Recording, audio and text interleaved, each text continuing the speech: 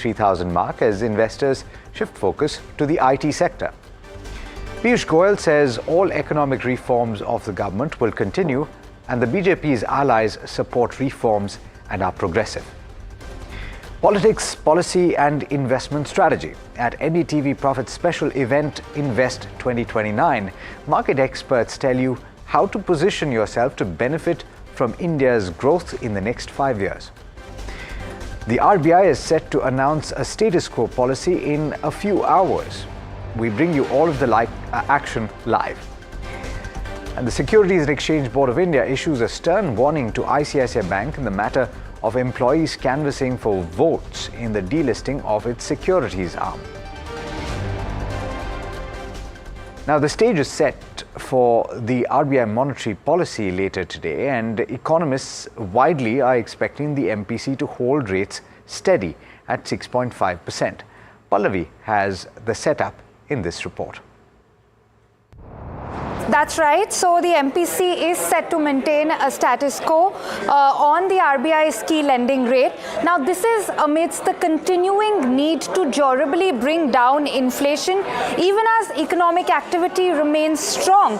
All economists polled by Bloomberg expect the repo rate steady at 6.5%. Now, since the last policy that took place in April, the Monetary Policy Committee will evaluate easing inflation, resilient economic activity, the onset of the southwest monsoons, international oil prices and the geopolitical scenario.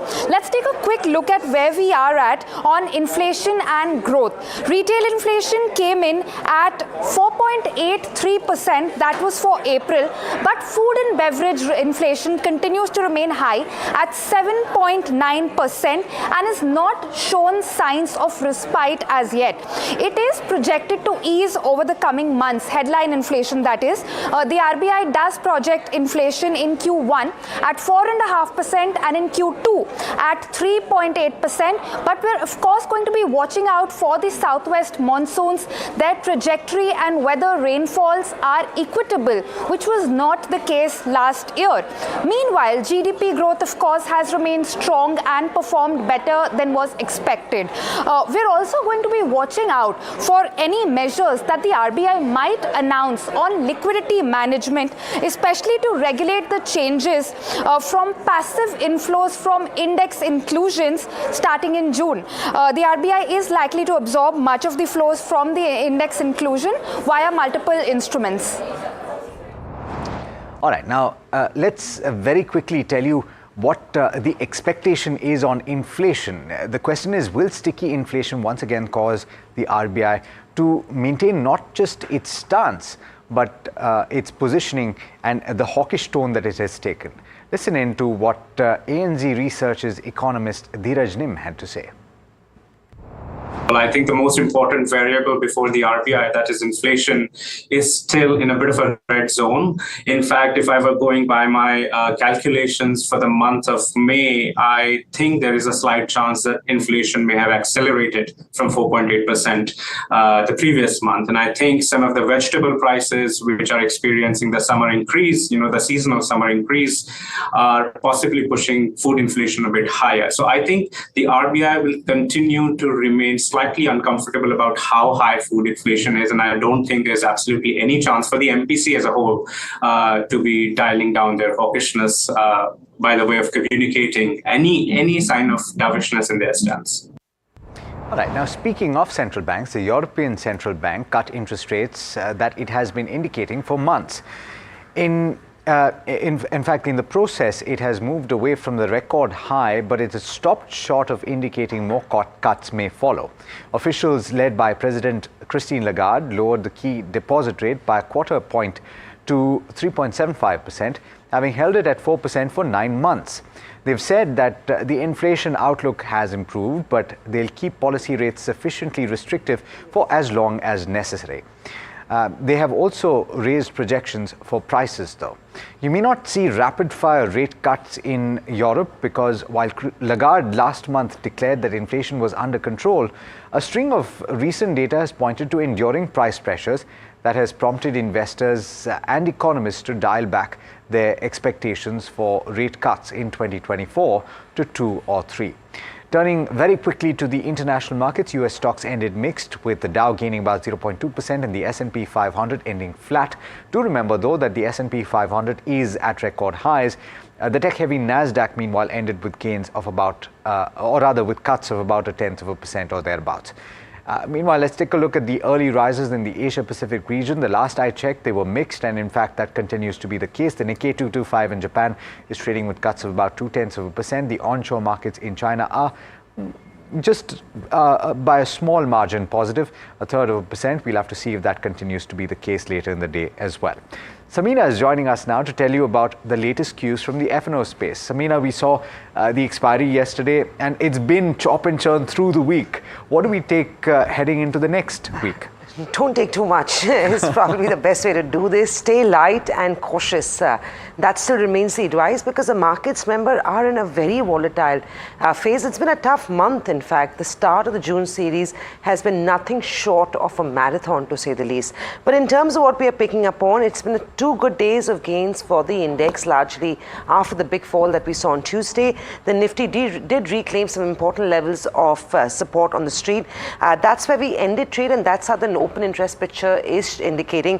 The June futures are trading at a premium of 143 points, with a decline of about 8% in open interest, indicating that the upside from here could be capped on the Nifty. Let's pull up the Bank Nifty and see what that's getting up to as well. That's the picture there, 49,435. Remember, 49,000 is an important level of support for Bank Nifty, and the picture there indicating that in the upside, you will be faced by resistance of 49,600. Let's look at the call and put spread to get a sense of where expiry was and how things have changed substantially in about a week's time. Interestingly, all through March, April, and even most part of May, 23,000 has been where you've seen maximum call OI. However, in the early part of this week, what had happened is you had seen call activity pick up at levels of 23,500 and even 24,000. However, the picture has been reset, and we are back to levels which seem a lot more realistic at this stage. That's the picture, max call OI at 23,000, indicating that is where maximum action is expected, and traders do believe that could be a potential upside on the index. That, if you notice, has been followed by 22,800, so that's at the money in that sense, because you did get expiry at 22,826, which is a weekly expiry on the Nifty, and that's where the street closed yesterday. So those two levels become very important for the index, and that's where the maximum activity really remains on the call side.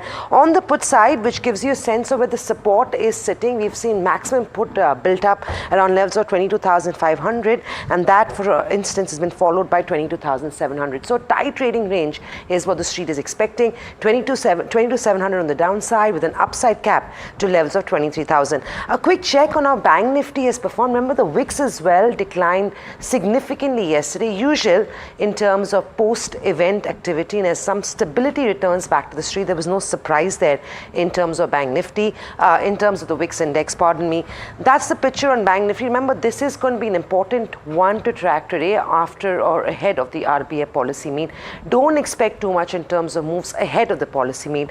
Most believe this will be a non-event, but you usually see Bank Nifty getting a little bit of an instant knee-jerk reaction, at least. On Bank Nifty, 49,435 is where we are seeing the June futures at, with a decline in open interest of about 8%. So on expected lines, no major swings expected in today's day of trade, but of course all eyes on policy, not for policy action, but largely for the GDP and inflation outlook that the policy will throw at us. Apart from that, range-bound trade, 23,000 remains an important sort of resistance that the street and traders will continue to face. Thanks so much, Samina, for laying that out.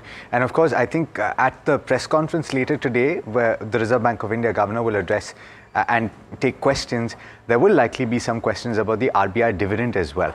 Let's talk about an update from the NBFC space. And Bajaj Housing Finance, a unit of Bajaj Finance, has approved a 4,000 crore initial public offering. Pragati is joining in to tell you about the key details here. Morning, Pragati. What are you picking up? Morning, Alex. Yes, Bajaj Housing Finance's board has finally approved the plans of an IPO on Thursday evening. Now, this includes two aspects. One is the fresh issue of equity shares, and the other is an offer for sale. The fresh issue of equity shares is for rupees 10 per equity share, which amounts to up to about 4,000 crore rupees. And the offer for sale is subject to market conditions. Now, our team, in fact, previously reported that Bajaj Housing Finance was expecting a valuation of about $10 billion, which meant that the IPO size is expected to be about $1 billion. However, confirmation on that is awaited as the company is yet to bring out those formal details in the public domain. What we know as of now is that the plan of an IPO has been approved by the board and other sort of details are yet to come out in the public eye. Now, let me quickly help our viewers understand why this IPO is significant. The company had to come out or go public or go up on the exchanges in order to comply with RBI scale-based regulations. According to these rules, all upper layer NBFCs have to be up on the exchanges within 3 years of being notified. Now, in September 2022, RBI notified 16 upper layer NBFCs and Bajaj Housing Finance was one of them. Hence, it had to be up on the exchanges or have an IPO by September 2025. Back to you. All right. Thanks so much, Pragati, for getting us those details. Now, at the event that NDTV Profit did yesterday, it was called Invest 2029. Neelkant Mishra, the chief economist of Axis Bank, joined in, and he spoke about how the RBI dividend, the higher than expected dividend, is expected to mean that the fiscal deficit could come down more than expected when the budget is presented in July. We have to slip into a very quick break. Listen into this before we do.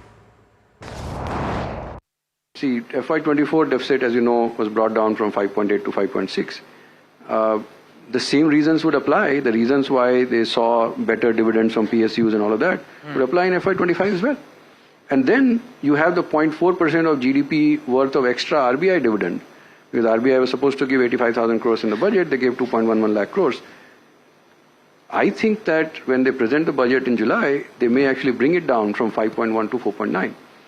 And to add to what we just discussed, one of the reasons that India has garnered a premium is visibility, right? So why is it that metal stocks trade at 10 times earnings and consumer stocks trade at 40, 50 times earnings? Because you have greater visibility on future earnings. So effectively, you have better visibility on 26, 27 earnings, so you are giving a multiple on that and discounting back.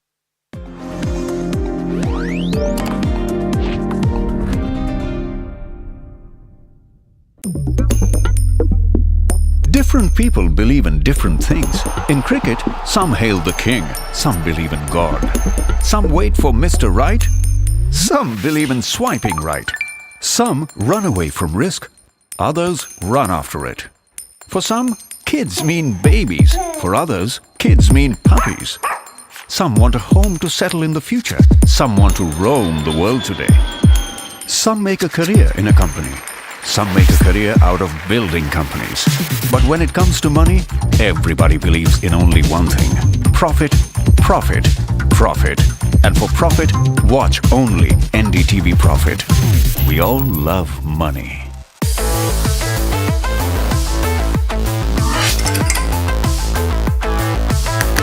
Listen to the voices of reason as they talk about corporate health and investing principles with me, Neeraj Shah, on my show, Talking Point.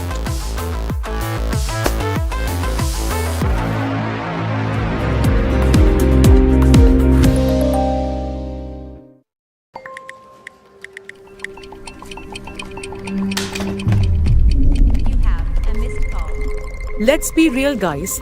There are many financial experts out there. Which stocks to target, what's good for long term, when to buy, when to sell. How do you stay ahead of all the financial noise to achieve your dreams? You can accomplish all your financial dreams. Let us worry about giving you the right investing insights on the Portfolio Manager.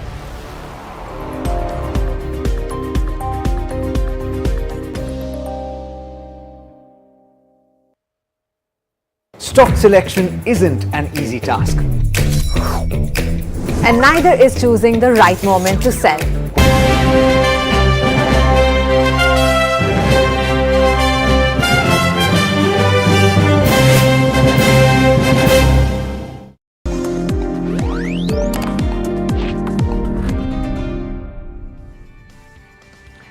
Welcome back. You're watching All You Need to Know. It's time to look at a few stocks that could react to news today. And let's start with Zomato, because the quick commerce company's arm, Blinkit, is in a bit of a fix because one of its warehouses was raided near Hyderabad and multiple violations were found. Mahima is joining in to tell you about what exactly went down there. Mahima, this is a small location outside of Hyderabad as I understand it. What are the key details here?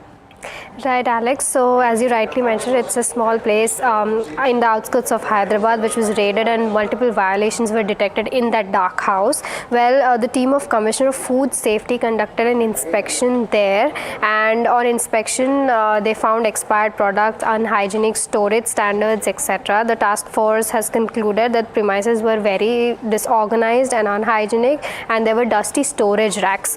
There was also lack of food safety supervisors. Food handlers were found roaming around without operating headgears or gloves or aprons. Now, several products worth 30,000 rupees were seized. Now, products seized were seized after the local manufacturer's license was found to be expired. Moreover, they also suspected infested whole farm ragi flour, tur dal, etc. worth rupees 52,000, which was also seized from the dark house. And what the task force has said is that the notice will be issued and further action will be taken on that particular Blinkit dark house. And overall, Blinkit has around 526 dark stores across India at present. So this entire scenario of how the Food and Safety Commission has raided Blinkit might affect Zomato today. All right. That's certainly something to watch out for, and we'll wait for a communication from the company as well. But what are the other stocks that you've looked at today on the back of news flow, Mahima? Right, Alex, so two stocks on the back of news flow post market hours, two IT stocks. The first one is Wipro. The company has been awarded a $500 million deal, which roughly converts to around 4,175 crores. The deal is by a leading US communication service provider, and the company shall provide managed service for some products and industry-specific solutions. Now, this is to be executed over a period of 5 years. The second stock is Mastech, where company has introduced ICX Pro platform with NVIDIA AI. ICX Pro is a cloud-native platform designed for building scalable AI apps. Now, this platform will boost customer experience in management of manufacturing, healthcare, banking, financial services, insurance, and the entire BFSI space. Secondly, ICX Pro has demonstrated a 20% ROC in the manufacturing sector, so this could benefit the company. And ICX Pro is designed for building scalable AI applications, as I mentioned. And lastly, key solutions this platform will bring for Mastech, well, superior customer experience, faster time management, and enhanced customer engagement overall. So these are the two stocks that will be on the watch out for on the back of news flow post market hours. All right, thanks so much, Mahima. There are a couple of more stocks that we should be talking about, and that's the likes of Tata Chemicals as well as RVNL. We've got Varsha joining in to tell you about some of those details. Varsha, what are you picking up? Good morning. Good morning, Alex. So first, let's shift our focus to gas companies. So PNGRB has issued draft regulations seeking to bring LNG terminals under its purview. Now, this move will intend to increase regulatory oversight on the operation of LNG terminals, which have so far been largely unregulated. Now, if you see the key highlights of the draft, every entity that is operating an existing LNG terminal or looking to expand or planning to set up a new terminal has to submit an application to PNGRB to register the terminal, and PNGRB will issue certificate which will be valid for 30 years from date of commissioning. Now, if you see the impact, so this will increase regulatory oversight, and also this move will create uncertainty of Petronet LNG's strong pricing power that we have seen, but this regulatory oversight will improve bargaining power of Petronet LNG's off-takers, that is GAIL, IOCL and BPCL. The next company that is in focus is Tata Chemicals, wherein Tata Chemicals Europe Limited has been fined £1.1 million by Chester Crown Court in UK. Now, this fine pertains to the safety incident occurred in 2016, wherein the incident involved a contractor who sustained injuries at one of the company site in the UK, leading to his death after a few weeks. Being discharged from the hospital. Lastly, we have Rail Vikas Nigam, wherein they have received a letter of acceptance from NTPC for project for rupees 495 crore. Now, this contract is for execution of balance civil and HM works of barracks complex, and this needs to be executed within 66 months. So these are the stocks which should be on your radar. All right, thanks so much, Varsha, for getting us those details. Let's focus now on the latest on Air India and its proposed merger with Vistara. That's moving forward with the NCLT approval coming through. How this proceed from this point, though? We've got Charu to tell you about the key details that have emerged. Morning, Charu. What are you picking up?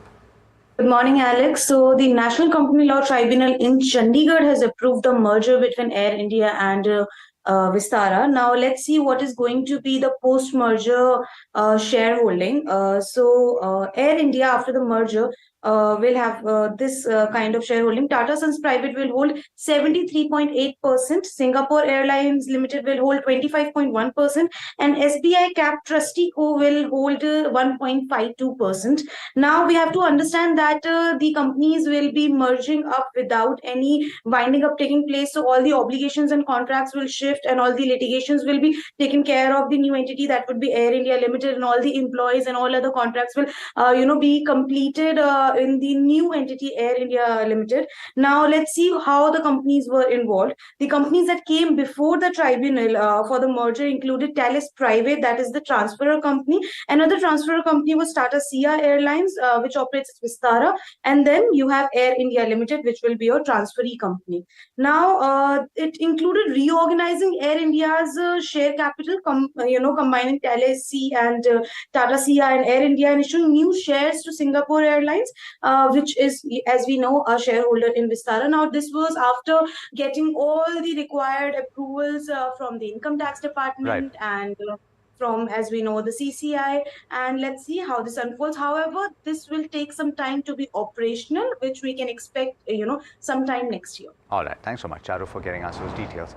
You might soon have to book Air India rather than Vistara. Let's talk about the latest from the event that I talked about earlier. We asked what led to the NDA's relative underperformance in 2024 Lok Sabha election compared with the previous two, and what went wrong for the pollsters. Speaking at the NDTV Profit event, political analyst Amita Tiwari had this to say. The strategy of the opposition was to make this election localized. So how do you localize a national election? Which means that you expect lesser number of people to vote in the name of the Prime Minister and more number of people to vote in the name of the local candidate. Now this time, only 26% people have voted in the name of the Prime Minister, as per CSDS data. So the contest became localized. All right. Now, let's get you some sports updates. And the T20 World Cup has begun, and it has started with a bang.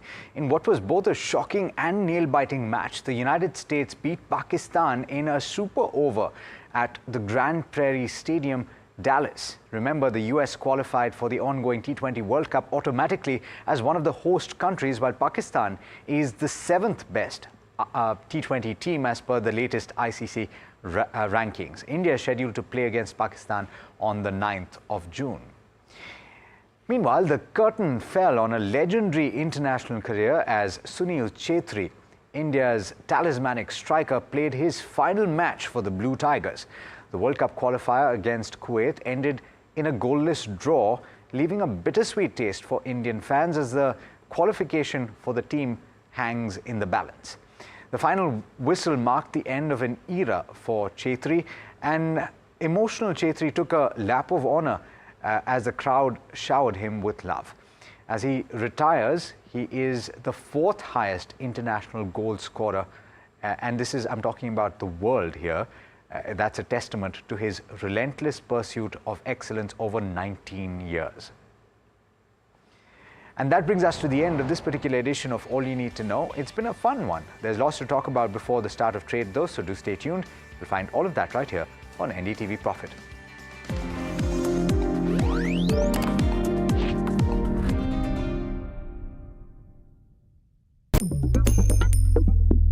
Different people believe in different things. In cricket, some hail the king, some believe in God. Some wait for Mr. Right, some believe in swiping right. Some run away from risk, others run after it. For some, kids mean babies. For others, kids mean puppies. Some want a home to settle in the future. Some want to roam the world today. Some make a career in a company. Some make a career out of building companies. But when it comes to money, everybody believes in only one thing. Profit, profit, profit. And for profit, watch only NDTV Profit. We all love money. Bro, what are you doing? I'm trading FNOs. So, have you made any money? Oh, it's simple. If you think the market is moving upwards, just buy Nifty call option.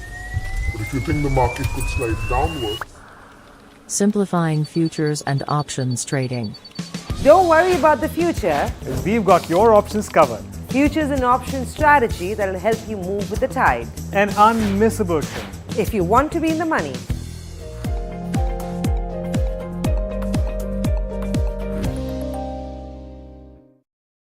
Stock selection isn't an easy task. And neither is choosing the right moment to sell. Whether it's a doubt about a short-term trade Or a long-term investment. all you have to do Is ask Profit.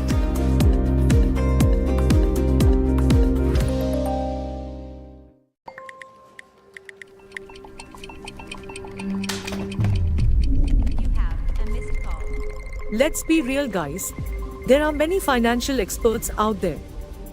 Which stocks to target? What's good for long term? When to buy? When to sell? How do you stay ahead of all the financial noise to achieve your dreams? You can accomplish all your financial dreams. Let us worry about giving you the right investing insights on the Portfolio Manager.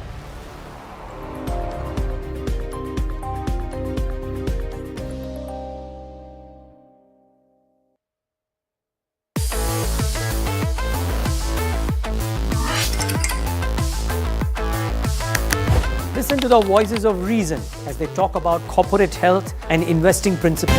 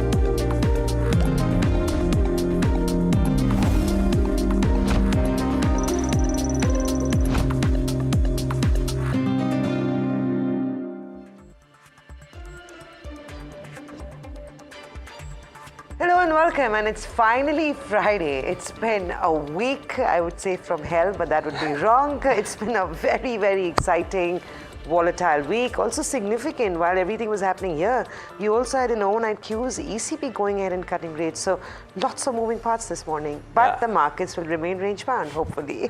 Yeah, a week of epic proportions, right? I mean, almost as if people say sometimes you travel through months in days or weeks, and sometimes the other way around. This week seemed like multiple months rolled into it. But yeah, at the end of it, I think there was equal measure enough for bulls and bears both. And we've kind of stayed steady because last Friday we closed circa 22,500, 600. We are circa those levels currently, ahead of the big RBI policy as well, which may not turn out to be that big, so it remains to be seen. But yep, interesting week for sure. Yeah, it's been a good week, and I think most traders and I guess investors alike are grateful that Friday is finally here. It's been exciting. The investors have gone out and bought lock, stock and barrel in the weakness. Traders potentially could have lost some money. But then again, that's the way of the world. That's the implied Nifty this morning. Third straight day of a positive start is what we're expecting. No runaway gains, and let's be realistic about this one because you've already clawed back quite a bit over the last two trading days. This morning, should be stable. The big event is the RBI, which is expected largely to be a non-event. Global cues before I hand it over to Neeraj for everything that we need to gear up for in early trade this morning. What sectors, what stocks should be on our radar. In terms of global setup, the big headline is ECB, as expected, went out and cut interest rates for the very first time in 4 years. Remember, in over 2 decades, this is the very first time ECB has cut interest rates without a catastrophic event. And I think that's what you want to take note of. They've also said that they will be going from data to data, not indicating that there could be an extensive cycle of rate cutting that the markets could be anticipating. Some believe and called it a hawkish rate cut from the ECB. Guess what the reaction to that was? European equity markets did quite well. Surprisingly, bond yields actually went up across Spain, Germany, which was an interesting move after a rate cut coming in from the ECB. Well, all eyes will now shift to the Federal Reserve. 70% of Fed futures indicate that there is no rate cut expected until September. So even though the ECB has moved, Fed funds are pointing to a rate cut in September. One important data point that the street will be watching out for is going to be non-farm payroll data that's expected later on today when Wall Street opens up to trade. Ahead of that, what we saw on Wall Street was a range-bound trading day. The S&P did make a record intraday high, but finally went home slightly lower. The Dow and the Nasdaq not doing very much either in the session. Apart from that, you had bond yields that have been declining very sharply on Wall Street, actually stabilizing. They went up marginally, 14 bips to say the least. Crude, on the other hand, gained after a big fall this week. Most believe that they could have been seeing, or a bottom could be being made in crude prices. The reason we saw that is because after the ECB rate cut, expectation now moves to the Fed moving on rates. Of course, with lower rates, you expect the dollar to weaken, which is usually a positive for commodities, and also expectation that lower rates could fuel up demand in terms of crude. You also had OPEC and Russia reiterating that they will be very, very frugal in terms of production, and they shouldn't be they would of course move and cut production if need be to support crude prices. So those are the two factors that have helped crude. It was up about 2%, finally settling about 1% higher in overnight trade. Apart from that, if you look at what's happening in other parts of the market, gold and silver also eased off just a little bit. And from what I hear, Neeraj, this is so interesting, right? The big positive for Wall Street is a weaker economy. It is almost as if the real economy is not doing well, financial markets will do well, because then you're going to get a potential rate cut. And apparently, and this is the very first time, and again in 2 or 3 decades, where U.S. markets or U.S. individuals, population rather, is going through something called COLA, which is cost-adjusted inflation lifestyle. They are not used to inflationary pressure, so living through that is almost historic for those markets or those for Americans at this stage. Yeah, because you're right, they've just never been through that. So in some sense, it's been last 2 years which have been just completely different, I think, than what they've ever been used to. And yeah, Samina is right. I mean, it just brings to forth what central banking action could mean for markets. And don't look at the Nasdaq when you're thinking of that, because that is an Nvidia story which is completely different.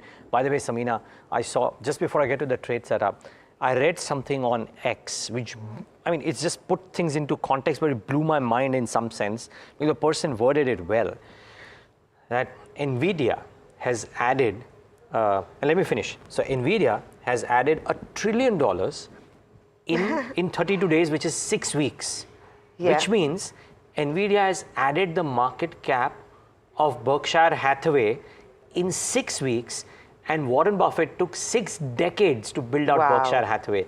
It just shows when somebody's catching something is catching the imagination, what kind of frenzy can get built into it. But you know, Neeraj, I don't mean to be throwing in the blanket here, but do you not feel like this Nvidia rally could be topping up? There are analysts talking about spotting other AI opportunities now in the market. And while it's been great, and no one ever has been able to call a stock or a market stop, but it does seem like the euphoria, if the valuations do catch up, you may see potentially other AI plays that may start drawing traction.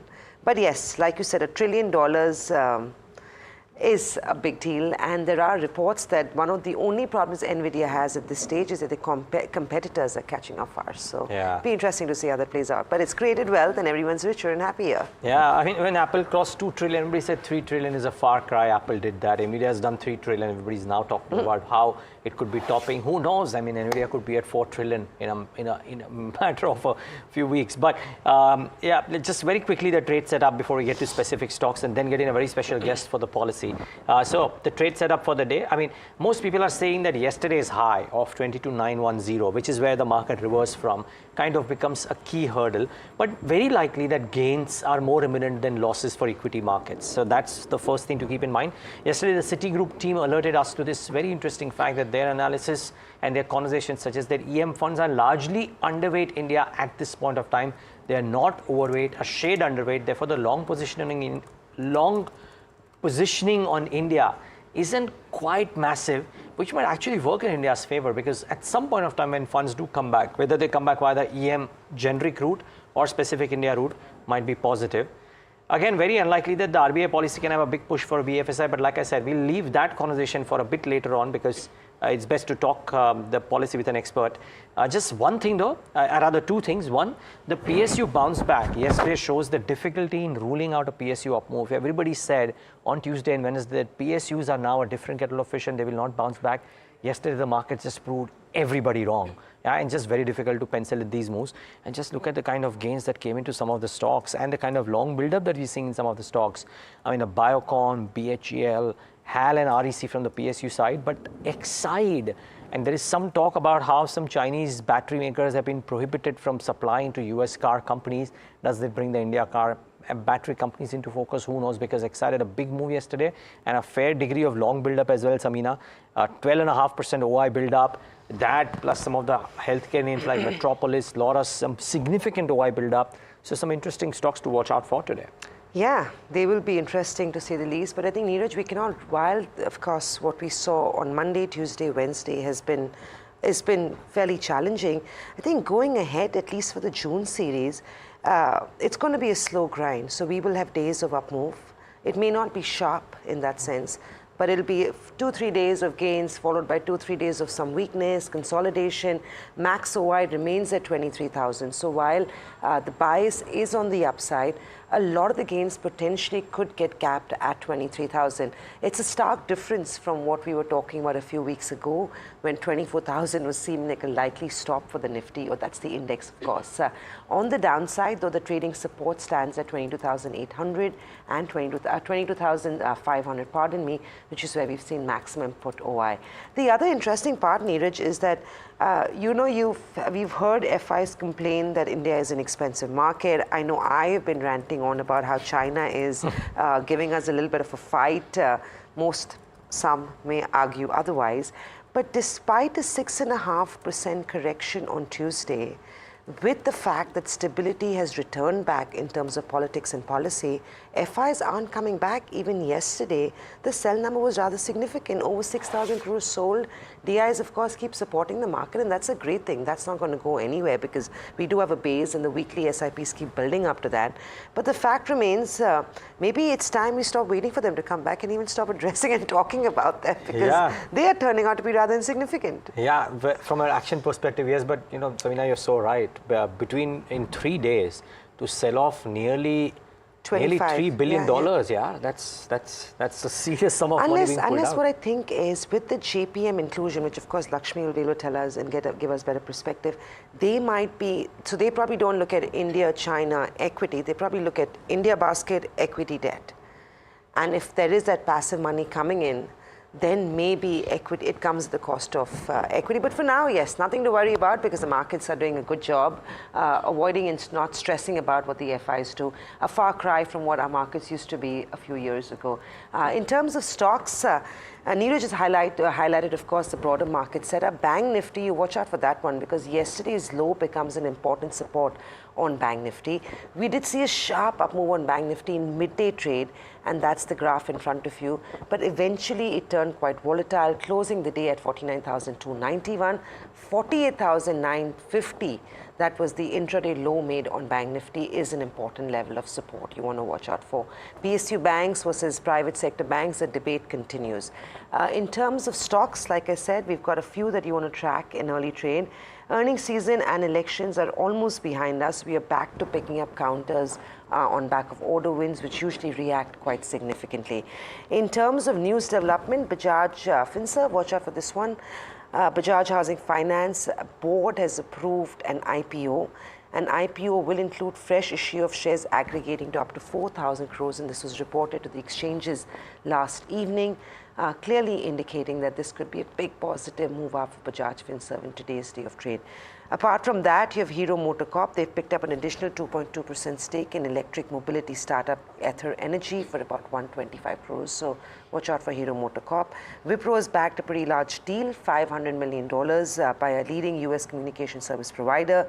The contract is a significant one, 4,175 crores. So I think Wipro in terms of the IT names is one you want to track. You've also got Bajaj Finserv and Hero MotoCorp. Two of my railway names, RVNL and RITES, there've been a few order wins. Like we said yesterday at the event, it's every morning that you wake up to HAL and RVNL bagging orders, and this morning is no different. RVNL bags another big order for 495 crores. It's another significant one. The stock was up 5% yesterday. Further upside is what's expected. In fact, Neeraj alluded to that the PSU rally could see some follow-up buying today. And of course, when you have news like this, more than likely, at least this one's doing well. Yeah, everybody was so negative and the stocks have just done so well. So interesting, you know. And by the way, Wipro viewers, remember, IT's had such a good move yesterday that Wipro assumed significance for more reasons than one. But I mean, Neelkant Mishra and Madhukila both said that this is not what she's getting carried away with. Yeah, that's true. By the way, if you're wondering what event or Neelkant, Madhu or the technical guys, I mean, we had a fantastic event yesterday at the NSC, and it'll be there on our social media handles, our website, and our channel will play out those interviews during the course of the day as well. You know, I wonder if just 2 or 3 names very quickly. One is Zomato. Now, I don't know if really the stock reacts or no, but a Blinkit warehouse near Hyderabad was raided and multiple violations were detected. Food Safety Department had conducted the inspection at this warehouse. If Zomato reacts, you should know why it is reacting. Petronet LNG could react because a Citi note today says that the PNGRB issued draft regulations seeking to bring LNG terminals under its purview. Usually something like this happens. The street doesn't take very kindly to it. Maybe, just maybe, the stocks react negatively, so watch out for that. And one of the dailies, Pink Dailies today is carrying this news about how ZF Commercial promoters could sell up to 4 to 5% stake for about 1,500 crore rupees. Any kind of supply usually discourages movement on the stock on the upside and very often brings about downside. So watch out if ZF Commercial is reacting negatively today. Watch out for that one. And Samina, there are not too many brokerage notes today. I mean, the one that stood out for me was this Morgan Stanley on chemicals. So just want to highlight that before we go to our guests. They've downgraded the chemical sector. They've said that they will wait for an upgrade cycle to come in. Morgan Stanley on chemicals, that is. They will until the earnings upgrade cycle begins, they'll sit on the sidelines. Downgraded SRF to equal weight, target cut there. Downgraded RT to equal weight, target marginally increased there. And downgraded Tata Chemicals to underweight. Target has been cut to 843 versus 904. My colleague Varsha will spell this out in greater detail, but watch out for some of the chemical stocks. Yeah, and just a couple of stocks that have been moving up until now. In fact, you picked up Heritage Foods, which has, of course, seen an up move. We cannot rule out another good start for this counter on back of the political development. And ITC as well. The stock, of course, moved yesterday, but it wouldn't surprise me if you see some follow-up buying on the stock as they've approved the demerger of the hotel business. So, oh, by the way, sorry, something that missed my eye. While ITC has announced that yesterday, DB Realty post-market hours has also demerged its hotel division. I don't know the numbers really, but... And you have an IPO coming from Bajaj Finance. So lots of corporate activity. That will keep a lot of these stocks active in trade. But of course, the big talking point is the RBI policy meet. We have Vishy, who's standing by at the RBI headquarters to give us a sense of what to expect. Rishi, good morning. It doesn't seem like there's going to be much on the rate front, but I think all eyes on GDP, inflation, and of course, what is going to happen with all that money and the dividend payout. That's right, Samina. Good morning to you too. The policy is most likely going to be a pretty much of a non-event. You know, the vast majority, or at least all the economists that were polled by Bloomberg, are estimating that the RBI, the MPC, is going to maintain the repo rate at 6.5%. The stance as withdrawal for accommodation. Honestly, I don't understand that stance yet. But for the last 8 policies, this has been the stance since February 2023, and the repo rate at 6.5%. So this will be the 9th one where that is likely to be repeated. But as you said, yes, the inflation and the growth forecast, those will be the main ones to watch out for. Remember that the RBI for FY24 was estimating a growth about 7.2%, but it's surprised on the upside at about 8.2% GDP growth. For FY25, we need to see if the RBI does change any of its expectations on the growth side. Similarly, on inflation, their expectation is for FY25 inflation is going to remain at about 4.5%. Whether that undergoes any changes, because that will determine what the future course of the monetary policy is going to look like, whether they intend to announce any rate cuts like what the market is widely expecting, that there will be likely a rate cut towards the end of this financial year. But we still need to hear that from the RBI governor. Remember that in the past multiple policies he's been saying that the fight against inflation is not over, primarily because of food inflation. Now, even if you look at where inflation was, retail inflation was in April, you were pretty much within the MPC's range. However, the food inflation has surprised on the upside at 7.9%. It continues to remain sticky. So we need to see what exactly the RBI governor's commentary around food inflation is going to look like for the rest of the financial year, and where the RBI starts seeing some room for a rate cut going ahead. Viship, and we'll of course come to you once the policy statement is out as well. But thanks so much for bringing this initial update. As has become now a norm at NDTV Profit, one which we hope will continue, Lakshmi Iyer, CEO of Investments and Strategy at Kotak Alternate, is with us ahead of the policy. Lakshmi, great having you. Now I can say as always. Thank you so much. Great having you. So, what do you expect today? Deja vu. looks like it. But you know, and I'm not the cast in movie Fukre, so I can't say a deja vu, but deja vu is what we are expecting. But you know, I think a couple of things which are really worth mentioning is a lot of developments have happened globally. When we went into the April policy, we had a Swiss bank rate cut. But now we've had Bank of Sweden rate cuts. We've seen the ECB and Bank of Canada doing rate cuts after 5 and 4 years respectively. Not that it is going to change the apple cart quite dramatically, because none of these central bankers have indicated that it's going to be a series of rate cuts. So it's a one-off, testimony to the fact that inflation globally is also cooling off. But then you have Niagara Falls, US, which is clearly saying that... Yeah, absolutely. Well, the inflation data there is coming benign, but I don't think they are giving any indications to the market yet that they are in a mood to relent. So I think from that perspective, it will be slightly interesting to see what will be the narrative. Outer chances may be there, you know. I think the Dil Mange More factor, where people are saying thoda stance change hoga and stuff like that, but not 100% sure, or not very high on confidence if that should happen. But stance change hona chahiye. I mean, you've got monsoon where we have to watch out for what happens. Very high chance that we could see some populist measures coming back. You've got geopolitical risks, so there could be that slight outer chance where crude may once again start returning back to levels that may be uncomfortable, and the heat wave that's behind us. So all those factors are only going to mean that inflation could see an upside risk, you'd agree? No, I'm with you totally. So crude oil prices, again, you know, we keep tracking policy to policy, what has been the change. This time it's down actually 15%. But look at industrial metals, they're up 20%. Yeah, commodities, you're right. Yeah, China might be coming back. So Absolutely. So you look at every other aspect, sans crude oil, everything is actually, even soft commodities are up. So you're absolutely right. And food inflation.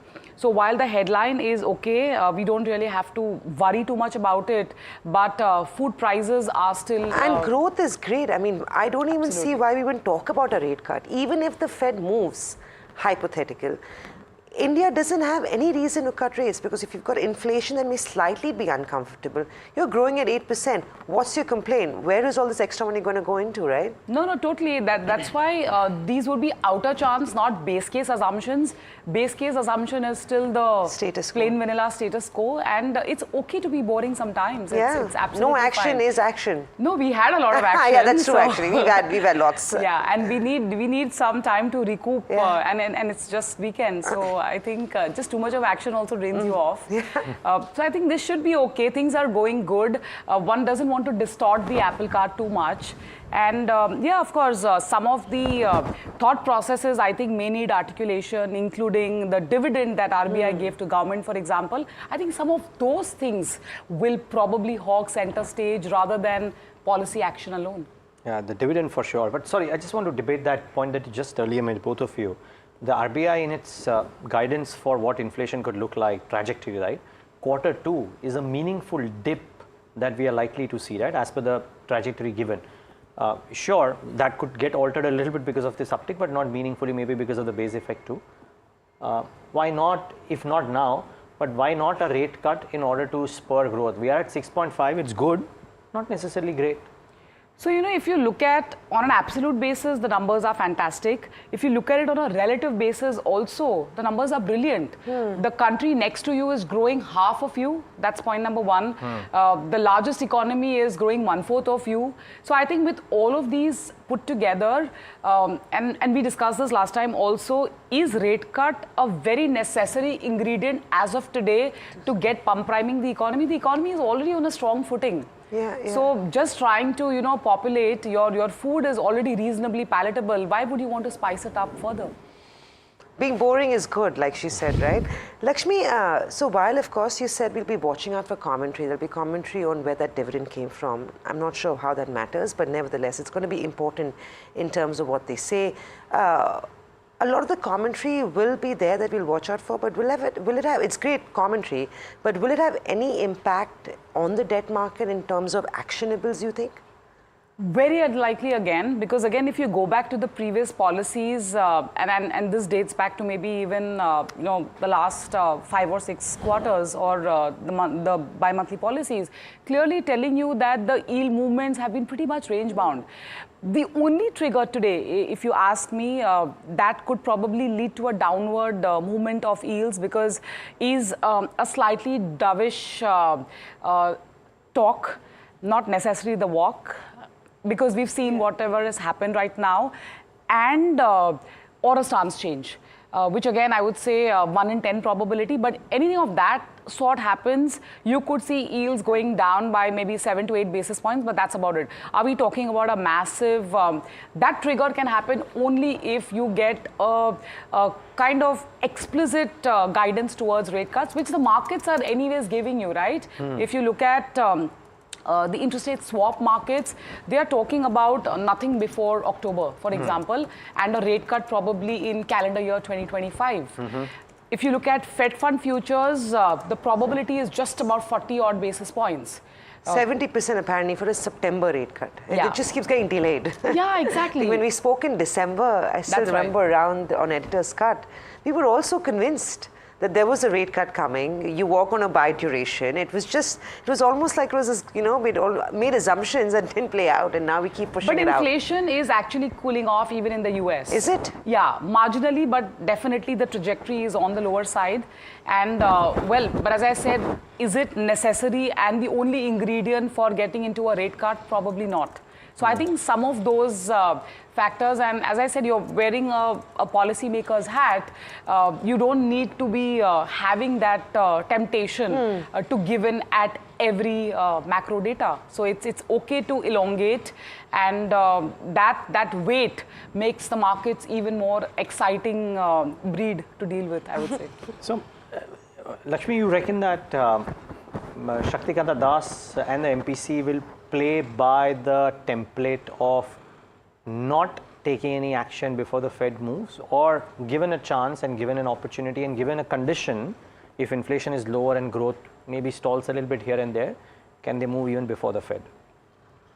I would say it's okay if they move in tandem. Moving together will be a better thing, because ultimately we have to also solve for the currency. Yeah. That's very important. We do have a significant war chest. I always say our Brahmastra is our forex reserves. Yeah. But why to kind of, let it go for things like these where the situation doesn't warrant? I always go back to basics. If the situations don't warrant, sure. we don't really need to be taking the lead position in this. Yeah. And things are going good. It's not that there is no credit growth. It's not that any of these things. If any deposit mobilizations, if they need to go up further, you require rates to be where they are, not really come down. Also, Lakshmi, you said before we started this conversation, you've got a lot of global LPs. How do they view India paper right now? Is it attractive to them? And also, what happens to existing investors? We've seen yields move down over the last few months. After many years of course, testing debt market participants, have they taken profits off the table, or have they added more allocation in Indian paper? Looks like they're adding more. And they may continue. So if you look at the entire calendar year last year, the net purchases by foreign investors was roughly around little under 60,000 crores. And just 5 months, June has just started, just 5 months into the year, they are net buyers by almost 50,000 crores, which is a big number. And looks like that trajectory will continue, because see, US yields are at 4.3% and Indian yields are close to about 7%. And if you adjust for the currency depreciation, which may not be as severe as you've seen in the past few years, I think we're still doing about a net 5.5. And this money that's coming in is held to maturity for the next 3 to 5 years, or is it easy money that will keep coming and going as soon as you see the alpha generation? This is predominantly the stickier money. Okay, good. Because you have the impending index inclusion as well. Oh yes, JPM. We've talked about that too so much. Yeah, just one. Actually, from my end, one question, final question really, and which is around what do you anticipate this, because we haven't had a chance to talk, I think, post the dividend coming in, right? So the dividend coming in, plus the JPM bond inclusion, so on and so forth. A few people laid the bet, and they are on the losing side, that we will see 6.75 before June 10th. I don't think that's happening, but I would love to know what your trajectory on the yields is like. See, while I don't have claim over astrology, but I can still tell you that without getting into dates, are we headed towards a downward movement in interest rates? The answer still remains to be yes. Could we probably test, we're at 7.05 depending on which benchmark you look at. Could we see at least a 15-20 basis points easing over this whole quarter, which is the next 2 or 3 months? Well, the answer is a yes. We cannot deny the fact that this bazooka that RBI has given the government of India can aid in not only the deficit reduction, but also priming some capex growth. In what proportion, we have to wait for the details. And as I said, the entire central bank crew globally is pretty atal that in this policy maidan, they want to be victorious. Okay. No, sorry, I didn't mean from a astrology perspective, but more from a perspective of when do you get, if somebody is waiting on the sidelines trying to get into paper, is this a good time, or maybe waiting for 2-3 months is a good time? No, absolutely. I think delayed gratification doesn't work right now. Okay. It's and okay timing these markets is again a failed exercise. We've seen that in the last 2 years, right? Just one quick question, and going back to where you said you've seen foreign money come in. But the anticipation, don't you feel, was so much higher? The last 2 months has actually seen an outflow from debt markets. Do you feel that between now and the inclusion and what happens post that, maybe we were overestimating the inflows coming in from foreigners? I don't think so, because even if you look at the month of May, as I said, June is still underway, the FPI buying in fixed income is still net positive. Equity still continues to be net negative. Yes. So, of course, the pace has receded a little bit because even they are keen to see how the political scenario would have unfolded.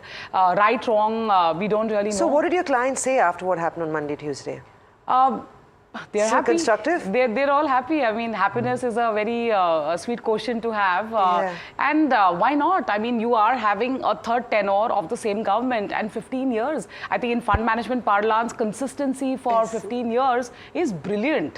Brilliant is an understatement. So you can't have, you know, things any better. And I think markets have been rewarding it in the same manner. I want to get your view on it because Neeraj and me were discussing this.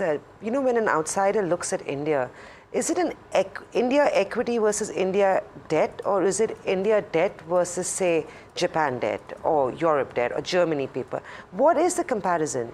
The comparison is typically EMs, which is EM versus EM in the same asset class bucket. So it's okay. And so DM it's not versus country DM. specific, it's asset. That is correct. Any quick one on the dollar rupee, if you have a view? I mean, it's been such a stable currency. This one is boring for sure. No, as I said, the past 4 to 5 years, the pace of depreciation that we have seen looks very unlikely that that kind of magnitude may continue. So while the depreciation will still be the order of the day, the pace and the percentage could be much lower. Well, Lakshmi, lovely talking to you. I dare say when you're here the next time, we'll try and talk about the interest rate cut trajectory, if at all coming up or not. Absolutely. I'd love to wager some things, even though you are not, as you said, an astrologer, but lovely having your thoughts. You know something, Neeraj, all the low probability things are manifesting, so you never know. Yeah, you're right, actually. Today could be well such day, you never know. I'm a journalist, I love to provoke. So. And I'm an optimist also. So optimist means a rate cut is what you're hoping for? But or today a I'm a quiet pragmatist. Achha, thanks. That's what Thank you, Lakshmi. Such a good time having you here. But a quick break, we'll come back, gear you up for this morning. It's turning out to be quiet, at least that's what we are hoping for, but like Lakshmi said, you just don't know. We'll take a break, stay tuned, we'll be right back. Implied Nifty indicating to a flat start.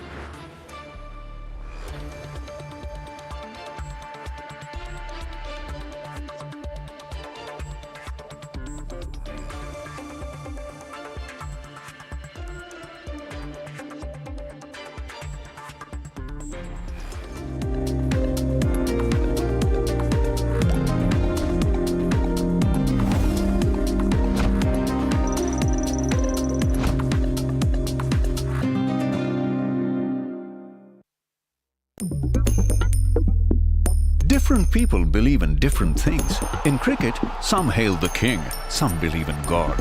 Some wait for Mr. Right, some believe in swiping right. Some run away from risk, others run after it. For some, kids mean babies. For others, kids mean puppies. Some want a home to settle in the future. Some want to roam the world today. Some make a career in a company. Some make a career out of building companies. But when it comes to money, everybody believes in only one thing. Profit, profit, profit. And for profit, watch only NDTV Profit. We all love money. Headlines you start your day with. What matters worldwide is now in the palm of your hands. Get ready to seize the day and maximize your financial potential. Stay ahead of the curve with all you need to know on NDTV Profit.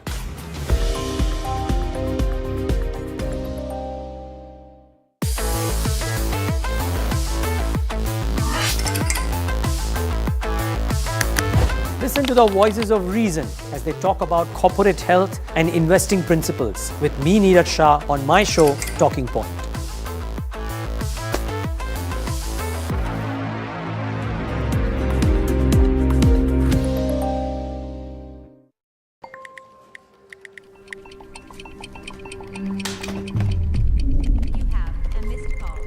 Let's be real.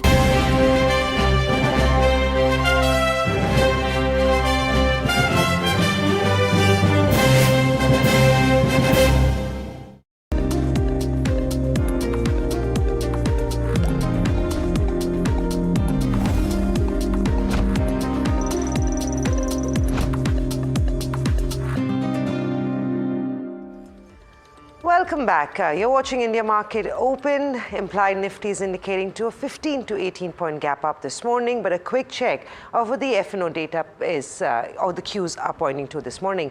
Like we said, it's been a good run for the last 2 days. We've tried to recoup quite a few of our losses that we saw on Tuesday. That's the picture on the Nifty futures at a 78-point premium for June futures, with an increase in open interest is what we've got. On Bank Nifty, of course, the picture is different, where you've seen Bank Nifty trading at a premium, but there's a decline in open interest, indicating that there could be some upside caps coming in on Bank Nifty. In terms of the calls and put data, remember all through April and May, we've seen 23,000 turn extremely active with maximum call OI built there.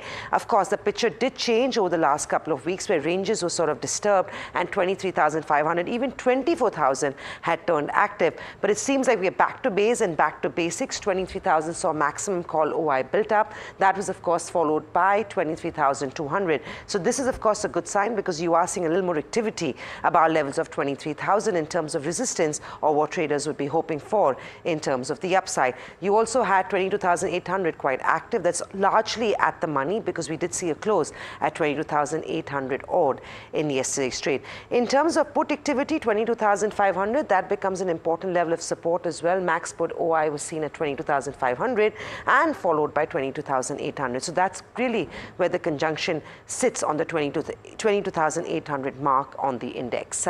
Well, in terms of the wicks, that saw a sharp decline as well post-event. So option premiums have also cooled off substantially. No surprises there. This is post-event and usual move in terms of what's expected. 11% or back to levels of 16.8. A lot more comfortable if you're a trader on the street. So that's what we have in terms of what we're gearing up for trade. It is going to be a range-bound session. Of course, the street will attempt inching every bit closer to 23,000, but that level for today at least doesn't seem likely. Well, we have with us Amit Goel, who's joining us with a quick word on the index, and then of course we'll go into top trades. Amit, I'll start with your word on the Nifty and Bank Nifty. It's been fairly significant, the move that we saw on Wednesday and Thursday, but it seems like there's a little bit of tiredness that's set in this morning. Yeah, hi, good morning, Samina, and thank you for having me. Yeah, this week has been quite momentous, if I may say so. We have had some very, very sharp, unexpected moves. In terms of a trader's language, it would be, outside the implied ranges. Of late, what we have seen is we have recovered most of the losses that we have had on the 4th of June, which was the election day result day. Now we are back into the channel in which Nifty has been going on for the last for the year to date, and I am fairly a bullish participant in this market, and I see that Nifty will try and inch up in the coming weeks as well. However, I do feel that the market is going to be a little range bound and will take a breather from all the action that it has faced in the week of this week. So any trader who would want to trade Nifty would probably be better off setting up something like a non-directional trade, a short strangle or an iron condor. Elaborate on the strategy then to play Nifty maybe for the June series? Sure. Samina, as I'm a SEBI-registered RA and I trade Nifty in my own books, so due to regulatory constraints, I generally do not, advise on Nifty as a strategy, but I mean, it's a fairly obvious strategy here. One could look at setting up a short strangle or an iron condor at 23,500 and 22,000 as the range, keeping downside support at 22,000. I do have, however, a strategy on Bank Nifty. You want to tell us Bank Nifty, because what we saw yesterday was a pretty big push on Bank Nifty in the first half of trade, but we cooled off by the time we closed shop. Yesterday's low becomes an important support today. What is the strategy to play Bank Nifty, the upside and the downside risk? Again, Bank Nifty being the largest participant in the broad index will track what the index is doing, and I believe Bank Nifty is also back into the channel, and if I see the charts, it is right at the mean, which is around 49,100 levels. I do not see Bank Nifty getting into a tearaway rally or a sharp drop as such. We have kind of had enough for the day, enough for the week, I would say that. The strategy that I would like to deploy in Bank Nifty is primarily a volatility play. And it is suggested that we enter into this strategy once we are out of the once the RBI policy is announced and the press conference is done for the day, so that the expected movement in the price is done and dusted away with. Post the event announcement and the news conference, the strategy that I would like to set up would be a slightly bullish biased strategy, in which I am trying to take advantage of the differentials in volatilities across the 2 weeks, which is the 19th of June and the 26th of June, wherein we will sell one lot of 50,000 call for the 19th June, and we will buy a lot of 50,000 call again of the 26th of June. This is essentially called a long calendar spread. It's a fairly risk-adjusted trade. The max risk in a per lot basis is about 1,600 rupees with a margin of about 23,000. We will aim for a target of 1,000 rupees, which on 23,000, 24,000 works out to a very cool 4.5% yield. And we will keep a rupee stop loss of about 750. We could also have a price stop loss on Bank Nifty itself, keeping yesterday's low, as you said, as a stop loss, which would technically trigger an exit here. This structure, I have constructed this structure more from a volatility perspective, because the 19th June volatility is elevated compared to the 26th of June's volatility, and we are trying to take benefit of this differential. Over to you, Samina. That's an arbitrage trade right there on Bank Nifty. You have a bearish call, I believe, on Asian Paints. Now, for obvious reasons, we've seen defensives do slightly better than risk on or beta in the last 2 days. What's the strategy on Asian Paints? Samina, every day is a new day. We were risk off on Tuesday. We were risk on Monday, risk off on Tuesday, and again back in risk on a mode, following the last 2 sessions. So what I see, what I see in Asian Paints, it has been traveling in a channel since the month of March, and the broad range happens to be about 2,700 to 3,000 levels, with some bit of spikes on both the sides.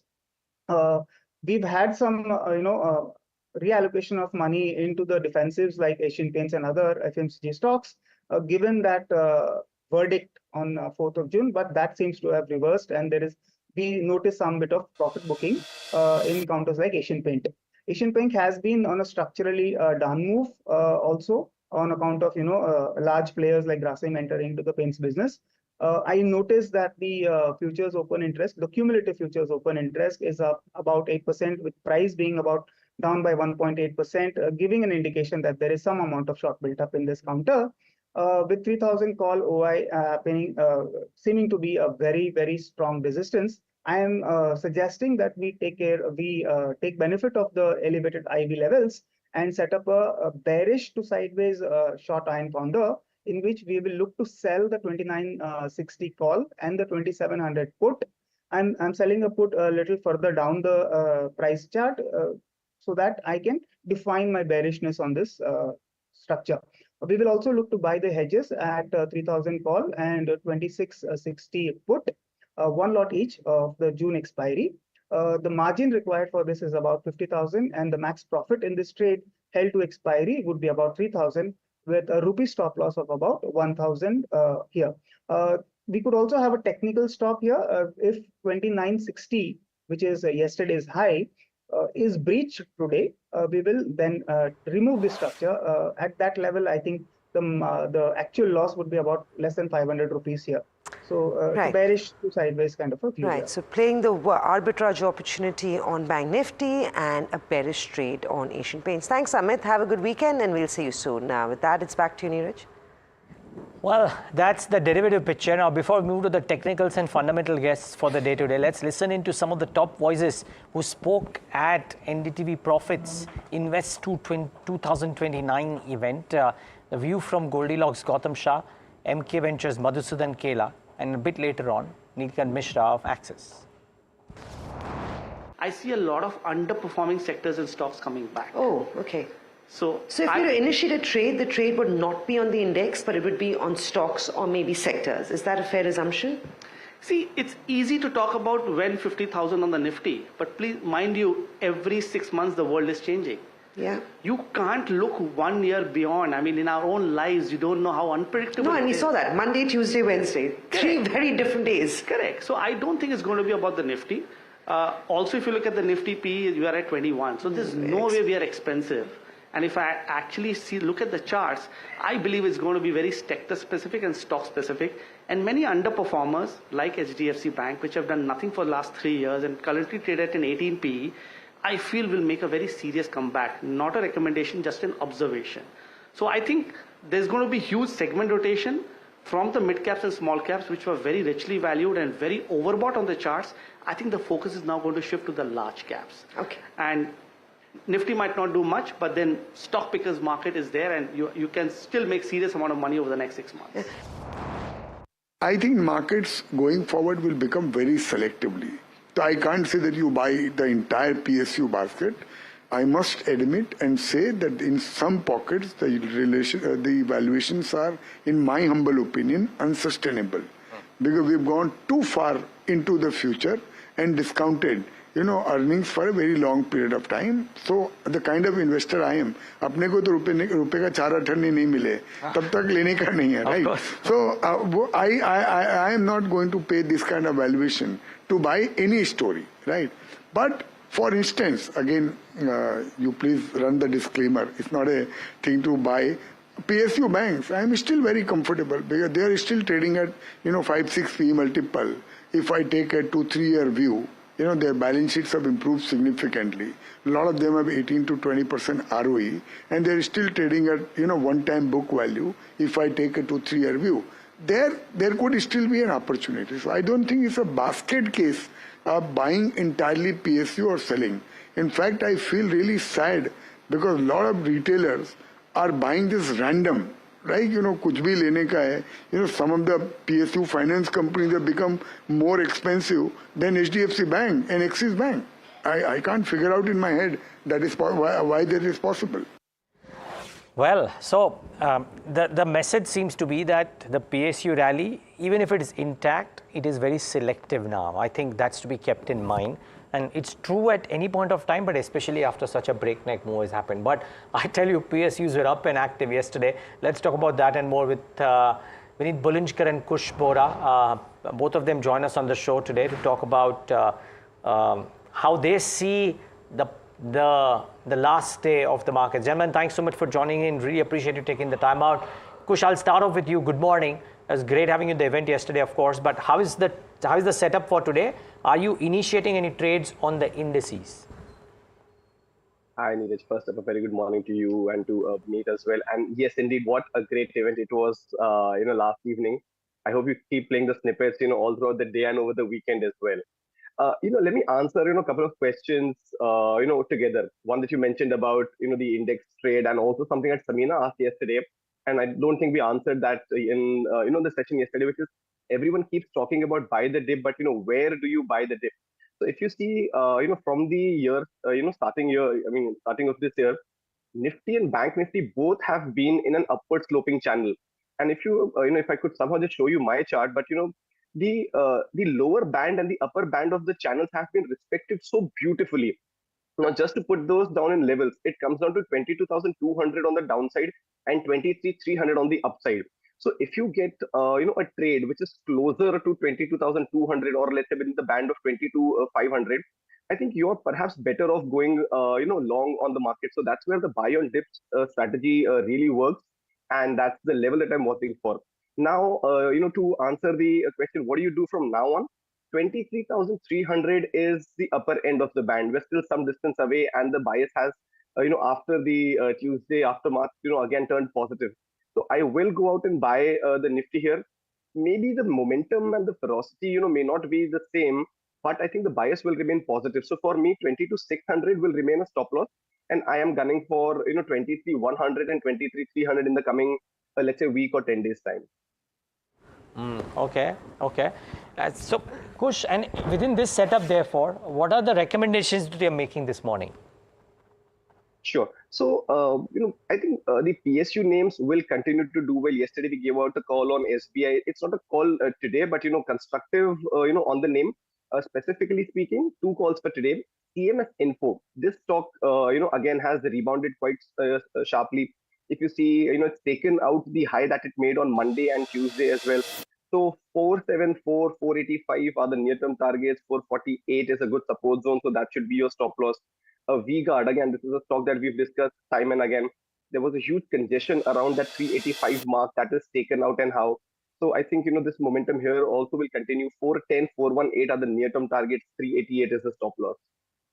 And we also have with us Vineet. Vineet, good morning. Thanks for joining in. Are you feeling a lot more confident this morning than you probably did on Tuesday morning? Definitely. And, a lot of events have flown through. We've seen some topsy-turvy turns. I think now all the eyes rest on what will be the composition of the cabinet. So to that extent, we are a little more comfortable.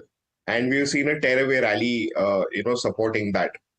So I think going ahead, today we are looking at whether the RBI will cut or not. It is my expectation that they will guide via liquidity rather than directly through interest rates. And the RBI has been more of a global player in terms of, the monetary policy, coinciding with what the international markets have been doing, and generally taking the cues from the Fed, not necessarily from the ECB or the Canadian Bank. So I think we can expect a bullish commentary, and I hope that markets will rally behind this. And given that we've already lined up, I think the next plays would be infrastructure plays, because what we are expecting during the budget is that there would be a lot of action around big bang reforms and very, very large ticket size deals that go out. So, we like all the infrastructure plays, and IRB, Adani infrastructure, Adani roads, a lot of things around water would also be issued. So we like all these water companies. Wabag looks very good. So these are some of the picks that I'm going with in today. Okay.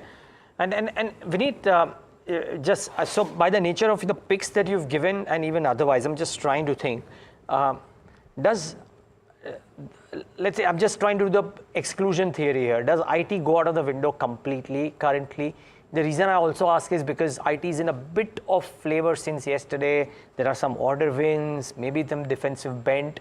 But for you, is IT out of the portfolio right now, or a very small part of the portfolio, or not really?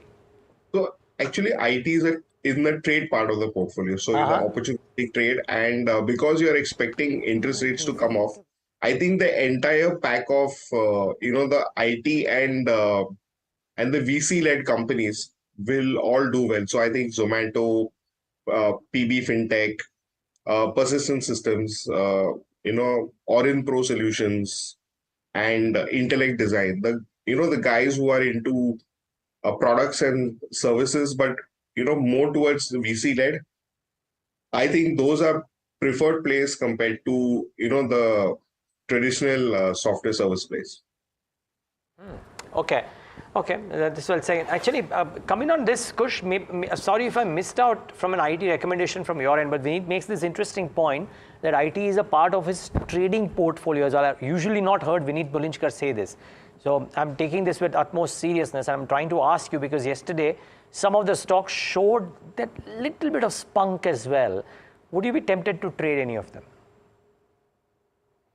If I were to trade some of them, I'll have my select names that I'm looking at. Which are those? That's the point. I'm looking at the KPIT Tech and an Endurance. I am not really gunning for the HCL Tech and Persistent Systems of the world. However, that said, Persistent was one of our top picks for the longest time, and we do continue to monitor that very closely.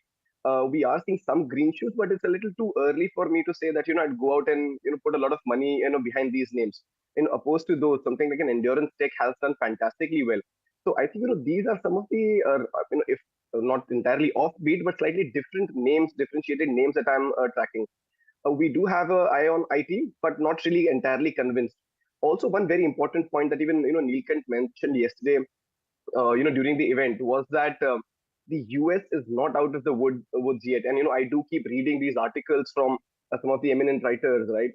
And they also have this belief that the US is not out of the woods yet. And if that is the case, then I'm not sure that, the pressure from the IT stocks in terms of a price action at least, will go away anytime soon. So while you could have these trading bouts, not entirely seeing a reversal on some of these IT names. But you're fairly constructive and are of the opinion that the Nifty and Bank Nifty could be scaling new highs. Tell us when and tell us whether there is a trade, which means go long on the Nifty at these levels and probably go buy in Bank Nifty as well. Well, the when is a very big question. And if I was a betting guy, I'd say perhaps in a week, perhaps 10 days. And I'll tell you why I say that. We mentioned about the upward sloping channel on the Nifty. There's a very similar upward sloping channel on the Bank Nifty, and again, beautifully respected by the Nifty and the Bank Nifty for the most part of this year. If you let go of, let's say, what happened on Tuesday and perhaps a bit of Wednesday as well. Now, for the Bank Nifty, the top there comes at about 50,500, just a little over. So that is one data point that is giving me this confidence that we could again go out and test that higher level, perhaps extend that rally a little more and touch 51,000 as well. Also, the fact that I was listening to the the derivatives data that you were putting out, and also the FIs are still net short. What we are seeing in the last 2 days is them covering part of their short positions. The last time around, FIs were short 3 lakh contracts, and they came in to cover. Nifty ran up 1,000 points and then some more. So I think that short covering is still pending. If that comes in, let's say next week sometime, then you could be looking at at least testing or coming even closer to the all-time high levels on the Nifty and the Bank Nifty both. Whew, all-time highs on the Nifty and Bank Nifty. A quick check on implied Nifty before we go into a break. We're gearing up for a Friday pre-open trade and all eyes on the policy. 25 points higher is what we have. We'll take a break. We'll come back and we'll continue our conversation with Kush and Vineet and get the stock ideas as well.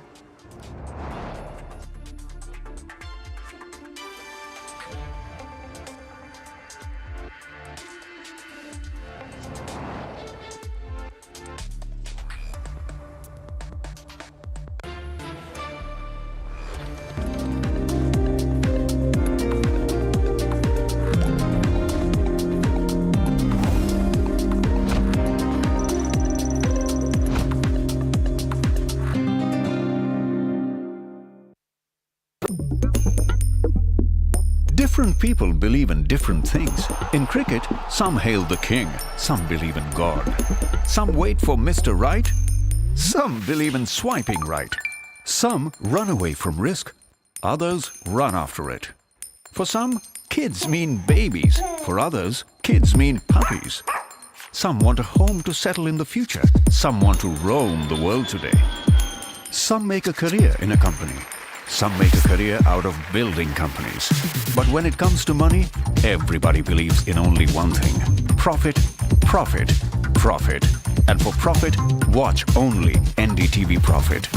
We all love money. Stock selection isn't an easy task. And neither is choosing the right moment to sell. Whether it's a doubt about a short-term trade or a long-term investment, all you have to do is ask Profit.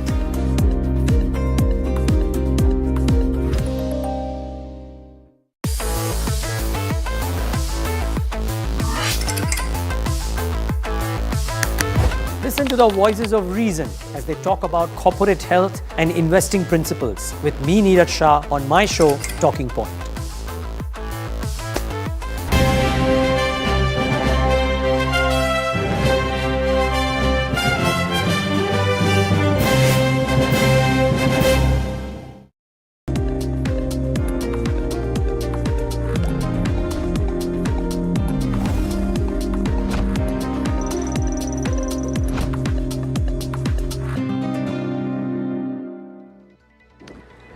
All right, back with India Market Open right here on NDTV Profit. And we're 2 minutes away from pre-open, but I think it's important to take stock of some key newsmakers in the session today. Not too many, by the way, but Mahima Vachirajani, my colleague, is here to talk about some of the stocks. And Mahima, is it demerged Borosil Scientific, which you're talking about the listing today, or is there something else as well?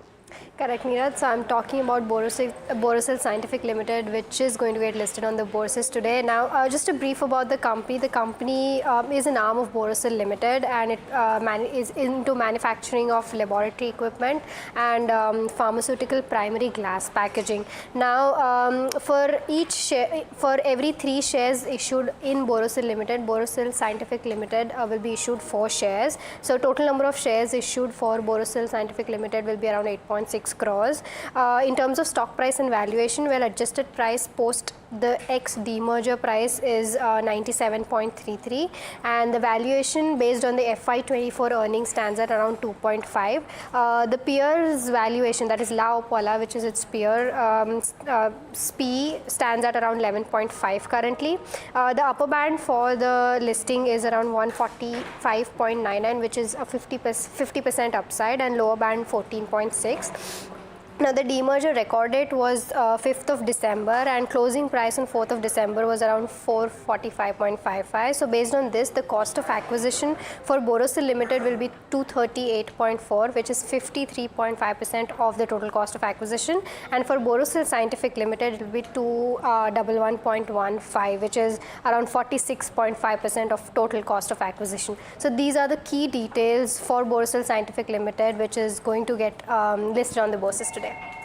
That's what you're watching out for, Borosil Scientific. That's going to be debuting on the exchanges in today's session.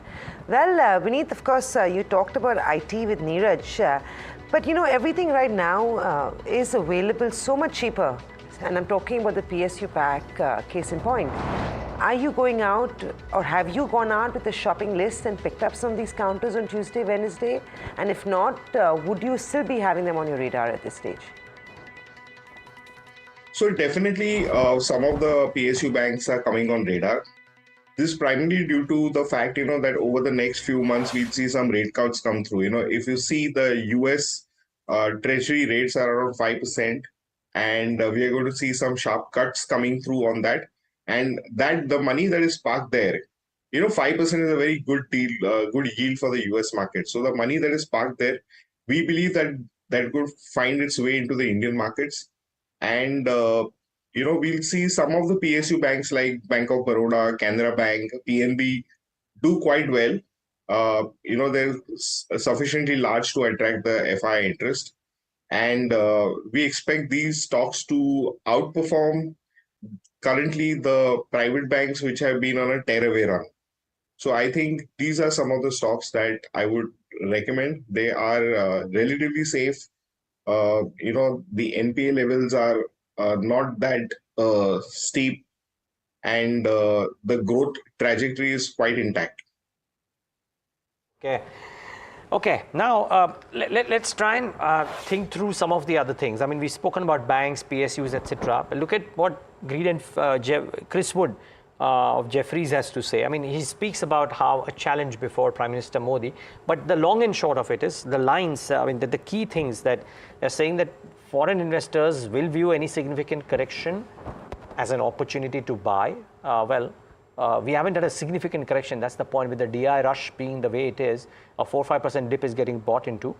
The risk of further corrections, according to him, remains the greatest in the mid-cap space. So that's the other point he's making. Temptation to tilt to portfolio towards consumption versus investment plays.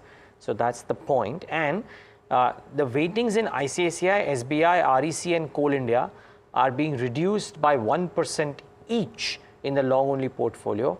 And investment in Policy Bazaar, which is PB FinTech, introduced with a 4% weighting. Now, something that Vineet was recommending as well, that you probably like something like a PB FinTech or some others out there, a Zomato and a PB FinTech, etc. Vineet, yes, PB FinTech has also given, has created wealth from the lows, not as much as Zomato. And I'm not comparing the two. The models are completely different, even though they might in the same group per se. My question really is, what is the thesis behind PB FinTech? And what are the kind of gains that you see, let's say, over a 3 to 5 year period, if somebody is willing to hold on to some of these tech businesses for that long? So it's a very simple thing. Digitization is a very large theme And increasingly, you are accessing PB Fintech's policy bazaar to see what are the, different products available there. And they're pretty, their business model is very pretty aggressive with a human touch, where they call you up and, they help you browse through all the thousands of listed policies which which are tailor-made to your requirements. So I think that is one of the trends that is going to play out. And increasingly, people want to reduce their costs, right? So I think more than going with a insurance agent, I believe that a PB fintech helps serve dual purposes of reducing cost as well as doing the selection of the right product. So that trend will increasingly play out. Uh, Addition to this is the fact that when you cut interest rates, a lot of money starts flowing into these VC-led funds. VCs become active again, and you're cutting rates after a very very long time. And once these rates come down, the industry starts growing up, the sentiment improves, and all these digital stocks start playing out. So my guess is that getting a 25% kind of earnings growth on PB fintech would not be surprising over the next 3 to 5 years, because they're just now tilting towards accelerated profits. Right. Kush, you mentioned your top picks for the day, but anything in the banking universe, or even actually we'll talk about banking in a minute, Biocon, BHEL and Exide. These are the top 3 stocks yesterday. What are you expecting on them this morning? Further upside is expected, or some profit taking cannot be ruled out? Well, no, I think consolidation will happen. Perhaps the Friday effect will also kick in. But if I were to rank these, I think I like Exide from here on. I think from an investment perspective also the charts are pretty solid. So Exide is up there. Then is BHEL. We've seen a topping out kind of a formation there. That's played out. I think the stock will now attempt a revival and a move towards those 320 levels in months to come. And then comes Biocon, which isn't really a pick, but for sure it's in momentum, it's in flavor. So I think that could continue to move higher. So I won't rule out some sort of profit booking today, but all the 3 names that you mentioned definitely have momentum going for them, and that could continue perhaps sometime next week. Okay. On Exide, amongst other things that has happened, I want to pull that stock because it's been a rank wealth creator. I mean, from 450 odd went up, or rather from 350 odd went up to 450, came back a little bit, went up to 485, came back a little bit, currently at 534, up about 7% yesterday. Some news bit, and Kush, did you give a view on Exide? If you not, can I first take a view on Exide technically? Very bullish. The charts look strong, and medium, long term, short term, all 3 all 3 time frames looks very solid. Okay, so Kush Boda believes on the charts it looks very solid. Now, fundamentally, just a point. Maybe there is connection, maybe there isn't, but apparently leading Chinese battery companies with ties to Ford and Volkswagen, US lawmakers are saying, Republican lawmakers are saying they should be banned from shipping goods to the US. Now, Vineet, my question is this. Even if this were true, and even if Chinese battery companies don't ship to the US, does it mean the business will come to Indian battery companies? Is it too much of kite flying really, or not quite? Actually, I think there's too much of kite flying, primarily because of the fact that these guys have not really, established their supply lines and put in place the infrastructure. I'm yet to gauge how good their batteries are before, you actually go global with them. So to my mind, it's a premature expectation that, that entire thing will start flowing out here. I think it would take a little bit of more time. Okay, well, a little bit of more time, viewers, so keep it in mind. Maybe there are other reasons, by the way, just letting it out. Sorry, Vineet, just rounding off that conversation, but are you constructive? Even if that is kite flying, are you constructive on an Exide and Amara Raja, or not quite? The facilities are up. They're rolling out their mills, they're getting onto the treadmill, and it's only the point of acceleration which is not kicking off. Because remember one thing, that one of Modi's biggest thing is that in this era of Modi 3.0, EVs are going to get a lot of impetus. So the 2-wheeler batteries, the 3-wheelers, even the 4-wheelers are going to pick up. And Amaraja and Exide are very, very well placed to milk this trend. Right. Well, that's of course the battery play, but we've got Harsh standing by as always to tell us this time what Morgan Stanley's view is on chemical stocks. Harsh, is it a good time to buy as per Morgan Stanley, or they seem to believe otherwise? In fact, they seem to believe otherwise, Samina. So let me first start off. What they're suggesting is the sector is not completely out of the woods. They're saying that fiscal 25 should see Indian chemicals revert back to growth, but there is too much already being priced in. In fact, with regard to the cuts, just taking a step back, 50 to 60% of the cuts to the streets forward estimates were due to one, global destocking, which was worse than feared, customers pushing out product offtake, and material unwinding of pricing power. Now, the key here is going to be the volumes, whether the destocking trends are going to stop, get discontinued is really what will be in focus.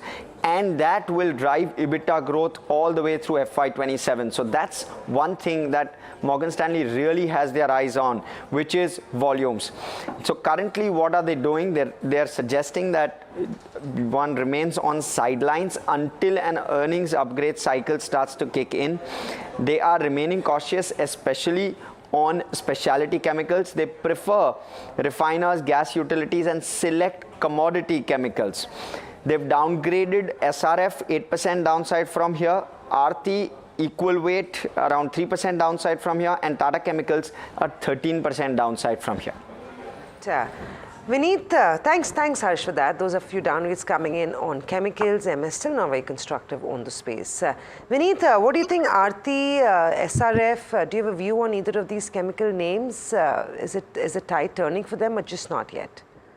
So we met Aarti a few months back and they were pretty constructive on the rally. And for them, it was about 3-4 months ago that we met and they were quite optimistic that, going ahead, that the trend would reverse. I think it is not really playing out as estimated. And for us, it's still a wait and watch kind of policy. Not going all the way in, but definitely Aarti, SRF, Deepak Fertilizers are some of the names that we are positive on. So if you really want to play chemicals, I would focus on pharmaceuticals. Sorry to say that.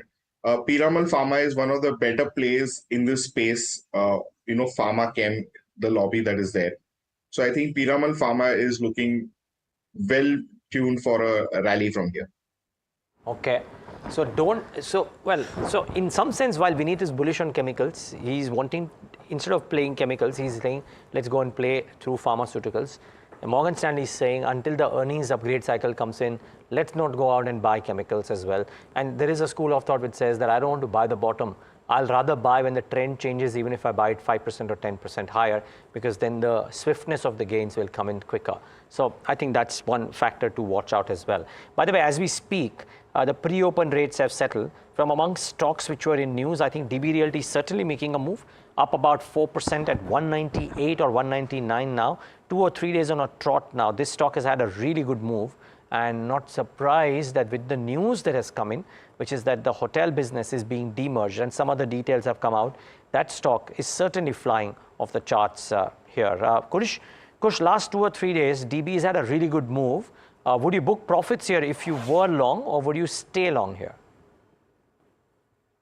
Well, I would book profits because if you see, this is like a dead cat bounce. The stock's barely, able to hold on to the key, medium to long-term averages, and there is a very strong resistance around the 200 to 205 mark. So, I'm not even sure if anyone's holding this for the last few months, would even be in profits.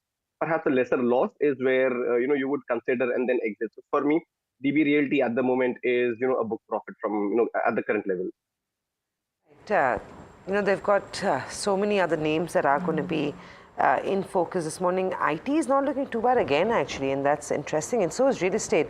Vineet, are you buying realty stocks? We like realty stocks a lot. And to my mind, the second line, the realty plays are looking very good. So, you could go with the Shobha. I think it's a relatively safe trade to take. Right, stocks like Tata Chemicals, Aarti are already reacting to that Morgan Stanley report. If they needed any more reasons to sell off, they've got one this morning. AMI Organics, if you can quickly pull that up, there's some selling that might be coming in from a fund there too. The stock, they're not reacting just yet to that. But it looks like we're setting ourselves up for a flat morning. Before we go into trade, Kush, one top trade at 9:15. If we get an opportunity, what would it be? So I'll go with something that Vineet also mentioned. VA Tech Wabag looks strong, strong volumes. I think 1120 and 1150 should be your levels to watch for, and 1050 is where you should place your stop loss. VA Tech Wabag. Any short trades on chemicals, Kush? I think a lot of names, but I think a UPL might not sustain the up move that it is seeing. So a UPL, I'm always on the watch out to go short on. 550 is my stop loss, and on the downside, you could be looking at a 525, 520 kind of a move as well. Maybe not today, but in the coming days. Well, okay, Kush, thanks for that. And amidst all this news flow, Adani Ports has gotten an operation and maintenance contract for the container facility in Kolkata. That's interesting. So it just shows that business is business, and nothing can really, nothing should and can deviate things too much from that perspective. This is apparently the second contract, if I'm not wrong. The group is bagged in Kolkata as well, and their multi-state presence just continues to move up. On the ports business is what I mean. Okay, 13 seconds left for the markets to kickstart trade this Friday morning. The interesting piece will be whether some of those high-flying stocks for the last few days, do they continue to do that, or do they see some profit booking as the markets start off very, very flat? Very flat really for the large caps. I doubt the mid caps and the small caps will be doing something dramatically different. They could be marginally in the green. Banks in the red, in fact, and dragging the index lower. Marginally in the green as we expected. Small caps about 0.5%, so not bad going. Bring up the heat map and show you what's moving and what's not. Wipro is top draw. Adani Ports follows suit. So Wipro on the large order win is up about 2.5%, and Adani Ports and Tech Mahindra follows suit, by the way. So IT is now taken over. The first four gainers are IT names yet again, second day on a trot. In fact, even TCS is in the list. And then there is an Adani Port. So Adani Port is the only one that is wedged in between the gainers. There is ONGC marginally in the green. Almost even Stevens between the green and the red, maybe a bit more red to be honest. But still, IT holding forward. Banks aren't, because HDFC, SBI, etc. are seen the red. But the top losers, IndusInd, again a bank. Ultratech is down. JSW Steel is down, so commodity stocks seem to be taking a bit of a pullback. We don't have clear trends here as the market is in a bit of a lull, except for the fact that IT is building on. Now, Samina, the top 6 movers are all IT names, second in a trot now. There's a bit of a reversal here. Not a trend reversal though, Neeraj, don't get ahead of ourselves. For now, not looking bad on IT, it could be defensive play, and of course that anticipation that there could be a rate cut coming in from the US if the non-farm payroll data continues to weaken. Lots of other areas of the market, but before we go into that, a quick check on the broader market picture. Remember what we saw yesterday is while the Nifty gained, it was the mid-cap and the small-cap index that led the way up. This morning, they're underperforming the index to a little bit of an extent. Some profit-taking in the broader market is what most people would expect. But of course, the small cap index is trading with a marginal gain yet this morning. In terms of stocks, a bunch of stocks to pick up on. Wipro, if I can pull that one up, it's part of the IT theme this morning. Got a pretty large order, and an order to the tune of 4,000 crores. That is significant to say the least for even a Wipro. The stock is up 3.5% in early minutes of trade. RVNL, this one of course reacts and has been reacting for the last few months now to order wins. Today is no different. RVNL trades the 2% gain in trade on back of a pretty significant order win. RITES as well had an order win, but we'll talk about that in a minute. Those stocks from the real estate, railway pack are the big gainers shares in trade. Well, DB Realty, Neeraj mentioned this before we got into trade this morning. It's been on a roll over the last 2 days. They are looking at demerging their hospitality business. On back of that, the stock is up 4% this morning. There could be a listing coming from the Bajaj stable, on back of which Bajaj Finserv is seeing a marginal uptick in trade. Well, on the sell side, Morgan Stanley's downgrade has meant that chemical stocks are having it rough another morning. SRF is down 1.5%. Aarti Industries is flat, but Tata Chemicals is taking it to its chin, down about 3% in trade. You had three big movers yesterday: Biocon, BHEL, and Excite. They were the top gainers. Biocon stays flat, and all these stocks, despite such a sharp up move yesterday, are not seeing heavy profit taking emerging just yet. Despite the broader market sentiment being muted, they're keeping in line with that, not selling off, not gaining, but that comes in as no surprise because these stocks did phenomenally well in trade yesterday. Along with that, you've got Petronet, LNG, and ZF Commercial. ZF Commercial, the promoter is looking to sell a little bit of stake there, so the counter is trading flat. Interglobe Aviation has had an upgrade from Kotak. The stock is up 0.8%. So that's what we have, Neeraj. No runaway rally, no runaway losses. Stable as it gets, but IT, like you said, is the start today. Well, 2 days on a trot now. These stocks have done well. For people who have missed out on doing this, Kush Bora, very quick thoughts here, and then we'll mark some other stocks. But is it, would you, I know you said you don't want to go for the HCL Techs of the world, but they are moving. Wipro is moving, Tech Mahindra is moving. Would you go short there? No, don't fight the trend. They're just reversing, as Samina said, it's perhaps a little too early, but at least they've got momentum on their side. So don't go short. Even after like a few minutes of opening, you aren't seeing any kind of PTSD pressure, at least on the likes of, let's say, Persistent. So I think this move could continue for some time, and then perhaps I'll go with what Vineet said, that this is perhaps a trading opportunity at best.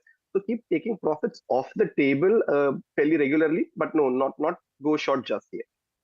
Okay. By the way, speaking of, I mean, Mastech is up 14% on that NVIDIA product usage. Remember, they're not offering an NVIDIA product to people, or there's not a tie-up with NVIDIA, at least if I didn't get it right, and I was talking to my colleague Rucha on that.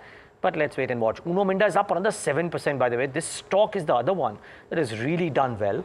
And I wonder what the TDP impacted stocks are doing today. So yesterday they cooled off a little bit, but the likes of KCP, okay, up another 6%, bring up Heritage Foods, 4%, bring up Ramco Cements, and bring up Amara Raja. Well, Ramco is, okay, quiet, it's a derivative stock, so it doesn't move as much per se. Anyways, Amara Raja is up another 2% as well.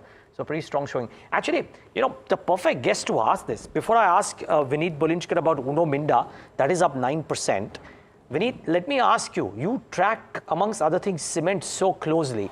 I want to understand from you. Everybody's making this promise or this theory about how, with Chandrababu Naidu's party coming back, infrastructure development revival will happen in Andhra Pradesh, and therefore the Andhra-based cement companies, a KCP, it apparently is a plant close to the Dream City, or a Ramco, which has got large capacities in the state, or an NCC, which is a construction company, but might come back into flavor. Will these come back into flavor? Definitely they will come back into flavor, because if you're building out a city, the infrastructure needs are going to be very, very humongous. And we are planning to build a city which is going to vie with Bangalore. So I guess that it's been a project dream of CBN since quite a while now, and definitely companies are going to benefit. But if I were to play a stock in the cement space, I would go with Sagar Cement, which is Hyderabad based, has a plant nearby also to the the plant proposed city, and that will do really, really well.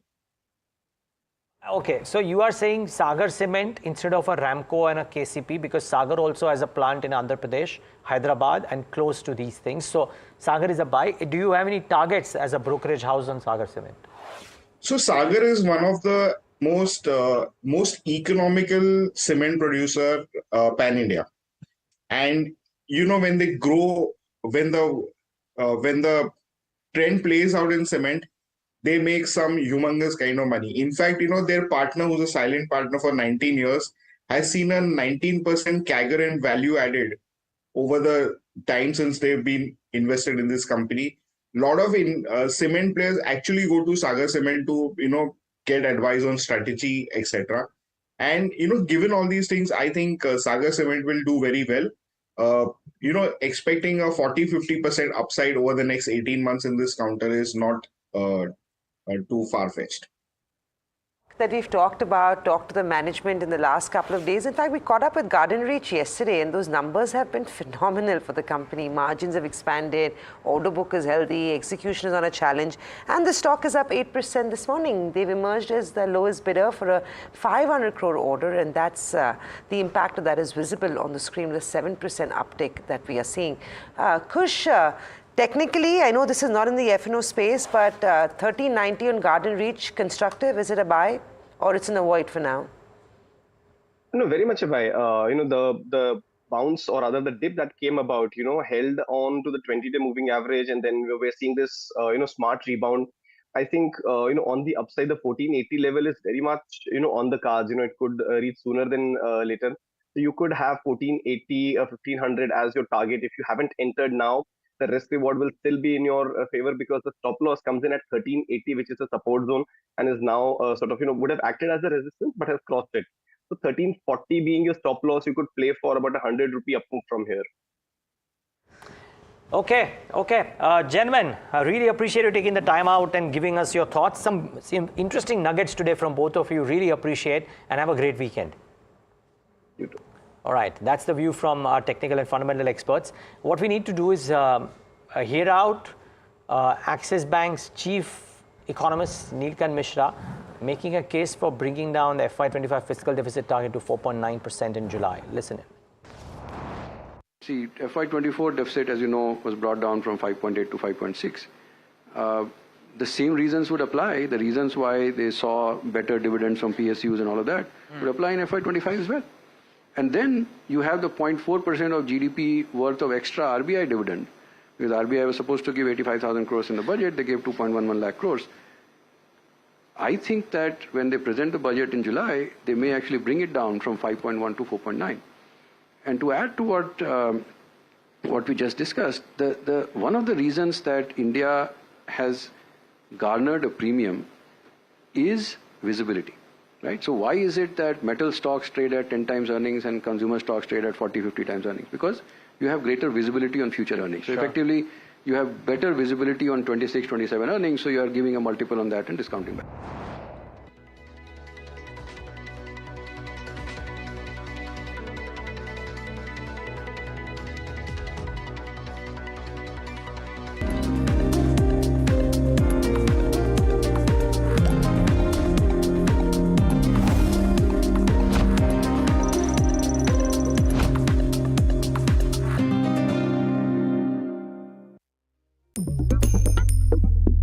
Different people believe in different things. In cricket, some hail the king, some believe in God.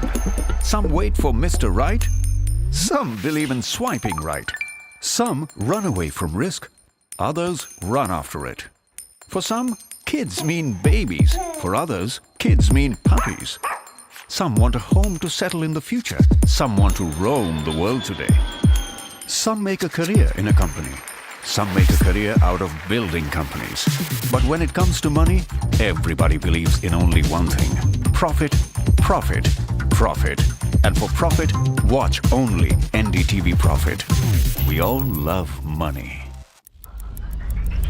Headlines you start your day with. What matters worldwide is now in the palm of your hands. Get ready to seize the day and maximize your financial potential. Stay ahead of the curve with all you need to know on NDTV Profit.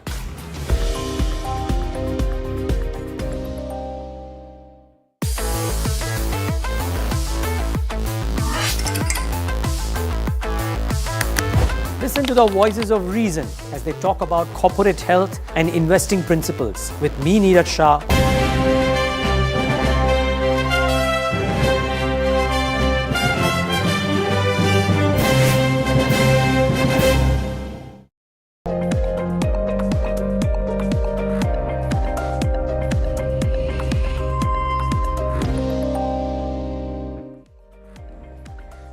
Thanks for tuning into Talking Point. I'm Neeraj Shah, and our guest today on a very interesting day because Venugopal Gare's views are wedged right between what's happened over the last 4 days and the RBI policy as it gets unveiled in a few minutes from now, 33 minutes from now. That's RBI Governor Shaktikanta Das entering and of course arriving at the RBI headquarters, and what he says, whether there is a change of stance or no, whether there is a commentary which is slightly more dovish or hawkish, we do not know. I think it will be very, very important to see all of this. Well, but let's get in our guest, Venugopal Gare. He's India Head Research and MD at Bernstein Johnson on the show. Venu, good having you. I'm guessing I can address you as Venu, or should it be Venugopal? Yeah, that's right. No, Venu is fine. Yeah, I just remembered it from last time, but I just wanted to clarify this. So Venu, great having you. Thanks for taking the time out.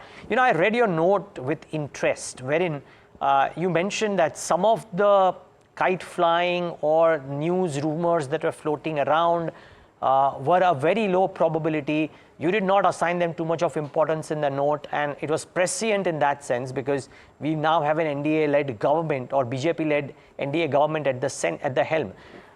What I want to understand from you is, where are you on this argument of whether there will be policy continuity and even if there is policy continuity, what's the extent of the emphasis of some of the themes that were laid out in the past continue to get that and therefore driving investor attention? Yeah, so that's right.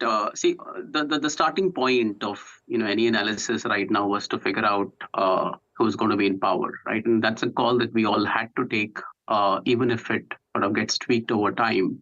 So we took that call that most of the coalition partners were pre-poll alliances, and hence the reason for NDA to remain intact, and that's the reason why we believe the majority was a real majority.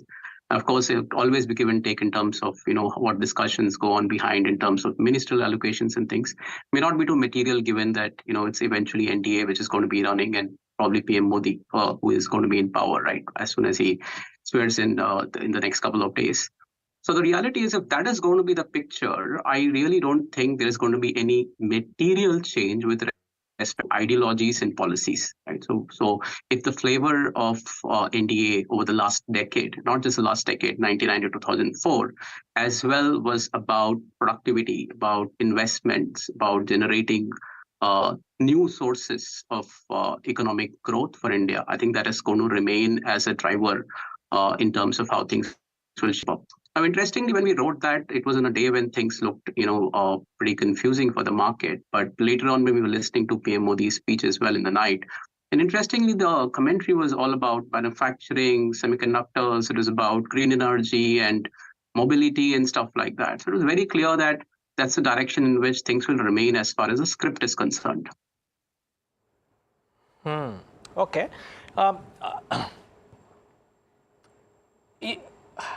So Venu, would just trying to understand, right? And I'm not. There's nobody to blame, because I can imagine how difficult your job would have been the last 3-4 days, because you were working with different permutations and combinations almost every single day, Monday, Tuesday, Wednesday, right? I couldn't envy you at all.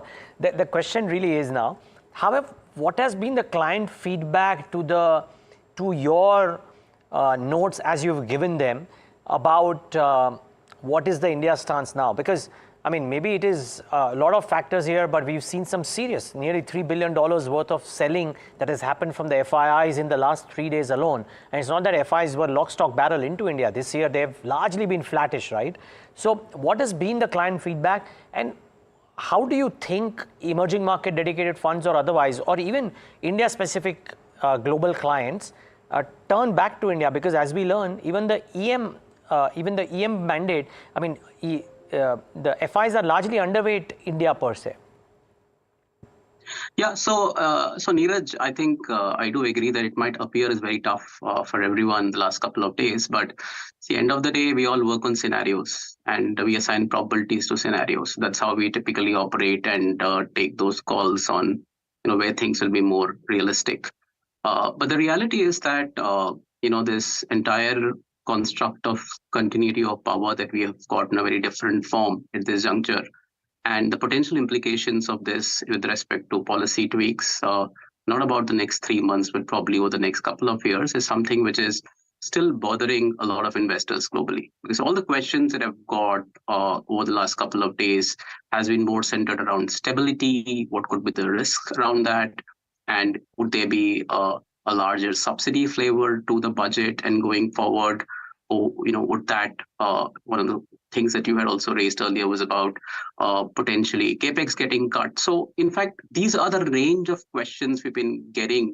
It's not just about just international investors, it's across the board from all investors. Okay, and you told me that when you heard the speech, etc., I mean, some of the themes that have been in focus. Sorry, I'm focusing a bit on elections right now, then we'll move on to the other aspects too, but because it is top front and center. You mentioned that some of the themes that you saw gave you probably the confidence that some of the things may continue as well. The argument, therefore, is on, the other question is on valuations, wherein I wonder if you as a house have reduced the premium that is attached to India vis-a-vis its own history or to relative to EMs, even by a notch, because of a coalition government versus a full-blown majority to a party. Has that happened or not really? Yeah, so in fact, we did not change. So what it means is that we maintained our multiples intact with a broader theory that policies will not change. The broader approach to economy will not change. Things around fiscal consolidation will still remain as an important key mandate. So we didn't really feel there was a change with the reason for us to change the broader target multiple for India. Another underlying factor was eventually about taking a call on earnings growth. Part of the earnings growth for us over the next few years is also driven by a lot of cycles. So we had to potentially assume that a lot of these cycles continue in a very similar fashion, leading us to the kind of earnings growth that is built into the market.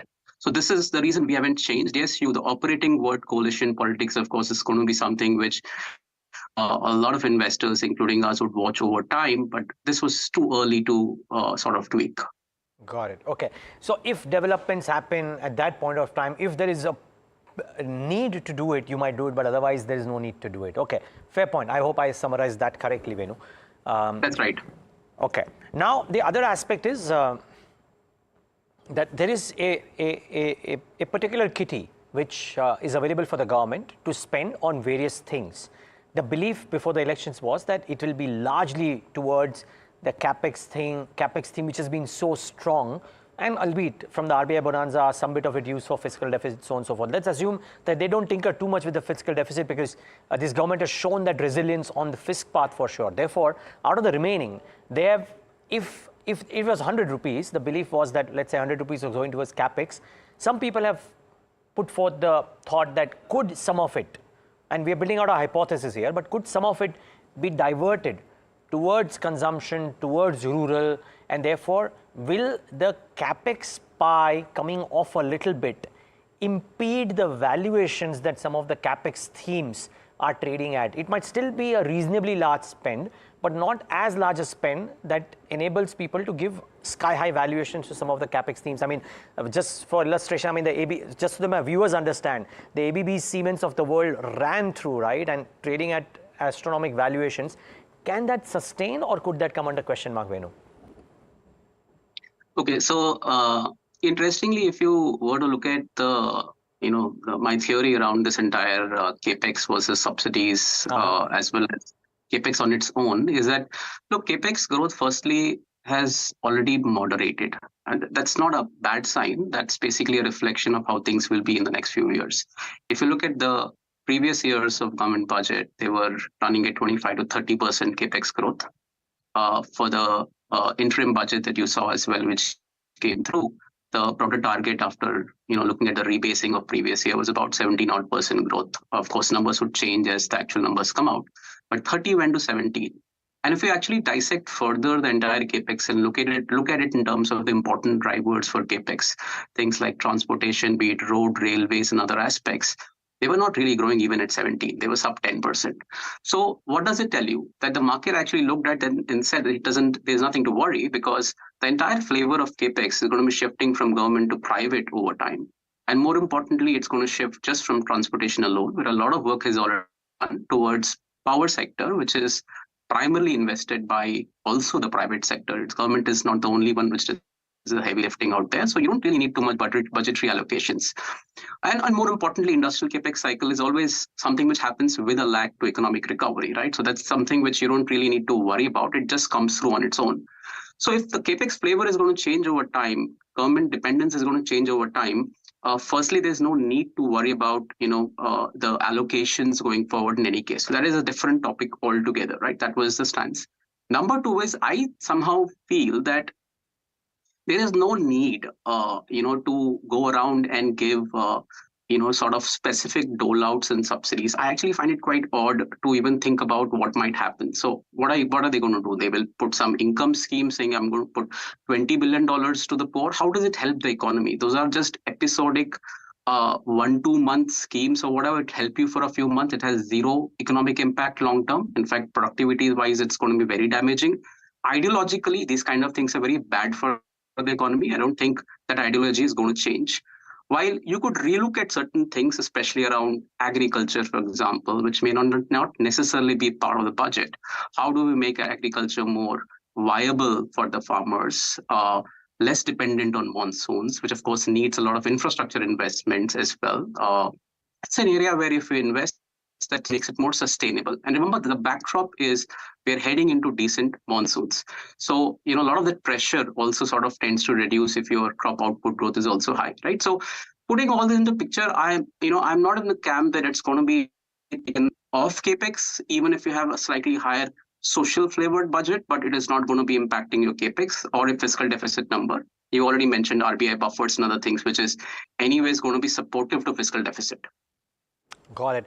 And yeah, in fact, your note suggests some bit of that, right? That even if some bit goes towards social schemes, in some sense, there might not be too much of a problem. So, Venu, I'm just repeating this so that I understand it's better and maybe a viewer too, that private capex in all probability will come to the fore, and are the beneficiaries of a private capex cycle or a cycle driven both by public and private capex different than what beneficiaries are of purely a government-driven capex cycle?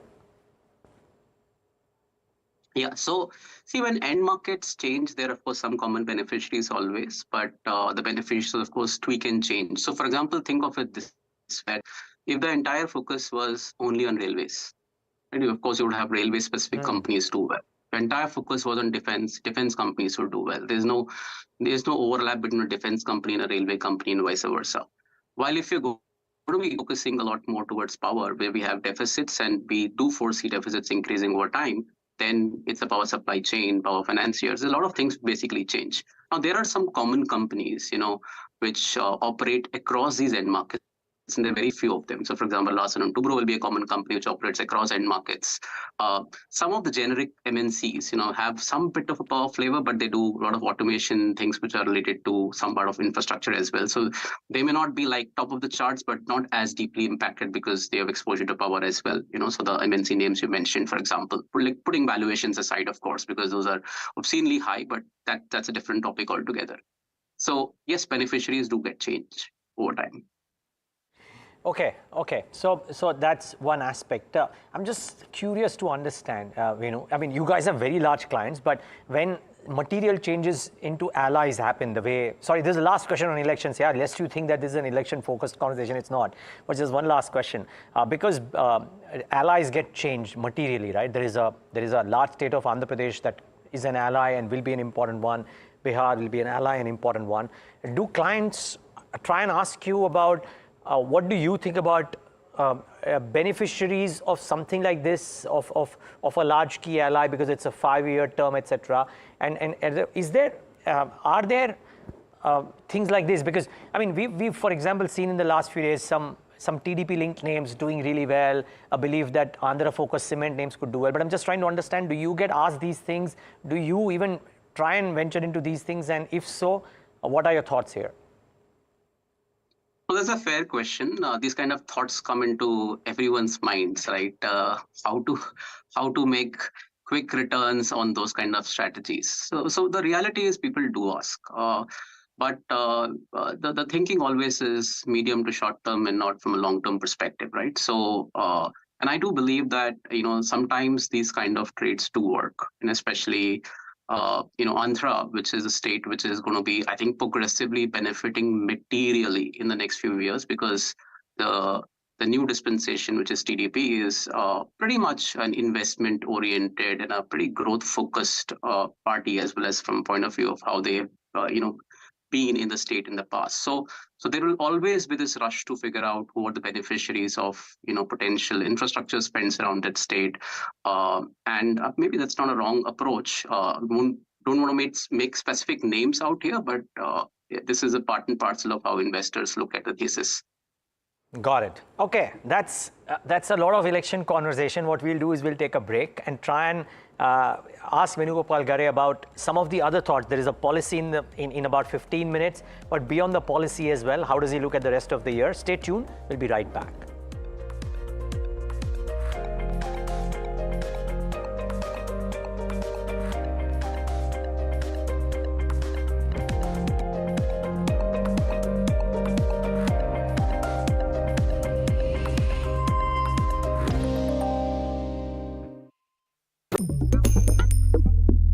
Different people believe in different things. In cricket, some hail the king, some believe in God. Some wait for Mr. Right, some believe in swiping right. Some run away from risk, others run after it. For some, kids mean babies. For others, kids mean puppies. Some want a home to settle in the future. Some want to roam the world today. Some make a career in a company. Some make a career out of building companies. But when it comes to money, everybody believes in only one thing: profit, profit, profit. And for profit, watch only NDTV Profit. We all love money. Headlines you start your day with. What matters worldwide is now in the palm of your hand.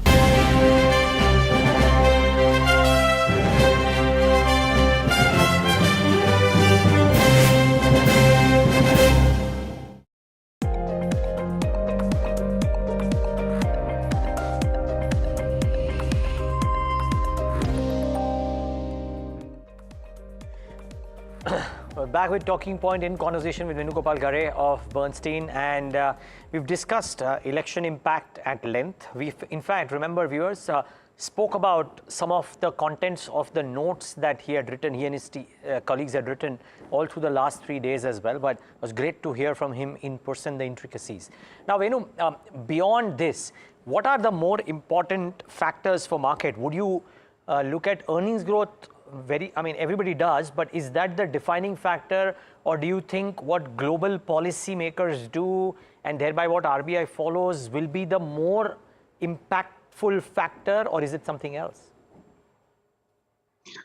So I think the most important factor out here is ensuring that the government, sort of gets into place. People are going to also look at ministries and figure out what kind of who are the ministers, even though I had originally felt that was not relevant. And I think that's something which people are going to focus on.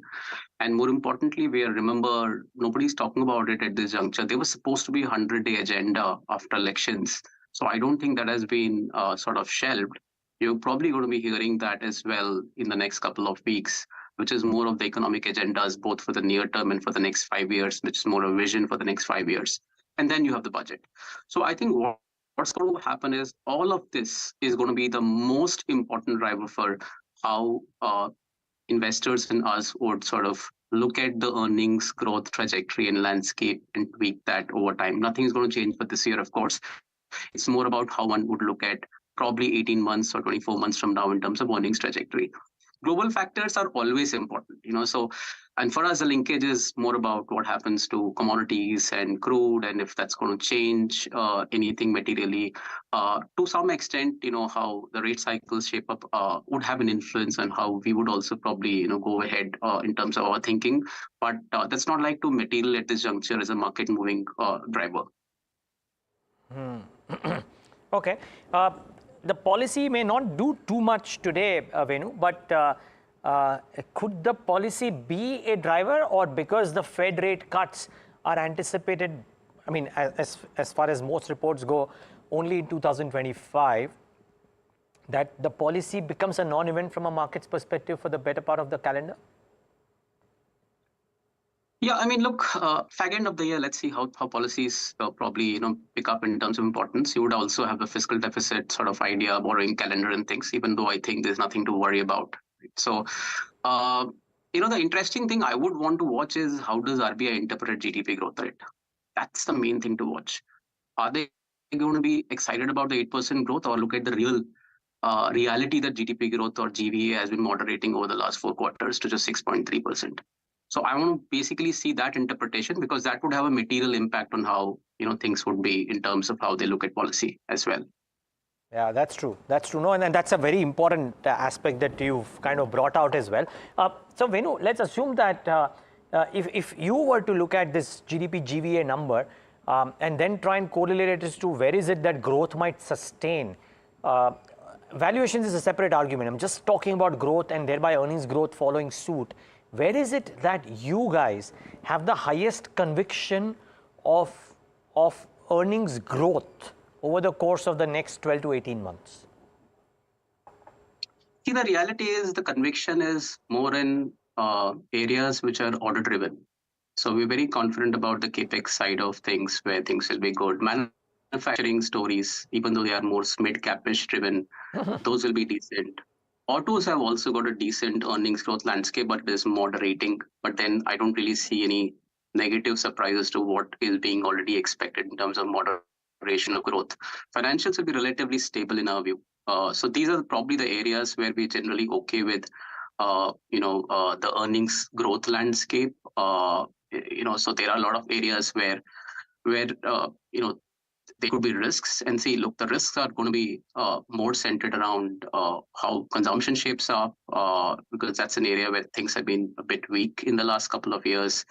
We also need to see how commodities move. Of course, that could have some influence in how growth rates sort of shape up in terms of earnings. So those are like external risks that we need to sort of measure. IT services is a bit tricky, honestly, even though we've already seen a pretty large downward revision in terms of growth rates and expectations over the years. So we are like scraping the bottom out there in terms of growth, but then there is no comfort or guarantee that you're going to see a major lift or an upgrade revision out there. So that's like that, again, a weaker area where we need to watch. Right. Venu, hi, it's also Samina joining in. You've talked about the larger macro picture and the outlook on the markets, but let's talk stocks and sectors, right? Banks is being put out as a sector that may take the lead from here on. How do you feel about banks, and also what are your thoughts on PSU versus private? Where does your bias sit? Okay, so my broader thinking process out here is financial sector has been lagging the market for a while, despite the fact that I think we are heading into a pretty decent credit growth cycle and a low credit risk cycle. Any credit risk that comes in, of course, will come in over time, but not right now. So it was primarily more about regulatory actions, concerns around interest rate trajectory and NIMs, which is what was playing on the entire thought process of how to look at the entire financial sector. To some degree, it underperformed broadly. So, my thinking is that with continuity, with policies, of course, assuming remains same, the entire earnings growth trajectory remaining same, GDP macro remaining healthy, putting all this into picture from a valuations construct, it does appear as one of those sectors which really needs to move up and generate returns for investors. So we are positive on the financial sector from that perspective. Now, the second iteration out here is PSU versus private. Typical conversation. See, our house view would be very different. When I say house view, is strategy would be very different from a sector view. I'll put sector view aside. I'll tell you my thought process. My thought process is, look, if I put broadly, a PSU and a private sector bank into a very similar pedestal, the usual challenge has been on PSUs has been more about credit risk. That's a historic issue that you used to have, and more importantly, the fact that private banks were in a broader space where you would gain share from being smaller, and they would be gaining share from the PSUs. But having said that, the reality is when you look at the broader cycle from a growth standpoint, if you're going to be heading into a corporate lending cycle, PSUs also have a key benefit in terms of being able to drive growth because of that cycle.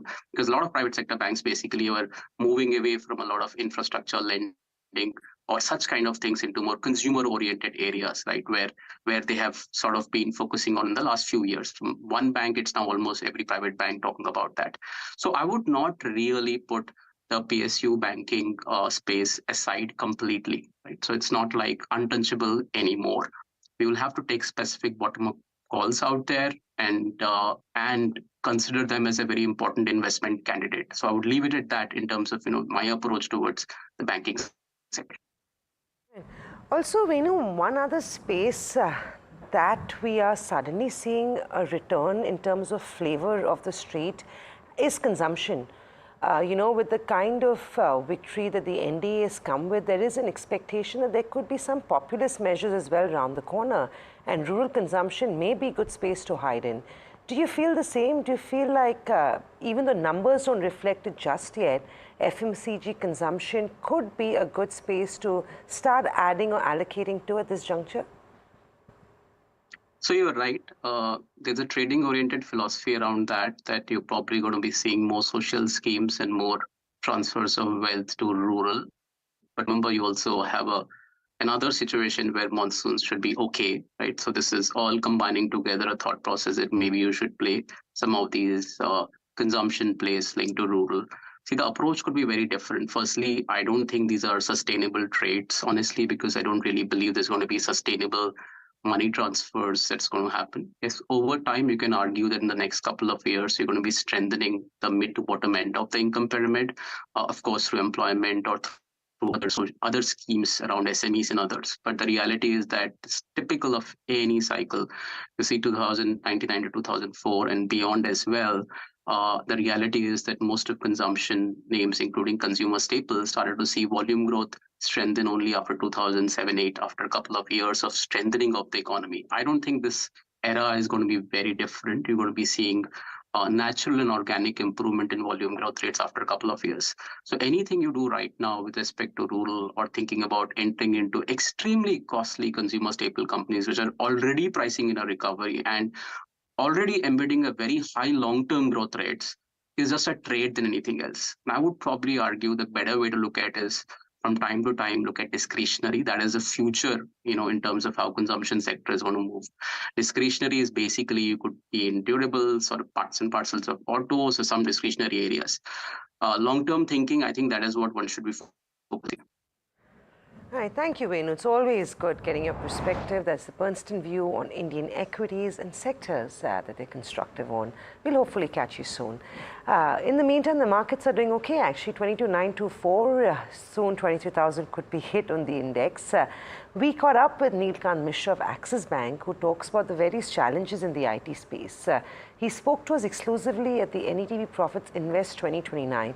Listen into that and we'll come back and, of course, start off coverage on the RBI policy meet. Fundamentally, there are two issues with the IT sector. So I don't expect a two-quarter turnaround, to give you a simple answer. The first is that there was a period of over-investment that happened in the sector globally between 2021 and 22. Right? If you remember, all of us thought that only virtual meetings will happen and everything will be digital and app-based and all that. So what is happening now is that many of these companies, Indian companies, are benefiting from or are getting these large orders. So everyone is tracking the order inflows and sign-ups, and they are extrapolating into revenues. But what is happening is that within those companies, there are a lot of project cancellations. So the companies are saying, this is not necessary.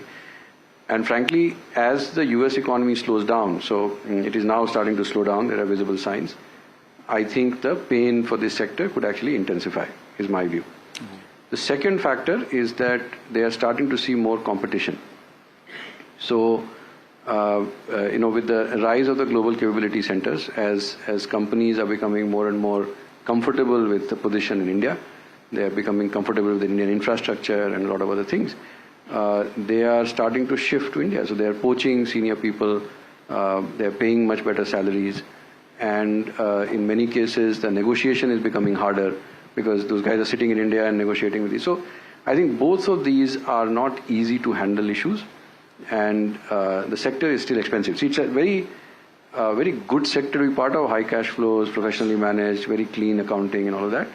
But I think the PE multiples are still too high for us to be of interest. And I don't think we are done with the cuts yet. So I think that there is another couple of quarters of cuts before things really bottom out.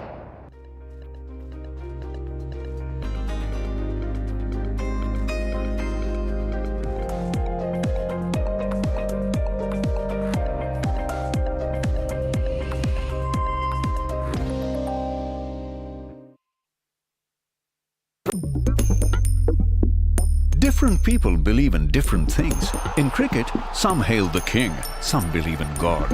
Some wait for Mr. Right, some believe in swiping right. Some run away from risk, others run after it. For some, kids mean babies. For others, kids mean puppies. Some want a home to settle in the future. Some want to roam the world today. Some make a career in a company. Some make a career out of building companies. But when it comes to money, everybody believes in only one thing: profit, profit, profit. And for profit, watch only NDTV Profit. We all love money. Stocks in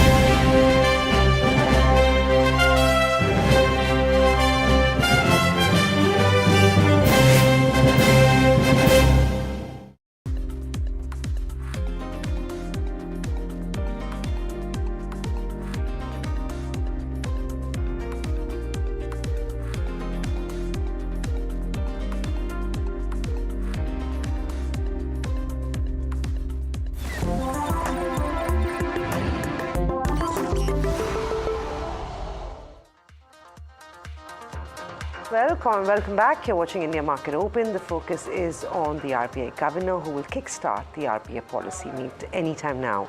The market's interestingly doing well for the third straight day. Today was expected to be a quietish morning, but every attempt is being made to hit 23,000, 22,946 is what we have. A very clear bias trade, 120-point gain at the day's high point on the Nifty. Broader markets, which we anticipated would see some profit taking, has not happened just yet. So Friday cheer is very evident across the broader markets too, with all sectors, with IT leading the gains in today's trade. Across the broader market universe, you've got Mastech that's leading the gains with 11% up move on back of the news around Nvidia. Avanti Feeds, real estate is doing well. So your Sobha, Kalpatru, DB Realty all having a pretty pleasant morning. Wipro on back of the order win is up 5%, but the rest of the IT pack as well is up for the third straight day. On the sell side, you've got some of those PSU banks and chemicals doing badly. Tata Chemicals is down 1.5%. Indian Bank is seeing some weakness, but no specific trend amongst the losers as well. It's largely stock specific trade that we are picking up on. What you also want to keep in mind is that all eyes will be on the policy meet, even though this is believed or expected to be a non-event in that sense. No rate cut decision or rate movement decision is expected from the governor. What the markets will be wanting to hear out is the trajectory on inflation, GDP, and there it is, the man himself. Goes. In the recent years, the world has gone through one crisis after another, and the pattern continues. Even against this backdrop, the Indian economy exhibits strong fundamentals together with financial stability and positive growth momentum. Nevertheless, we need to remain vigilant in an unsettled global environment. The new realities brought about by technological advancements, supply chain realignments, trade and financial fragmentation, and climate change pose opportunities as well as challenges.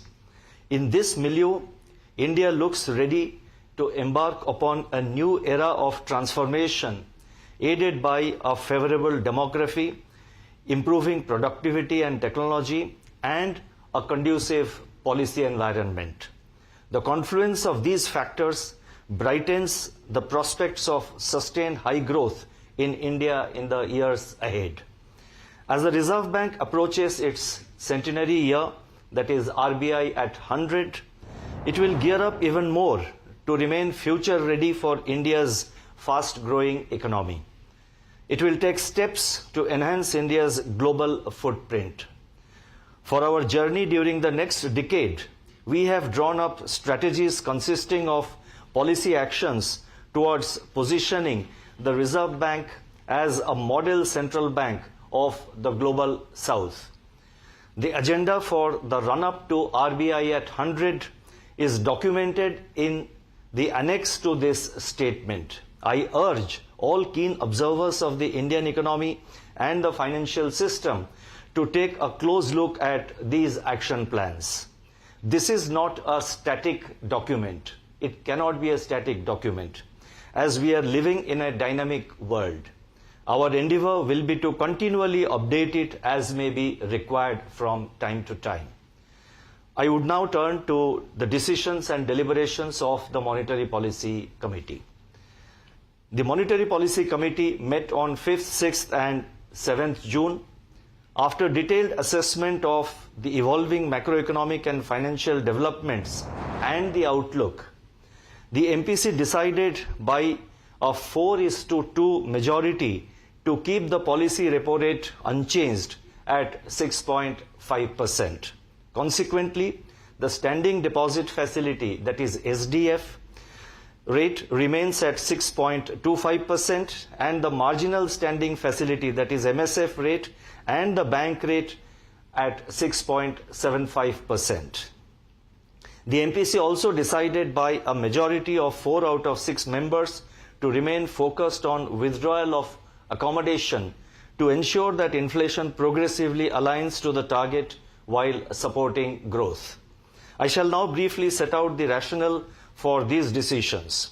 The inflation growth balance is moving favorably. Growth is holding firm. Inflation continues to moderate, mainly driven by the core component, which reached its lowest level in the current series in April 2024. The deflation in fuel prices is ongoing. Food inflation, however, remains elevated. While the MPC took note of the disinflation achieved so far without hurting growth, it remains vigilant to any upside risks to inflation, particularly from food inflation, which could possibly derail the path of disinflation. Hence, monetary policy must continue to remain disinflationary and be resolute in its commitment to aligning inflation to the target of 4% on a durable basis. Sustained price stability would set strong foundations for a period of high growth.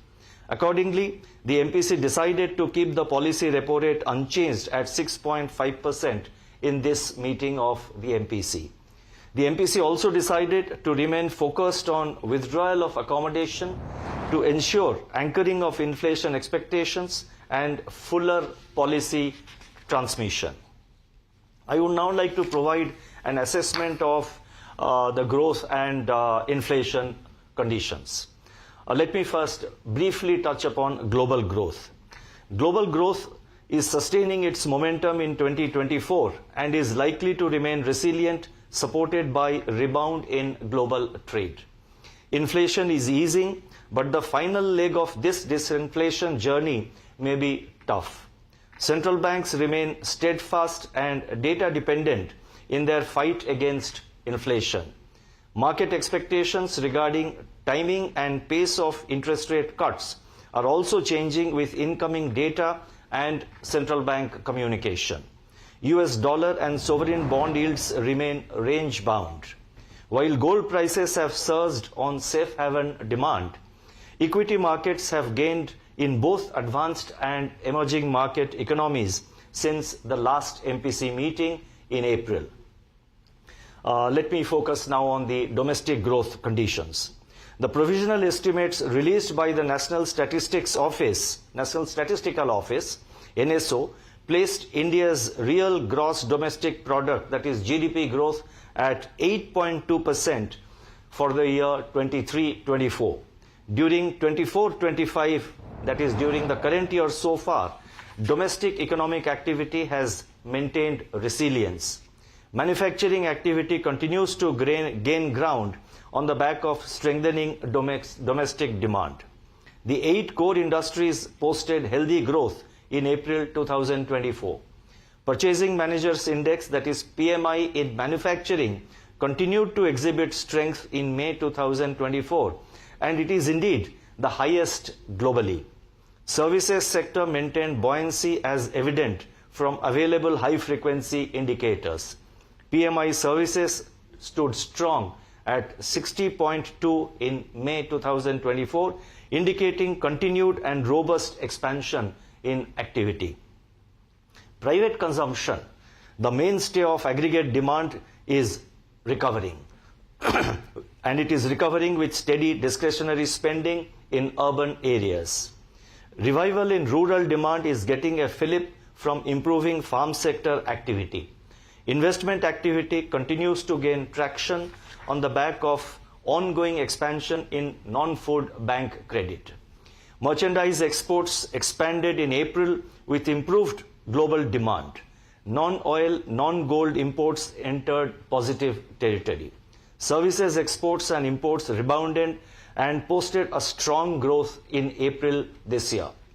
Looking ahead, the forecast of above normal southwest monsoon by the Indian Meteorological Department, that is IMD, is expected to boost Kharif production and replenish the reservoir levels. Strengthening agricultural sector activity is expected to boost rural consumption. On the other hand, sustained buoyancy in services activity should continue to support urban consumption.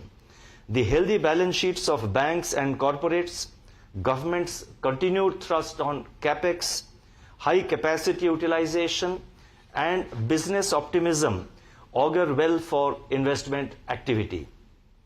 External demand should get a fillip from improving prospects of global trade. Taking all these factors into consideration, real GDP growth for the current financial year 2024-25 is projected at 7.2%. Let me repeat, the GDP growth that we are now projecting for the current financial year 2024-25 is 7.2%, with Q1 at 7.3%, Q2 at 7.2%, Q3 at 7.3%, and Q4 at 7.2%. The risks are evenly balanced. I would now like to focus on inflation. CPI headline inflation softened further during the months of March and April, though persisting food inflation pressures offset the gains of disinflation in core and deflation in fuel groups. Despite some moderation, pulses and vegetables inflation remained firmly in double digits. Vegetable prices are experiencing a summer uptick following a shallow winter season correction. The deflationary trend in fuel was driven primarily by the LPG price cuts in early March. Core inflation softened for the 11th consecutive month since June 2023. Services inflation moderated to a historic low, and goods inflation remained contained. The exceptionally hot summer season and the low reservoir levels may put stress on the summer crop of vegetables and fruits. The Rabi arrivals of pulses and vegetables need to be carefully monitored. Global food prices have also started inching up. Prices of industrial metals have registered double-digit growth in the current calendar year so far. These trends, if sustained, could accentuate the recent uptick in input cost conditions for farms. On the other hand, the forecast of above normal monsoon bodes well for the Kharif season. Wheat procurement has surpassed last year's level. In fact, the buffer stocks of wheat and rice are well above the norms. These developments could bring respite to food inflation pressures, particularly in cereals and pulses. The outlook on crude oil prices remains uncertain due to geopolitical tensions. Assuming a normal monsoon, CPI inflation for 2024-25 is projected at 4.5%, with Q1 at 4.9%, Q2 at 3.8%, Q3 at 4.6%, and Q4 at 4.5%. The risks are evenly balanced. So thus, as you can see, the GDP growth projection, we have increased it from 7%, which we gave out in the last MPC meeting. We have increased it to 7.2%. And the inflation projection, the average for the year, we have retained it at 4% as 4.5% as it was in the last MPC meeting. And I have explained there are good reasons why we have increased the GDP forecast, the GDP projection for the current year. Now, what do these inflation and growth conditions mean for monetary policy? That is the question, and I would like to answer that. The developments relating to growth and inflation are unfolding as per our expectations. When the projected GDP growth of 7.2% for 2024-25 materializes, it will be the fourth consecutive year of growth at or above 7%. Headline CPI continues to be on a disinflationary trajectory. Monetary policy has played an important role in this process. This is evident from the decline in headline inflation by 2.3 percentage points between the first quarter of 22-23 and the fourth quarter of 23-24. Supply-side developments and government measures have also contributed to this moderation of headline inflation. Repeated food price shocks, however, slowed down the overall disinflation process. According to our projections, the second quarter of 2024-25 is likely to see some correction in headline inflation. But this is likely to be one-off on account of favorable base effects and may reverse in the third quarter. If you look at the projections we have given, then it becomes very clear that in the second quarter, the headline inflation is likely to come down to about 3.8%, and thereafter again it goes up. And we have given the numbers in the statement, and I have already read it out earlier. At the current juncture, therefore, the uncertainties related to food price outlook warrant close monitoring, especially their spillover risks to headline inflation. In parallel, the behavior of the core component also needs to be watched carefully. We need a descent of inflation to 4% target on a durable basis while supporting growth. Now, there is a view that in matters of monetary policy, the Reserve Bank is guided by the principle of follow the Fed. I would like to unambiguously state that while we do keep a watch on whether clouds are building up or clearing out in the distant horizon, we play the game according to the local weather and pitch conditions. In other words, while we do consider the impact of monetary policy in advanced economies on Indian markets, our actions are primarily dependent and primarily determined by the domestic growth inflation conditions and the outlook. I have said this several times earlier, but it becomes necessary to restate the position and reiterate this so that there is clarity in the mind of market participants and other stakeholders, and as a result of which they do not board the wrong bus. Liquidity and financial conditions. That is the next part which I would like to highlight. During the current financial year so far, system liquidity transited from surplus to deficit conditions and then again back to surplus in early June. In consonance with the commitment made in the April policy statement of remaining nimble and flexible in liquidity management, and in view of the shifting liquidity dynamics, the Reserve Bank mopped up surplus liquidity through variable rate reverse repo auctions, that is VRRR auctions, during the first half of April, while injecting liquidity through variable rate repo operations, that is VRR operations, in the latter part of April and in May.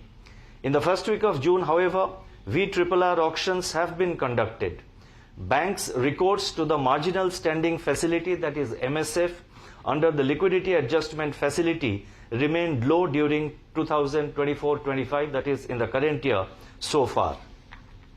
Now, mirroring the liquidity dynamics which I just explained, the weighted average call rate, that is WACR, on an average remained close to the middle of the corridor. Now, I have explained, for common listeners and for others, I have explained what exactly the corridor means in the footnote. And let me also state here that most of the statements which I am making are backed by data, and the data is given in the footnotes, and I would encourage you to have a look at footnotes to understand why we are making certain statements. So mirroring the liquidity dynamics, as I said, the weighted average call rate, that is WACR, on an average remained close to the middle of the corridor. Across the term money market segment, the yields on certificates of deposit, that is CDs, commercial papers, that is CP, issued by non-banking financial companies, that is NBFCs, and 3-month treasury bills, that is T-bills, also eased. In the credit market, monetary transmission remains ongoing. As you would be aware, the Central Board of the Reserve Bank decided to transfer rupees 2.11 lakh crore as surplus to the central government for the accounting year 2023-24. As the economy remains robust and resilient, the Central Board decided to utilize this opportunity to increase the risk provisioning under the contingent reserve buffer to 6.5% of the Reserve Bank's balance sheet for 2023-24 from 6% in 2022-23. In other words, the contingent reserve buffer, which was 6% in 22-23, was enhanced by the Central Board to 6.5% in the current for the year 22-23. Now this risk provisioning, that is this provision for contingent reserve buffer, or CRB as we call it, this would further strengthen the Reserve Bank's balance sheet. Prudence is at the core of our standard operating procedure. The Indian rupee moved in a narrow range with a low volatility during 2024-25 so far, that is up to June 5th, and that's the figure I have given. Now this has happened despite the rupee trading under pressure amidst foreign portfolio, that is FPI outflows. The relative stability of the Indian rupee bears testimony to India's sound and resilient economic fundamentals and its macroeconomic and financial stability and improvement in the external outlook. Looking ahead, the Reserve Bank will, and I'm providing some kind of a forward guidance here with regard to liquidity and our approach to the markets. Looking ahead, the Reserve Bank will continue to be nimble and flexible in its liquidity management through main and fine-tuning operations in both repo and reverse repo.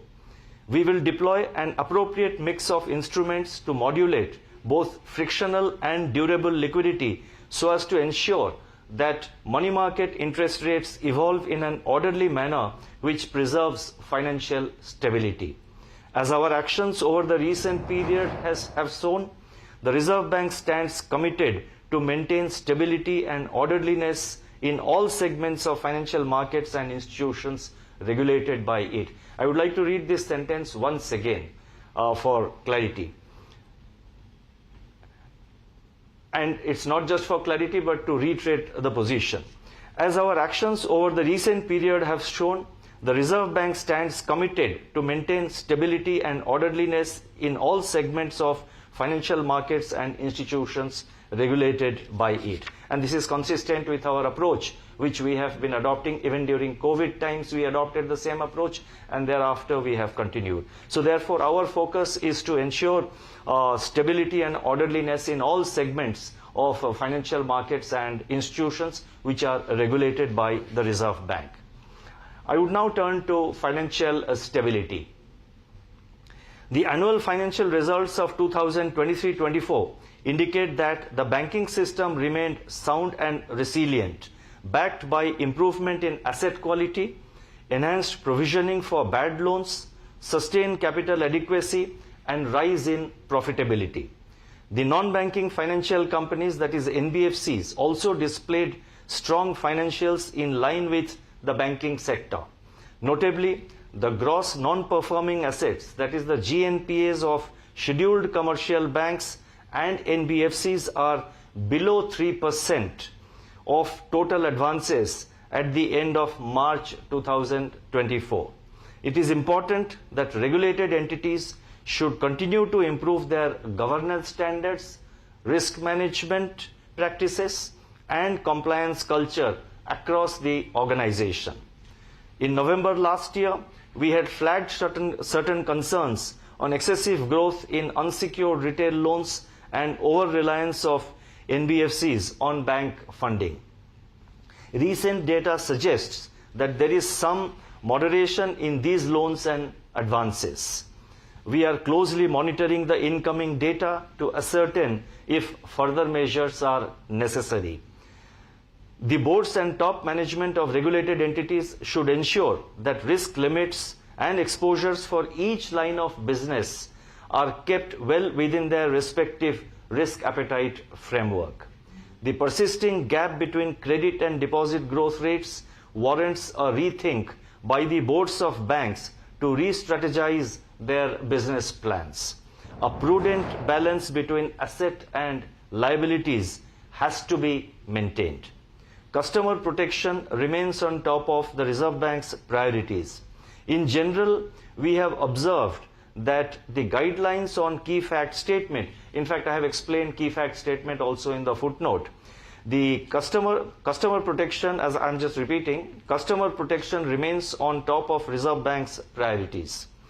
In fact, it would be of interest to you that in this year's annual report, we have a separate box item which lists out the customer-centric measures that the Reserve Bank has taken.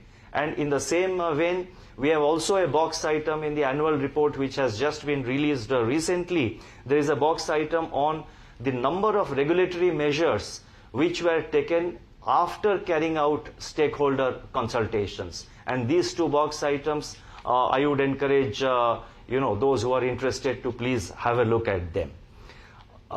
So in general, we have observed that the guidelines on key fact statement are followed.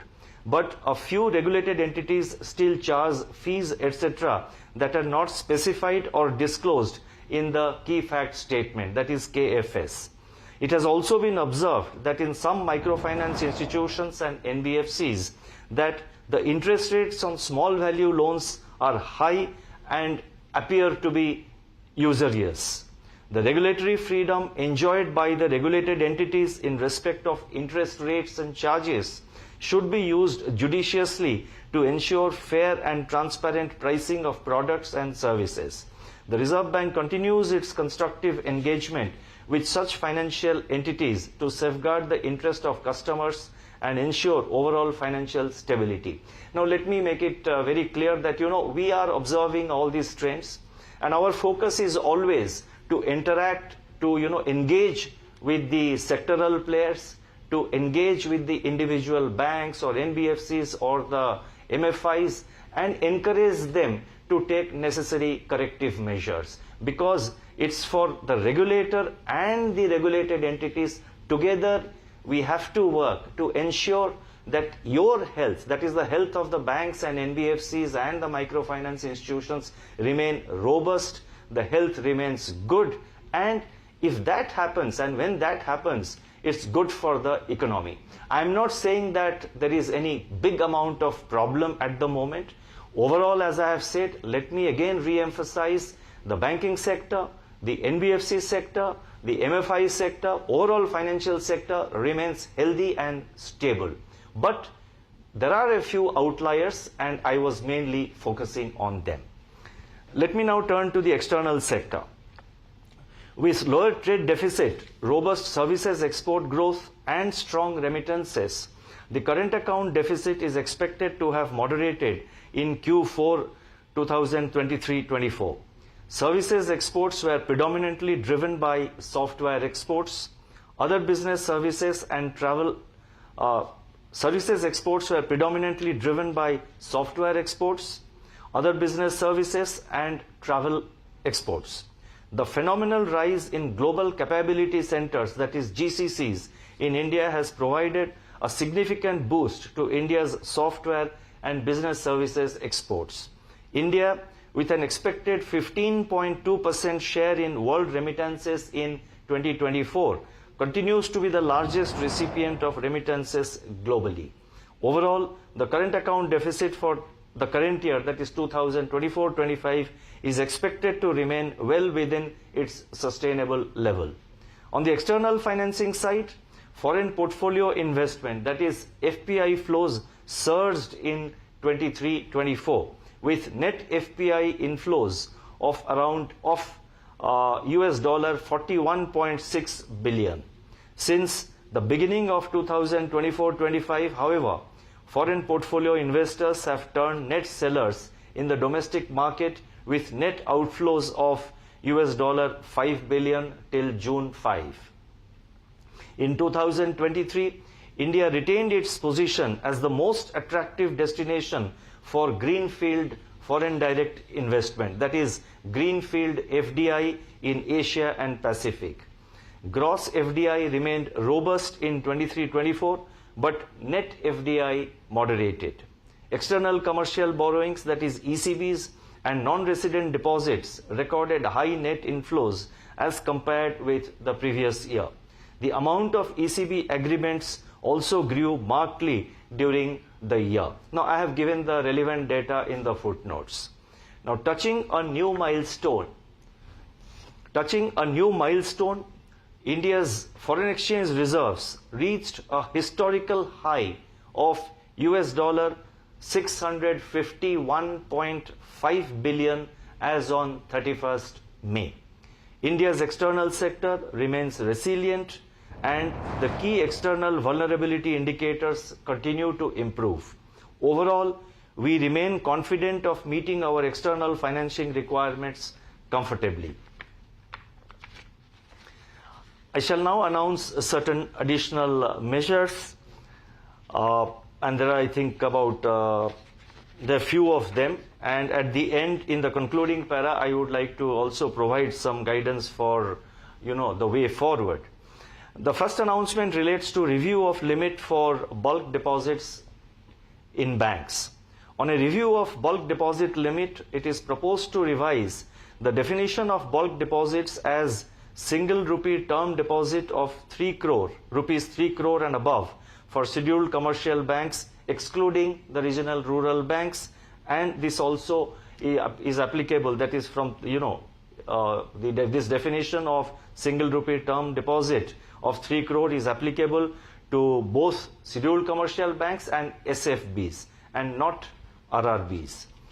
Further, it is also proposed to define the bulk deposit limit for local area banks as single rupee term deposit of rupees 1 crore and above as applicable in the case of RRBs. The next announcement relates to rationalization of guidelines for export and import of goods and services under the Foreign Exchange Management Act, that is FEMA 1999. In view of the changing dynamics of international trade and in line with the progressive liberalization of foreign exchange regulations, it is proposed to rationalize the extant FEMA guidelines on export and import of goods and services. This will further promote ease of doing business and provide greater operational flexibility to authorized dealer banks. Draft guidelines will be issued shortly for stakeholder feedback. The next announcement relates to setting up of a digital payments intelligence platform. The Reserve Bank has taken a number of measures over the years to deepen digital payments while ensuring their safety and security. These measures have boosted consumer confidence. Growing instances of digital frauds, however, highlight the need for a system-wide approach to prevent and mitigate such frauds. It is therefore proposed to establish a digital payments intelligence platform for network-level intelligence and real-time data sharing across the digital payments ecosystem. To take this initiative forward, the Reserve Bank has constituted a committee to examine various aspects of setting up this platform. The next announcement relates to inclusion of recurring payments with auto-replenishment facility under the e-mandate framework. The adoption of e-mandates for recurring payment transactions has been increasing. It is now proposed to include payments such as replenishment of balances in FASTag, National Common Mobility Card, that is NCMC, etc., which are recurring in nature but without any fixed periodicity in the e-mandate framework. This will enable customers to automatically replenish the balances in FASTag, NCMC, etc. if the balance goes below the threshold limit set by them. This will enhance convenience in making travel and mobility related payments. The next announcement relates to introduction of auto replenishment of UPI Lite wallet, and it also includes inclusion under the e-mandate framework. UPI Lite was introduced in September 2022 to enable small value payments in a quick and seamless manner through an on-device wallet. To encourage wider adoption of UPI Lite, it is now proposed to bring it under the e-mandate framework by introducing a facility for customers to automatically replenish their UPI Lite wallets if the balance goes below the threshold limit set by them. There could be some, I think if you want better clarity, this statement will be uploaded immediately after my, my address, my statement is over in the next couple of minutes. So please have a look at the uploaded version that will give you clarity. We try to avoid long sentences, but sometimes it becomes difficult and unavoidable. So please bear with me. Now this measure will further enhance the ease of making small value digital payments. And the final announcement relates to Harbinger 2024, Innovation for Transformation. The Reserve Bank has taken several pioneering initiatives in recent years to encourage innovation in the fintech sector. One such key initiative is the global hackathon, that is Harbinger Innovation for Transformation. The first two editions of the hackathon were completed in the year 2022 and 2023. The third edition of the global hackathon, Harbinger 2024, with two themes, namely Zero Financial Frauds and being Divyang Friendly, will be launched shortly. Let me now conclude. At the Reserve Bank, our job demands poise, patience, and perseverance. India's recent economic progress, continued momentum in economic activity, and the overall promising economic prospects validate our approach to policy making. At the moment, the Indian economy is at an inflection point in its path towards greater transformational changes that will bring about more stability and growth. On inflation, we are on the right track, but there is still work to be done. Globally, there are concerns that the last mile of disinflation might be protracted and arduous amidst continuing geopolitical conflicts, supply chain disruptions, and commodity price volatility. In India, with growth holding firm, monetary policy has greater elbow room to pursue price stability to ensure that inflation aligns to the target on a durable basis. In its current setting, monetary policy remains squarely focused on price stability to effectively anchor inflation expectations and provide the required foundation for sustained growth over a period of time. The words of Mahatma Gandhi resonate here, and I quote, "If we are sure of our path," I repeat, "if we are sure of our path, we should go on striving for it incessantly and uninterruptedly." Thank you. Namaskar. That's Governor Shaktikanta Das talking about a number of things, and frankly a lot of notable points. So we'll go to them one by one instead of trying to summarize all of this together. Maybe we'll get our colleague Vishwanath Nair as well with his view. But 4:2 withdrawal of accommodation rates maintained. I think 4:2 is significant as well. Inflation growth balance moving favorably. FY25 GDP growth projection upped to 7.2. Let's get in our guests with these highlights, and then we'll of course cover the other things. Alok Singh of CSB Bank, Sandeep Yadav or DSP Mutual Fund, and Abhik Barua of HDFC Bank with us on this conversation. Gentlemen, all of you, thanks so much for joining in. Abhik, can I start off with you first? What did you make of the key highlights? I mean, the ones that are laid out, but even whatever else, what is the key standout for you? Well, it was just more of the same and widely anticipated. So, in a sense, it was a bit of a non-event, and I think till they get comfort on food inflation, and of course, comfort on the emerging fiscal situation, given the political dispensation that is now emerging, whether there is going to be any slippage in the fisc, whether there would be expenditure pressures, etc. So, it makes sense for the RBI to pause. I think the RBI is also making a very strong case that things are determined by internal conditions rather than the Fed. I'm not too sure I buy that entirely because I think all Asian central banks face this dilemma of their domestic conditions warranting some amount of rate adjustment, but the Fed kind of pooping the party. But that said, I mean, there was a consistent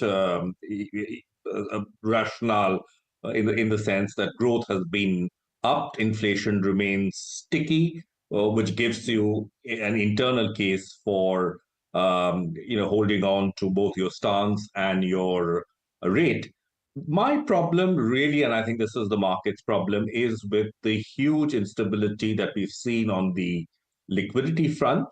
And while the RBI has responded somewhat nimbly through its VRRs and VRRs, we have wild swings in liquidity. And if you measure the effectiveness of liquidity management by how often the call rate, the weighted average call rate, it hugs the repo rate, it's been more misses rather than hits. And I would have expected some clarity on that front. And I think bankers are pricing in an uncertainty premium into things like deposits and so forth because of this liquidity uncertainty. I wish that would have been addressed. It has been addressed, but it's again more of the same. I think we needed a little more on that front. But as I said, broadly on expected lines, but I believe that you need to slowly move towards some room to pivot towards rate adjusting your rate stance as well as your general policy stance. And monetary policy being forward looking, you need to create the space to be able to cut rates. The rhetoric and the narrative that the RBI has been pushing, it leaves you very little room to pivot. Right. The markets seem very pleased with what they've heard, which is actually not very much, but the Nifty is at 23,057 at the day's high point, 1% being added on the index. I'll take Abhi's point and move forward to Alok. Alok, you want to comment on what you made of the commentary? We were going in with very low expectations. Mr. Das has played to script in that sense. Also, quick word on now I believe any hopes of a rate cut ahead of the Fed completely ruled out and maybe not even required at this stage. Thank you and good morning to you all. So I largely agree with what Abhi said, but I mean, seemingly the policy seems to be hawkish, that's why the market is reacting the way it is reacting. But we have to believe that the prudence is the word by the RBI governor. And it's good that he continued the stance which was there in the previous policy to this policy, because we will expect a new budget. We will expect some policies that will be announced by the government. And then having taken everything into it, probably a new framework may come in going forward. Having said that, there are two things that are notable in what he said. If you look at growth, so growth is moderating from this year. So we are moving towards a financial year where growth will be lower than the previous financial year. And if you look at the core inflation has moderated for almost a year now. I mean, it's slightly going down every year. So I don't see it as a hawkish stance. Governor has already, said both the things, that the core inflation has come down, though the inflation is sticky and he is projecting at 4.5. and 4.5 is very close to 4% than what we were envisaging, say 1 year back or 18 months back at 7% and all. So we are very close to the targeted level. Now coming back to the rate cuts, I would say if things prevail as they are, we probably would not look at a rate cut very soon. But there are pressures. Why would I say that? I would say it from the bonds point of perspective. If you look at the difference between, say, average of difference between a repo rate and a 10-year rate. So the 10-year rate is pressing it down, pressing down significantly the spread. And there will be a point where when all other things like the inflation and the growth fall in place, RBI would be willing and will be ready to cut. But we will probably have to wait probably another 6 months or 9 months for that. But the rate cut would come because the indicators are moving in that direction. On the liquidity front, I would say whatever Avik said is perfectly is the market sentiment. We have seen a large frictional stress in liquidity in the month of in last quarter, and RBI has come in very quickly, very swiftly. They have tried to manage it, right? But as he said, we need a permanent solution. So probably RBI would wait for some more time to look at the inflation and other data, basically the monsoon, Right. which Of is course. at a good step now, and then take a step. Yeah, okay. So we're going to try and take it one point by one. And just, and Abhik, before I come to you, just getting in Sandeep Yadav in this conversation as well, just if I come to you, Abhik. Sandeep, thanks for joining in as well. Just wondering, amongst other things, he kind of went ahead and did two things, right? Everybody was wondering whether the RBI will look at the uppish GDP growth numbers and pay credence to that, or will look at GVA. They've upped the GDP guidance to projection to 7.2 from 7. But they've also said that while Q2 inflation may come off, it might be seasonal and it may reverse in Q3 as well, and therefore need monitoring. So last policy, when they gave out this Q2 number, a lot of people were thinking, could there be a rate decision in Q2 because of the lower inflation? Kind of negating that as well. Sandeep, are you there? Absolutely. Yes, I am. Am I audible? Yes, loud and clear. Please go ahead. So absolutely. I mean, what you say is absolutely right over there. But I'm very happy that Abhik answered the question initially before me as well, when he said that probably he doubts, when RBI says that they are not following Fed. Well, I'm in the same boat. While RBI cannot come directly and say we follow the Fed, but a large part of RBI's rate decisions in the last 2-3 years we have seen has been tracking on what Fed have been doing. And we were certainly not on the boat in the last policy when RBI came with the inflation figures that probably RBI will cut the rates soon. We were always on the boat that RBI will cut the rates whenever the Fed is ready to cut the rates and the global central banks are ready to cut the rates, because somehow we are still emerging markets. We cannot take our own path completely diverse from what US is doing because there's currency risk. And today also, after this policy, we believe that RBI's rate cuts have, while they may not be directly linked to what Fed does, but yes, if the propensity of Fed doing a rate cut increases in the next few months, so would RBI's. And I think we've slightly patchy line here, but Abhik, come to you on that. But just one quick follow-up as well. I mean, yes, the RBI will probably not explicitly say things, but for Governor Das to say that while we keep a watch on whether clouds are there or no, but decisions are taken on the basis of local weather, do you reckon that the RBI may take a decision independent of what the Fed does, as some other economies have, or you think that is not really a possibility? They might just do it. I'm not ruling that possibility out, but I think the influence of the Fed is certainly more than what he has characterized it to be. If we get good news on the monsoons, and I think the food inflation is really the bugbear. And because if you look at inflation expectations, etc., it is disproportionately affected by food inflation. So if there are supply side measures and the monsoons pan out well, and we see some softness or stability in food prices, maybe that will induce the RBI to move. We are getting examples from emerging economies as well as developed economies. Take the case of the ECB, which has kind of deviated from this, follow the leader model. So that is possible, but I think you have to bring in this dimension of the RBI's kind of enormous emphasis on currency stability, and that as a sort of a virtue and a badge of honor that they like to project. And so if that becomes central to your objectives, then I think there is a natural tendency to align with the Fed, because if you are chasing a stable rupee, I mean, you just need to ensure that the carry doesn't go against you. Again, we have the bond index inclusion, etc., which might bring in flows. So I'm not ruling out the possibility of a rate cut before the Fed. It has a low probability, but it's certainly not going to happen in the near future.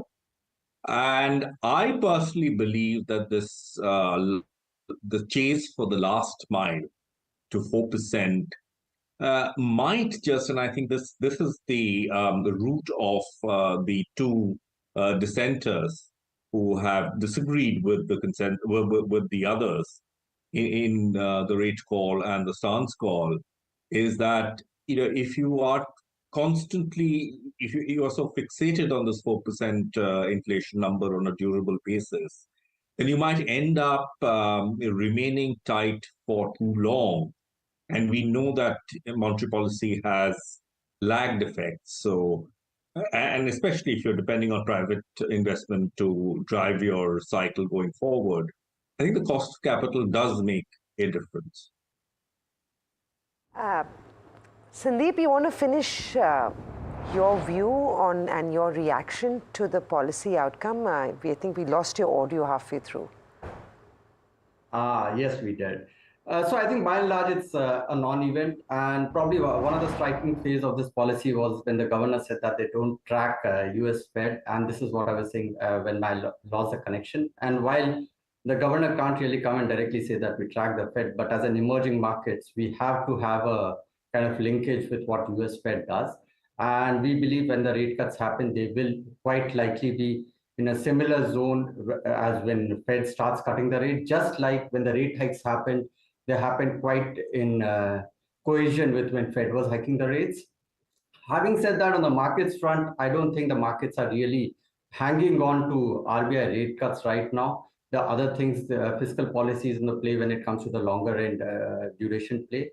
So I believe it's a non-event. It doesn't change anything. The yields still seem like coming lower, and RBI's rate cuts will most probably come quite similar at the same times when Fed's rate cut come. And probably one second thing that stands out is when RBI governor mentioned that they try to maintain the overnight rate close to the repo rate, which is quite surprising because the governor mentioned that in the policy somewhere they have shown the data, because the data that we see is that overnight rate has been quite volatile and it's not being close to the repo rate. So a couple of interesting points where RBI governor has diverged from their usual monetary policy statements, and probably a little bit of justification of how they have seen markets probably giving feedback to them. And looking at that, it will be interesting to see read the whole monetary policy data points that RBI shows in the MPC detailed note. Right. Sandeep, that was a good point that you made, but we'll of course just get a quick view on the debt market outlook as well from Alok and Abhi. Alok, you want to come in on this one? Abhi also mentioned that there has been a liquidity squeeze. In fact, last month the liquidity deficit increased to 2.32 lakh crore rupees due to, of course, reduced government spending, outflows related to goods GST payment as well. Are you disappointed that there were no comments made on that? So I think he must have looked at the very recent data, I mean, last fortnight or last 15 days, where the liquidity has eased slightly. I mean, we believe that it will again go back to deficit because we had a surplus of around 1 lakh crore. It dipped down to 30,000. Today it is almost 45,000 crores.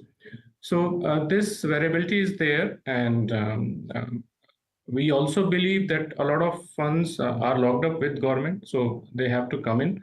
So probably that's where RBI looks at it, looks at a durable liquidity measure, what they call it, where the money is available, but it's not flowing into the system, especially into the banking space per se. And if you observe the last quarter, which was especially stressful, the stress was with the banking space only. So we banks were facing some tightness in liquidity. The CD rates went up, the money market rates went up. So I mean, we have been asking for some measures, and the OMOs that came in probably were a step to address that, where banks could sell their short-term securities and convert them into liquid funds, liquidity basically. But the surprising part was that they were not fully subscribed by the RBI. So there could be some assessment of them, of the rates or the amount or something. But having said that, some clarity on this is warranted, and we expect that they'll take steps. I mean, the steps are there. Suppose the OMOs that were announced were they fully subscribed, we would have seen a very different scenario by now. But there must be some calculation which does not allow them to subscribe it fully or say buy out all the securities. So probably we'll have to wait. But it's not that RBI is not taking steps; they are taking steps. But friction within the banking space on the short-term liquidity remains. That's also okay. Okay, a follow-up to Alok and then a follow-up to Abhik. And now we'll make this quick, coming to the end of this conversation as well. But Alok, to you, in multiple speeches in the past, the Reserve Bank of India may have said that some MFIs are charging more than what was there. The interest rates are probably higher than what was anticipated. A lot of small minority investor or deposit holder friendly conversation in a policy speech. I haven't heard this before. So I would say that RBI has been taking steps, and they want the transmission of those steps to happen fully. But we know structurally Indian financial market is slightly frictional. So whether it's repo rate, whether there are other measures, they want to see a quick transmission of their announcement or policy steps that they have taken. And probably the mention of these things in, say, in different platforms or different policy spaces is an assertion that they want the transmission to happen. They want what they have said or what they have announced to be implemented quickly and passed on to the clients. So I don't see beyond that. We all have been sticking to it. We have been following the RBI guidelines fully and complying fully. So, yeah, the transmission will happen. I mean, whether it's the cost of, hidden cost in loans, where maybe in some instances they would have found, or the transmission of the rates or whatever it is there. This is being addressed by the banking industry, and I think we are following the RBI fully. So I don't see it as anything else but the assertion that banks need to do it. One quick question before I quickly get in Vishy as well. Bulk deposit limit has been hiked from 2 crores to 3 crores. What implications would this have for the banking system and for, of course, investors as well? Alok, that question was for you. With the limit on bulk deposit raised from 2 to 3 crores, what will this mean for you as a bank? So, I think bulk deposits for us as a bank are a good means to raise quick liquidity because the rates are negotiable and you're talking to the clients and raising it quickly. But it depends from, particularly we don't depend too much on bulk deposits. We try to put it to the board approved limits, and it will differ from bank to bank. But those banks who have not availed it fully, it's a welcome news for them.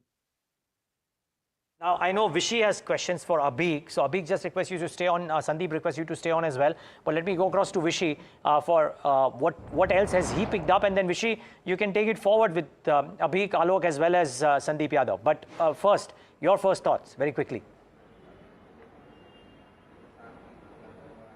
Right, first thoughts. Well, as expected, the policy did maintain course, what they have been doing for the last 8 policies, hold the repo rate at 6.5% and keep the stance unchanged as withdrawal accommodation.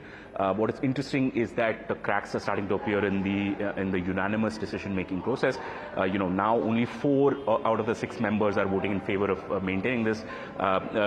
We know from the statement that Professor Jayant Verma as well as Ashima Goel have both voted to cut down the repo rate by about 25 basis points and also look at changing the stance of the monetary policy. So that's the interesting bit. But the other interesting bit for me with the RBI governor specifying that we are not a follow the Fed central bank and that we have worked towards establishing ourselves as a model central bank for the global south. So that bit of specification by the Reserve Bank governor to separate themselves from what advanced economies might be doing and ensuring that the EME voice and the global south voice is unanimous in its own decision making and that its decision making is dependent on local conditions. Neeraj. Yeah, Vishy, so I know you have a question for Abhi and Sandeep. I just wanted to sound you off that this has been addressed by them. And now over to you for whatever else you may want to ask, because there are a lot of other things that he's mentioned as well. But yeah, all 3 guests are with us. All right. So first question to Abhi, I wanted to get a sense from you as to what exactly does the trajectory here look like. I know you may have answered this a little bit, but in terms of inflation, the governor is sounding very, very clear that we are not done. Food inflation is still a big concern. You're still facing a lot of headwinds on a geopolitical tension level. But do you think that the rate cut expectations would be blown out of water? Sorry if you've already answered this. No, I have answered this, but I think it's good to sort of revisit this. I don't think, given the trajectory that they have provided, it is not going down to 4% for the foreseeable future. But I think holding on to the repo rate at these levels would have repercussions for the future. And I think the 2 members who have disagreed with the others are more forward-looking and hence less data-dependent. And I think there is a fundamental conflict between the 2. At some point, we will have to accept the fact that we've not exactly gone down to 4%, but we are sort of kind of in that ballpark and we'll have to cut. I think that will perhaps come towards the last quarter of this calendar year. And at that time, maybe the Fed would have moved as well. So that consonance will be there. But yes, I think there needs to be a little more clarity on food inflation and the budgetary situation, which I think is a little different from what the assumptions would have been before the election results came out. There is enough fiscal space, primarily created by the huge RBI dividend that they've paid out, which again the governor alluded to in his speech. So I don't see a fiscal reversal in the trajectory of fiscal consolidation. But these are things that central banks typically want to take on board. But this narrative of internally dependent monetary policy is not just specific to emerging markets. It's also something that the Fed keeps talking about, that we're really not concerned. And that's somewhat unfair given their power, that we are concerned really about the domestic situation. And if you look at the emerging market, the emerging market dilemma is the fact that they have to follow the Fed if they want currency stability and lower imported inflation, but the Fed doesn't seem to be giving them the leeway. So that is an emerging market problem. It's not just the fact that domestic drivers determine interest rates. That is the paradigm. It's the concern is really among the central banks that the Fed is perhaps not giving them enough leeway. Right. Abhi, my next question is to Mr. Alok Singh. I was listening to you a little earlier when Samina was asking you about the bulk deposit limit. But just to get a banker's view on this, so do you see this as a sort of RBI nudging banks to not depend on this quick liquidity, as you mentioned, this quick liquidity window, and focus on your lower value deposits and try and get that asset liability mismatch in order without really affecting your cost too much? Is that a nudge? So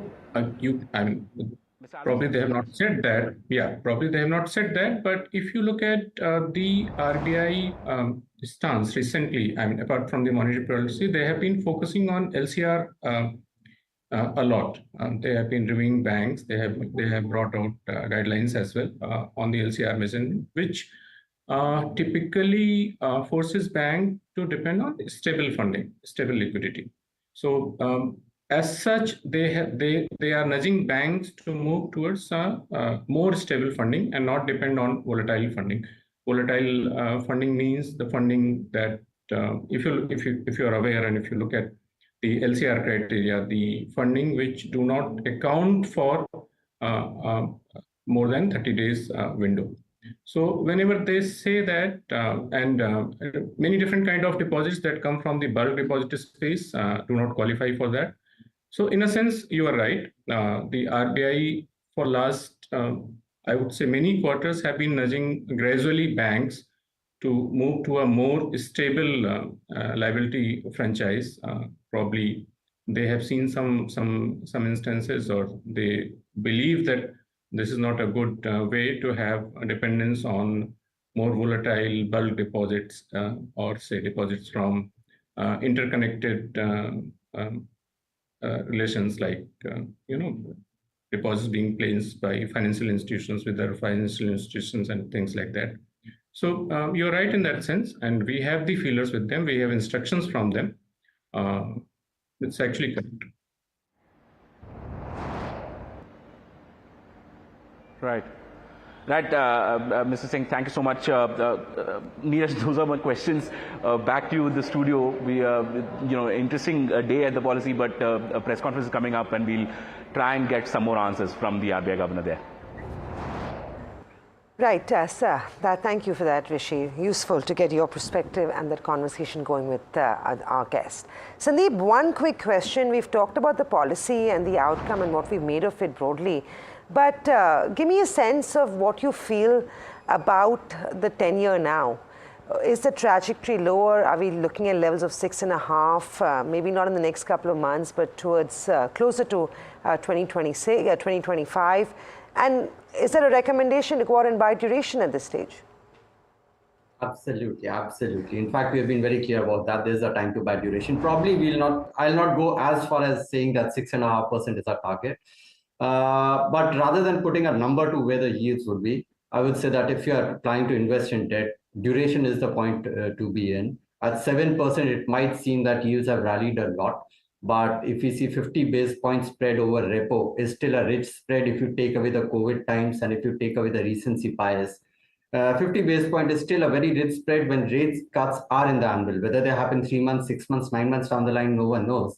But we believe that 670 probably is somewhere where I'll say we could easily go in next few months. 650, I'm not so sure because Indian yields really go 6.5 or lower than 6.5 unless until they are jarring events like demonetization of COVID. But yes, if you have to invest in debt funds, probably duration is the point to invest in right now. Duration looks attractive right now, even right now rather. Alok, Sandeep, Abhik, great having all three of you on this panel and helping us decipher everything that came out of that much anticipated RBI policy meet. As expected, there was no rate action. Markets though seem to be in a very pleasant Friday morning trade. It's the third straight day of gains coming in. We are back above levels of 23,000 and not letting way. The Nifty pretty much at the day's high point and Bank Nifty at 49,600. who's to tell if 50,000 could be hitting the screen as early as next week. Across the board, the breadth of the market also looks promising, and it does seem like we're starting off the new week on a pretty solid note. But all in all, good day of trade despite global cues not being too strong. And of course, Neeraj, no rate action from the RBI, but the market's clearly taking all of that in its stride. With that, we're completely out of time on this edition of India Market Open, but there's a lot more programming on the other side, so stay tuned and keep it with NDTV Profit.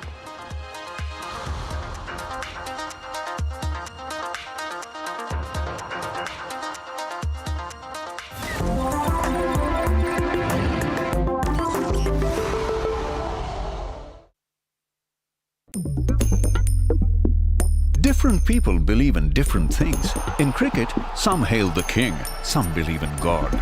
Some wait for Mr. Right, some believe in swiping right. Some run away from risk, others run after it. For some, kids mean babies. For others, kids mean puppies. Some want a home to settle in the future. Some want to roam the world today. Some make a career in a company. Some make a career out of building companies. But when it comes to money, everybody believes in only one thing: profit, profit, profit. And for profit, watch only NDTV Profit. We all love money. Headlines you start your day with. What matters worldwide is now in the palm of your hands. Get ready to seize the day and maximize your financial potential. Stay ahead of the curve with all you need to know on NDTV Profit.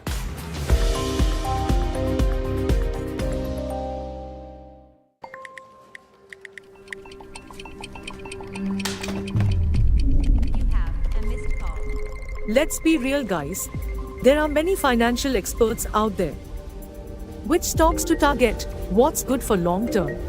When to buy? When to sell? How do you stay ahead of all the financial noise to achieve your dreams? You can accomplish all your financial dreams. Let us worry about giving you the right investing insights on the Portfolio Manager.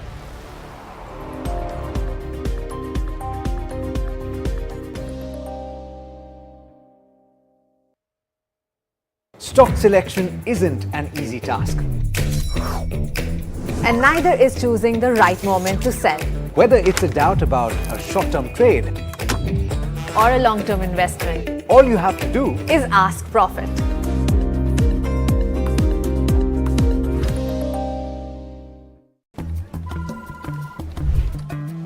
Bro, what are you doing? I'm trading FNOs. So, have you made any money? Oh, it's simple. If you think the market is moving upwards, just buy Nifty call option. But if you think the market could slide downwards, Simplifying futures and options trading. Don't worry about the future. We've got your options covered. Futures and options strategy that'll help you move with the tide. An unmissable trade.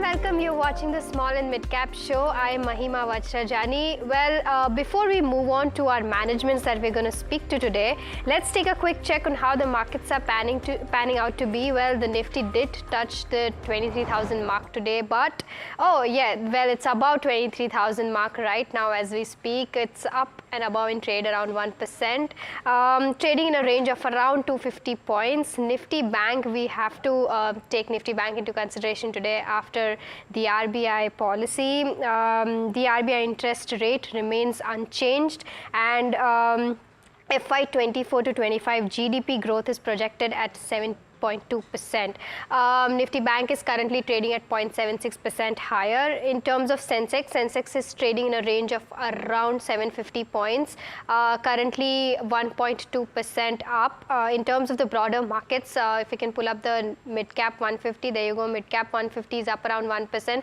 So pretty much in line with the benchmark. Small cap 250 up 1.8%. Small cap 250 is doing a bit better than the benchmark indices. In terms of Nifty Bank, if you can pull up the Nifty Bank constituents, all Nifty Bank, all the banking stocks are doing pretty well in trade today. There you go, all in green. Bandhan Bank taking the lead, 2.5%, Fed Bank, ICICI, PNB, and so on. But let's take a quick check on how the sectors are doing. As far as I know, all the sectors are in green today. There you go. There was Nifty FMCG, which was here and there, but almost all sectors in green, with Nifty IT leading the pack today. Nifty IT up 3%. Now this is, if you can pull up the Nifty IT constituents, there you go. This is on the back of Wipro. Wipro is up 5.2% after bagging a $500 million deal.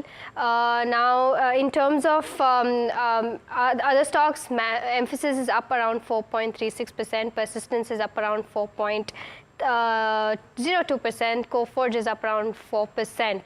But there is one more IT stock in focus, that is Mastec. It did touch an intraday high of almost 15.85%, currently trading at 9%. This is on the back of a news. It did sign a deal with NVIDIA for something called an iProve.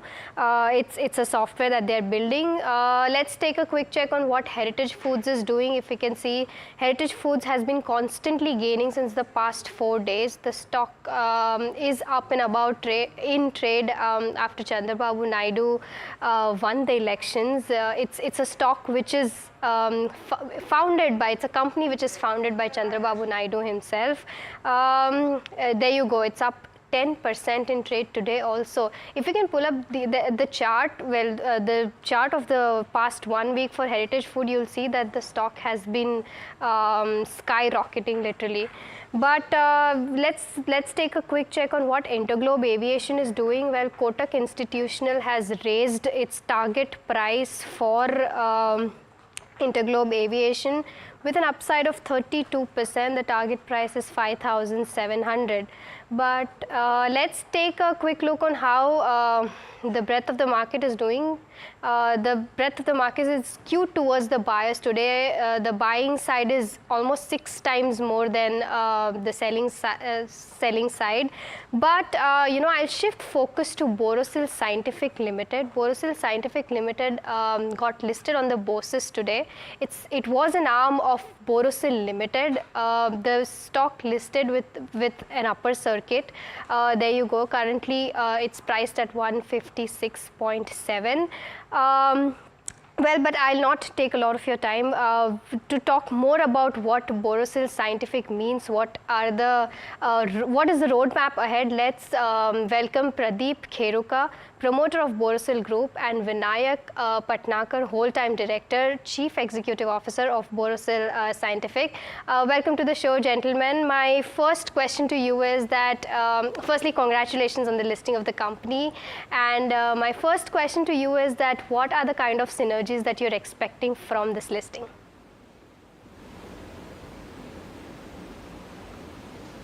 Thank you very much for having us on your show. I would say that we expect that this is going to bring a lot of focus on our scientific business. Borosil had originally started in 1962 as a scientific glassware company. We had added consumer goods to the fore, and later what happened was that consumer goods expanded very rapidly, and now with this with the creation of Borosil Scientific Limited, we expect that there will be a focused approach towards the enormously enlarged demand for scientific products in the country and also abroad. And we bring a very wide range of products and services for the benefit of consumers and for the scientific industry. I could ask Mr. Vinayak Patnaikar, our whole-time director and CEO, to address this question. Yeah, thank you very much, sir.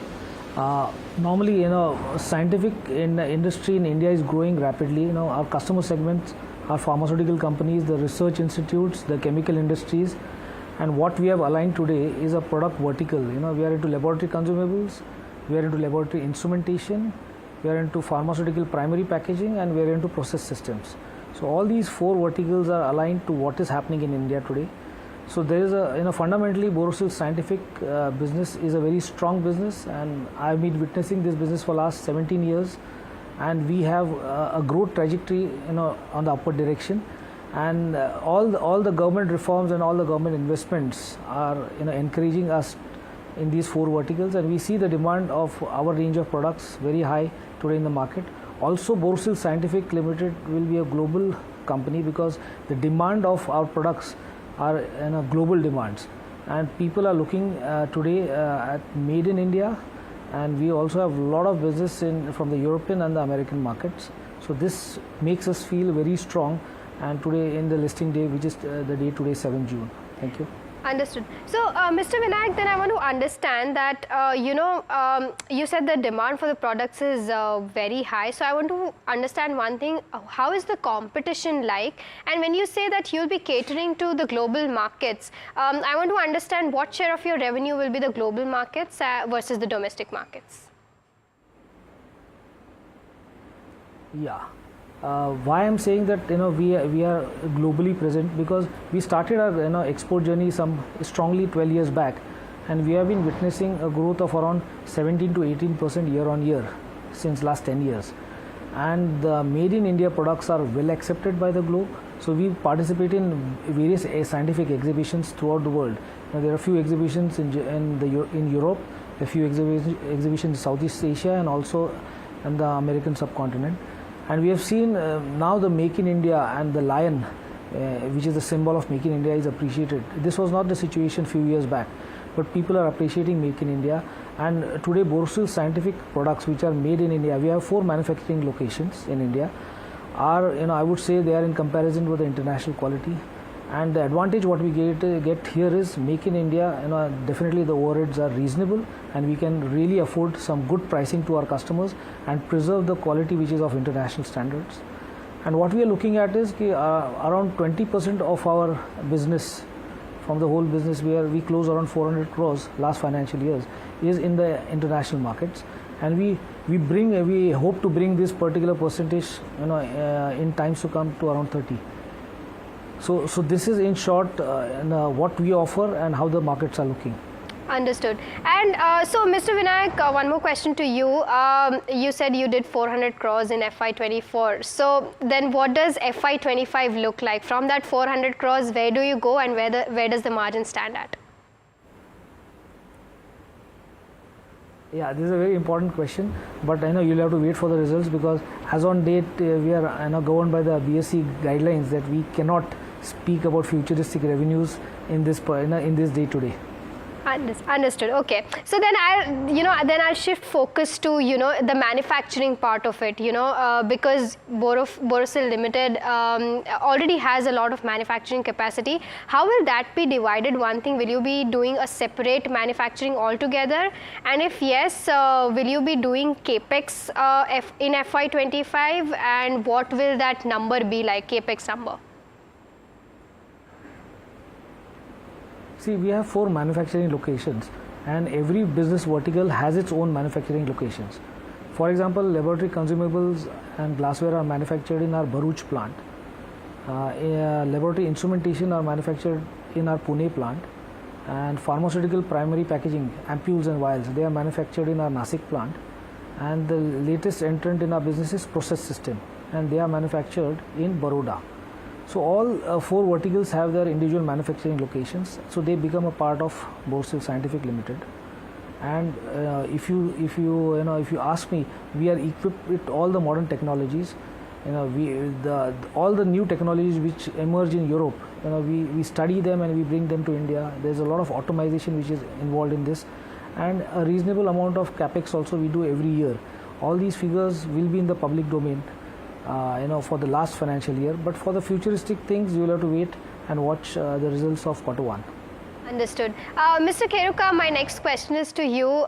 In terms of competition landscape, how is the competition panning out to be for, laboratory equipments and the glass packaging that you do?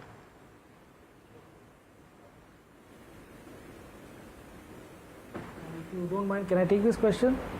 Sure. You go ahead because I can't hear you. Yeah. So Sure. I'll take this question. Competition. See, basically, this business is fundamentally very strong, and there is no great competition in laboratory consumables from the domestic players. We are the number one players in India, and we control lab consumables around 67 to 68% of the market share, and this has been the market share for quite some time now, for a few years. In the laboratory instrumentation, the concept here is import substitute. There are a lot of imports which happen from Europe and US, and these import happens at quite high cost. And why we came into this particular business is we can give quality goods at a reasonable price, and the Indian scientific community can really depend on India. So this is an import substitute for instrumentation. Regarding pharmaceutical primary packaging, we are emerging this business because we took over this business around 5 to 6 years back, and there has been around 15 to 20% growth year on year in this particular business. And the new business which you have taken, process system, it is quite technical because it is normally required for pharma R&D and chemical R&D. And as you see, in Government of India's initiative, there is a lot of spend on research and development, and we are catering to this particular industry in a big way.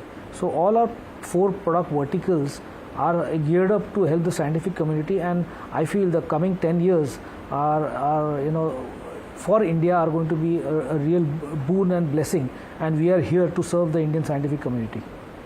Understood. Well, gentlemen, thank you so much for taking out time and speaking with us at NDTV Profit. I wish you all the best for your future endeavors and for the company.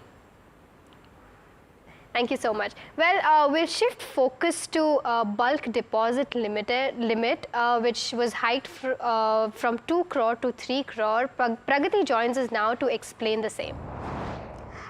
Thanks, Mahima. Yes, so in the monetary policy address, while announcing additional measures, Governor Shaktikanta Das announced that RBI has proposed to review and hike the limit of bulk deposit from 2 crore to 3 crore rupees. Now, the guidelines or the revised guidelines that will be issued are applicable naturally on all scheduled commercial banks, small finance bank, and even local area banks, for which the idea of this bulk deposits or defining the bulk deposits has been now introduced. So what exactly in a nutshell is happening here is that RBI has reviewed the entire system of bulk deposit and has mainly proposed to revise the definition of bulk deposits as single rupee term deposits of 3 crore and above. Now, in terms of the first take and how we've analyzed it and had a quick chat with a couple of people, is that it is expected to have an impact on both depositors and bankers.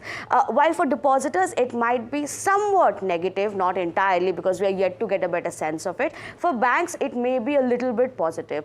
The first instance or the first understanding that we got from the people we spoke from is that as someone who already has a share of 2 crore rupees, which was anyway the previous limit of bulk deposits, it is not very difficult to have a 3 crore rupee also. So now that the limit has been hiked, it will hit the depositors because their ability to get a better rate of interest in terms of high bulk deposits will go down eventually. Another banker that we spoke to also said in terms of banks, it won't have much impact, but yes, marginally the cost of funds may come down.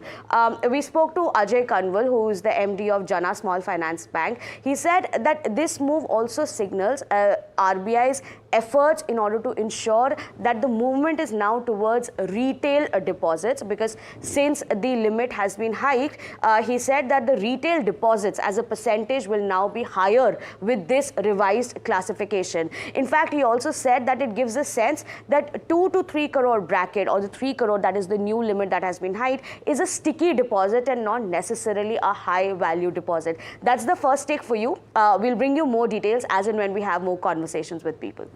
Understood. Well, Pragati, thank you so much for breaking that down for us. But before we end the show, let's take a quick check on how the markets are doing right now. If we can pull up the Nifty 50, where the Nifty 50 has crossed the 23,000 mark and it is not coming down now. It's up and above in trade around 1%. Sensex is also trading within the same range, up 1.1%. Let's pull up Nifty Bank. What is Nifty Bank doing? Post the monetary policy, Nifty Bank is up 0.7%. All constituents of the Nifty Bank in red. But if we can pull up the sectors quickly, Nifty IT stealing the show today as we spoke earlier. But Nifty Media, Nifty Realty, Nifty Pharma, all of these pockets are doing very well. We can pull up Nifty Realty contributors. A lot of stocks on the Nifty Realty are doing well today. There you go. Sobha is up 8%. Suntech is up 7%. Brigade Enterprises is up 5.8%. But it's interesting to note that there are only two stocks which are in red, which is Prestige and Phoenix Mill for the Nifty Realty. So Nifty Realty is now making a comeback from the kind of downfall it saw in the past 3 trading sessions. Let's take a quick look on what Nifty Media is also doing. What are the Nifty Media gainers, if you can pull up that. Nifty Media is up in trade today around roughly around 1%. There's Tips Industries, which is up around 5%. Saregama, which is up around 3.2%. Saregama has also been leading the pack in the past 2 to 3 trading sessions. And lastly, quickly the breadth of the market, again as we spoke earlier, 6 times more buying than the selling. There you go, 1772 advances and 290 decline. But with that, it's all that we have on the show for now. Stay tuned for more news and updates on NDTV Profit.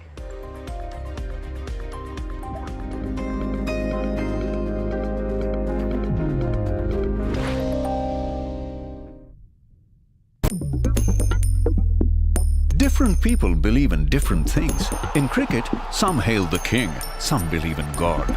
Some wait for Mr. Right, some believe in swiping right. Some run away from risk, others run after it. For some, kids mean babies. For others, kids mean puppies. Some want a home to settle in the future. Some want to roam the world today. Some make a career in a company. Some make a career out of building companies. But when it comes to money, everybody believes in only one thing: profit, profit, profit. And for profit, watch only NDTV Profit. We all love money. Stock selection isn't an easy task. And neither is choosing the right moment to sell. Whether it's a doubt about a short-term trade Or a long-term investment. All you have to do is ask Profit.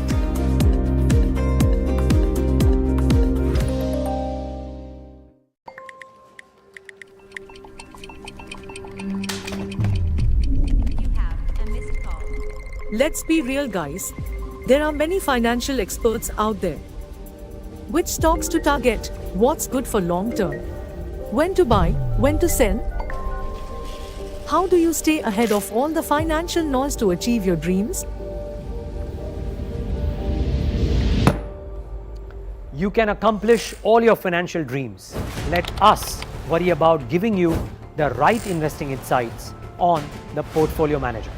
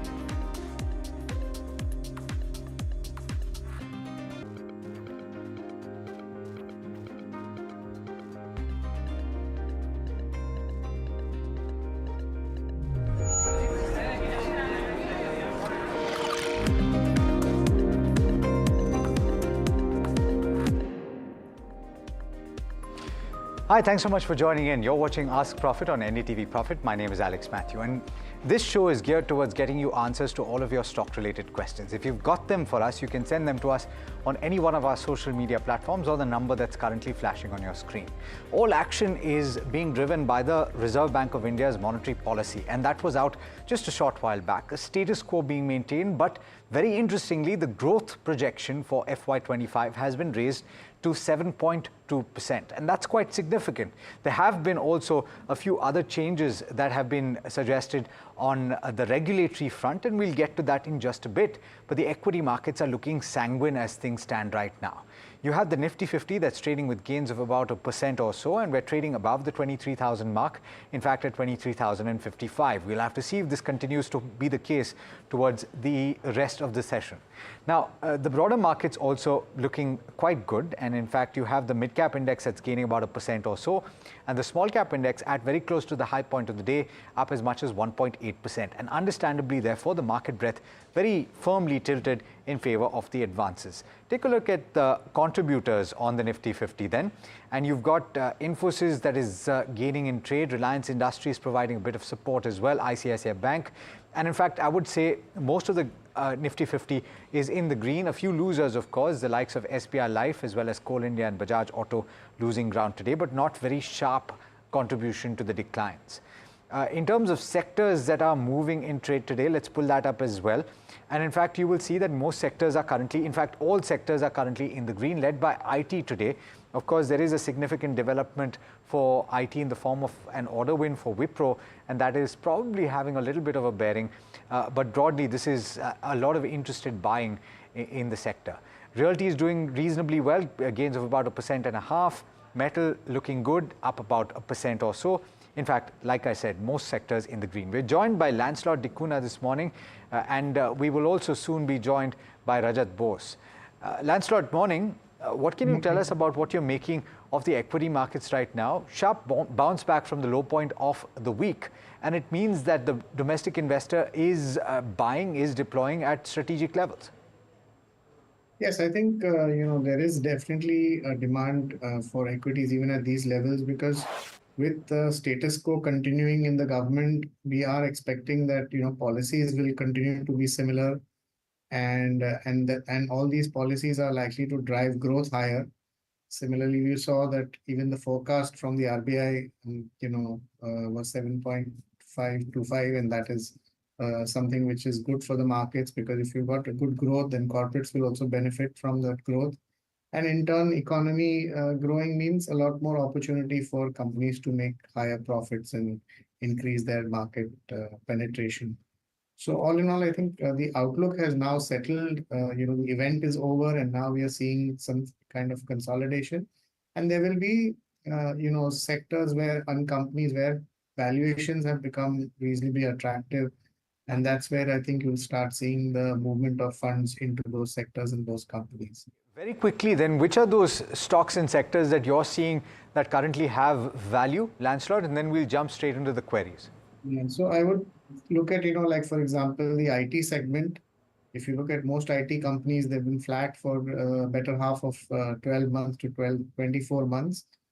And there has been, while the quarterly results were a bit muted and the outlook was a little bit difficult for the next quarter, but the longer term outlook, the second half of the current year would be much better for the IT companies, and you are beginning to see some order wins driving growth, and that will translate into higher let's say demand for companies in a similar space. Similarly, I think the private sector banking, private sector NBFCs was an area, even life insurance companies was an area where the last 12 months or even last 2 years has been pretty tough for the space. And some of them were driven by their individual, companies' issues. Like you had Kotak Mahindra Bank having an issue on its own. You had HDFC Bank and the merger. So there is still value in those kind of, franchisees. They have been producing good results. They're growing. And with improvement expected in rural India, I think a lot of these will stand to benefit on the upside as well. So these are some of the companies that can be looked at being accumulated during the post the volatile period. Let's jump into the queries. I'm told that we're also joined by Rajat Bose. Rajat, thanks so much for taking the time and good morning to you. I'm going to start with the first question. Shravya is asking the first question. She's joining in from Vijayawada and she's asking about BHEL. Would you suggest that she can buy BHEL at this juncture? And she's also saying that she's holding IRFC. So she's wondering whether to hold on to that stock right now. Rajat. I would say that BHEL actually, on the day when there was a big fall, it went down with a lot of high volume. And this time on a recovery trail, it could not really clear its 20-day exponential moving average. And now it is below even its 9-day exponential moving average. So I wouldn't definitely suggest that she can buy WHALE right now. And regarding IRFC, similarly, I would say, Alex, one thing I would like to mention here is that technically this market is still very overstretched and the negative divergence on the 14 RSI on the weekly chart is still there. So there would be a correction. There would be a retest of the 200-day exponential moving average. So here, I wouldn't say that most of the stocks you will find that they are either you book profits or you may hold on. If you are a long-term investor, you can continue to hold on. But anybody looking at short-term, this is not the time to buy. Okay. All right. And we'll get several of the individual stocks also addressed. But the next question we're taking is from Raj Kumar. Raj Kumar is asking about Borosil Renewables, which he's holding at levels of 564. He's tuning in from Bengaluru. He's asking whether to hold on to this. Lancelot, what's the view on the fundamentals for this stock? I think fundamentals remain good, but the stock had a stellar run-up in the last year or so, and now seems to have made some kind of a correction, is improving. But if one looks at the business potential, the business is good because you are seeing a movement into the solar space. The government is also encouraging significant investment by individuals into the solar space. And long-term outlook is good. But however, when you're paying a high price, then obviously if earnings do not grow, then maybe some swift disappointments in terms of the price. So one has to be a little careful rather than investing at higher levels. Wait for maybe a correction, and the correction would be a good time to enter this company. The next stock that we're taking is Waaree Renewables. And this is a question coming in from Amjad. Amjad is asking whether he should hold on. I'm just trying to pull up, where the stock is currently trading. And in fact, it is at 2,192 or thereabouts. He says that he's bought at higher levels. Any view on the charts, Rajat? What should he do if he's bought at much higher levels than it currently trades at? What is the stock? We're talking about Waaree Renewables. Waaree? Yeah, that's right. It's currently at a lower circuit. Waaree Holdings, sorry, I can't find the stock. Lancelot, are you familiar with Waaree Renewables? It's currently at a lower circuit. It's trading at 2192. So I have no coverage on this stock as well. Okay. So maybe we can circle back and see if we can get Rajat to look at the chart later. But in the meanwhile, let's talk about Canara Bank then. From the banking space, Jay Krishnan from Kozhikode is asking about whether or not it can be bought at the current level.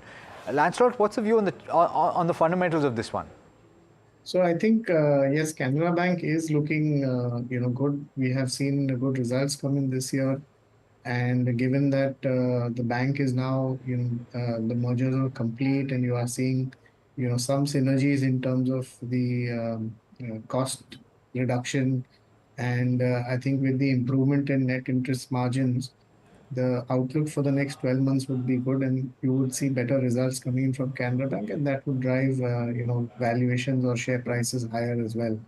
So one can look at, accumulating the stock even at the current levels. The next one is from Pawan. Pawan's writing in from New Delhi and asking about rights. which has been bought at levels of 550. Rajat, the view on rights, would you hold or sell this? It's currently trading at 646, and so therefore Pawan's making a bit of a profit. See, around 600, 601, I think the 200-day exponential moving average is located. It is exactly 598.95. That is a little below the 600 level. This should be used as a stop loss and one can continue to hold. But if one is holding, if one is already in some profits, part profits may be booked, because I don't think it will go much further up from here. But still, I would say that use a stop loss. Maybe a stretch stop loss would be 598. Otherwise, the stop loss should be below, say, 625. Okay. RCF is the next counter that we're talking about, Rashtriya Chemical Fertilizers. And it's currently trading at 153, up about 2% in trade. And we've got Prasad, who's bought at levels of 161.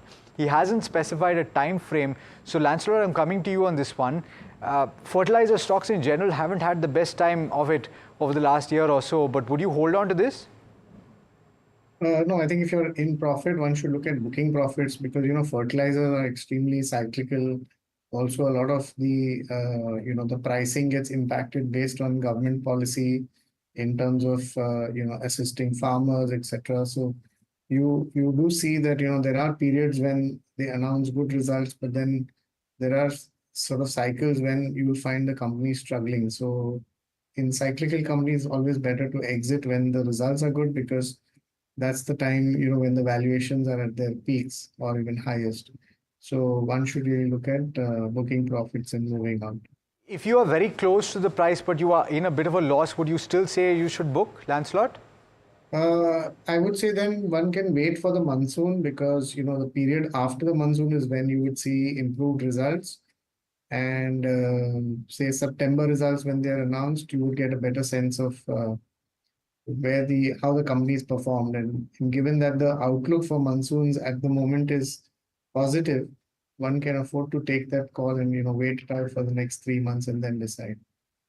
All right, we have to slip into a very quick break, but on the other side, we'll talk about a development from today's RBI monetary policy, where there is a change in the definition of bulk deposits, and this will affect a set of deposits. Lancelot, as well as Rajat, thanks so much for joining in, and we will take this forward the next time we meet. Do stay tuned, viewers. We'll be back on the other side to talk about bulk deposits.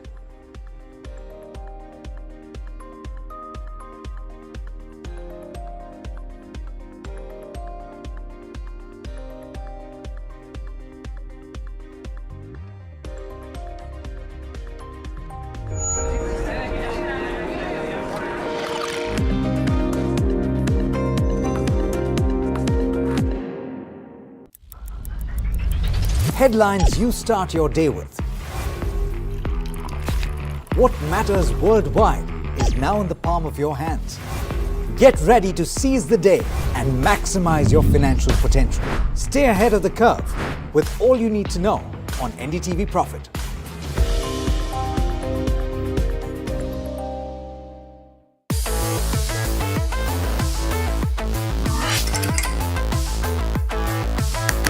Listen to the voices of reason as they talk about corporate health and investing principles with me, Neeraj Shah, on my show, Talking Point.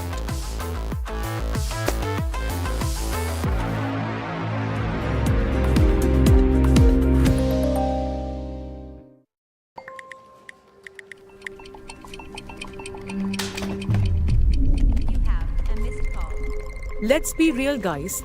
There are many financial experts out there. Which stocks to target? What's good for long term? When to buy? When to sell? How do you stay ahead of all the financial noise to achieve your dreams? You can accomplish all your financial dreams. Let us worry about giving you the right investing insights on the Portfolio Manager.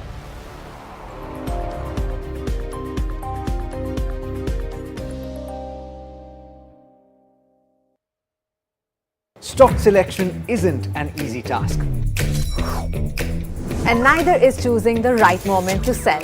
Whether it's a doubt about a short-term trade Or a long-term investment. all you have to do Is ask Profit.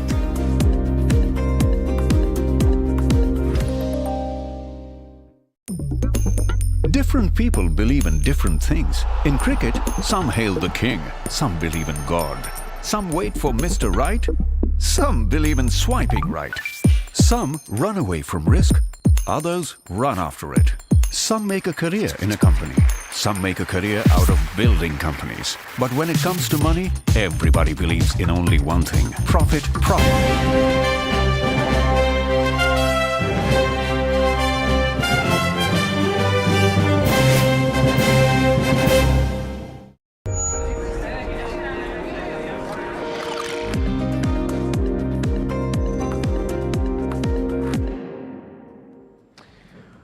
Welcome back. You're watching NDTV Profit, and it is time to address a significant change that was announced in the RBI monetary policy. Outside of monetary policy, it has to do with the definition of bulk deposits.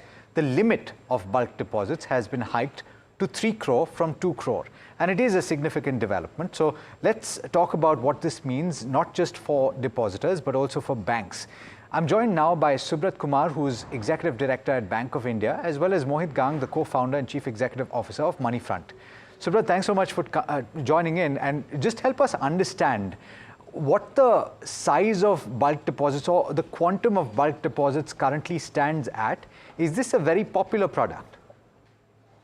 Good morning to you and all the members on the panel. Thing is that, yes, today it has been announced by the RBI that the threshold for the bulk deposit has been increased to 3 crore. So practically speaking, we are a Bank of India per se is one of the, kind of having very lower level kind of bulk deposit compared to industry peers. And this 3 crore thing is that it's like bulk deposits falling between 2 to 3 crore is very insignificant amount, I would say. So impact on the overall, which is roughly around 13.5% is there in case of Bank of India, bulk deposit as percentage of aggregate deposit. So that may not impact, impact will be very less for us. And as it is bulk deposit as a product for a bank is a product to manage the liability franchise on the bank side, and depending on the market condition, which includes liquidity position and the liquidity position of the bank as well as in the system, bank resorts to bulk deposit. So there are other options also. Bank weighs the pros and cons before tapping this particular window. So like the other product is certificate of deposit also there, interbank market. So that also we can tap. So it's a product which is available to the bank. It is not like a retail deposit which is there with the customer. So that is the basic difference. So this is what I could say at this point in time. Just trying to understand a couple of things. What is the profile of depositors that choose bulk deposits? That's one. And two, what is the tenor usually? What is the average tenor of these bulk deposits? So the profile is like that. Mostly it is a... Sorry, I think I've lost your audio. Yeah. Am I audible? Can you hear me? Yeah, I can hear you. Am I audible? Okay, I think I'm unable to hear it. So can you please repeat what you're saying? Yeah. Am I audible now? Am I audible now? Yeah. So my point is that this bulk deposit basically the most of the depositors are corporate entities and government institutions mostly, right? And average profile, it varies from bank to bank because it is up to the bank asset liability management section. They decide to tap the bulk deposit, and the tenor will be decided by them only. It is at the bank's discretion. Suppose based on the liquidity position, structural liquidity position and all, right? So average tenor, you cannot say, maybe today I need a deposit for 3 months segment, so I will only tap the 3-month segment. And in case I need for 1 year or 6 months, so based on the liquidity structure of that particular bank, the maturity is decided. Tenor is decided. Okay, and sorry, I couldn't hear that last bit. So what is the kind of profile of depositor? I told you that mostly they are either corporate entities or government institutions. Understood. Okay. So very few. So from that perspective, not too much of an impact. Would it be right to assume then that broadly you would see a reduction in the cost of deposits for the bank? So that's what I said in the beginning. See, we have to maintain, it's like normally banks maintain a trade-off, which is the least expensive source of funding in case there is liquidity issue or there's some liquidity tightening in the situation, which is the least expensive sourcing proposition. So if bulk deposit, some banks may give better rate. It's like if they want to take, and if bank is not very much interested in bulk deposit, then they may quote the rate which is at par with the certificate deposit rates prevailing in the market. So that's why it's not a rate, a specific rate which every bank quotes. So it depends on the liquidity profile of that particular bank. Okay, fair point. It's also been communicated to me that there are high net worth individuals and ultra high net worth individuals that park money in bulk deposits. So to that end, Mohit, I'm just curious what these individuals would do. We were speaking earlier and you were pointing out that these individuals are unlikely to shift just because of the convenience of it.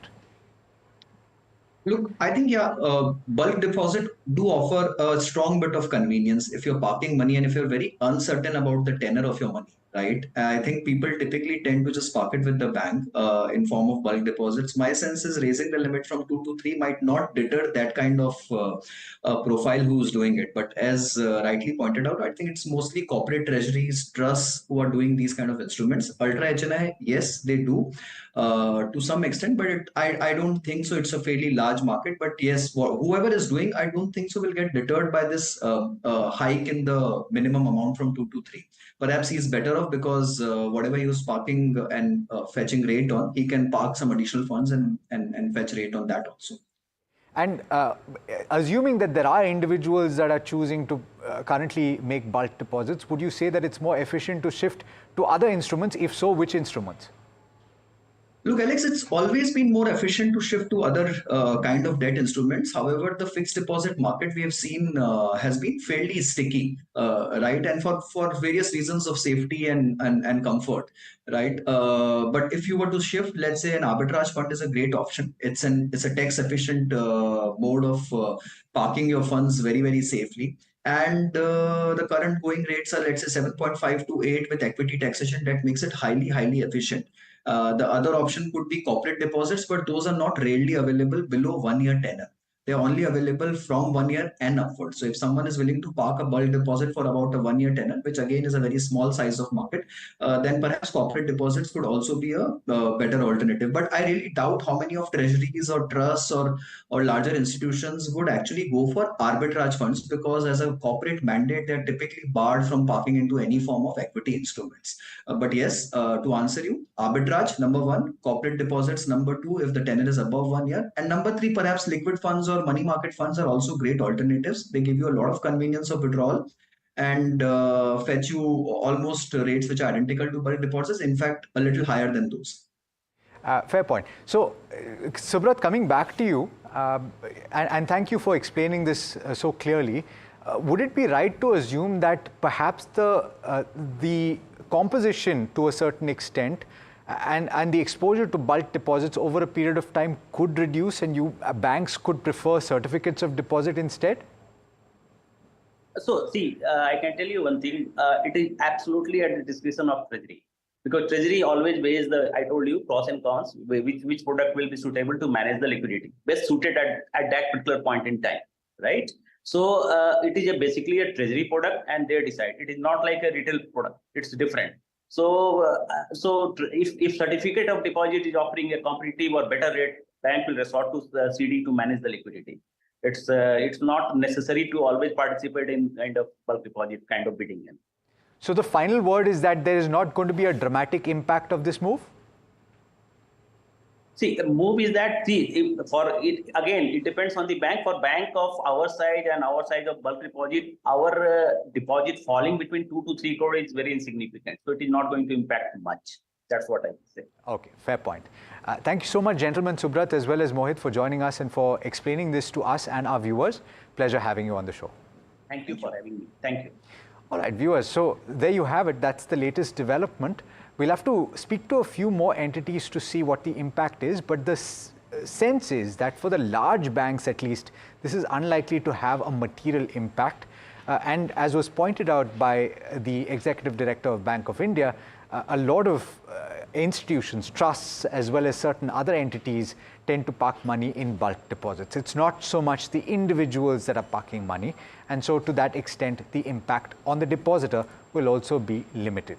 But that brings us to the end of this particular edition of Ask Profit. Thank you so much for joining in, and it's been an absolute pleasure bringing it to you. Do stay tuned. Lots more coming up over the course of the day, and this is NDTV Profit.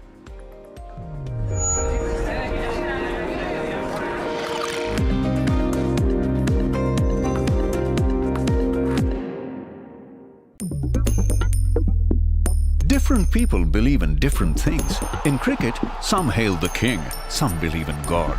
Some wait for Mr. Right, some believe in swiping right. Some run away from risk, others run after it. For some, kids mean babies. For others, kids mean puppies. Some want a home to settle in the future. Some want to roam the world today. Some make a career in a company. Some make a career out of building companies. But when it comes to money, everybody believes in only one thing: profit, profit, profit.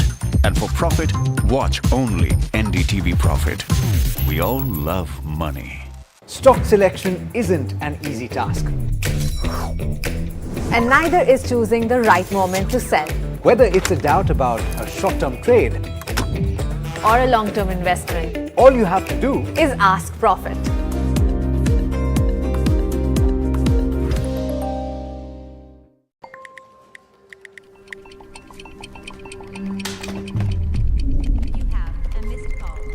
Let's be real, guys. There are many financial experts out there. Which stocks to target? What's good for long term? When to buy? When to sell? How do you stay ahead of all the financial noise to achieve your dreams? You can accomplish all your financial dreams. Let us worry about giving you the right investing insights on the Portfolio Manager.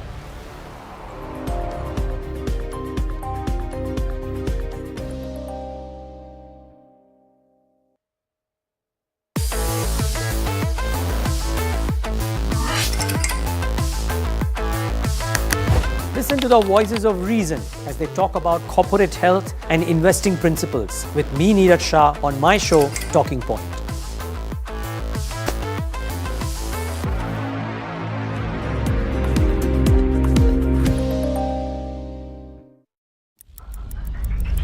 Headlines you start your day with.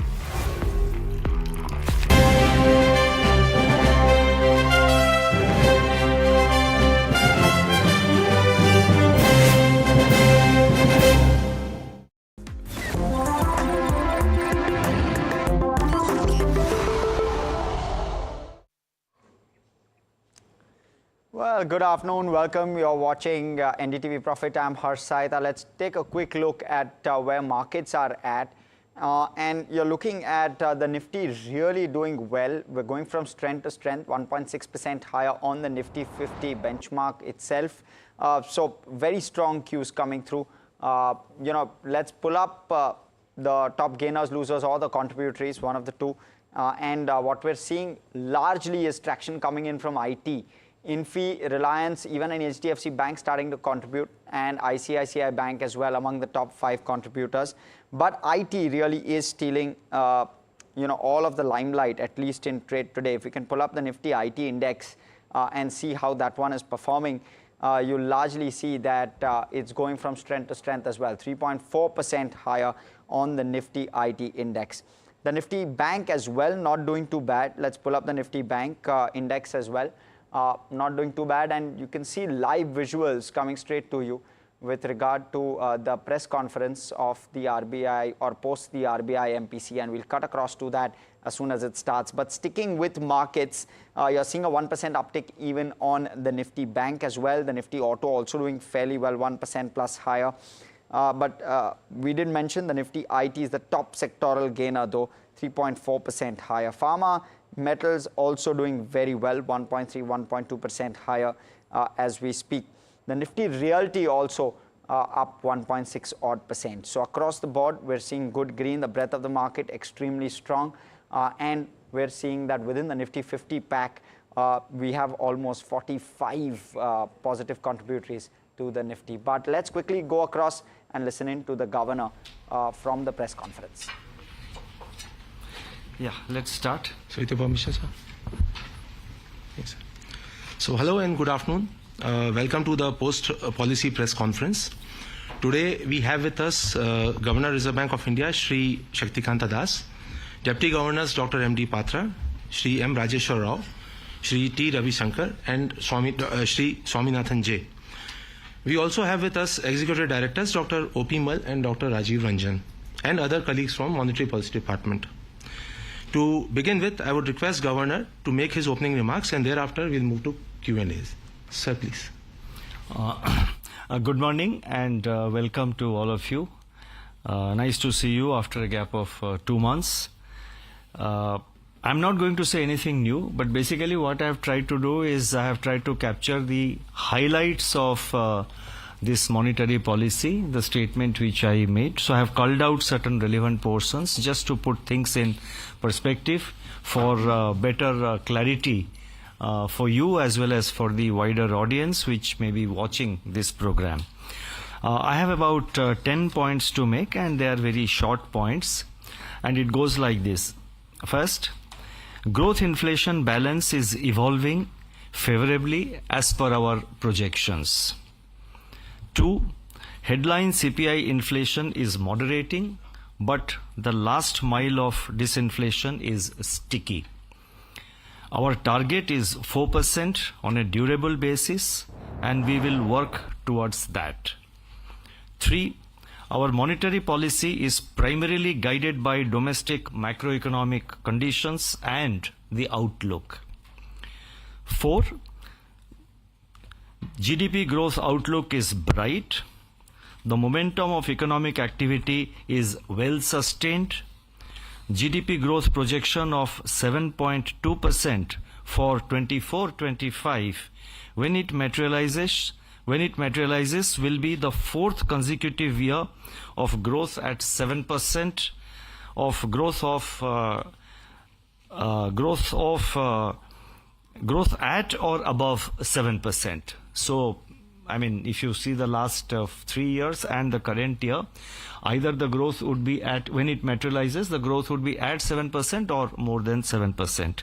In fact, the average growth in the last 3 years, ending 23-24, the average growth in the last 3 years exceeds 8%. If you take the average of growth in the previous 3 years, it exceeds 8%. 5, liquidity management will continue to be nimble and flexible. 6, the financial sector continues to be stable and resilient. 7, foreign exchange reserves have reached a historical high of $651.5 billion at the end of May this year. 8, the external sector is expected to remain stable. 9, the Reserve Bank stands committed to maintain stability and orderliness in all segments of the financial markets and institutions regulated by it. 10, the agenda for the run-up to RBI at 100 has been given out as part of the monetary policy statement. It's given out in the annex to the monetary policy statement. This is a dynamic document and will be updated as per requirement. Thank you. Thank you, sir. Before we start, I'll request the media friends present here to wait for their turn before asking questions. Also, please restrict to 1 question per person. If time permits, we can go for another. So I'll call out the names now, starting with Mr. Govardhan Rangan from Economic Times. Sir. Thank you. Good afternoon, Governor. So one of the things that one of the things that you have been reiterating is that you don't follow the Fed, and the domestic policy decisions will be based on the domestic considerations. Yes. That is also being interpreted as a kind of a dovish sign, in the sense that even if the Fed doesn't ease, you would really go ahead and ease when the conditions permit. Is that the right interpretation? The converse can also be true. In other words, even if the US eases, we may not. So therefore, I would suggest that there is what I have done is that I have just explained our overall approach, and I have done it in the past. I decided to reiterate it again, for better clarity. Thank you, sir. Yeah. I'll request Ms. Lata Venkatesh from CNBC. Thank you very much.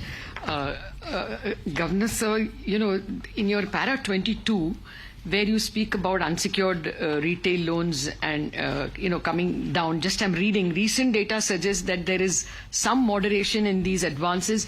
We are closely monitoring incoming data and to ascertain if further measures are necessary. Can you clarify if further measures are necessary? That's vital to both consumers as well as to banks.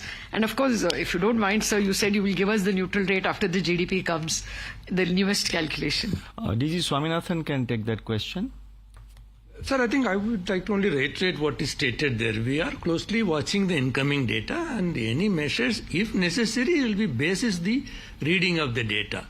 I don't think that you should read more than that in that at this point in time. Thank you. The message is to convey that RBI is watchful of every aspect of, the overall financial sector, especially in the banking sector. We are agile, we are watchful, as and when, if and when some further measures are taken, are required, they will be taken. Nothing more than that at this stage. Yeah, next. Thank you, sir. We'll come back. Neutral rate will come back subsequently. Yeah. Or you can apply now itself.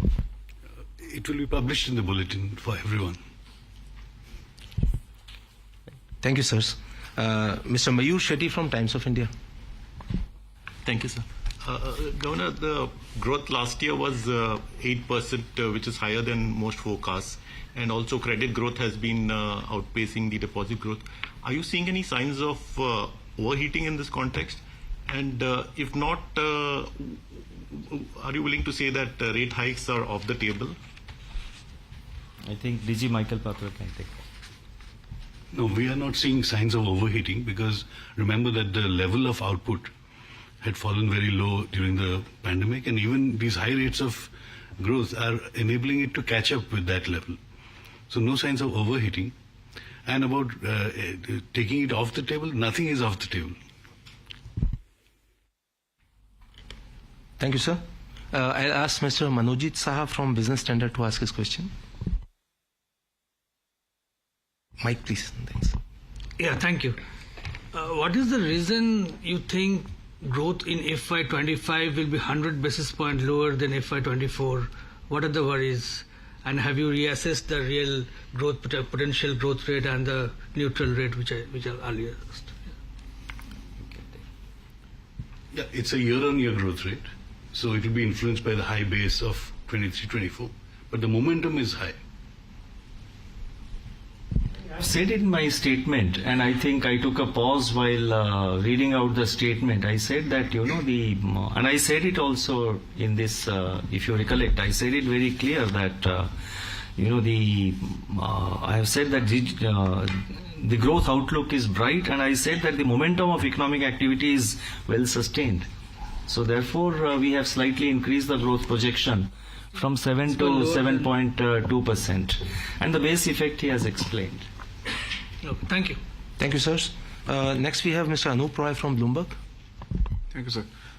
Sir, how does your monetary policy get impacted by the surprising election outcome? And does it impact, do you expect a fiscal consolidation to get impacted because of more populist policies? The question actually is in the realm of speculation. And the question basically pertains to the government. It's in the remit of the government. And I am in no position to comment on fiscal consolidation at the moment. Thank you, sir. Now we have Mr. Ankur Mishra from ET Now. Good afternoon, Governor. We have seen a pattern from Reserve Bank of India. First there is a warning and then there is an action. Today also you have given several warnings, including high interest rates and CD ratio in particular, because this warning had already been given earlier in earlier meetings. So will there be action now followed by this warning? See, essentially it is our intention to flag any possible build-up of risks. Potential areas of concern is what we keep looking for, and then it's our intention to communicate them to the regulated entities. And as mentioned in the governor's speech, we have requested the boards to relook and re-strategize their business plans, taking into account the widening gap between the growth in deposits and growth in their loan book. So it is left to the individual entities basis their business plans. And then if it is required, they will have to modify their business plans to suit a long-term sustainability. That is what we would look for, because these kind of risks can ultimately may result in certain potential risks to the industry. So at this point in time, it is a concern that is being flagged. We have left it to the wisdom of the respective boards to re-strategize if necessary. And it is not our intention to interfere into or get into any micromanagement of as to how the business is done. It will be left to the boards to plan and do that. We'll only look at any macro level impact of any of the building up of risks. That's what we will watch. Thank you. Thank you, sir. I'll request now Ms. Swati Bhatt from Reuters. Thank you, sir. Governor, in the recent annual report that was released, in the agenda for the next financial year, you mentioned that you plan to expand your intervention toolkit. I just wanted to understand, what are you referring to and what exactly do you mean by expanding the toolkit? You have been intervening in almost every possible market spot, NDFs included. So what are other tools that you're looking at? Thank you. I think Michael Park. No, we would go on refining our toolkit and intervening as and when needed.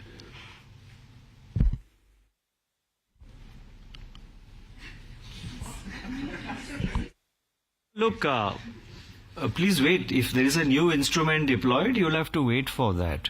If you look back in the last few years, currency swap was another approach which we adopted for liquidity purposes. Our intervention in the NDF market has also undergone a change. We are now very clear and explicit that RBI is there in the forward market and we are there. So therefore these are the developments which are taking place, and it's a constant process. As and when any new toolkit is deployed, you will know about it. Let me not, let's not jump the queue. Let's wait. Thank you, sirs. Now I'll request Ms. Pratigya Vajpayee from Informist. Good afternoon, Governor. Drawing from the last policy's analogy of elephant in the woods. So has the elephant now settled down in the woods? Where are we on the disinflationary process as per your assessment? You see, the elephant, as usual, is walking very slowly. And inflation, 4.9, then 4.8. Before that, it was around 5. So the elephant is walking very slowly. So we are watchful, and we would like the elephant to enter the forest and be there, in the sense we would like inflation to reach, to align itself with the target and be there on a durable basis. So, and I have said that the last mile, I think I have just now also repeated, that the last mile of our journey towards 4% is pretty sticky, and that is the case world over. So the analogy about elephant, yes, the elephant is walking slowly, and we have to be very watchful. Thank you sir. अब मैं जी business से श्री ब्रिजेश कुमार जी को आमंत्रित करूंगा. Sir, आपने कहा कि डिसइन्फ्लेशनरी trend दिख रहा है, तो क्या ये मानना होगा कि जब तक 4% पे नहीं आ जाएगा तब तक आप रेट कट के बारे में नहीं सोचेंगे? और दूसरा, जब आप कहते हैं कि ड्यूरेबल बेसिस, तो उसका क्या मतलब निकलता है? रेट कट के बारे में तो मैंने कुछ इंडिकेशन नहीं दिया। द ओनली इंडिकेशन हमने दिया है वो है कि भाई 4% के पास 4% में हम पहुंच जाए और वहां रुके। वो मतलब ये नहीं कि जैसे मैंने एक्सप्लेन किया कि इस साल सेकेंड क्वार्टर में, आप अगर हमारा प्रोजेक्शंस देखेंगे, इस साल का सेकेंड क्वार्टर में इन्फ्लेशन नंबर जो है वो 3.8% पहुंचने का चांसेस है, एंड हमारा जो एनालिसिस है वो वही दिखा रहा है। लेकिन इसका ये मतलब नहीं कि 3% हम पहुंच गए और हमारा काम खत्म हो गया और रेट हम काट दिए, क्योंकि हमको पता है कि उसके अगले क्वार्टर में वो इन्फ्लेशन फिर बढ़ रहा है, 4.6 या 4.7 ऐसा कुछ हमने नंबर दिया है, और वो 5% से quite close to 5% also. So therefore हमको वॉचफुल रहना चाहिए, और 4% के it has to align with the target. 4% में पहुंचने के बाद वहां पे रुकना चाहिए। तो हमको जब कॉन्फिडेंस आएगा कि हाँ ये 4% में अभी रहेगा और ऊपर नहीं जाएगा, तब हम रेट कट के बारे में या फर्दर मॉनेटरी पॉलिसी एक्शन क्या होगा, रेट कट के टर्म में यूज नहीं करना चाहूंगा, फर्दर मॉनेटरी पॉलिसी क्या होगा उसके बारे में सोचेंगे। थैंक यू, धन्यवाद सर। अब मैं श्री अनुराग शाह, ET नॉर्थ स्वदेश से आग्रह करूंगा कि अपना प्रश्न पूछें। थैंक यू सर, आपने सवाल पूछने का मौका दिया। सर, आज की पॉलिसी में जो आपने स्मॉल वैल्यू लोन पे ज्यादा इंटरेस्ट रेट की बात कही, एक तरह से सूदखोरी की बात की गई है, तो सर उसका जो शब्द आपने इस्तेमाल किया उसका हिंदी में तो मतलब सूदखोरी है। अच्छा, राइट, हाँ, तो सर, तो इसको लेकर आरबीआई कितना चिंतित है, और क्या ये कस्टमर रिलीफ के लिए ही आप ये बात कर रहे हैं? और सर, जब कस्टमर रिलीफ की बात आ रही है तो हमने देखा कि हाल के दिनों में जो इतने सारे आउटेज हुए, डिजिटल ट्रांजैक्शन वगैरह नहीं हो पाए, बैंकों में भी जाके आप ट्रांजैक्शन नहीं कर पा रहे। अभी बीएससी के द्वारा एक प्रेस रिलीज जारी की गई है कि 4 तारीख को जो लोग यूपीआई से पेमेंट ही नहीं हुआ, इस वजह से वो अपना निवेश नहीं कर पाए, क्योंकि पेमेंट एग्रीगेटर पूरी तरह से कहीं गड़बड़ी हो गई। तो इस पे क्या सुपरविजन भी और आप मजबूत करने के बारे में सोच रहे हैं? आई थिंक जो digital part of the transactions, DG Ravishankar you can explain. Outage जो बैंक के बारे में है, that DG Swaminathan can explain. And पहला पार्ट क्या था आपका क्वेश्चन का? सर, यूजरियस, ओके, वो पार्ट मैं एड्रेस करूंगा। देखिए, ऐसा है कि हमारा एक फेयर प्रैक्टिसेस कोड है, और bank interest rates, NBFC interest rates, MFI interest rates वो पूरी तरह डीरेगुलेटेड है। तो आरबीआई का ये गाइडलाइन है कि जो इंटरेस्ट रेट वो चार्ज करेंगे वो फेयर होना चाहिए, फेयर एंड ट्रांसपेरेंट होनी चाहिए।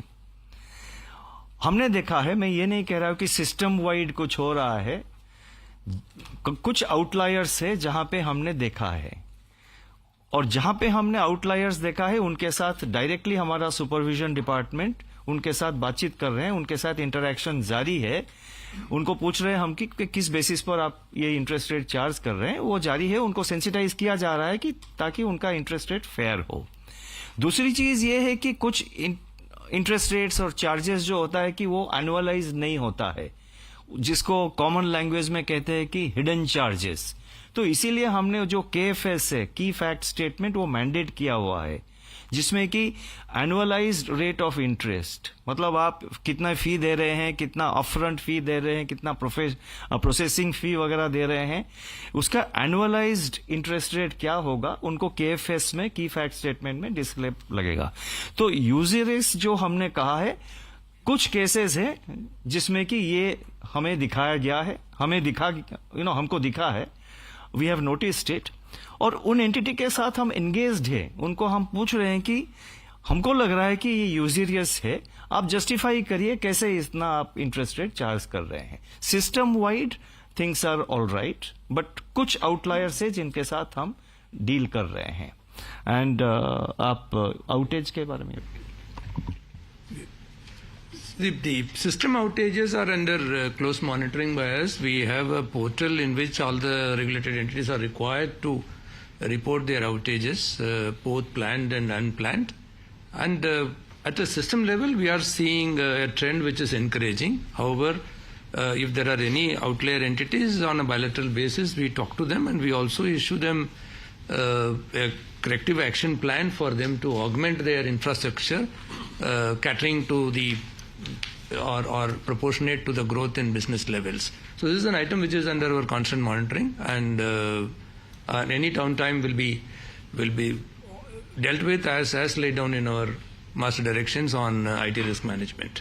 तो भविष्य में सर जहाँ पे एक मिनट जहाँ पे आउटेज होता है, हमारा सी साइट टीम है, जहाँ पे आउटेज होता है वो तुरंत उन पर्टिकुलर बैंक के साथ एंगेज करते हैं, वहां पे सुपरवाइज करते हैं, देखते हैं कि क्यों आउटेज हुआ, उसका कारण क्या है, सारे एस्पेक्ट हम स्टडी करके फिर बैंकों को सेंसिटाइज करते हैं. अगर कुछ डेफिशिएंसी दिखाई गई उनको सेंसिटाइज करते हैं.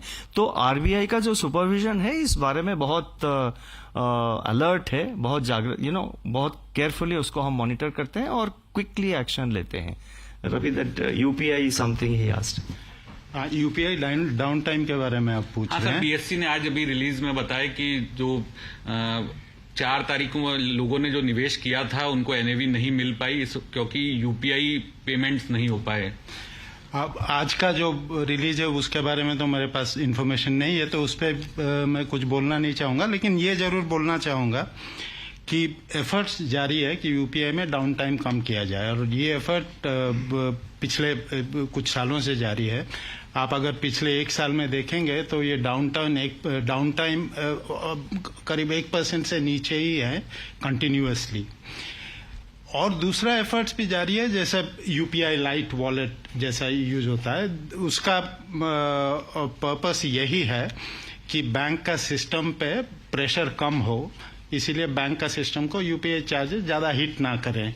तो यूपीआई लाइट का थ्रू यूपीआई लाइट भी ग्रेजुअली ज्यादा पॉपुलर हो रहा है. अभी करीब 10 मिलियन ट्रांजैक्शन पर मंथ है, उसको बढ़ना है, लेकिन वो जब ज्यादा बढ़ेंगे बैंक का सिस्टम पे वो प्रेशर भी कम होने लगेगा. तो ये सब एफर्ट हमारा जारी है जिसके कारण ये डाउन टाइम कम हो सकता है, और भी कम हो सकता है 1% से. Thank you. यूपीआई का ट्रांजैक्शन है पर डे अभी वो 40 करोड़ के ऊपर है.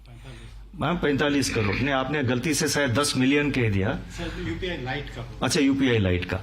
लेकिन मैं इस बारे में बिल्कुल एम्फेटिकली कहना चाहता हूं कि जब भी कोई आउटेज होता है, यूपीआई में कुछ आउटेज नहीं हुआ है, यूपीआई एंड से प्रॉब्लम नहीं है, एनपीसीआई एंड से, यूपीआई एंड से कहीं पे भी प्रॉब्लम नहीं है. प्रॉब्लम आती है बैंक एंड से, तो उसको भी नजर में रखना चाहिए, क्योंकि हमने सारे केसेस में एनपीसीआई में भी चेक करते हैं कहीं एनपीसीआई एंड से कुछ आउटेज हो गया क्या. लेकिन एनपीसीआई एंड से जो कि यूपीआई प्लेटफॉर्म चलाते हैं उस एंड में कोई प्रॉब्लम नहीं होता है. बैंक का लिंक में प्रॉब्लम होता है, उसके कई कारण है जिसको हम डील कर रहे हैं. और मैं ये अनुरोध करना चाहता हूं कि ये 3-4 क्वेश्चन हो गया आपका, तो कृपया करके एक क्वेश्चन पूछिए ताकि सबको चांस मिले. Thank you, sir. Thank you, sirs. May I now request Mr. K. Ramkumar from Hindu Business Line. Good afternoon, sir. I just wanted to understand, you referred to banks require, they should re-strategize their business plan, given that the credit and deposit growths are, there is a gap between them. So do you have any particular number in mind in terms of CD ratio? What is the CD ratio now, and should they reach a particular level of CD ratio so that the system is comfortable, actually? Yeah. Answer is a resounding no. We don't have an ideal CD ratio that can be prescribed across the system, because it purely depends on the business model and the type of bank and their own risk appetite framework. So that is why it has been categorically made clear that these are business plans which will have to be made as well as recalibrated depending upon the emerging circumstances. The risks that can probably come is, in case if this gap widens further, there could be a liquidity risk, or there can be a rollover or repricing risk as far as their deposits are concerned. So that's the reason that we would like to flag it to their attention. But as I said earlier, it's not our intention to prescribe a particular ratio and guide them towards that. We would like them to re-strategize their business in case if the ratio at which they are pursuing business is not sustainable over a long term. So that's our intention. I hope it's clear. Thank you, sir. Now it will be Mr. Ashish Agashe from PTI. Thank you so much, sir. So this was as a follow-up to Anurag's question and your comment on that. So you mentioned that the problems many a time has been found at the bank's end, due to which outages or transactions don't go through. After the last policy meeting, we also saw an action against on business restrictions against a lender. So, sir, what is your general view on tech spends by banks? Is there any prescription there? Because banks have been telling us that they are typically spending about 7 to 8% of the operating expenses. So, what is your view on this? Are they doing enough? And if they are, then why are we witnessing such instances?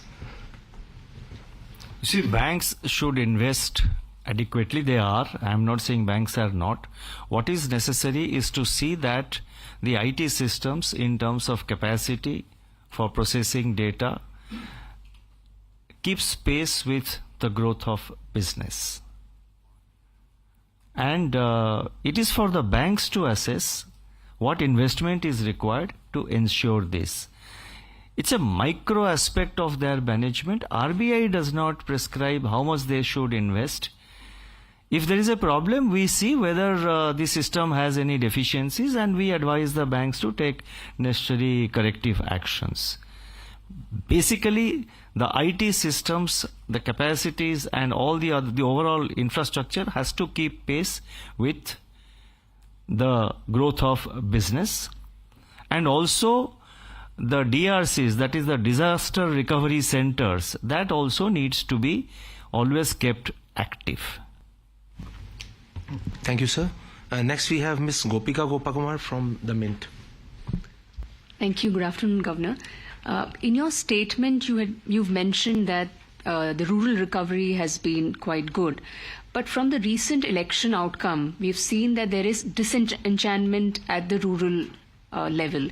So are we missing something? Is the broad headline numbers not telling us something that the reality is throwing up?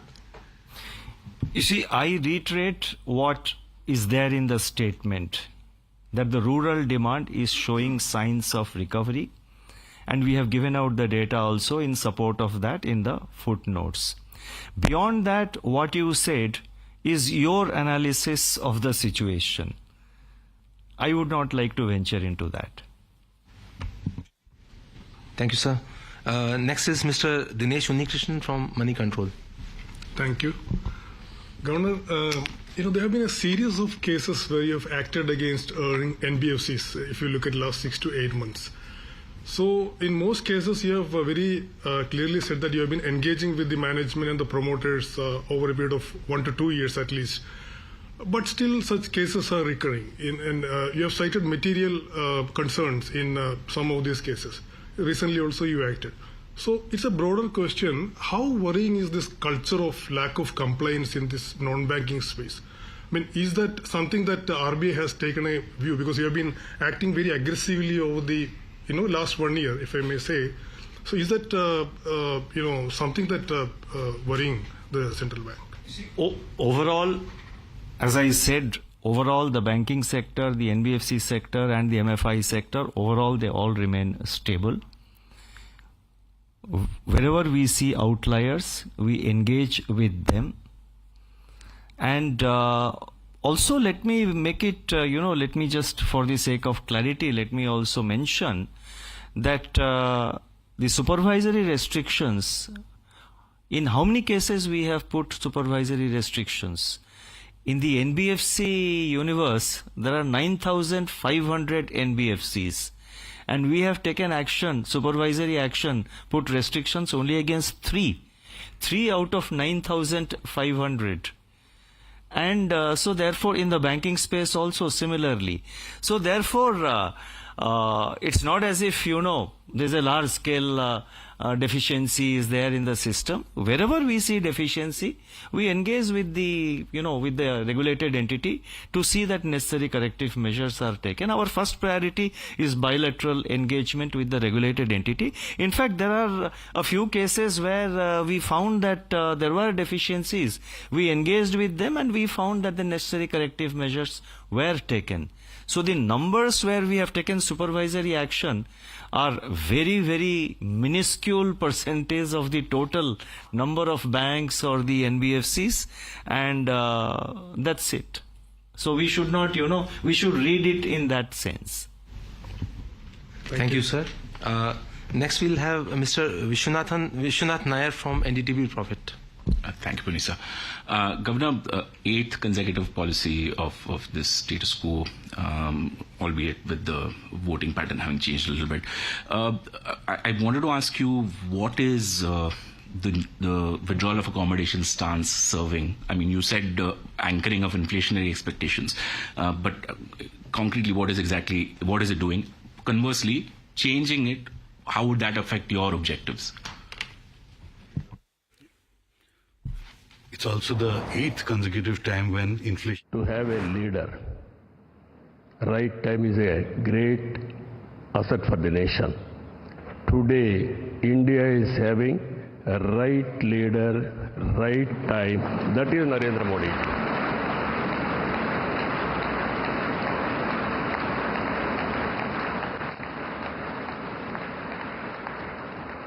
This is a very good opportunity for India. If we miss now, we will miss forever. That is where we are having wonderful opportunity. You are seeing globally today, all countries are having 1 or 2%, 3% growth rate. India is growing at the highest growth rate for the last 10 years. It will continue another 10, 20 years. Or 30 years, 40 years. India is having some advantages. One is information technology. We have first more advantage we have taken. Demographic dividend, that is more youngsters. It has created excellent advantage for Indians to move abroad also. For everything, in ancient times also, we had all resources. But recently, we are moving very aggressively. The reason is very clear. We are having leader. That leader is Narendra Modi. Now, I proudly propose the name of Sri Narendra Modi ji on behalf of Telugu Desam Party for the post of Prime Minister of this great nation. Through his vision of Sabka Saath, Sabka Vikas and Vikasit Bharat, and through the collective efforts of NDA, we can become a zero poverty nation. That is possible only Narendra Modi ji. This is a historic moment. All of you are here. Telugu Desam Party is having relations with NDA from the beginning. My leader, my party founder, great N.T. Ramarao Garu, you are all aware. Always he was worked for the people, and also he told very clearly, I don't know isms, I know only ism, that is humanism, that is NTR. That vision Narendra Modi ji is making a reality in India. We are very happy for this momentum. I thank all of you. This time we had a historic, we know the election, we have won historic elections. If you see 95% seats we have won in Andhra Pradesh. That is the big victory. I have seen so many elections. He is the first of its kind.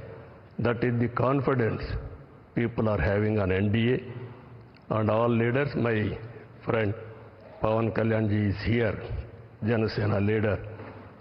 Janasena, Telugu Desam Party, and also BJP, we worked together without having any reservations. Here, State President Purandeshwari also is here. All leaders, we worked very well. That is the results we got it. I am very happy to share some of my ideas with you. This is the proudest moment in my life. Thank you very much. मैं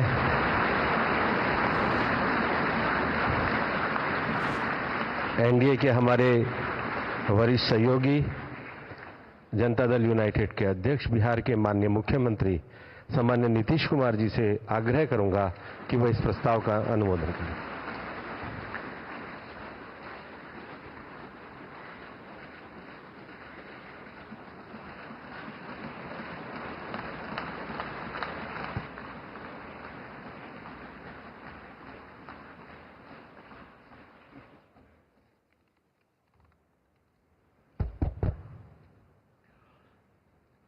हमारी party Janata Dal United Bharatiya Janata party संसदीय दल के नेता आदरणीय श्री नरेंद्र मोदी जी को भारत के प्रधानमंत्री पद के लिए समर्थन देती है। और ये बहुत ही खुशी की बात है। 10 साल से ये प्रधानमंत्री हैं और फिर प्रधानमंत्री होने जा रहे हैं और इन्होंने पूरे देश की सेवा की। अब पूरा भरोसा है कि जो कुछ भी बचा है अगली बार ये सब पूरा कर देंगे और जो भी हर राज्य का है, और हम लोग पूरे तौर पर सब दिन इनके साथ रहेंगे और पूरे तौर पर जो कुछ भी है आज जिस तरह से भी ये करेंगे बहुत अच्छा है। और आप जान लीजिए कि कुछ लोग, हम लोगों को तो अब लगता है कि अगली बार जो आप आइएगा ना, तो इस बार हम देखें कि कुछ इधर उधर कुछ जीत गया है, अगली बार सब हारेगा, हमको पूरा भरोसा। ये सब बिना मतलब का बात बोल बोल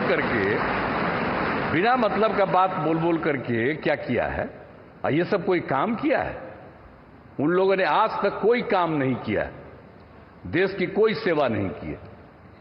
लेकिन आपने इतनी सेवा की है और उसके बाद इस तरह से हुआ है, तब इस बार फिर जो मौका मिला है, तो इस मौका के बाद आगे अब उन लोगों के लिए कोई गुंजाइश नहीं रहेगा, वो सब खत्म हो जाएगा। अब बिहार, आज देश बहुत आगे बढ़ेगा। अब बिहार का भी तो सब काम हो ही जाएगा, जो कुछ भी बचा हुआ है उसको ही कर देंगे। सबसे पुराना इलाका है, तो इसीलिए हम लोग तो पूरे तौर पर हर तरह से जो आप चाहिएगा उस काम के लिए हम लोग लगे रहेंगे और बहुत अच्छा होगा। अब जितने लोग साथ हुए हैं अब बहुत अच्छा है और सब लोग बहुत अच्छे ढंग से अपनी बात कर रहे हैं, तो सब लोग ठीक हैं। हम मिल करके सब लोग चलेंगे और हम लोग पूरा आपके साथ रहेंगे और आप पूरे देश को कितना आगे बढ़ाएंगे ये बहुत खुशी की बात होगी। यही हम लोगों को कहना है और मेरा आग्रह यही है कि जल्दी से जल्दी आपका काम शुरू हो जाए, शपथ ग्रहण हो जाए। अब आप इतवार को करने वाले हैं, तो हम तो चाहते थे कि आजो हो जाता तो अच्छा था, लेकिन आपकी जब इच्छा है तो जब भी हो, जितना तेजी से काम हो जाए तो बहुत अच्छा है और बहुत अच्छा रहेगा। अब इस बार हम लोगों का इससे बड़ी खुशी होगी और पूरे देश में इसका बहुत ज्यादा फायदा है। इधर उधर कोई करना चाहता है उसको कोई लाभ नहीं है, तो इसीलिए मैं आपका अभिनंदन करता हूं और आपके नेतृत्व में सब लोग काम करेंगे, सब लोग चलेंगे इन्हीं शब्दों के साथ। और आप सब लोग इतना खुशी हैं, सब पार्टी के लोग, मैं उनका भी अभिनंदन करता हूं और यही कहूंगा कि हम सब लोग इनके साथ रहेंगे और एक साथ होकर के जो कुछ भी करेंगे इनकी बात को मानते हुए हम लोग आगे चलेंगे। इन्हीं शब्दों के साथ बहुत बहुत धन्यवाद।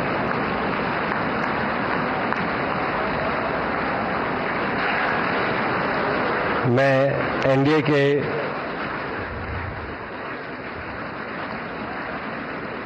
मैं एनडीए के हमारे सम्मान्य साथी शिवसेना के हमारे नेता और महाराष्ट्र के मुख्यमंत्री श्री एकनाथ शिंदे जी से आग्रह करूंगा कि वो भी प्रस्ताव का अनुमोदन करें।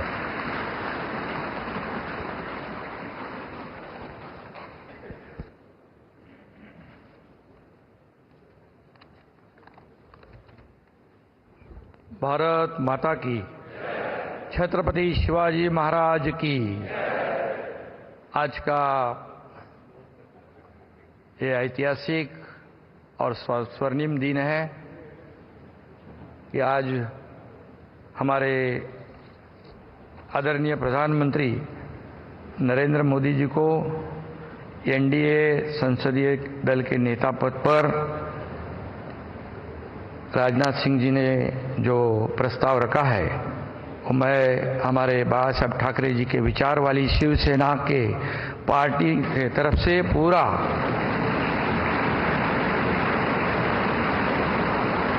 समर्थन देता हूं। और पिछले 10 सालों में हमारे आदरणीय प्रधानमंत्री जी ने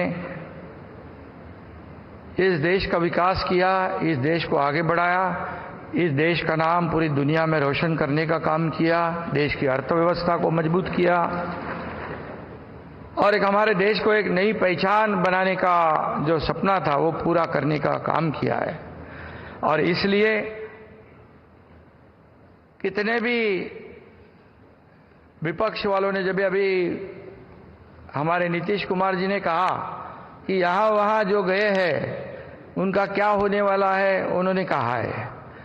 और कितना भी झूठे नैरेटिव, झूठी अफवाहें फैलाकर देश की जनता को गुमराह करने की कोशिश की, लेकिन ये झूठे नैरेटिव और झूठी अफवाहें फैलाने वाले को देश की जनता ने नकारा है और आदरणीय प्रधानमंत्री जी को स्वीकारा है।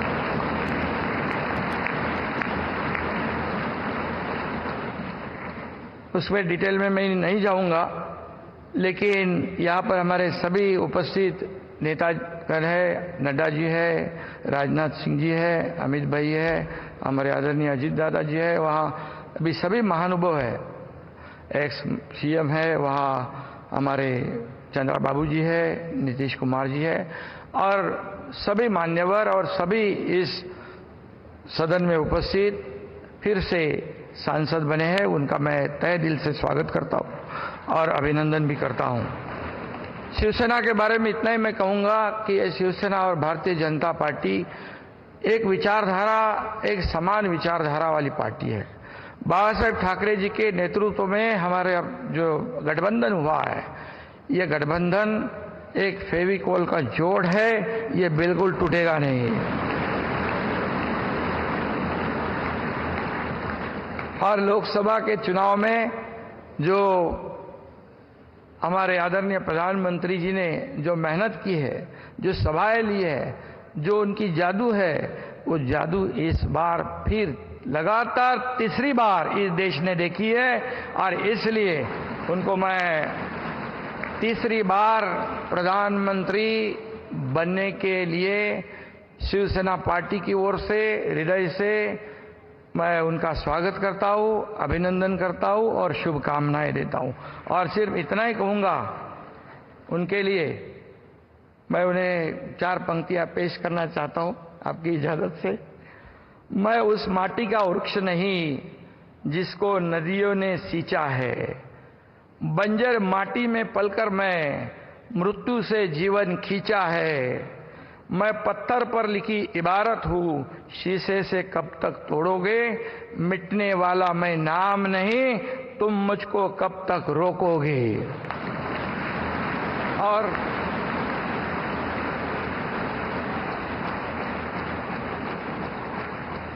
दस साल जो काम किया है उसके गवाह हम सब है और इसलिए लोगों ने विकास को महत्व दिया है और जो विपक्ष के लोग सिर्फ राजनीति करते थे उनको उनके घर पे बिठा दिया है और फिर एक बार तीसरी बार मोदी जी हैट्रिक करेंगे। मैं उनका अभिनंदन करता हूं, मैं उनको बहुत बहुत शुभकामनाएं देता हूं। धन्यवाद। मैं एनडीए के हमारे साथी और एनसीपी के नेता महाराष्ट्र के उप मुख्यमंत्री श्री अजित पवार जी से आग्रह करूंगा कि वे भी इसका अनुमोदन करें प्रस्ताव का।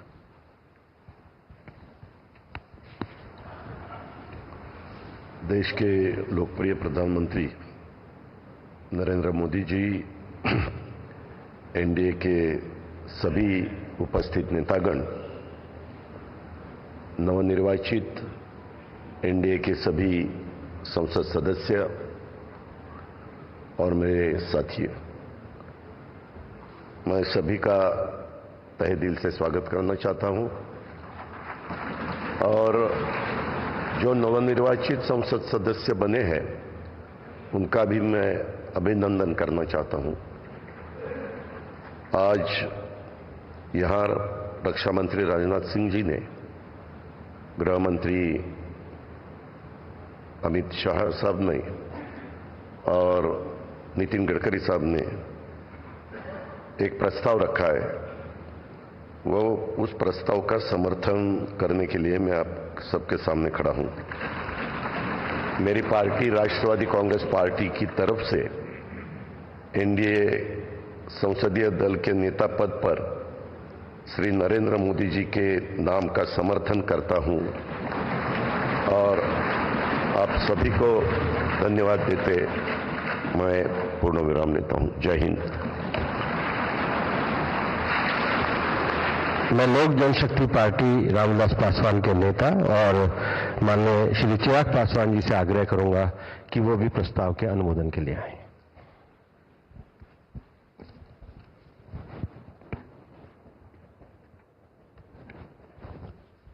मौजूद यहां पर सभी नवनिर्वाचित लोकसभा के माननीय सांसद सदस्यों का स्वागत करते हुए मैं मेरे प्रधानमंत्री आदरणीय नरेंद्र मोदी जी को बधाई देता हूं। आपकी वजह से एनडीए को ये प्रचंड जीत हासिल हुई है, इसका श्रेय आपको जाता है सर। आप ही में वो इच्छा शक्ति थी कि जिसने इतिहास में इस तरीके की प्रचंड जीत को दर्ज कराने का काम किया। यह कोई सामान्य बात नहीं था कि लगातार तीसरी बार प्रधानमंत्री जी के नेतृत्व में एनडीए को इतनी बड़ी जीत मिलती गई। हम लोग सर जब क्षेत्र में जाते थे, आपके नाम पर जिस तरीके का उत्साह देखने को मिलता था, ये हम सबके लिए गर्व की बात होती थी कि हमारे नेता एक ऐसा नेतृत्व करता हम लोग के पास है जिसको लेकर जनता में विश्वास है। आप ही की वजह से सर आज दुनिया के सामने हम लोग गर्व से कहते हैं कि भारत देश की 5वीं सबसे बड़ी अर्थव्यवस्था बना, तो ये देन आपकी है। भारत की जनता को सर आप पर पूरा विश्वास है। आप ही में सर वो इच्छा शक्ति है जो गांव और शहर की दूरी को मिटा सकता है। आप ही में वो इच्छा शक्ति है जो अमीर और गरीबी के फासले को पार सकता है। आप ही में वो इच्छा शक्ति है सर जिसने ये लक्ष्य रखा कि 2047 तक भारत को हम लोग विकसित देश बनाएंगे और भारत को विकसित देश बनाने की ओर आप ही हम लोगों को लेकर चल सकते हैं। मैं यहाँ इस सदन में मौजूद तमाम वरिष्ठ नेताओं का अभिवादन करते हुए मैं चिराग पासवान, जो यहाँ पर प्रस्ताव माननीय रक्षा मंत्री जी आदरणीय राजनाथ सिंह जी के द्वारा आया है, मैं चिराग पासवान मेरी पार्टी लोक जनशक्ति पार्टी रामविलास की तरफ से एनडीए संसदीय दल के नेता पद पर श्री नरेंद्र मोदी जी के नाम का समर्थन करता हूं। और अंत में मैं इतना जरूर कहूंगा सर, मेरे नेता मेरे पिता आदरणीय रामविलास पासवान जी ने एक सपना देखा था और उन्होंने हमेशा कहा था कि मैं उस घर में दिया जलाने चला हूं जिस घर में सदियों से अंधेरा है। मुझे लगता है उनके इस सपने को, उनके इस लक्ष्य को और करोड़ों देशवासियों को अंधकार से निकालने की उम्मीद एकमात्र आप हैं सर। इसके लिए आपका बहुत बहुत धन्यवाद, बहुत बहुत आभार। जय हिंद। मैं एनडीए के हमारे साथी हिंदुस्तान आवाम मोर्चा के अध्यक्ष श्री जीतन राम मांझी जी से आग्रह करूंगा कि वो प्रस्ताव का अनुमोदन करें।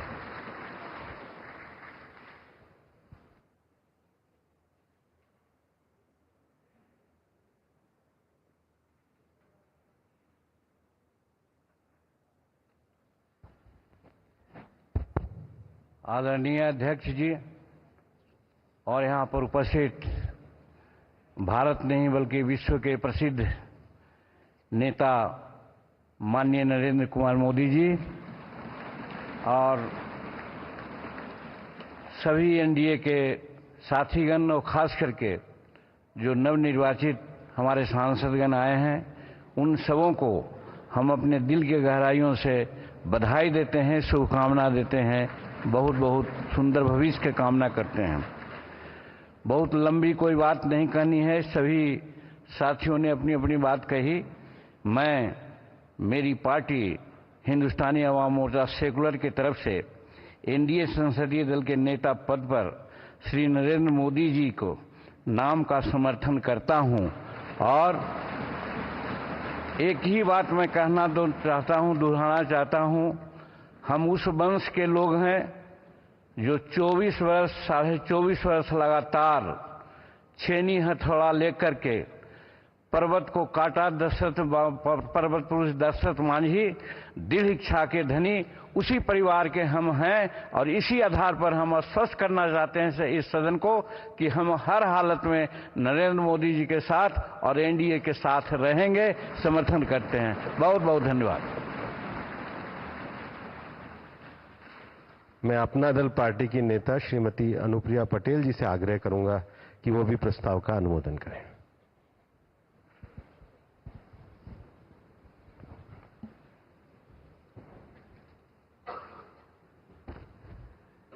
करोड़ों करोड़ देशवासियों के हृदय में बसने वाले माननीय प्रधानमंत्री श्री नरेंद्र मोदी जी, इस मंच पर विराजमान सभी वरिष्ठ महानुभाव, केंद्रीय कक्ष में मौजूद एनडीए के सहयोगी दलों के सभी सम्माननीय नेतागण, राज्यों के माननीय मुख्यमंत्री एवं उप मुख्यमंत्रीगण और हमारे एनडीए परिवार के देश के कोने कोने से जनता का विश्वास प्राप्त करके यहां पर नवनिर्वाचित होकर आए सभी माननीय सांसदगणों का मैं अपनी पार्टी, अपना दल की ओर से बहुत बहुत अभिनंदन करती हूं। माननीय रक्षा मंत्री श्री राजनाथ सिंह जी ने हम सबके समक्ष एक प्रस्ताव रखा है। मैं अपनी पार्टी, अपना दल की ओर से एनडीए संसदीय दल के नेता के पद पर माननीय प्रधानमंत्री श्री नरेंद्र मोदी जी के नाम का पूरे दिल से समर्थन करती हूं। माननीय प्रधानमंत्री जी, आपका ये पूरा एनडीए परिवार मजबूती के साथ आपके पीछे और आपके साथ खड़ा है। आप हमारा नेतृत्व करें। राष्ट्र निर्माण के हर संकल्प को पूरा करने के लिए हम सभी एकजुट होकर पूरी तत्परता से कार्य करेंगे। और मैं आपको पूरे विश्वास के साथ ये कहना चाहती हूं कि हमारे तीसरे कार्यकाल में आपके नेतृत्व में एनडीए की सरकार जो कार्य करेगी, वो कार्य आने वाले समय में पूरे देश को अचंभित करेगा और दुनिया में भारत की उपलब्धियों की चर्चा होगी, भारत की जय जयकार होगी। इन्हीं शुभकामनाओं के साथ बहुत बहुत धन्यवाद। मैं जनसेना पार्टी के नेता श्री पवन कल्याण जी से आग्रह करूंगा कि वे इस प्रस्ताव का अनुमोदन करें।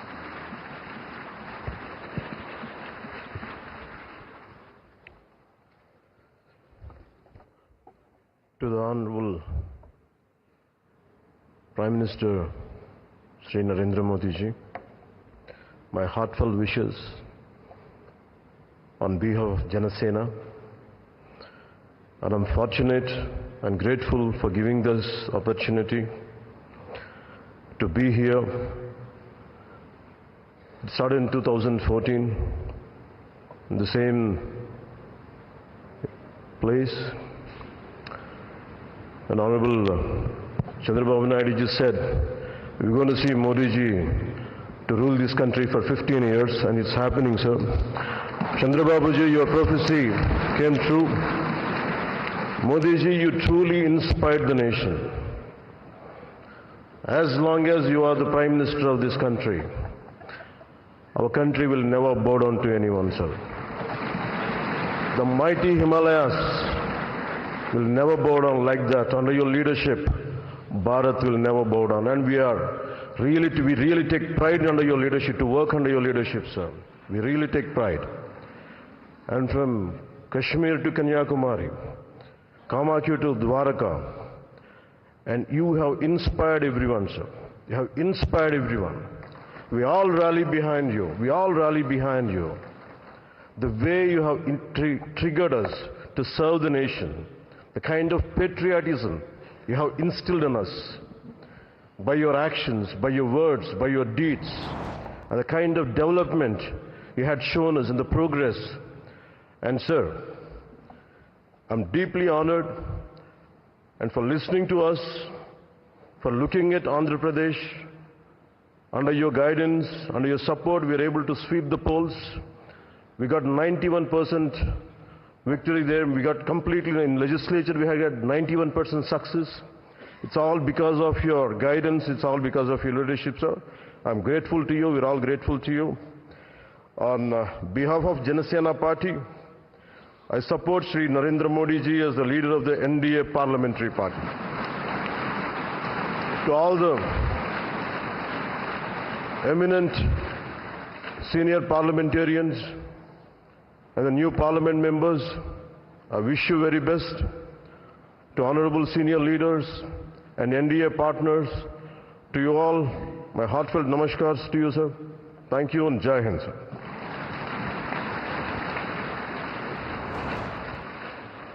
मित्रों, अब वो ऐतिहासिक घड़ी आ गई है जो प्रस्ताव माननीय राजनाथ सिंह जी ने हम सबके सामने रखा, जिसे सभी दलों ने, घटक ने समर्थन अनुमोदन किया, वह सदन के सामने रखा जाता है।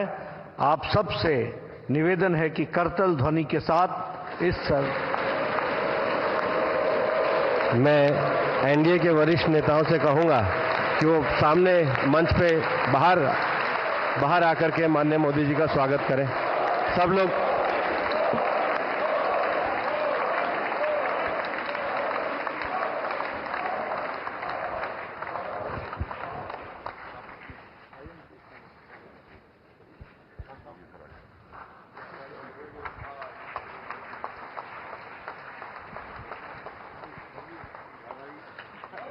भारत माता की, भारत माता की, भारत माता की। वंदे वंदे वंदे।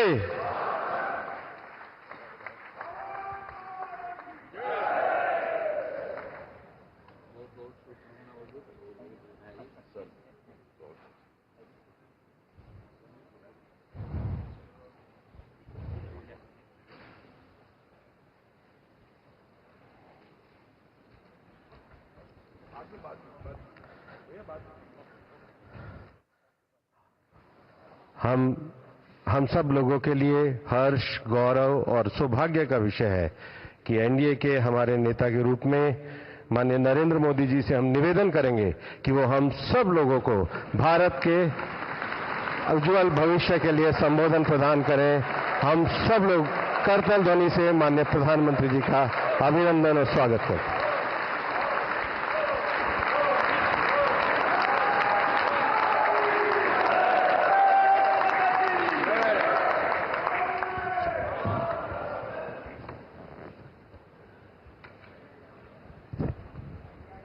भारत माता की, भारत माता की।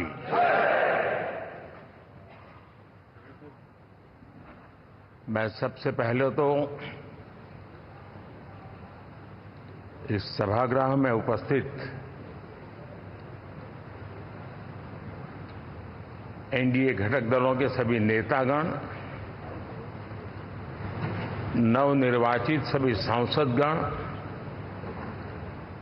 और हमारे राज्यसभा के भी सांसदगण, आप सबका हृदय से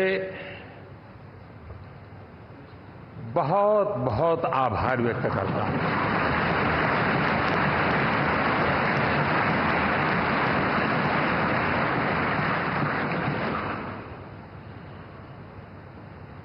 मेरे लिए खुशी की बात है कि इतने बड़े समूह को आज मुझे यहां स्वागत करने का अवसर मिला है।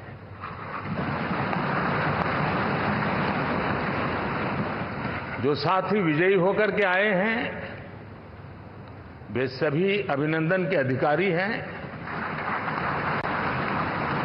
लेकिन जिन लाखों कार्यकर्ताओं ने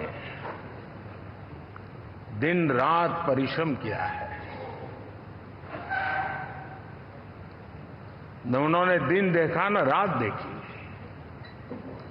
और इतनी भयंकर गर्मी में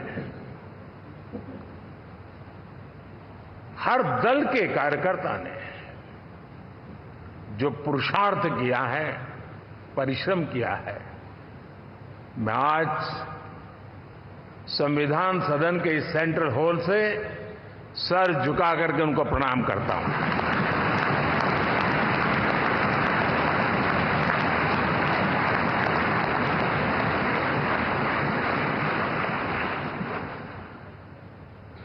साथियों, मेरा बहुत सौभाग्य है कि एनडीए के नेता के रूप में आप सब साथियों ने सर्वसम्मति से चुन करके मुझे एक नया दायित्व दिया है, और इसके लिए मैं आपका बहुत बहुत आभारी हूं।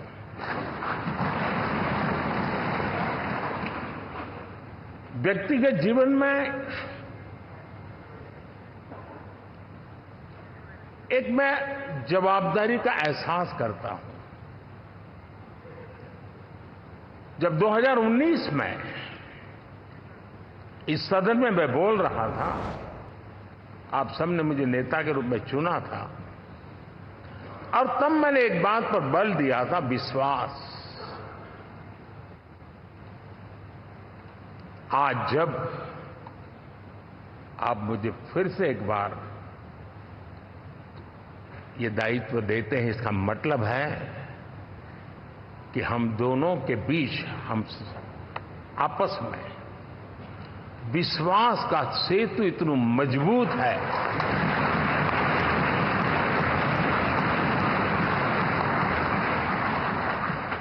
ये अटूट रिश्ता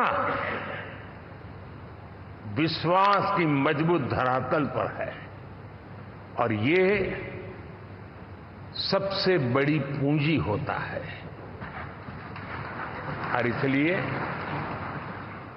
ये पल मेरे लिए भावुक करने वाले भी है, और आप सबके प्रति जितना धन्यवाद करूं उतना कम है।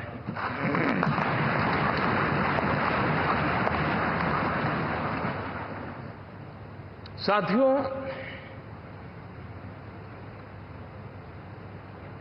बहुत कम लोग इन बातों की चर्चा करते हैं, शायद उनको सूट नहीं करता होगा, लेकिन हिंदुस्तान के इतने महान लोकतंत्र की ताकत देखिए कि एनडीए आज देश में 22 राज्यों में लोगों ने उनको सरकार बना करके सेवा करने का मौका दिया।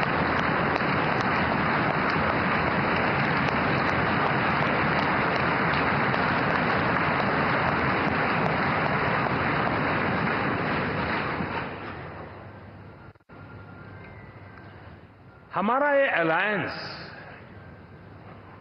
सच्चे अर्थ में भारत की असली जो स्पिरिट है, जो भारत का आत्मा है, भारत की जड़ों में जो रचा बसा है, उसका एक अर्थ में प्रतिबिंब है।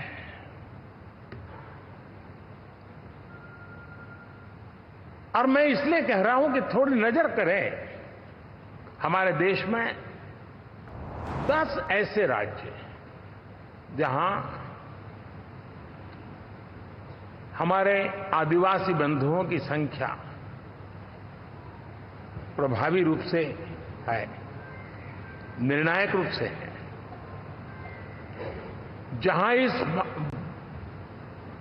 आबादी आदिवासियों की ज्यादा है, ऐसे 10 राज्यों में से 7 राज्यों में एनडीए सेवा कर रहा है।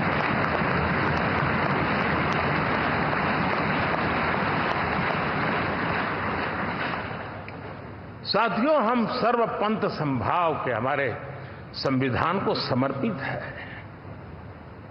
और देश में चाहे हमारा गोवा हो या हमारा नॉर्थ ईस्ट हो, जहां बहुत बड़ी मात्रा में हमारे ईसाई भाई बहन रहते हैं, आज हम उन राज्यों में भी एनडीए के रूप में सेवा का अवसर हमें मिला हुआ है।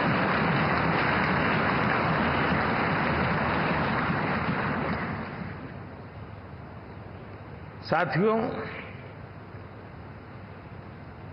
प्री पोल अलायंस हिंदुस्तान के राजनीतिक इतिहास में और हिंदुस्तान की राजनीति में गठबंधन के इतिहास में प्री पोल अलायंस इतना सफल कभी भी नहीं हुआ है जितना कि एनडीए हुआ।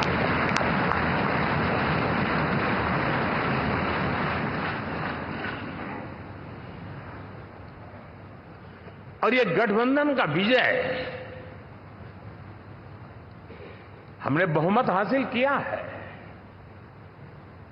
और मैं कई बार कह चुका हूं, शब्द अलग होंगे लेकिन मेरे भाव उसमें एक सातत्य है। सरकार चलाने के लिए बहुमत आवश्यक है, लोकतंत्र का वही एक सिद्धांत है, लेकिन देश चलाने के लिए सर्वमत बहुत जरूरी होता है।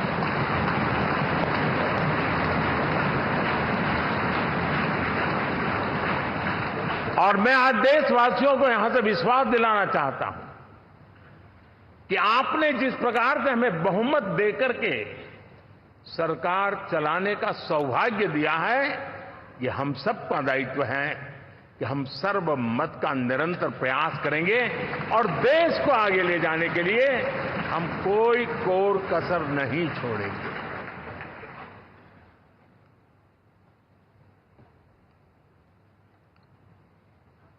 साथियों, एनडीए को करीब करीब 3 दशक हो चुके हैं।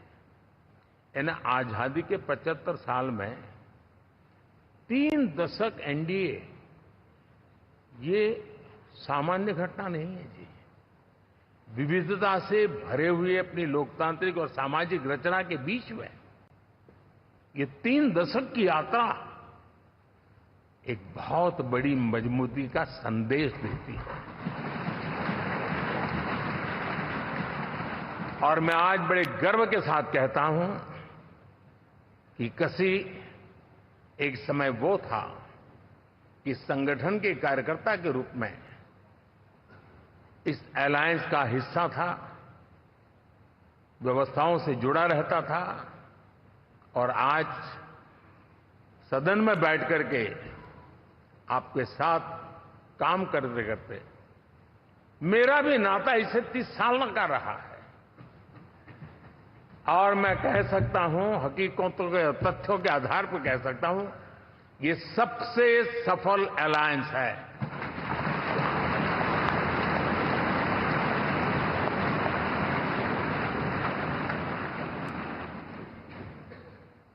हम गर्व से कह सकते हैं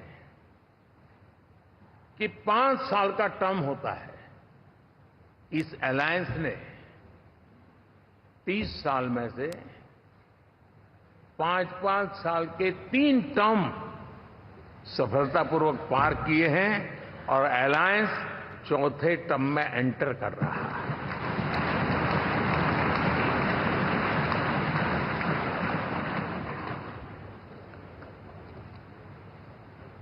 साथियों, इस बात को जो राजनीति के विशेषज्ञ हैं, अगर मुक्त मन से, मुक्त मन शब्द बहुत महत्व का है, वे सोचेंगे तो पाएंगे कि एनडीए ये सत्ता प्राप्त करने का या सरकार चलाने का कुछ दलों का जमावड़ा नहीं है। ये राष्ट्र प्रथम की मूल भावना से, नेशन फर्स्ट के प्रति कमिटेड, वैसा ये समूह है।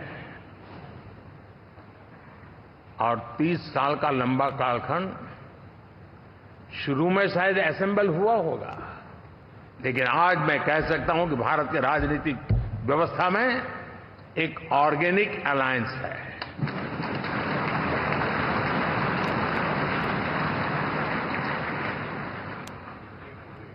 और ये मूल्य श्रद्धेय अटल बिहारी वाजपेयी, श्री प्रकाश सिंह जी बादल,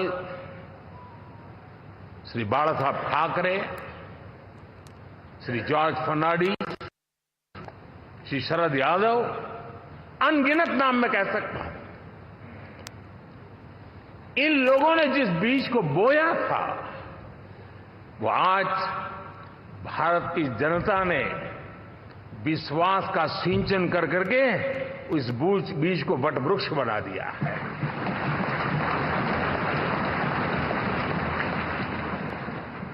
और हम सबके पास ऐसे महान नेताओं की विरासत है और हमें इसका गर्व है। बीते 10 वर्षों में हमने एनडीए की उसी विरासत, उसी मूल्यों को लेकर के निरंतर आगे बढ़ने का और देश को आगे बढ़ाने का प्रयास किया। जब मन से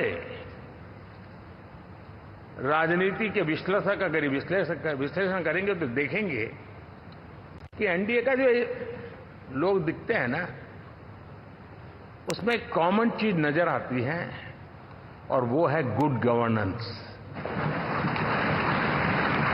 इन सब ने अपने अपने समय में, अपने अपने कार्यकाल में जब जब जहां सेवा करने का मौका मिला है, गुड इस देश को दिया है। और इस प्रकार से एनडीए एक प्रकार से, एनडीए कहते ही गुड गवर्नेंस ये अपने आप पर्यायवाची बन जाता है।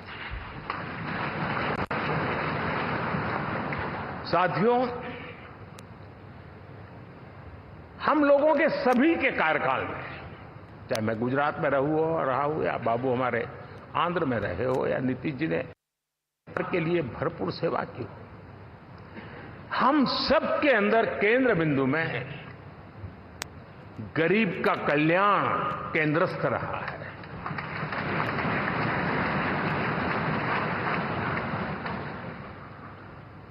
और देश ने एनडीए के गरीब कल्याण के, गुड गवर्नेंस के 10 साल को देखा है। इतना नहीं, मैं कह सकता हूं देश ने इसे जिया है।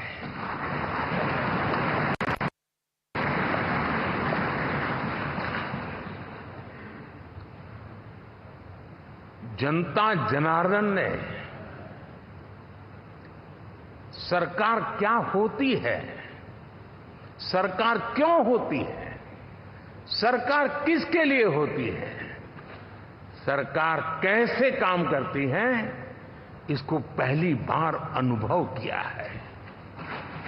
वरना जनता और सरकारों के बीच में एक खाई की व्यवस्था ही बनी हुई थी। हमने उसको पाठ दिया है। हमने सबका प्रयास का मंत्र देश को नई ऊंचाई पर ले जाने के लिए चरितार्थ करके देखा है। साथियों, एनडीए सरकार में हम अगले 10 साल में, मैं बहुत जिम्मेवारी के साथ कह रहा हूं, अगले 10 साल में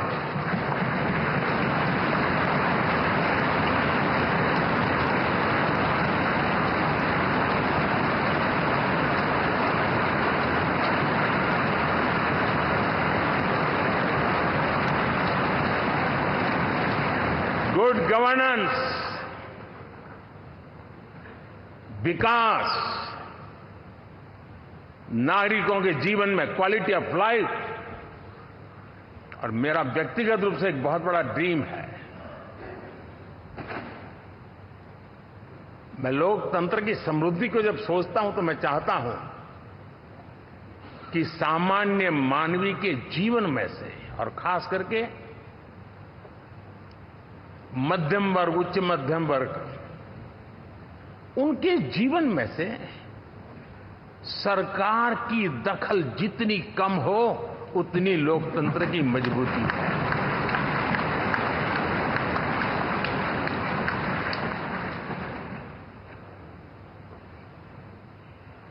और आज के टेक्नोलॉजी के युग में बहुत आसानी से हम, वरना एक दिन में 10 काम हो तो 10 अलग अलग वो सारी चीजें मांगेंगे। हम बदलाव चाहते हैं। गुड गवर्नेंस का ये भी एक महत्वपूर्ण पहलू है।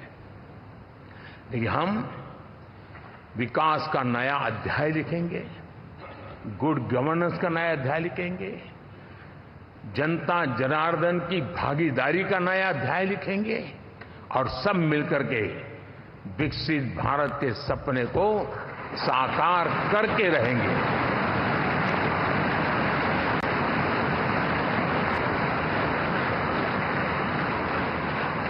साथियों, एनडीए में, और मैं अगर विस्तार से कहूं तो सदन में किसी भी दल का कोई भी जनप्रतिनिधि होगा, मेरे लिए सब बराबर है।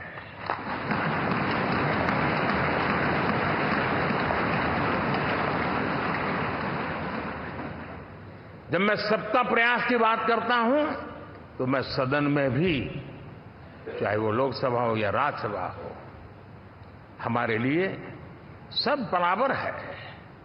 और यही एक भाव है जिसके कारण 30 साल से एनडीए अलायंस मजबूती के साथ आगे बढ़ा है। अपना पराया कुछ नहीं है। सबको गले लगाने में हमें कभी कोई कमी नहीं रखी है। उसी का परिणाम है कि जनता का विश्वास भी जीत पाते हैं। साथियों, हमने 2024 में जिस टीम भावना से काम किया है और ग्रासरूट लेवल पे किया है, सिर्फ फोटो ऑप करना, नेता मिलकर के हाथ हिलाएं और फिर तुम्हारे रास्ते में मेरे रास्ते, ऐसा नहीं। ग्रासरूट लेवल तक सबने मिल करके ये जो काम किया है, और उसी ने हमें ऑर्गेनिक अलायंस का सामर्थ्य दिया है।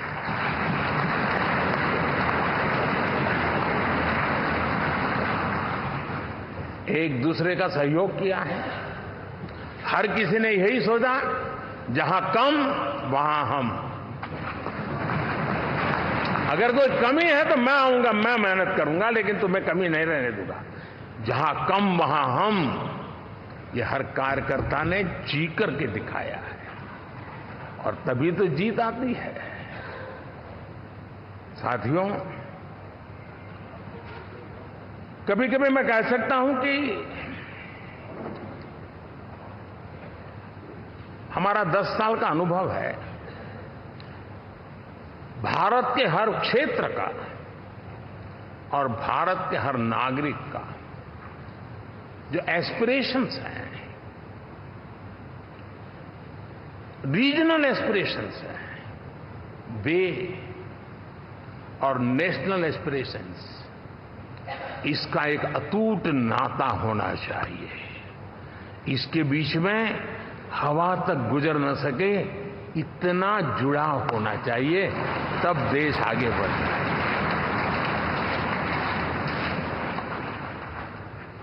साथियों, इस चुनाव में मैं कुछ उल्लेख जरूर करना चाहूंगा जो मेरी नजरिए से मैंने देखा है। दक्षिण भारत में एनडीए ने एक नई राजनीति की नींव मजबूत की है।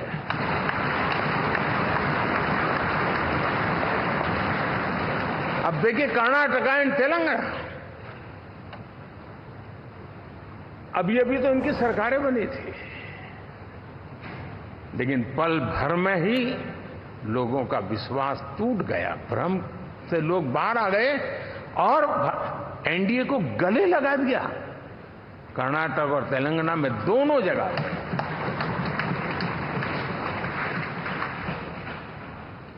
साथियों, तमिलनाडु, मैं तमिलनाडु की टीम को भी बधाई देना चाहूंगा।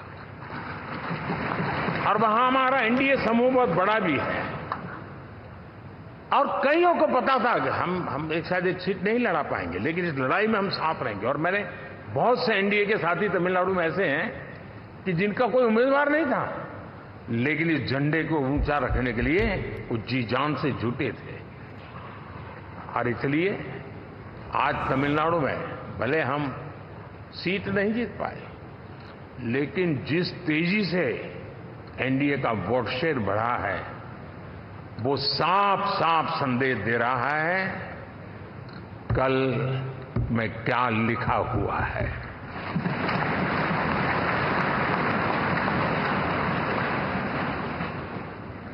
साथियों, पुडुचेरी हो, केरला हमारे सैकड़ों कार्यकर्ताओं के बलिदान हुए हैं।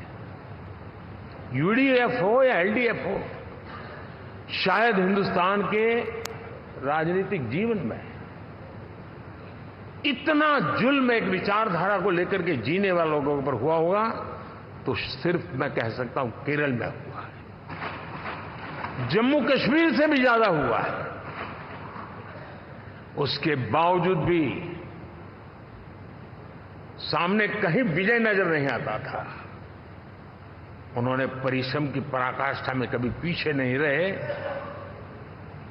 पीढ़ियां खपा दी। और आज पहली बार संसद में केरल से हमारा प्रतिनिधि बन के आया।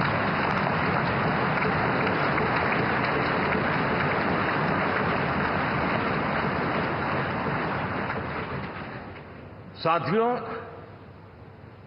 अरुणाचल में हमने लगातार हमारी सरकार बनती रही है और भारी समर्थन से बनती है। सिक्किम में भी हमारे एनडीए की सरकार करीब क्लीन स्वीप के साथ, अरुणाचल क्लीन स्वीप। आंध्र, मैं अबू बाबू को पूछ रहा था, बोले हिस्टोरिकली ये सबसे हाईएस्ट विक्ट्री है।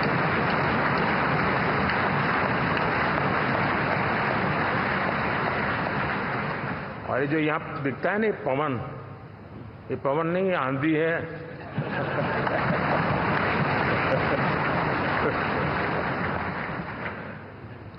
आंध्र ने इतना बड़ा हमारे प्रति जनमत दिया है। हिंदुस्तान के लिए एक सामान्य मानवीय की विकास की जो जिजीविषा है उसका प्रतिबिंब है। और महाप्रभु जगन्नाथ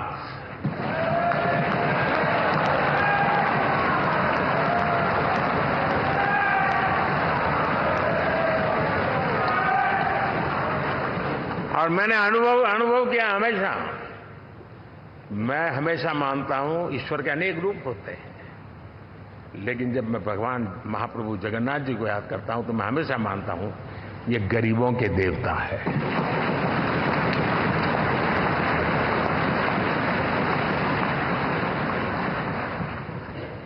और वहां जो क्रांति रूप परिणाम आया है मैं इसे एक रिवॉल्यूशन देख रहा हूं। और मैं इसके साथ कह सकता हूं कि विकसित भारत का हमारा जो सपना है, आने वाले 25 वर्ष, पहले मैंने 10 साल कहा था, या मैं 25 साल कह रहा हूं, आने वाले 25 साल महाप्रभु जगन्नाथ जी की कृपा से उड़ीसा देश की विकास यात्रा के ग्रोथ इंजन पैकी एक होगा।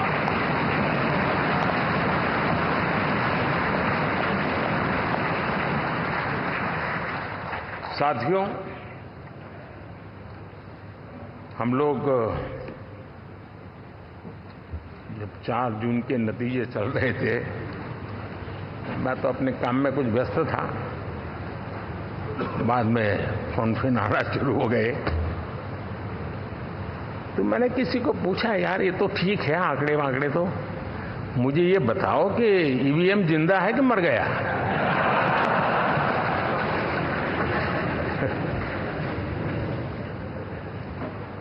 क्योंकि ये लोग तय करके बैठे थे कि भारत के लोकतंत्र और लोकतंत्र की प्रक्रिया के प्रति विश्वास ही लोगों का उठ जाए, और लगातार ईवीएम को गाली देना। और मुझे तो लगता था कि शायद इस बार वो ईवीएम की अर्थी का जुलूस निकालेंगे, लेकिन 4 जून शाम आते आते उनको ताले लग गए, ईवीएम ने उनको चुप कर दिया। ये ताकत है भारत के लोकतंत्र की, ये ताकत है भारत की निष्पक्षता की, ये भारत की ताकत है भारत के चुनावी तंत्र की, चुनाव आयोग की।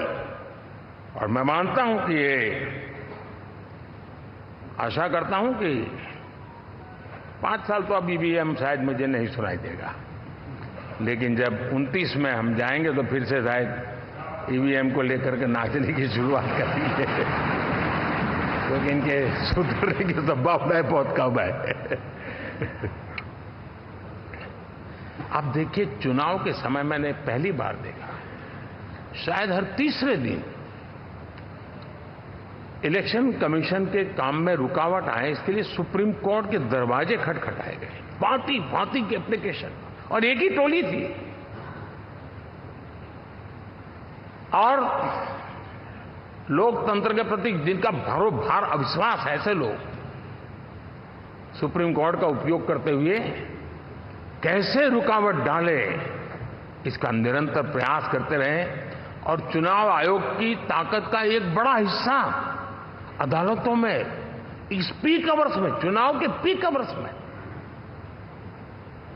यानी कितनी निराशा लेकर के ये लोग मैदान में आए थे कि उन्होंने पूरा हमला उसी इंस्टीट्यूट पे लगा दो, ताकि चुनाव के कोई भी परिणाम आए, हम दुनिया के सामने भारत को भी बदनाम कर लें।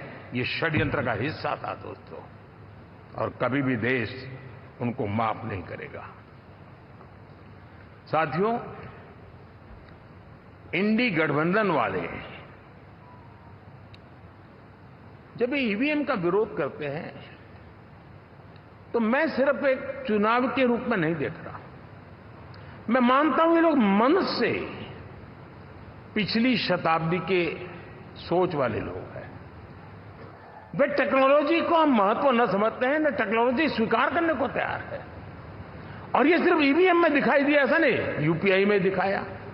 जब हमने कहा कि हिंदुस्तान के लोग डिजिटल ट्रांजैक्शन करेंगे, फिनटेक की दुनिया में आज हिंदुस्तान का नाम हो गया, मानने को तैयार नहीं। आधार आज देश की एक पहचान बना है। मैं तो देख रहा हूं कि मुझे कई देश कहते हैं कि हमें आधार की पद्धति से आगे बढ़ना है, आप कैसे मदद कर सकते हैं। उस आधार को रोकने के लिए सुप्रीम कोर्ट में बार बार जाकर के परेशानियां पैदा की। यानी मूलतः ये प्रगति के विरोधी, आधुनिकता के विरोधी, टेक्नोलॉजी के विरोधी इंडी अलायंस हमने देखा है। साथियों, इस देश के लिए ये भी चिंता का विषय है कि विश्व में भारत के लोकतंत्र की ताकत को कम आंकने का प्रयास, और कितना एक्सट्रीम है। मैं दुनिया में ढोल पीट रहा हूं, कि हम मदर ऑफ डेमोक्रेसी हैं, और ये दुनिया में जाकर के बता रहे नहीं हमारे देश में तो डेमोक्रेसी ऐसा कुछ नहीं, कि वो मोदी बैठ गया है, वो एक चाय बेचने वाला यहां पहुंच कैसे गया, कुछ तो गड़बड़ की होगी। ये जो इनकी मनस्थिति है जी,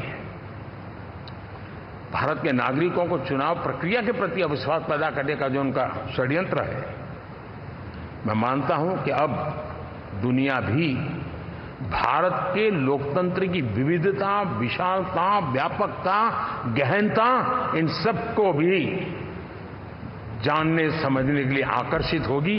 ऐसे इस चुनाव के नतीजे में देख रहा हूं। साथियों, जब 1 तारीख को मतदान पूरा हुआ और 4 तारीख को काउंट, इस बीच की चीजों को आप देखिए। योजनाबद्ध तरीके से देश को हिंसा की आग में झोंकने का बयान दिए जाते थे। यहां इकट्ठे होना, यहां पहुंचना, यहां करना। कुछ लोग इस चीज को गंभीर नहीं लेते, लेकिन ये बहुत गंभीर है। आप भारत के लोकतंत्र को, पहले उसकी व्यवस्था को अनादर करते हो, अब परिणाम आने से पहले एक ऐसा माहौल बना दो कि बस आग लगा देंगे। हर प्रकार से उन शब्दों का अर्थ यही निकलता है कि उन्होंने देश को उस दिशा में ले जाने का प्रयास किया था। लगातार देश को गुमराह करने का प्रयास किया गया, देश के लोगों को बांटने का प्रयास किया। अरे चुनाव एक ऐसा लोकोत्सव होता है कि ज्यादा से ज्यादा लोगों को हम जोड़े, तोड़ने के लिए नहीं होता है। लेकिन हर प्रकार से कोशिश यही की गई। साथियों, मैं मानता हूं कि 2024 के लोकसभा के चुनाव के जो नतीजे हैं, हर पैरामीटर से देखेंगे, दुनिया ये मानती है और मानेगी कि ये एनडीए का महाविजय है।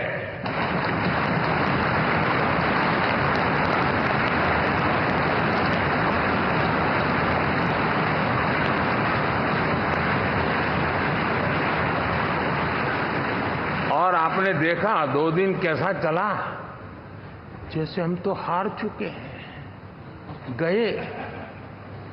सब चारों तरफ यही दिखता था, क्योंकि उनको अपने कार्यकर्ताओं का मोरल हाई करने के लिए ऐसे काल्पनिक फरेब ये करने पड़ रहे हैं। और साथियों, गठबंधन के इतिहास में अगर आंकड़ों के हिसाब से देखें तो ये सबसे मजबूत गठबंधन की सरकार है।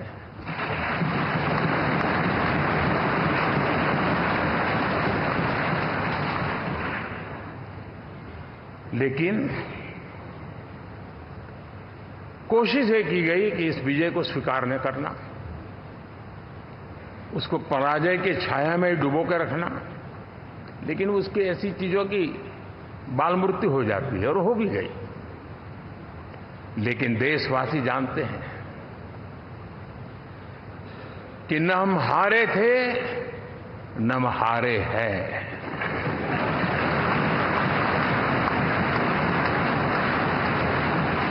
लेकिन 4 तारीख के बाद हमारा जो व्यवहार रहा है, वो हमारी वो पहचान बताता है कि हम विजय को पचाना जानते हैं।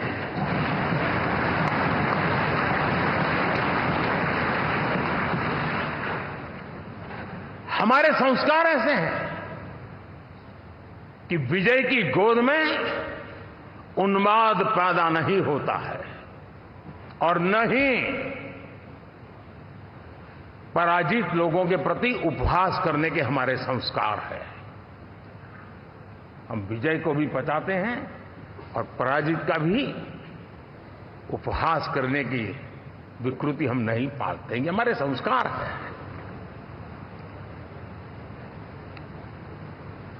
अब किसी भी बालक को पूछो कि भाई लोकसभा के चुनाव के पहले सरकार किसकी थी, तो कहेगा एनडीए। 24 के नतीजों के बाद सरकार किसकी बनी? एनडीए। फिर हारे कहां से भाई? पहले भी एनडीए थी, आज भी एनडीए और कल भी एनडीए है।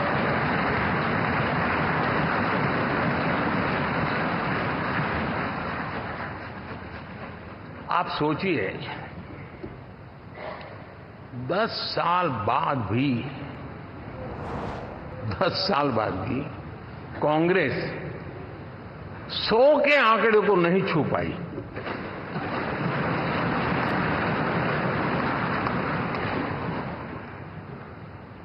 और अगर मैं 14, 19 और 24 तीन चुनावों को जोड़ करके कहूं, कांग्रेस के 3 चुनाव जोड़ूं, तो इन 3 चुनावों में जितनी सीटें मिली है उससे ज्यादा हमें इस चुनाव में मिली है।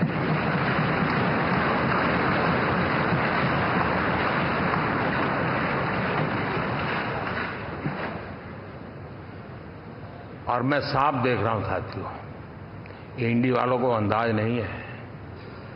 वे धीरे धीरे पहले तो डूब रहे थे, अब तेज गति से ये गर्त में जाने वाले हैं।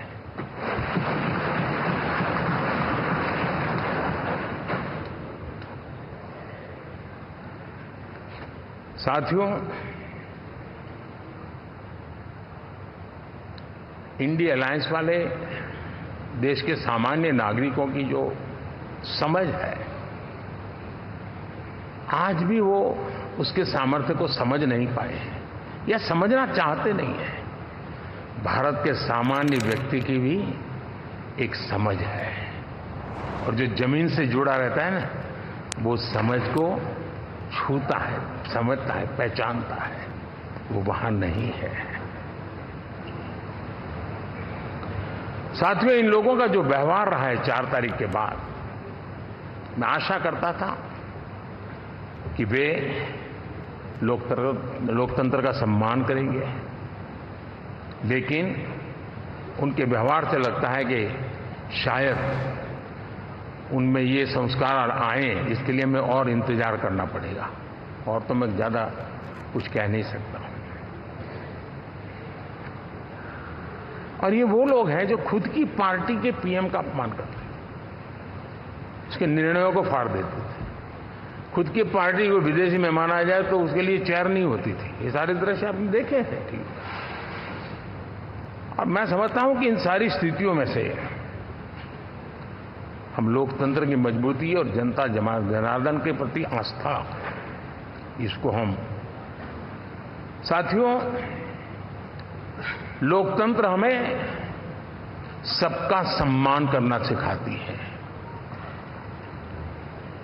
विपक्ष में भी जो सांसद जीत करके आए हैं, मैं उनको भी बधाई देता हूं।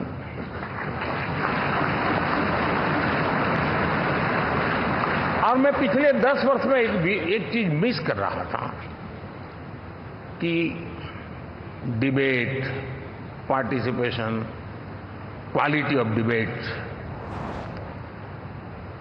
मैं मिस कर रहा हूं। लेकिन मैं आशा करता हूं कि अब इस नया जो सदन बना है, वो कमी मुझे खलेगी नहीं। शायद हमारे साथी भी राष्ट्रहित की नीयत के साथ सदन में आएंगे, और भले वो विपक्ष में बैठे होंगे, लेकिन राष्ट्र के विपक्ष में नहीं है, हमारे विपक्ष में है। राष्ट्र में तो हम सब एक ही दिशा में हैं।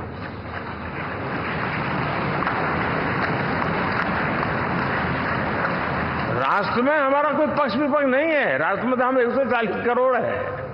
और मैं आशा करता हूं कि वो राष्ट्र हित की भावना को लेकर के सदन में आएंगे और सदन को समृद्धि देने में वे कुछ न कुछ योगदान करेंगे। साथियों, 24 का जनादेश एक बात को बार बार मजबूती दे रहा है, बार बार मजबूती दे रहा है कि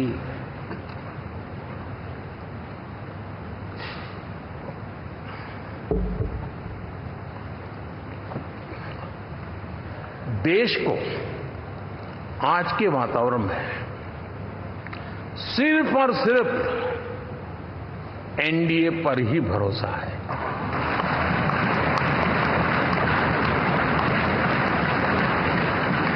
और जब इतना अटूट विश्वास है, इतना भरोसा है, तो स्वाभाविक है देश की अपेक्षाएं भी बढ़ेगी। और मैं इसे अच्छा मानता हूं और हम सबका कर्तव्य भी मानता हूं। और इन अपेक्षाओं को पूर्ण करने के लिए, और मैंने पहले भी कहा था कि जो 10 वर्ष हमने काम किया है वो तो ट्रेलर है।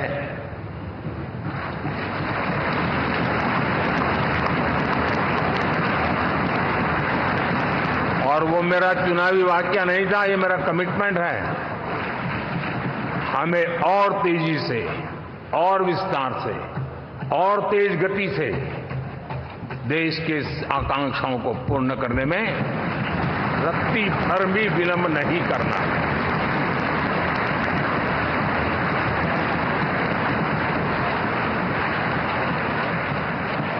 जनता जनार्दन चाहती है हम पहले से ज्यादा डिलीवर करें। जनता चाहती है कि हम खुद ही हमारे पुराने रिकॉर्ड तोड़े। और मैं साथियों एक तरफ एनडीए रखूं, दूसरी तरफ भारत के लोगों के सपने और संकल्पों को रखूं, तो मैं कहूंगा NDA, new India, develop India, aspirational India.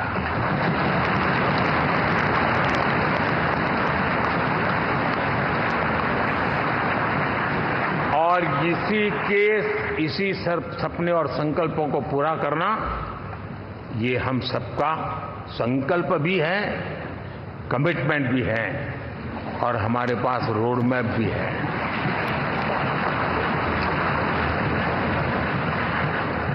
साथियों, एनडीए ने हमेशा करप्शन फ्री, रिफॉर्म ओरिएंटेड, स्थिर सरकार देश को दी है। जब जब हमें अवसर मिला हम लोगों ने काम किया है। उसके सामने कांग्रेस नेतृत्व वाली यूपीए,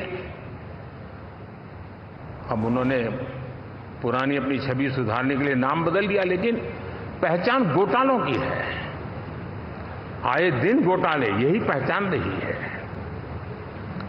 और नाम बदलने के बावजूद भी देश उनके घोटालों को नहीं भुला है, उनको नकारा है।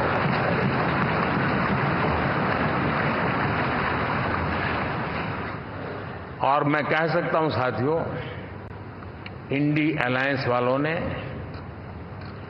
एक व्यक्ति का अपोज करने के वन पॉइंट एजेंडा के कारण देश की जनता ने उनको ही ऑपोजिशन में बिठा दिया है।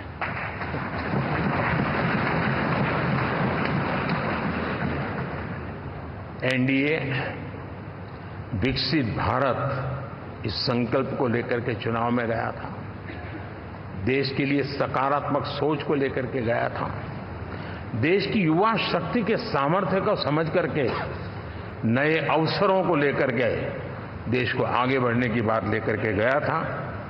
जबकि हमारे सामने जो लोग थे वो भ्रम फैलाना, झूठ फैलाना, यही गुमराह करने वाले काम यही करते रहे थे।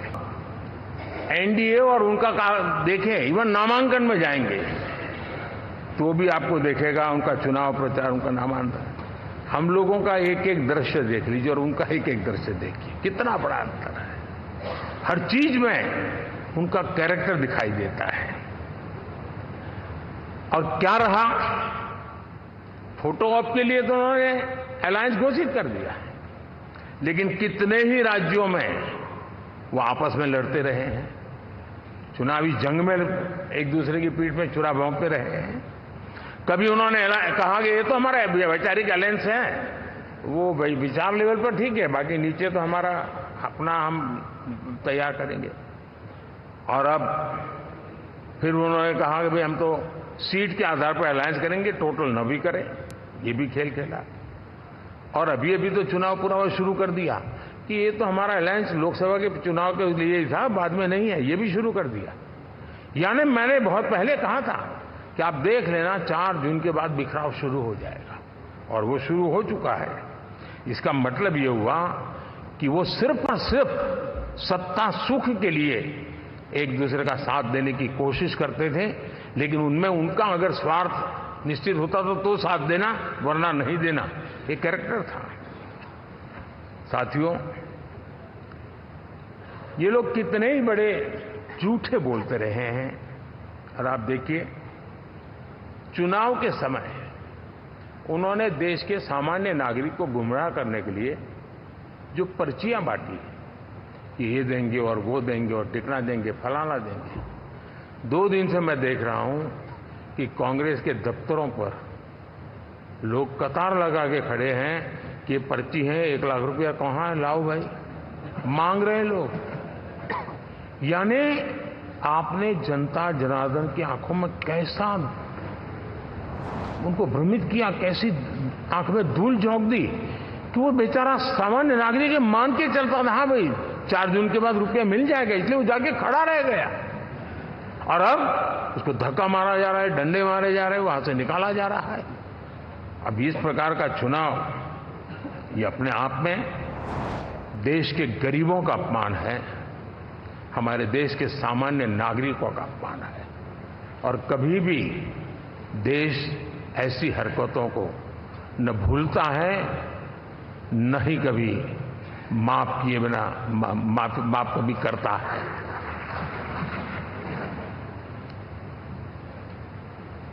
साथियों, हमारे लिए संतोष की बात है कि हम एक कमिटमेंट से काम कर रहे हैं। 10 साल में हमने 25 करोड़ गरीबों को गरीबी से बाहर निकाला है।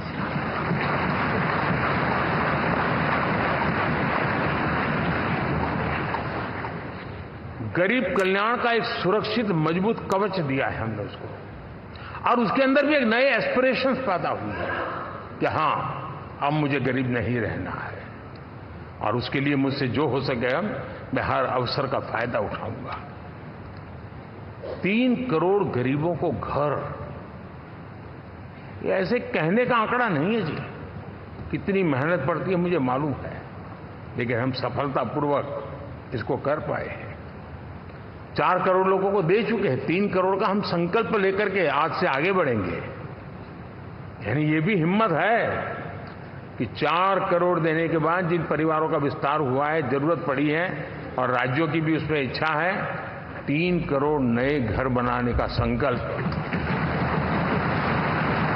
70 वर्ष की आयु से ऊपर के व्यक्तियों को, नागरिकों को 5 लाख रुपए तक इलाज के लिए मुफ्त इलाज की व्यवस्था। मुद्रा योजना के तहत हमारे नौजवानों को कारोबार के लिए 20 लाख तक की उनकी बैंक से उनको लोन मिले, इसकी व्यवस्था। ये मैं समझता हूं कि वायदा हमारे तीसरे कार्यकाल की गारंटियां, सब मैं अभी बताता नहीं हूं, लेकिन इन गारंटियों के प्रति हम कमिटेड हैं, और उसे पूर्ण करने के लिए हम कोई कमी नहीं रखेंगे। साथियों, गरीब का सशक्तिकरण और मिडिल क्लास को सुविधा, ये हमारी प्राथमिकता है, क्योंकि मध्यम वर्ग अब इस देश का एक बहुत बड़ा चालक बल है। भारत की ग्रोथ स्टोरी में ये ऐसे ऐसे नए फोर्सेस में देख रहा हूं जो हमारी बहुत बड़ी शक्ति बनने वाले हैं, और इसलिए हम उस पर भी उतना ही, और मिडिल क्लास की बचत कैसे बढ़े, सेविंग कैसे बने, उसके लिए, उसके क्वालिटी ऑफ लाइफ के लिए हम क्या कर सकते हैं, हमारी योजनाओं का विस्तार कैसे किया जाए, हमारे नीति नियमों में बदलाव कैसे किया जाए, उस पर भी हम आने वाले दिनों में काम चाहते हैं। साथियों, पंचायत से पार्लियामेंट तक हमारी नारी शक्ति की सक्रिय भागीदारी, ये हमारा कमिटमेंट है, और हमने हमारे पिछले कार्यकाल में नारी शक्ति वंदन अधिनियम करके उस बात को हमने आगे बढ़ाया। और वो दिन दूर नहीं होगा जब हमारे सदन में बहुत बड़ी तादाद में हमारी माताएं बहनें देश का नेतृत्व करती हुई दिखाई देगी।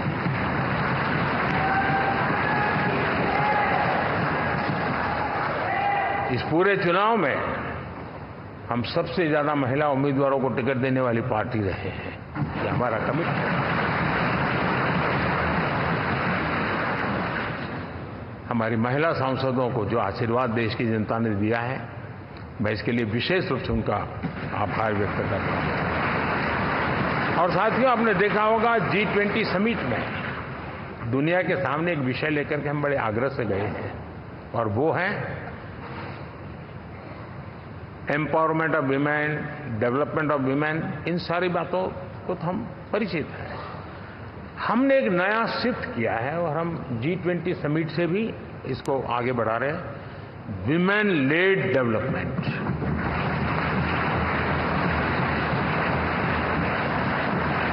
एक बार हमारा इस प्रकार का कमिटमेंट बनता है तो परिवर्तन बिल्कुल साफ नजर आता है। साथियों, एनडीए का ये कार्यकाल बड़े फैसलों का है, तेज विकास का है, और अब हम समय गंवाना नहीं चाहते कि हम 5 नंबर की इकोनॉमी से 3 नंबर की इकोनॉमी पर पहुंच रहे हैं।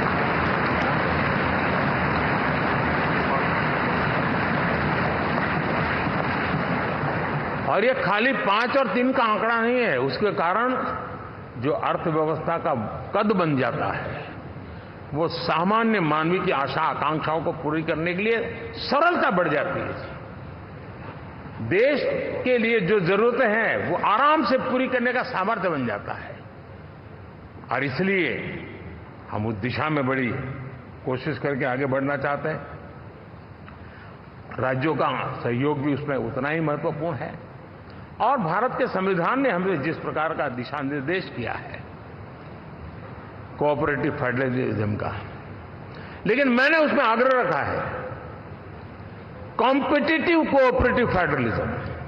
हमारे राज्यों के बीच में भी तंदुरुस्त स्पर्धा हो, राज्य और केंद्र के बीच में भी तंदुरुस्त स्पर्धा हो, हम अच्छा करने की स्पर्धा करें, और उस दिशा में हम आगे बढ़ना चाहते हैं। और हमने देखा है कि जब मैं कॉम्पिटिटिव कोऑपरेटिव फेडरलिज्म की बात करता हूं, आपने देखा G20 समिट हम एक जगह पे कर सकते थे, हम भी मालाएं पहन करके फोटो निकलवा सकते थे, लेकिन हिंदुस्तान के अनेक शहरों में 200 से ज्यादा मीटिंगें हुई, और दुनिया भर के नीति निर्धारक जो कहे G20 देशों के और बाकी भी 5-7 देशों के, वो हिंदुस्तान के कोने कोने में गए, उनके देशों में जाकर के भारत की विविधता, भारत की विशालता, इसकी चर्चा कर रहे हैं।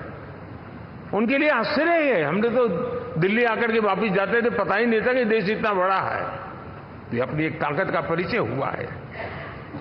हमने कोविड में देखा, राज्यों के साथ, कोऑपरेशन के साथ हमने जिस प्रकार से लड़ाई लड़ी, और एक सूत्र में रह करके लड़े, दल किसी का भी हो सरकार में, लेकिन हमने इस काम को किया क्योंकि हमारा कोऑपरेटिव फेडरलिज्म के प्रति कमिटमेंट है।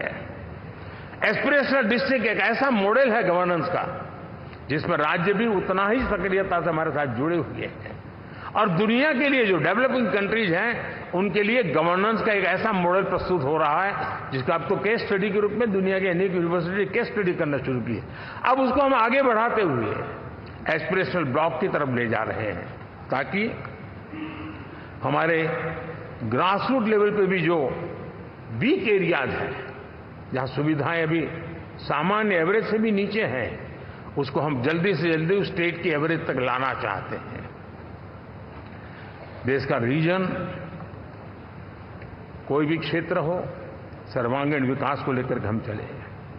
साथियों, गत 10 वर्ष में इंफ्रास्ट्रक्चर के क्षेत्र में हमने एक बहुत बड़ा, यानी सोचने में भी बदलाव लाए। जमीन पर तो लाए, वरना हमारे देश में सोचा चलेगा यार, अरे एक बार कर लो ना, उस सहारे में से बदलाव नहीं। अब तो अच्छा ही चाहिए, बड़ा ही चाहिए, जल्दी से जल्दी पहुंचाने वाला चाहिए।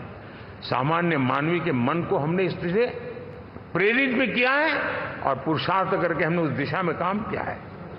5 साल में हमें गति शक्ति यानी इस प्रकार के प्लेटफॉर्म पर जो काम किया है, जो काम 6-6, 8-8 महीने तक नहीं होता था, वो आज 15-20 दिन में कर सकते हैं। सर, टेक्नोलॉजी का उपयोग करके हम काम कर रहे हैं।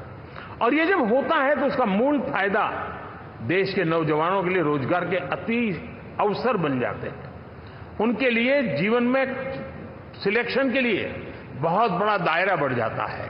और वो हमें साथियों, आज भारत दुनिया में विश्व के लिए एक नया मैन्युफैक्चरिंग हब के रूप में उभर रहा है। और जब हम मैन्युफैक्चरिंग हब कह रहे हैं, तब सिर्फ इलेक्ट्रॉनिक गुड्स या सर्विसेज की मैं बात नहीं कर रहा हूं। मैं फूड प्रोसेसिंग में भी आज दुनिया में हम बहुत तेजी से आगे बढ़ रहे हैं और वो भारत के किसानों को बहुत बड़ी ताकत देने वाला है।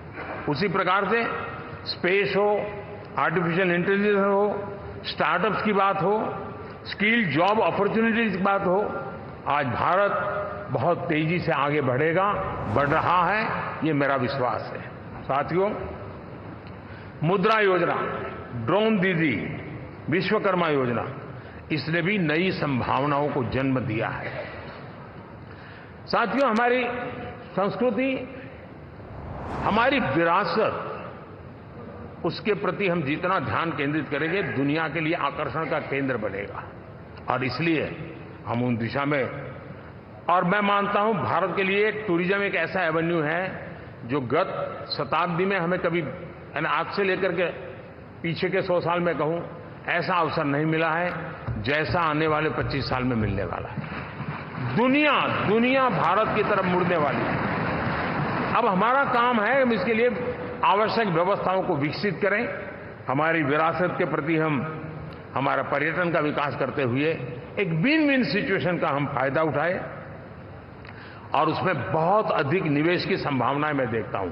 और ये ऐसा क्षेत्र है जिसमें हर स्तर के लोग कमाते हैं, गरीब से गरीब आदमी भी कमाता है और बड़ी बड़ी होटल वाला भी कमाता है, हर कोई इसमें कमाता है। और हमने टूरिज्म के हम बल देना चाहते हैं, बहुत पोटेंशियल है। आज जो इंफ्रास्ट्रक्चर के क्षेत्र खुले हैं, इसका फायदा इसको मिलता है। एयरवे हो, रेलवे हो, हमारे एक्सप्रेस वे हो, ये हमारा यातायात जितना बेहतर हो, और हमारा डिजिटल कनेक्टिविटी का जो काम है, ये इसके लिए एक बहुत बड़ा पॉजिटिव ग्राउंड तैयार कर रहा है और जिसका फायदा मिलने वाला है। और जो वोकल फॉर लोकल और रीजनल टूरिज्म, इसको एक बल देने का काम है। साथियों, अब दुनिया एक नए युग में प्रवेश रही है। जिस समय औद्योगिक क्रांति हुई, उस समय हम गुलामी के दौर से गुजर रहे थे, तो औद्योगिक क्रांति का जितना फायदा लेना चाहिए हम नहीं ले पाए। अब एक नया युग शुरू हो रहा है, हरित युग, ग्रीन एरा। भारत के पास बहुत संभावनाएं हैं इसका नेतृत्व करने की, और हम इसके लिए आने वाले दिनों में ग्रीन हाइड्रोजन की बात हो, ग्रीन एनर्जी हो, या ग्रीन जॉब्स हो, या ग्रीन मोबिलिटी हो, इन सारे विषयों को हम इतनी तेजी से आगे बढ़ाना चाहते हैं ताकि इस हरित युग का नेतृत्व दुनिया में भारत का सामर्थ्य सिद्ध कर दें, ये हम चाहते हैं। साथियों, इसी सिलसिले में इस 5 जून को जब पर्यावरण दिवस था, 4 जून को नतीजे आ गए थे, तो उसी दिन मेरे मन में एक विचार आया कि कार्यक्रम 5 जून को हमने आरंभ किया, एक पेड़ मां के नाम। हर किसी को मां के प्रति श्रद्धा होती है,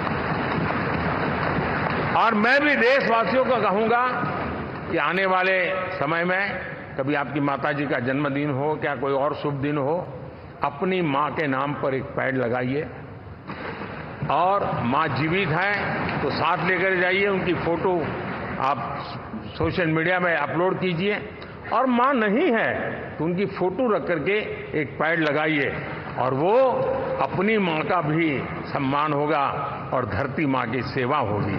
हम इन 2 माताओं की सेवा करें। साथियों, एनडीए, अब भारत आइसोलेशन में नहीं जी सकता। वैश्विक परिवेश में भारत की भूमिका दिनों दिन बहुत बढ़ती चली जा रही है। 2014 में जब एनडीए की सरकार बनी, पूरे विश्व में उसी एक पल से एक नया जिज्ञासा पैदा हुई, थोड़ी आशा के संकेत उनको नजर आने लगे और फिर उस बदलाव बहुत बड़ा तेजी से आया और पिछले 10 वर्ष में भारत ने जिन कामों को बढ़ दिया है, आज भारत की छवि विश्व बंधु की बन चुकी है। दोस्तों, विश्व हमें एक बंधु के रूप में स्वीकार कर रहा है और जब दुनिया हमें विश्व बंधु के रूप में स्वीकारती है तो हमारी वैश्विक जिम्मेवारियों को भी हमने हमारे आने वाले रोड मैप में महत्व देना ही होगा। और भारत की सफल विदेश नीति ने अच्छे परिणाम भी दिए हैं। हमने हर संकट को उस प्रकार से हैंडल किया जिस प्रकार से मानवीय मूल्यों को हमने प्राथमिकता दी, उसका परिणाम है कि सामान्य मानवी के मन में ये विश्व बंधु वाला भाव बहुत मजबूत हुआ और भारत का सेवा भाव का जो कैरेक्टर है उसको विश्व ने पहचाना है। चाहे यूक्रेन का संकट हो, चाहे अफगानिस्तान का संकट हो, हर हमारे लोगों को बचाना हो, हमने किसी भी में हमने कोई कमी नहीं रखी है। और साथियों, ये क्षमता के कारण भारत में निवेश की संभावनाएं बहुत बढ़ने वाली है। मैं राज्यों से भी कहूंगा कि आप प्रगतिशील नीतियां बनाकर रेडी रहिए। विश्व आज आपके आंगन पे दरवाजे पर दस्तक दे रहा है और जो राज्य ज्यादा स्पष्ट नीतियों के साथ आएगा, जो राज्य उन कंपनियां विदेशी आने वाले लोगों को ठीक से हैंडल करेगा, उसको बेनिफिट मिलने ही वाला है। और भारत ने जो नीतियां बनाई है, भारत ने जो वातावरण बनाया है, उसका लाभ भारत के हर राज्य को मिलना चाहिए और उस दिशा में हम तेजी से काम करना चाहते हैं। साथियों, हमने G20 समिट में देखा है, दुनिया का भारत के प्रति नजरिया बदला है। जो लोग इन चीजों को माइन्यूटली देखते होंगे उनको पता होगा कि G20 एक प्रकार से कई संकटों से गुजर रहा था। उतार चढ़ाव आते रहते थे, बिखराव भी नजर आ रहा था, लेकिन भारत में G20 आने के बाद नए प्राण से भर गया है, नया सामर्थ्य आ गया है और ये भारत की ताकत है कि उसने पूरे विश्व को जोड़ने में G20 के माध्यम से बहुत बड़ा काम किया है। और उसके इन दिनों भी जो परिणाम आए इसके बाद मेरा काफी समय विदेश के सरकारों से फोन अभिनंदन स्वीकार करने में गया और शायद मैं 2014 में 19 में भी ऐसा अनुभव नहीं था जितना इस बार फ्लो है। दुनिया के करीब करीब, अब नाम ले, उसने भारत को शुभेच्छा व्यक्त की है या बात करने की कोशिश की है। यानी ये वैश्विक जो हमारा ताकत है उसका परिचय करवा रहा है और उसके कारण मैं मानता हूं कि विश्व में हमारा सम्मान और साथ साथ भारत में निवेश, ये दोनों संभावनाएं बढ़ रही है। साथियों, हमारे संविधान का 75वां वर्ष है। हम चाहते हैं कि संविधान हमारी संवैधानिक संस्थाओं का संरक्षण भर इसके मात्र के लिए है, ऐसा नहीं, कोई अदालत में धाराओं का उपयोग करके काम करने के लिए नहीं है। ये एक हमारी भावना है, हमारा स्पिरिट है और हमें इस 75 साल को ऐसे मनाना है ताकि हम संविधान के स्पिरिट को जन जन तक पहुंचाएं। हर जन को संविधान की जो भावना है, कर्तव्य की भावना है, अनेक बात ऐसे इस बात है, उन सब प्रति समर्पण उसका बढ़े, उस दिशा में हम काम करना चाहते हैं। साथियों, छत्रपति शिवाजी महाराज के राज्याभिषेक के 350 वर्ष के उत्सव में देश आज रंगा हुआ है और हमारे लिए सबसे बड़ी प्रेरणा है क्योंकि उसमें राष्ट्र प्रथम की भावना है। छत्रपति शिवाजी महाराज को याद करते ही राष्ट्र प्रथम की भावना हमें मजबूती देती है और इसलिए हम देश में इसी एजेंडा को आगे रखते हुए और जब इसी समय 350 साल का पर्व आया है तो हमें अपनी पॉलिसी और परफॉर्मेंस और सामान्य मानवीय का जीवन बेहतर करना है, उसमें जरा भी विलंब नहीं करना है। साथियों, विकास की सारी तैयारियां, रोड मैप लेकर को हम चलेंगे ही, चल रहे हैं। लेकिन साथ साथ हम नए नए सांसद आए हैं, कुछ पुराने सांसद हैं, कुछ ज्यादा अनुभवी सांसद भी हैं। आप देखते हैं कि इन दिनों, पिछले 2 दिन से आप टीवी पे देखते होंगे, एक भी सच्चाई मुझे उसमें नजर नहीं आई। कोई ये कह रहा है, कोई वो कह रहा था। सब मैंने कहा भी जरा पूछो तो ये जानकारी लाते कहां से, गपगोले चला रहे हैं। किसी के खाते में कुछ भी डाल करके चल रहा है। तो मतलब ये थोड़े दिन, क्योंकि 10 साल से ऐसे अवसर नहीं मिले हैं, तो शायद ये उबाल जरा ज्यादा रहेगा। लेकिन आप मान के चलिए जी, ऐसे लोग कोई पहुंचेंगे, बस साहब मेरा अच्छा संबंध है, मंत्री में आपका नंबर कर सकता हूं, आया। हमें भी पता नहीं होता यार, हो सकता है मिनिस्टर बनने का ही रास्ता होगा तो हम भी गलती से उसका हाथ पकड़ लेते हैं और वो पता नहीं वो किस खाई में डुबो देता है। कभी कभी तो शायद अब तो टेक्नोलॉजी ऐसी है कि हो सकता है मेरे सिग्नेचर से कोई लिस्ट बाहर निकल जाए कि ये मंत्री बन गए। हो सकता है कोई बुद्धिमान डिपार्टमेंट भी बांट दे। तो आजकल कई लोग सरकार बनाने में लगे हुए हैं, मंत्री पद बांट रहे हैं, पद बांट रहे हैं, व्यवस्था बांट रहे हैं। मैं आपसे आग्रहपूर्वक कहता हूं, और जो मोदी को जानते हैं, ये सारे प्रयास निरर्थक है। वे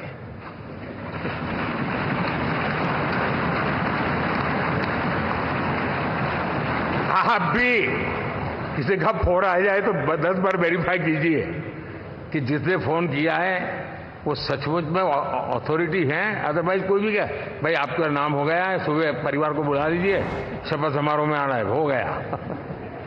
तो ऐसी गपबाजी करने वाली एक बहुत बड़ी फौज रहती है। कुछ लोग आदतन करते रहते हैं, कुछ लोगों को मजाक आती है लेकर, और कुछ लोग बदिरादे से करते हैं। मेरा सभी सांसदों से आग्रह है कि हम इन सारे षड्यंत्रों का शिकार न बने। दूसरा, हमारे जो इंडिया अलायंस वालों ने इस चुनाव में फेक न्यूज में एक्सपर्टाइज कर लिया, डबल पीएचडी कर लिया उन्होंने, वो शायद इसका भरपूर उपयोग करेंगे। हम कृपा करके इन चीजों से दूर रहें, अफवाहों से दूर रहें। ये जो टीम बैठी है वो अनुभवी टीम है, मुझे भी सही सलाह देने वाली टीम है, और इसलिए टीम मिलकर के बहुत सही निर्णय करने वाली है। कृपा करके ब्रेकिंग न्यूज के आधार पर देश चलेगा नहीं, ये मान के चलिए।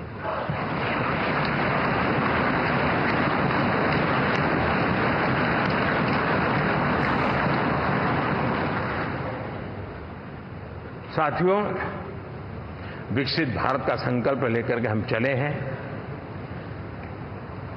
3 नंबर की इकोनॉमी पहुंचना मैं जानता हूं, निश्चित रोड मैप के साथ उसको हम पार करने वाले हैं।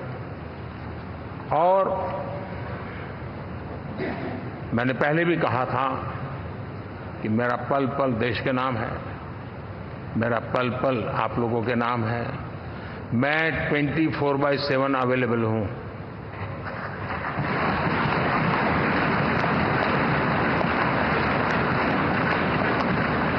हमें मिलकर के देश को आगे बढ़ाना है।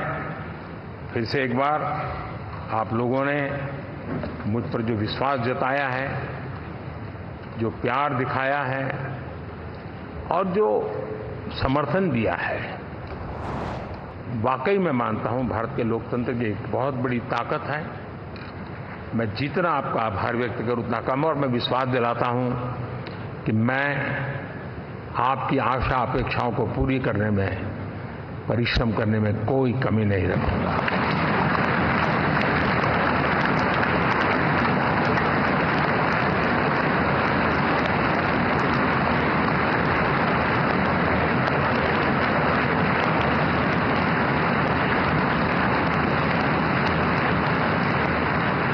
मेरे लिए जन्म सिर्फ और सिर्फ 1 लाइफ 1 मिशन, और वो है मेरी भारत माता। ये मिशन है 140 करोड़ देशवासियों के सपनों को पूरा करने के लिए खप जाना।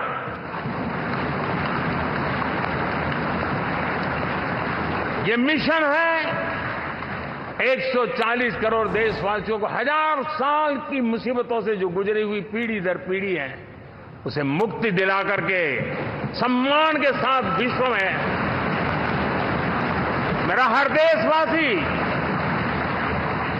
दुनिया उसे देखे तो उसका मन कर जाए, काश ये हिंदुस्तान का है, अरे नजर मिल जाए तो अच्छा होगा। ये मैं स्थिति पैदा करना है। उसका मन लालायित होना चाहिए, हिंदुस्तानी है, अरे यार जरा हाथ मिला लूं, कुछ एनर्जी मुझे भी आ जाए। मैं देश को इस ऊंचाई पे ले जाना चाहता हूं। और साथियों, मुझे पक्का विश्वास है आपका साथ, आपका सहयोग, आपका अनुभव बहुत बड़े परिणामों की संभावना लेकर के आया है।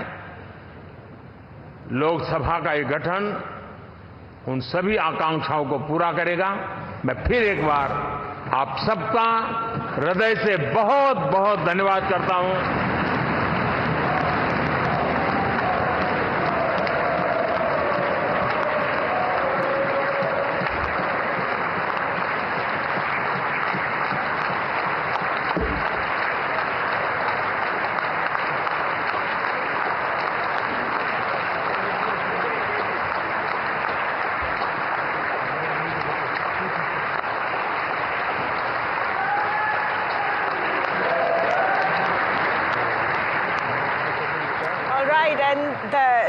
The claps resounding in the central hall of Parliament. That's a quintessential Modi speech. Look at those visuals there, very, very key. So Prime Minister Modi addressing the parliamentarians of the NDA. Completely informed, talking about what the next 5 years looks like.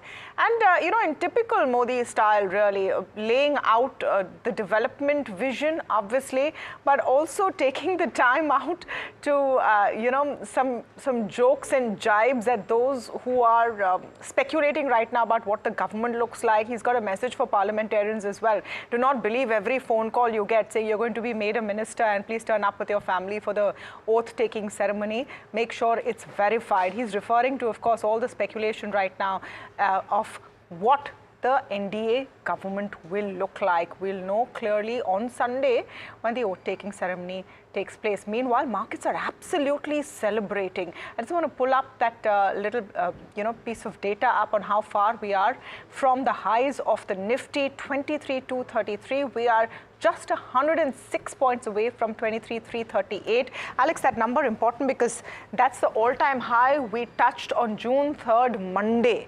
So if I were looking at this from a weekly perspective, basically all the terrible Tuesday, bad memories have pretty much been wiped out by this market. Absolutely. All of that gloom, and it's a proven fact that Indian investors, domestic investors, use that opportunity to buy into the Indian equity markets, and that has carried over the course of the entire week. We saw buying not just in the immediate aftermath of the counting day. You saw buying on Wednesday, Thursday, and you're seeing buying today as well, with the benchmarks, as Tamanna pointed out, gaining 1.8%. It's not just gains for the benchmark Nifty 50 though. You have the broader gauges that are also gaining quite significantly. The mid-cap index up over 1%, the small-cap 250 index gaining over 2% at this juncture. So it's a green screen across the board with the advances very comfortably placed and ruling the roost. And everything from the likes of IT to public sector enterprises gaining ground there. You see on the screen just about 300 declines, 1,765 advances. Take a look at the sectoral performers. There is nothing in the red right now. IT is up over 3%. There is, of course, some news that has resulted in some of the large cap IT companies gaining ground. But everything from auto to energy to realty to pharma, metal, oil and gas, media, everything is gaining over 1%, Tamanna. Yeah, so Muralidhar Swaminathan also with us, managing editor, NDTV Profit in our studios. Murli, just a fascinating speech, and just tell me what stood out for you, because one of the things I saw was the green era bit. I thought that was interesting. I have lots of points to talk. I don't know if my producer wants us to go to break, but I'll quickly run them through. The first one is very interesting thing. He says the last 10 years was just a trailer. Okay, now this is a typical Narendra Modi style of telling you that what is going to come up. That's number one. Now, the second one is more interesting, which our ticker team has sent me. NDA resonates to New India, Developed India and Aspirational India. Another round of slogans. Now, the more specific parts are the following. One, 4 crore houses for the poor people. That's number one. Cooperative federalism is going to be very important because that coincides with the need of the hour, which is consensus. That's the third point from a political economy perspective. Then he is going to look at technology and stuff like that, and he says that you will see an unprecedented opportunity in the next 25 years. And very important for all our viewers, the audiences who are going to watch, that saving of the middle class people. He has to increase the savings of the middle class people. There is going to be focus on middle class. He says that they are the ones who are working very hard to fund the government and to finance the programs of the government. So the focus is going to be on middle class. We don't know what will come in the budget. That's something we need to wait and watch. Right now, the markets are cheering. Back to you, Tamara. Yeah, we'll take a very short break, but we're coming back. We're going to play out some of those key bites. We're going into a very, very exciting closing session today. We're going to be recapping what the political movements right now mean for the markets and for the India story. Well, if you had to guess that, sea of green in the markets today is a big clue. But before we go into that break, let's just listen into this very important comment from Prime Minister Modi. Free poll alliance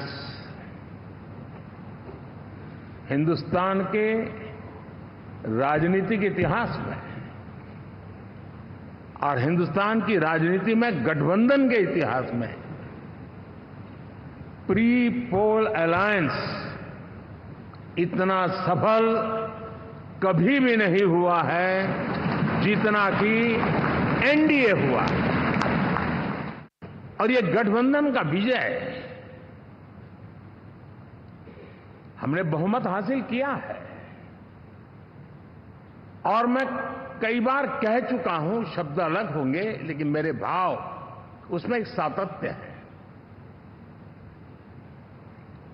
सरकार चलाने के लिए बहुमत आवश्यक है, लोकतंत्र का वही एक सिद्धांत है, लेकिन देश चलाने के लिए सर्वमत बहुत जरूरी होता है।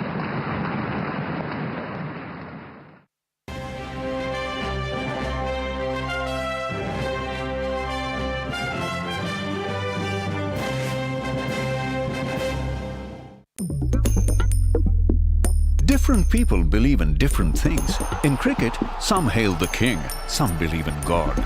Some wait for Mr. Right, some believe in swiping right.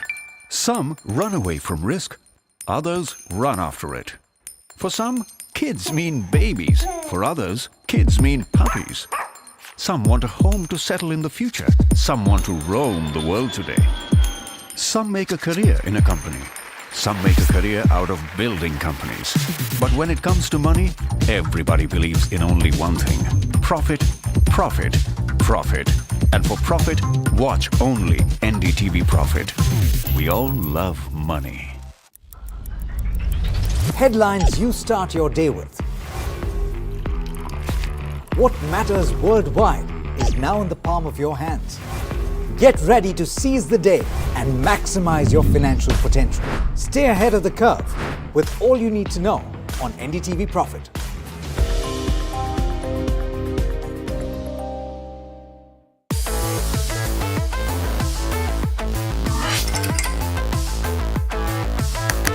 Listen to the voices of reason as they talk about corporate health and investing principles with me, Neeraj Shah, on my show, Talking Point.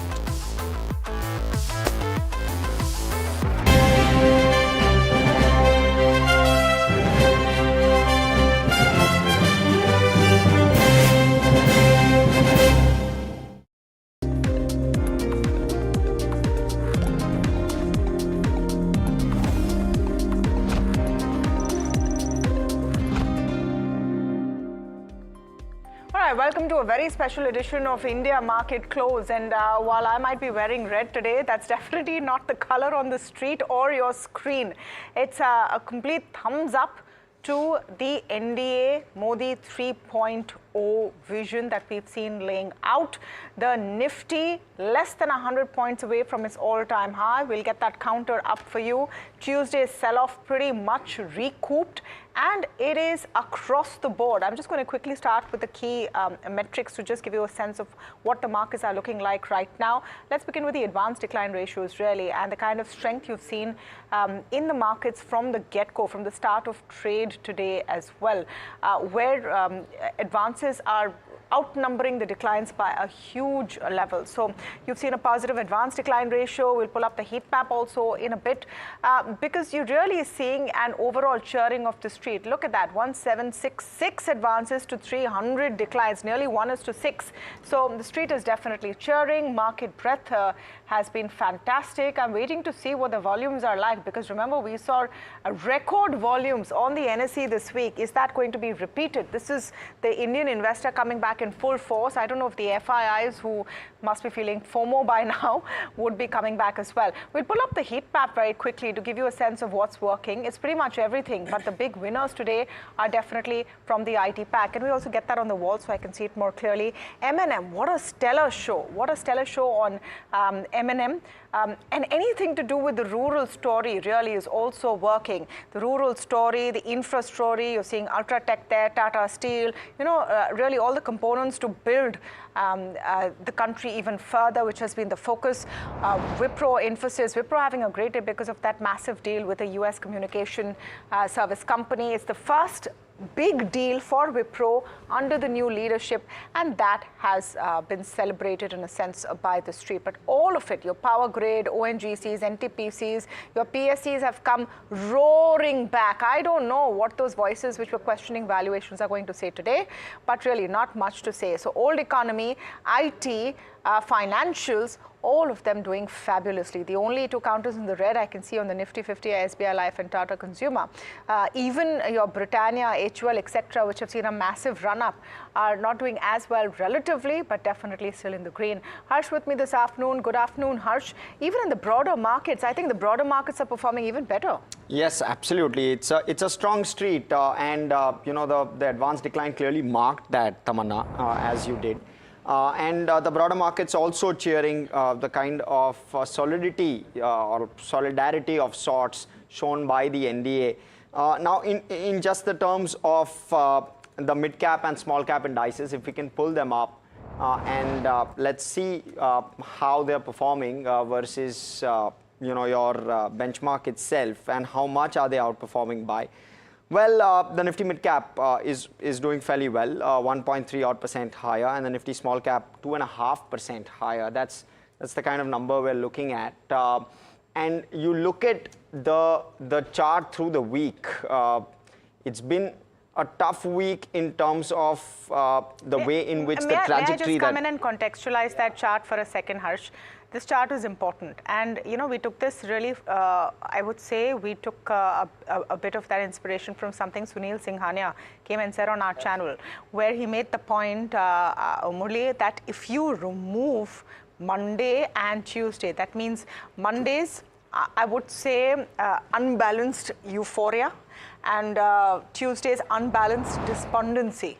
It was extreme on both ends. Absolutely. If you really take that out of the picture, you're pretty much back where you were. In fact, you're doing much better than on Friday. So it's important to contextualize that chart, isn't it? Yeah, so I would also add a little bit of data to this point that you made. Sunil Singhania made that observation. Basically, so 23,000 plus looks just like a number, but it has many sides to it.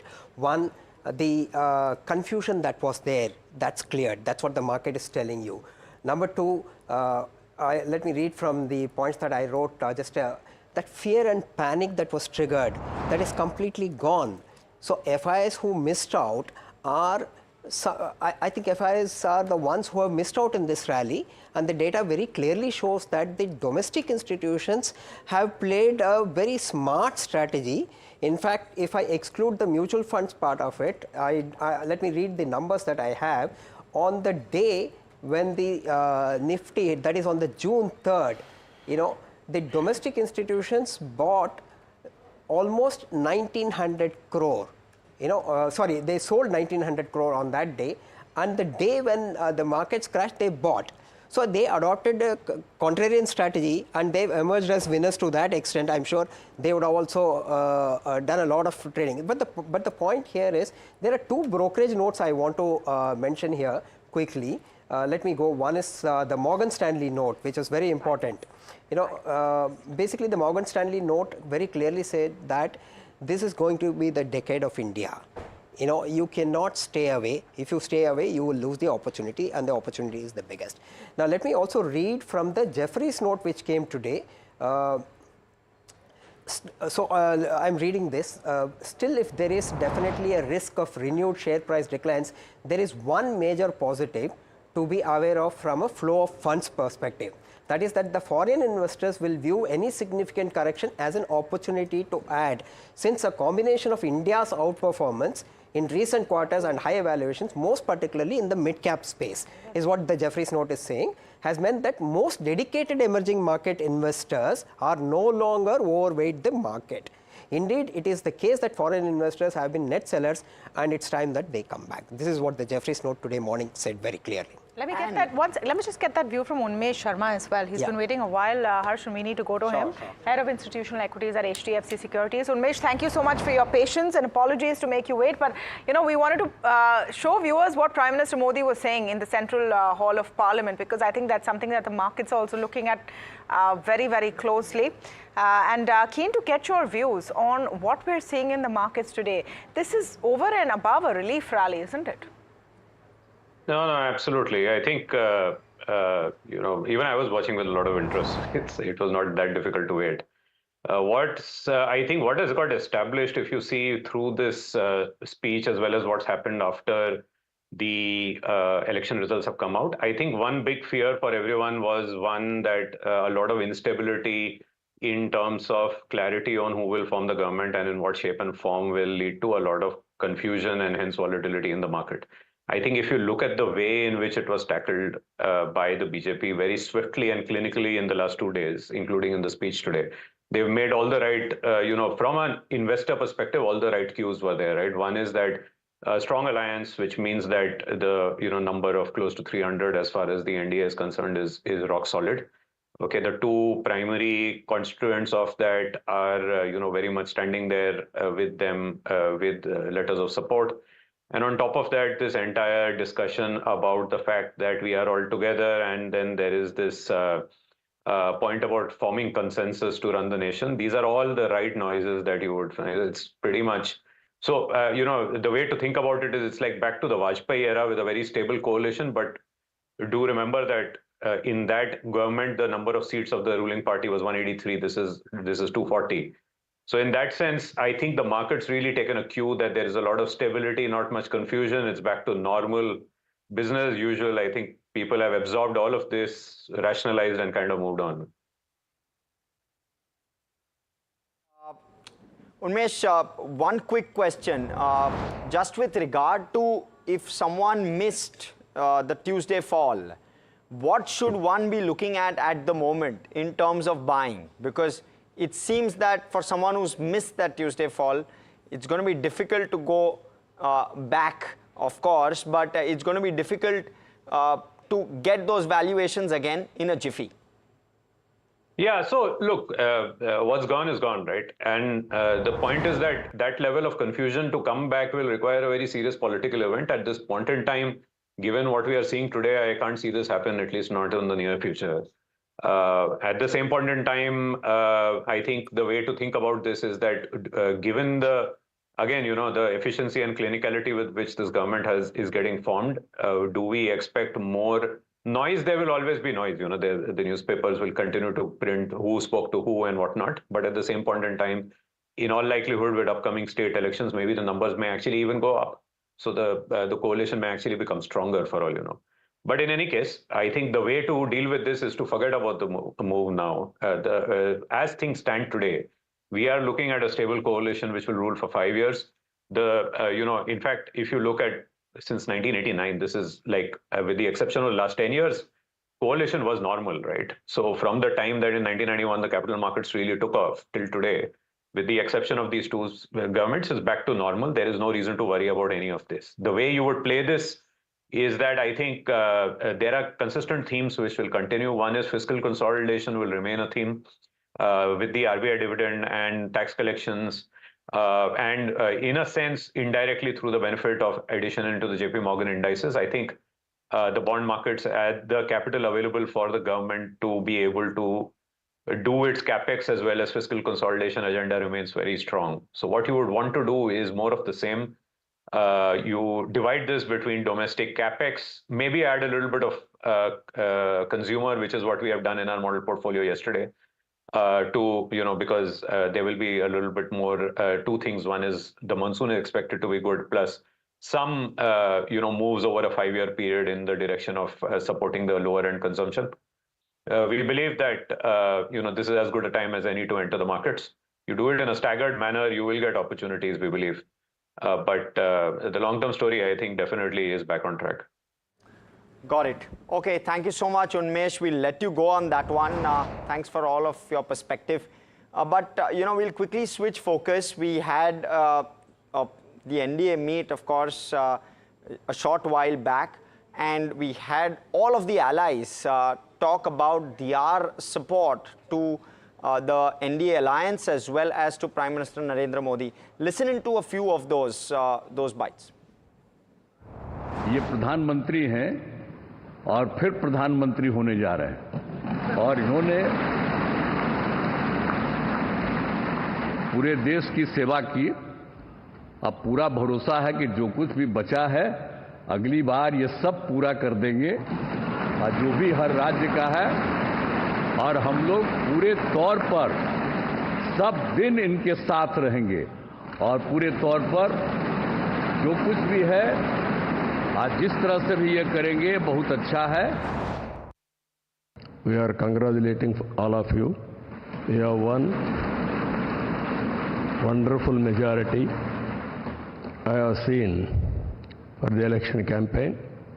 For the 3 months, Honorable PM never took any rest. Day and night,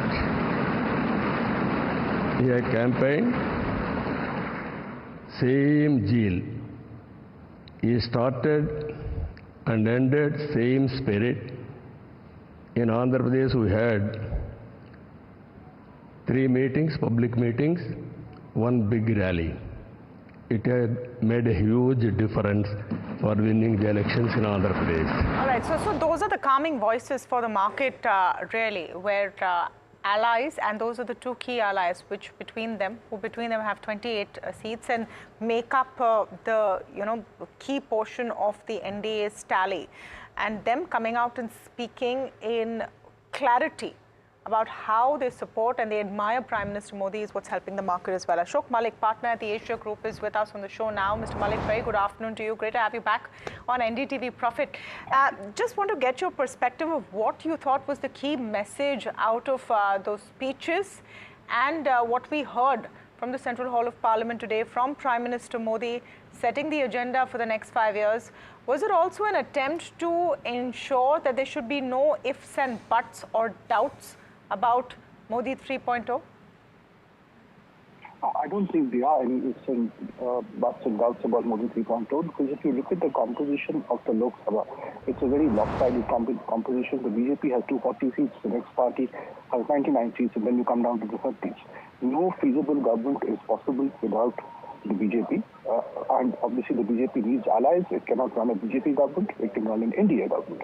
And the Prime Minister constantly referred to that, constantly referred to the NDA. This is going to be an NDA government. There are some issues on which different parties may disagree, but there's a vast agenda, a vast economic agenda especially, on which all parties more or less agree. And there might be minor tactical differences here and there. So, the thrust on infrastructure spending, capex spending, which has been growing apace in the past few years, building capex capacities with great urgency, the push towards manufacturing, creating a more attractive and stable market for not just FII but frankly for FDI, and the thrust towards creating jobs, using all this to create jobs. The job question has, this mandate has shown us the job question has required a great urgency across the Indian countryside. And all of those are issues on which all the parties of the NDA and perhaps even beyond are in agreement. Those are not controversial issues. So I think the Prime Minister and the NDA was very keen to give the impression we recognize the responsibility that this mandate has given us. We recognize that we have been asked to work together, and we want to get back to business straight away. It was a very calming message, but a very sure-footed message made by very experienced politicians. Chandrababu Naidu, Nitish Kumar, and of course Narendra Modi are all very, very experienced people, and that's the message that we're trying to give. Absolutely. Mr. Malik, in terms of what you could glean from the vision for the next 5 years, and the audience listening to you right now would also be interested in those key details. For example, focusing on the green era, focusing also on increasing the savings of the middle class. These were some of the key messaging points that the Prime Minister was also talking about. Yes, increasing the savings of the middle class, I expect even greater thrust towards, self-owned housing. The self-owned housing revolution in India has been one of the facets of the past 20 years. It needs to go deeper and further. It's not just a question of the same person investing in 3 houses, but every family owning a house. That's something the PM has spoken about. So it's physical assets which the family can use. Then, greater confidence in a stable stock market, because so many of household savings are not risky instruments in the stock market.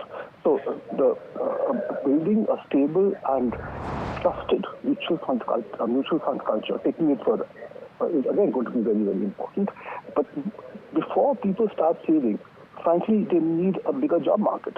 And while some of us are fortunate to have jobs, there is a crisis of employment which this election has shown, and which Mr. Modi and the NDA government will have to address well before the next election. I do believe that's going to be a very, very important part of the agenda. The push towards manufacturing, the push towards greater infrastructure spending, and the push towards the green transition. At the same time, harmonizing both and doing them in parallel will remain. And do remember, in this, people like Chandrababu Naidu will be of great support to the Prime Minister, because they have pretty much the same vision. So I expect Andhra Pradesh to really push on the green transition and on green manufacturing, which remains a big opportunity for India. All of these are non-controversial issues. They are not social or cultural issues that one party supports and the other opposes. Right. There is a vast commonality across parties. Yeah, and I suppose that Parliament will be difficult to manage. Yes. But the effort will have to be made to take everyone around. True. And the fact that that effort is being made was also made evidently clear. Thank you so much, Ashok Malik, for speaking with us. In fact, let me come to you, Murli, just on that point, that, any question about how an alliance will be managed was answered very, very elaborately. Yeah. So, I've worked in an alliance before. And the fact that the alliance partners have also spoken about how much they admire what the vision is for the country. Correct. Let me focus on the latter part of what you said. Managing alliance is not a problem now. It's about managing what the agenda is for the next 5 years, 10 years, whatever the case may be. Let me not look at 10 years, let me look at 5 years. So 5 years, because right now this parliament is for 5 years. 5 years. So I'll not go beyond that, man. So in between there might be alliance issues, those things, backstage political management, I'm sure all these senior politicians who are so experienced will be taken care of. So which is why I think investors in my view, should not worry about these things. If you find a fall like you did the other day, it may not go to that extent. Simply go and buy. That's been my line. The other point I want to make, Tamanna, is, I mean, look at the people there. Narendra Modi, Chandrababu Naidu, and Nitish Kumar, stalwarts. I mean, all three combined together. If you see, their goals are very clear, whether they want to work for their state or nation. See, if Andhra prospers or Bihar prospers, it's got its own effect in that economy. That economy will strengthen. That is point number one. Secondly, we all know what Chandrababu Naidu has done in building high-tech city. One of the reasons why tech stocks are running up today could be simply because, not because it's a catch-up rally. People anticipate that something big will come, because with someone like Chandrababu Naidu stepping in, I think the tech sector, the AI issue, all those things would be tackled in a big manner. Absolutely. And I mean, you have Eknath Shinde, Ajit Pawar there. They have lesser numbers, but the fact is that there are more parties in that alliance. All the spotlight on Mr. Naidu and Mr. Nitish Kumar. But yes, I think also the biggest factor is that the opposition is making no attempt to form a government right now. They're not even trying. They're not even. They've said it very clearly that we're not going to focus on it right now. So the speed as well with which we are seeing that swearing-in ceremony, etc., is, I think, very, very important. You know, we need to take a very short break, tells me the producer. But before we go into that break, let's listen in to what Prime Minister Modi talked about. And I thought this was interesting. He said that there was one common factor between himself and the NDA allies, Chandrababu Naidu and Nitish Kumar, and that factor is good governance. राजनीति के विश्लेषक अगर विश्लेषण करेंगे तो देखेंगे कि NDA का जो लोग दिखते हैं ना, उसमें एक कॉमन चीज नजर आती है और वो है गुड गवर्नेंस। इन सब ने अपने अपने समय में, अपने अपने कार्यकाल में जब जहां सेवा करने का मौका मिला है, गुड इस देश को दिया है। और इस प्रकार से एनडीए एक प्रकार से, एनडीए कहते ही गुड गवर्नेंस ये अपने आप पर्यायवाची बन जाता है।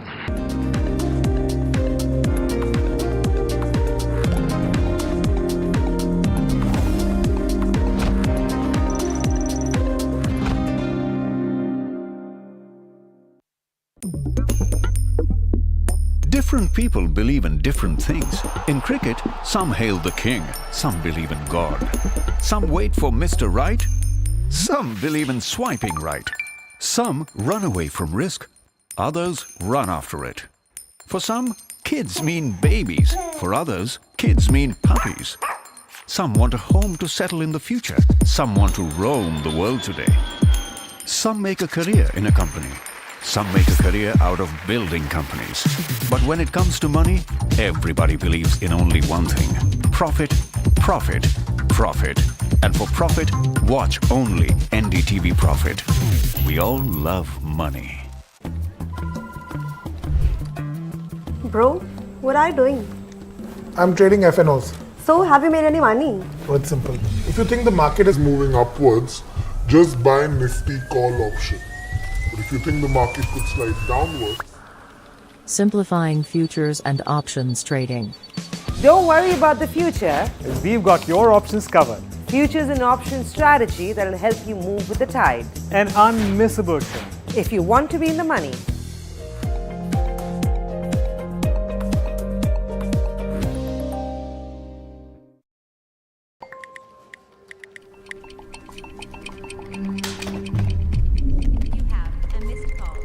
Let's be real, guys. There are many financial experts out there.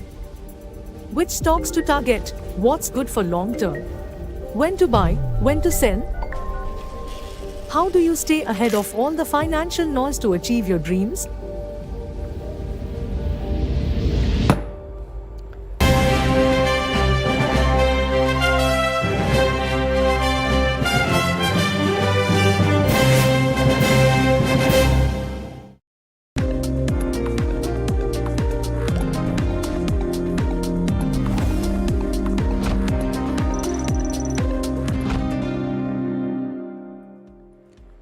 Welcome back to India Market Close on NDTV Profit. I want to quickly welcome on board both our guests for today afternoon. We have Aditya Agarwala, Head of Research and Investments at Invest for EDU, and we have Aditya Shah, Founder, Hercules Advisors, with us.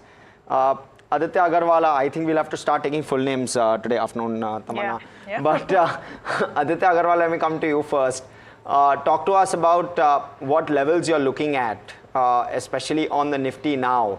We've seen a fantastic comeback in terms of how markets have made a U-turn since Tuesday. What should one make of it, and what should one do now at this point? Hi, Ash. Good afternoon. Thanks for having the show. Good afternoon, Tamanna, as well.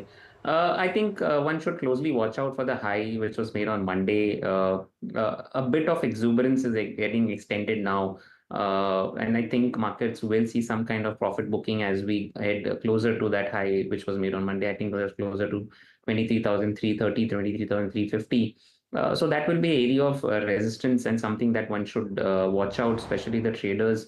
Because I think from there markets can see some kind of a cool off. I don't see a runaway rally from that level. Yes, the underlying is going very strong, and there is buying momentum which is supporting the market. But one needs to closely monitor that 23,350 level.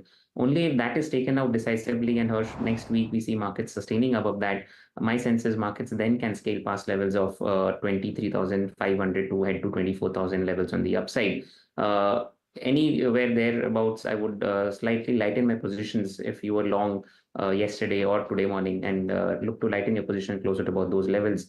And if that level is broken out, then maybe you can initiate fresh longs. Otherwise, wait for a pullback in the market and then look for a buying opportunity. Casing example being, look at Bank Nifty, it's clearly underperforming. We are seeing a runaway rally in the Nifty, but look at Bank Nifty, it's underperforming big time, not able to cross 50,000 mark. Until and unless Bank Nifty crosses 50,000 mark, and it's important that the banking stock starts to take charge and they start to lead the markets as well. So only above 50,000, I think Bank Nifty will scale past levels. It will test levels of 51,000. So 50,000 on the Bank Nifty and 23,350 on the Nifty. These are the two levels I closely monitor for. Okay, that's Aditya Agarwala. Aditya Shah, let me come to you. Were you a buyer in Tuesday's dip, Aditya Shah, or are you waiting for a deeper dip on Tuesday? If you were a buyer, what were you buying? Are you still buying? Give us some perspective. Good afternoon, Harsh. I was in the studio on Tuesday and I said that I would dip in about 30 to 50% of the cash that I'm holding. And we continue to be extremely bullish. Of course, in the short term, the valuations are aggressive. However, longer term, even though we are with a coalition government, we feel that it will not be as problematic because BJP still holds 240 seats and they are a lot in numbers. So I am positive per se on the market. What I am positively looking at is the large private sector banks or some bits of pharma, FMCG, and my biggest bet over the next 5 to 10 years will be in the capital goods space, where I feel that the government has invested a lot and will continue to invest more because the Prime Minister really feels that infrastructure can create huge employment in the economy. So I am bullish. Markets may turn sideways for a short period of time while they see what does the government really do in the budget, and is money being handed in the hands of the middle class or not. However, we are extremely positive, but again, a caveat: do not speculate in the market, do not punt in the market, and stay away from companies where businesses are not fundamentally very strong. Good businesses will continue to do well in this market as well. So positive on it, and we continue to buy. Aditya, one very important point that I wanted to mark here, you rightly mentioned that do not speculate in the market. This is for investors. You see, if we can pull up the Nifty PSE chart, this is for Aditya Shah. The Nifty PSE has still not fully recovered the losses that we saw on the 4th of June, while the rest of the market, led by Nifty, benchmark and Sensex, have recovered. What is your thought on Nifty public sector companies? So I have said this time and again that these are some fantastic companies where the market was not giving good valuation all through 2021 and to some extent to 22 as well. However, most of these stocks are now 4x to 10x, and from the highs, they have corrected about 15 to 20%. So, in my opinion, I will not be harmed to take away some profits. I believe that in the shorter term, the rally is more or less done in the PSU stocks. They could take some amount of breather, after which they could restart a rally again. So my perspective is, just because the stocks have corrected from the top by 10% or 15%, that doesn't mean that you go ahead and take positions here. Fundamentally, look at those businesses. If the business is really very, very expensive, I will try to tend to avoid somebody like a HL or somebody, even somebody as Mazgaon Dock or a Cochin Shipyard. These are really, really very expensive stocks. You need to be very careful on the bets that you really take. In my opinion, PSU companies are good companies, but in the shorter term, the rally is really done. This question is to Aditya Agarwal. Aditya, do you think there will be some kind of cool off and profit booking now that the news is confirmed? How do you see at a market-wide level in terms of, let's say, Nifty and Sensex? Do you expect some profit booking to come in the next few days, that is Monday or Tuesday? I do that. Maybe we can see a continuation of the run-up on Monday as well. After the swearing-in ceremony, there will be a kind of exuberance. Maybe that could be seen on Monday morning opening. But like I said at the start of the show as well, I don't see a runaway rally in the market. Even if the levels of Monday are taken out, I don't see a runaway rally in the market. Markets will cool off a bit, will find its feet, and it will cool off because it's too much of volatility that we are seeing in the market, down and up. And very difficult to take a call which way the markets will go. Now that things are settled and we know that the government is stable, and it's coming back to power, the exuberance will cool off at some point of time. And Monday, I think so, could be one of those days when you can see might be some profit taking from from wherever market opens. So, like I said, 23,350, the high of the previous, the high of the week, which was Monday, will be closely watched out for. If that is taken out, maybe you can see another 150-point rally. 23,500. From there, maybe you can see kind of cool off. Something that I'll keep a very close eye on is the Bank Nifty, because that is where I'm not seeing any kind of significant buying emerging. That needs to cross 50,000 levels and sustain above that for any rally to materialize. It's predominantly the FMCG and the IT which is triggering the rally in the market post the carnage that we've seen on Tuesday. Just clocked the day's highs, Aditya, as you were answering that. But give us your picks, Aditya Agarwala.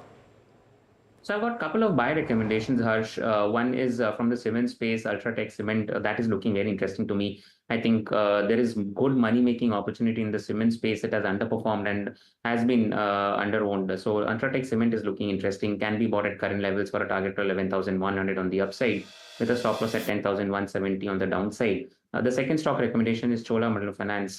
Very strong looking chart setup, heading into new all-time high territory. At current levels, one can definitely look at adding fresh positions in Chola Finance for a target of 1450 on the upside, with a stop loss at 1290 on the downside.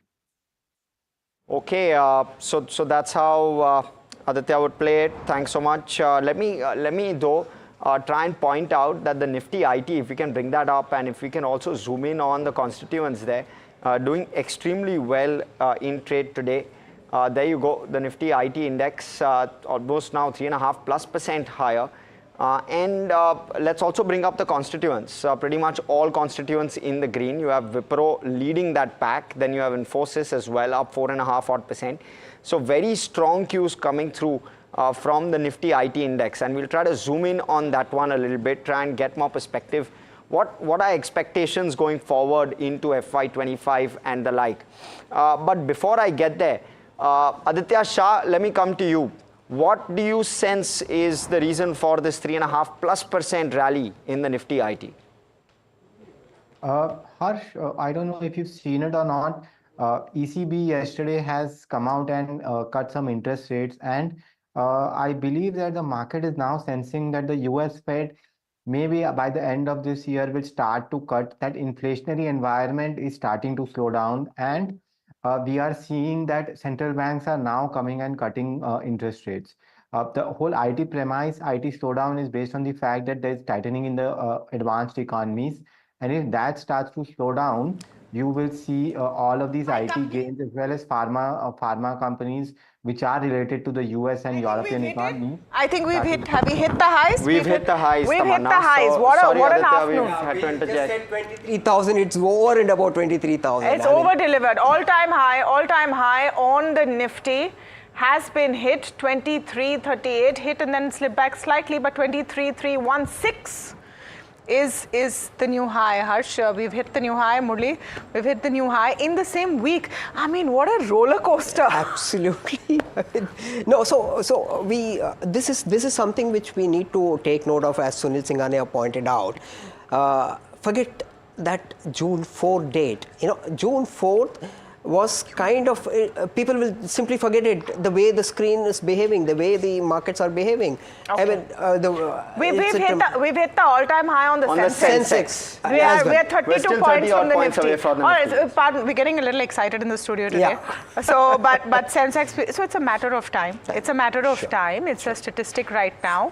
And this is what Aditya was also saying, that, we are preparing ourselves now for the next leg of a very, very solid and steady and deep bull rally and a bull run, which has, sustained a lot of this. So this 1 week, I think, is a lesson in markets as well, Murli, I would say, because on the 3rd of June, everyone we spoke to said, don't profit book. Yeah. A lot can happen. We don't know what's going to happen. Next day's results. On the 4th of June, a lot of people said, don't buy, let's wait for a few days. People who didn't listen to them are the ones who are smiling today, which I think in a large part is the retail investor. Right. So I have a few things. Let me look at the calendar. If you look at the calendar, what's coming up over the next 3 weeks is going to be dramatic. First is the swearing in, which is going to happen day after tomorrow.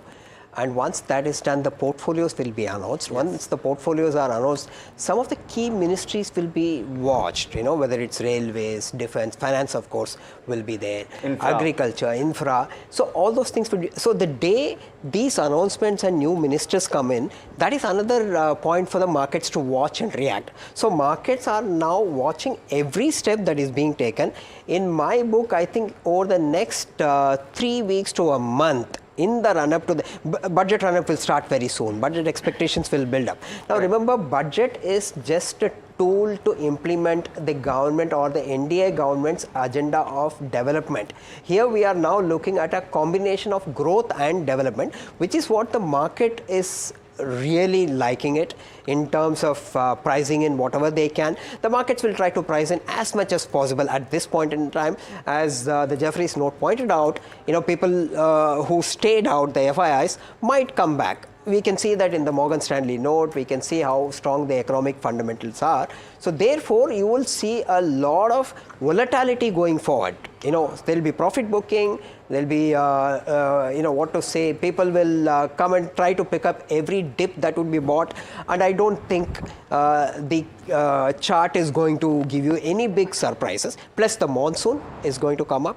That's something very important. By the time you finish that, your earnings season will start in July, coinciding with the budget. No one is waiting, sir. 22 points away, 20 points away. It's like a very exciting countdown. I'm just going back to our conversation which we had on India Market Open yesterday.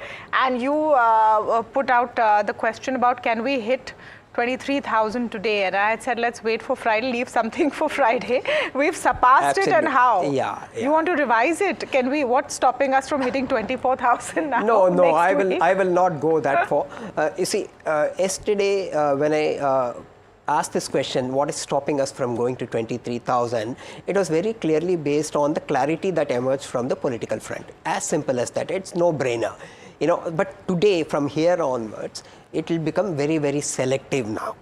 Because see, now you are going back to high valuations. It's all about play on valuations. It's all about what specifics will come out. So investors will stop, make an assessment, book profits wherever possible, but you will not see people swinging to the other side. So the bull run will see a little bit of profit booking here and there, reassessment, and then going back again to the market. As it should be, as business as usual. It's like business as usual. You have to make an individual. Correct. Okay, I have not had a chance to speak to the Adityas, so let me get a take. Aditya Agarwal and Aditya Shah with us this afternoon, and what an exciting afternoon, guys. We're less than 30 points away from an all-time high. But Aditya Shah, I want to come to you first with the question of what is the big next push, because this weekend also becomes very important. So who is the next finance minister? Who gets the rail ministry? Now, in the bigger picture, how key do all of these events become? So the market will look for stability. The market will look for continuity within the key ministries. The market will sense that if the BJP is able to gather the big ministries without having to negotiate and without having to give even one key ministry, then I think my sense is that the market will take heart from it and will start to rally again. The bigger push will come in the budget if, as the Prime Minister has said today, that he wants to give money in the hands of the middle class, increase their savings. If in the budget the government takes a big step, like let's say suppose increasing the taxation limit from 5 lakhs to about 7 lakhs, then the market will take big heart that the government is doing what it is supposed to do and it is trying to boost the economy. So these small things will eventually lead to the market going higher.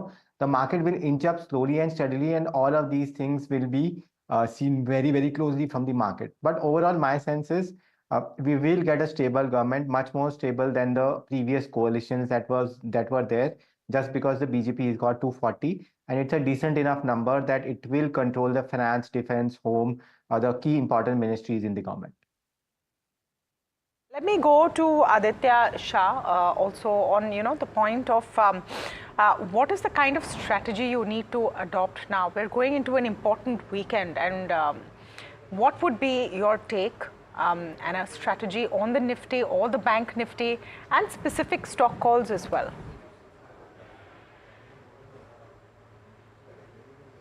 Aditya Agarwala? Yes. So I think if you were sitting on profits, there is no harm, Tamanna, in booking profits. I would want to book out profits, to be honest, in this market at this current level. Because again, like on Monday, we were seeing that kind of euphoria. Last 2 days, we are also seeing again that euphoria return back.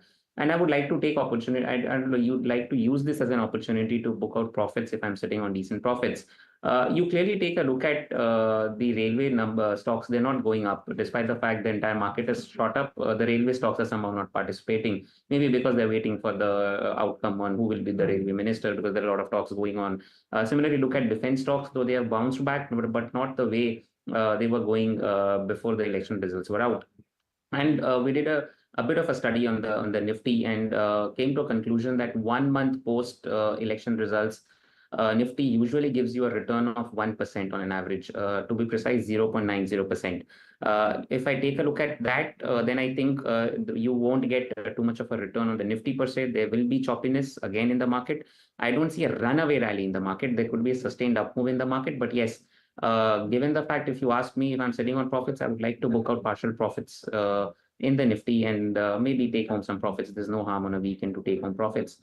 As far as sectors are concerned, I think IT, consumer, and real estate, these are the three ones which one should focus on clearly, and they will continue to outperform for the next, the entire month of June. I think these should be the three sectors on your radar: realty, IT, and consumer durables.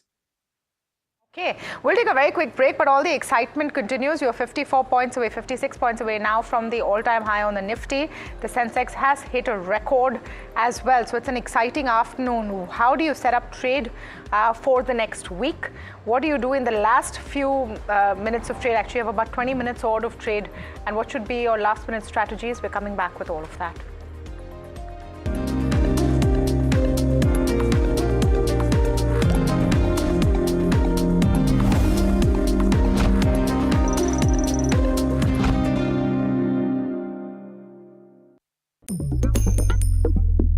Different people believe in different things. In cricket, some hail the king, some believe in God. Some wait for Mr. Right, some believe in swiping right. Some run away from risk, others run after it. For some, kids mean babies. For others, kids mean puppies. Some want a home to settle in the future. Some want to roam the world today. Some make a career in a company. Some make a career out of building companies. But when it comes to money, everybody believes in only one thing: profit, profit, profit. And for profit, watch only NDTV Profit. We all love money. Bro, what are you doing? I'm trading FNOs. So, have you made any money? Oh, it's simple. If you think the market is moving upwards, just buy.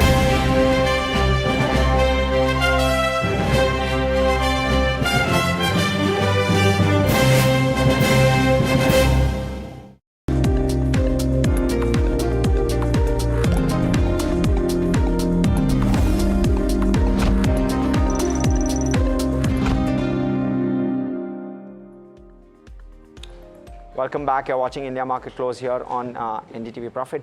Let's quickly have a look at Mastech, because that clearly is the stock of the day, tie up with NVIDIA.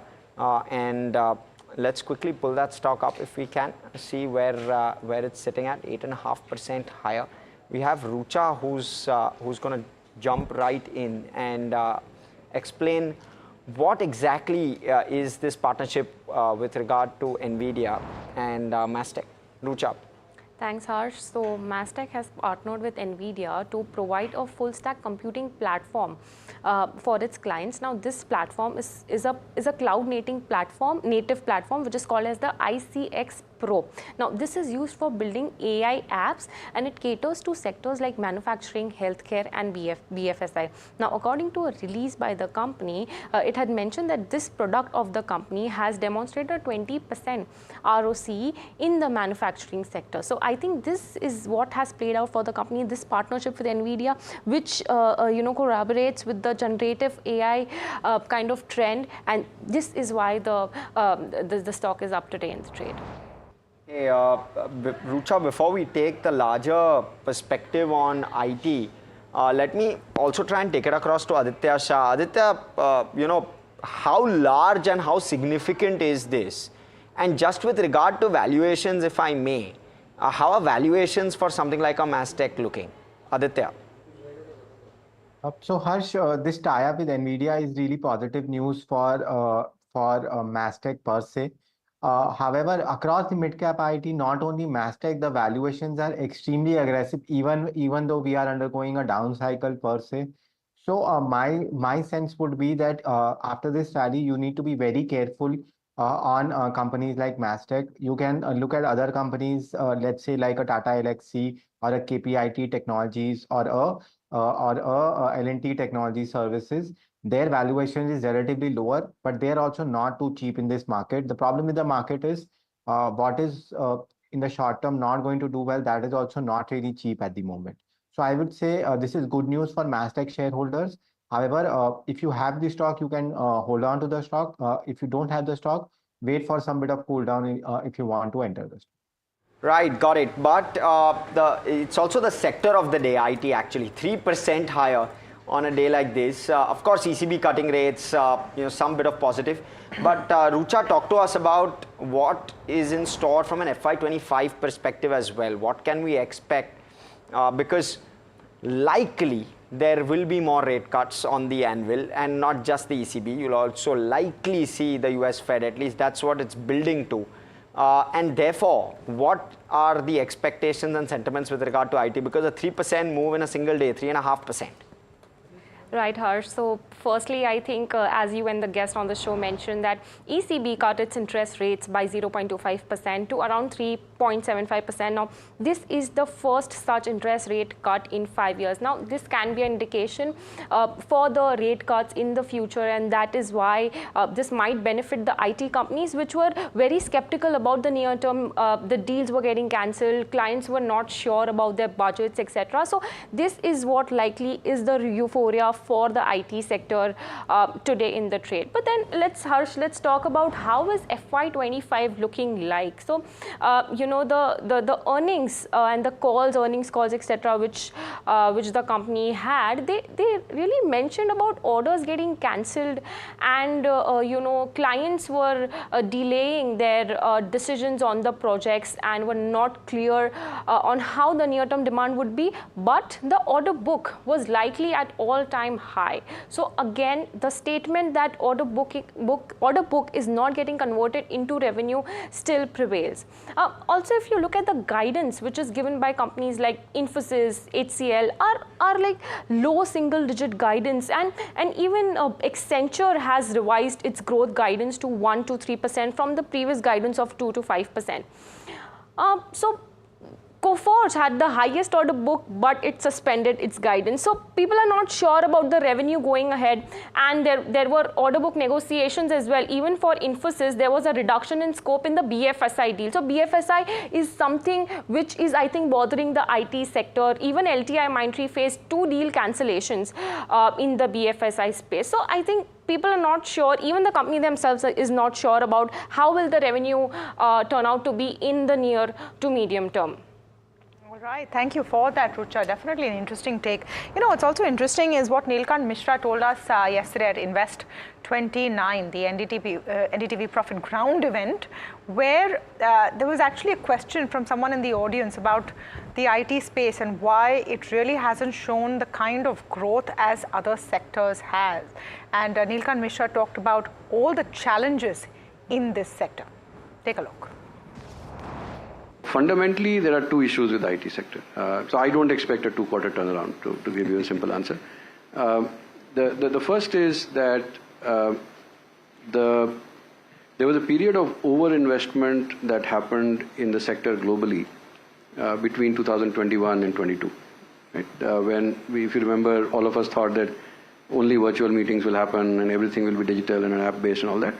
So what is happening now is that many of these companies, Indian companies, are benefiting from or are getting these large orders. So everyone is tracking the order inflows and sign-ups, and they are extrapolating into revenues. But what is happening is that within those companies, there are a lot of project cancellations. So the companies are saying, oh, this is not necessary. And frankly, as the US economy slows down, so it is now starting to slow down, there are visible signs, I think the pain for this sector could actually intensify, is my view. The second factor is that they are starting to see more competition. So, with the rise of the global capability centers, as companies are becoming more and more comfortable with the position in India, they are becoming comfortable with the Indian infrastructure and a lot of other things, they are starting to shift to India. So they are poaching senior people, they are paying much better salaries, and in many cases the negotiation is becoming harder, because those guys are sitting in India and negotiating with you. So I think both of these are not easy to handle issues, and the sector is still expensive. See, it's a very good sector to be part of, high cash flows, professionally managed, very clean accounting and all of that. But I think the PE multiples are still too high for us to be of interest. And I don't think we are done with the cuts yet. So I think that there is another couple of quarters of cuts before things really bottom out. Okay, so that was Nilkant Mishra's take on the IT pack, and Aditya Agarwala, keen to know what you make of the Nifty IT, Wipro, Coforge, Mastech, everything is flying today. Anything that you would build new positions in, or is this an opportunity to book profits? Certainly not, Taman. I think one should stay invested in IT, and if you missed out an opportunity to go long on the IT, there are still pockets, I think, where you can play out. Maybe Tech Mahindra, Infosys, TCS, all 3 stocks look interesting to me. Infosys will be the top bet for me within these 3 bets. Even at current levels, I think so it makes sense to go long here for a target of 1650 to about 1700 on the upside. More of a positional trade rather than just a day trade. Next will be TCS. That is also something which is looking very interesting. It's just broken out from a downward sloping channel. And I think stock is poised to test levels of 4100 to about 4200 on the upside. And the last Tech Mahindra, which has been seeing good up move from the start of the trading session. In fact, yesterday also, that was the one which started the rally. I think there is still some more upside left in Tech Mahindra. Can easily test levels of 1400 and then 1500 on the upside. So all 3 stocks, Taman, I think should be looked at. If you missed out on an opportunity, maybe look for a dip on Monday if you get one and latch on to them. Because I think IT will see a good rally from here on, and it will build on. There could be choppiness, but do use those corrective days as an opportunity to go long on IT stocks. Aditya Shah, your take on the IT sector. Neelkanth Mishra doesn't seem quite constructive. He's talking about how the pain is yet to come. Do you think this is a space, considering it's not run up as much as the others, that there could still be some upside in cherry picking here? So if you remember on Tuesday, the IT sector didn't correct at all when the market was correcting. Yes. My sense is that it will require at least until the end of this year for the IT orders to get stabilized. And from next year onwards, we will see good order inflow for the IT sector. So my view is that the IT sector will do well in 25 and 26 as the interest rates coincide and the US economy starts to pick up. So I'm positive on the IT names, especially some companies in the large cap IT space such as Infosys or HCL Tech, or in the mid cap IT space, as I said, NNT Technology or a Tata Elxsi or a KPIT Technologies. However, you need to give this sector a little bit of time, at least of 1 year. Time of 1 year. What would you look at with a shorter period of time? And Aditya Shah, I'm keen to know what you think of Mahindra & Mahindra and what's happening there today. Is this the rural story? Is this the infra story? What makes you think that M&M is more attractive right now than other OEMs? So M&M over the last 1.5 years has made some really very good investments. They're also investing, not only investing in the EV side of it, but they're also investing in the petrol side of their product lineup, as well as the rural side of the lineup. So a lot of factors have now come together and the stock is doing really well. So my perspective is it will continue to do well. The rural demand for M&M is really very strong. On the EV side of it, they have promised that in 25, there could be 3 to 5 launches of new cars that are going to come up. And they are also investing 2 to 3 models in the petrol side of it. So I am very positive within the OEM space, M&M, TVS Motors, Eicher Motors, all of these companies look really very interesting. I am positive on the auto sector. What about you, Aditya Agarwala? M&M and auto sector overall, would you go for the OEMs or the auto anchs? And on the charts, what do you think about M&M? First, let's talk about the sector. I think, Tamanna, I'll stick to auto anchs instead of auto OEMs. We've seen a decent run up in most of these stocks. Probably the one stock that stands out for me in the auto space is Atul Auto. Very interesting looking chart setup, and I think it's gearing up for a big breakout from that consolidation phase.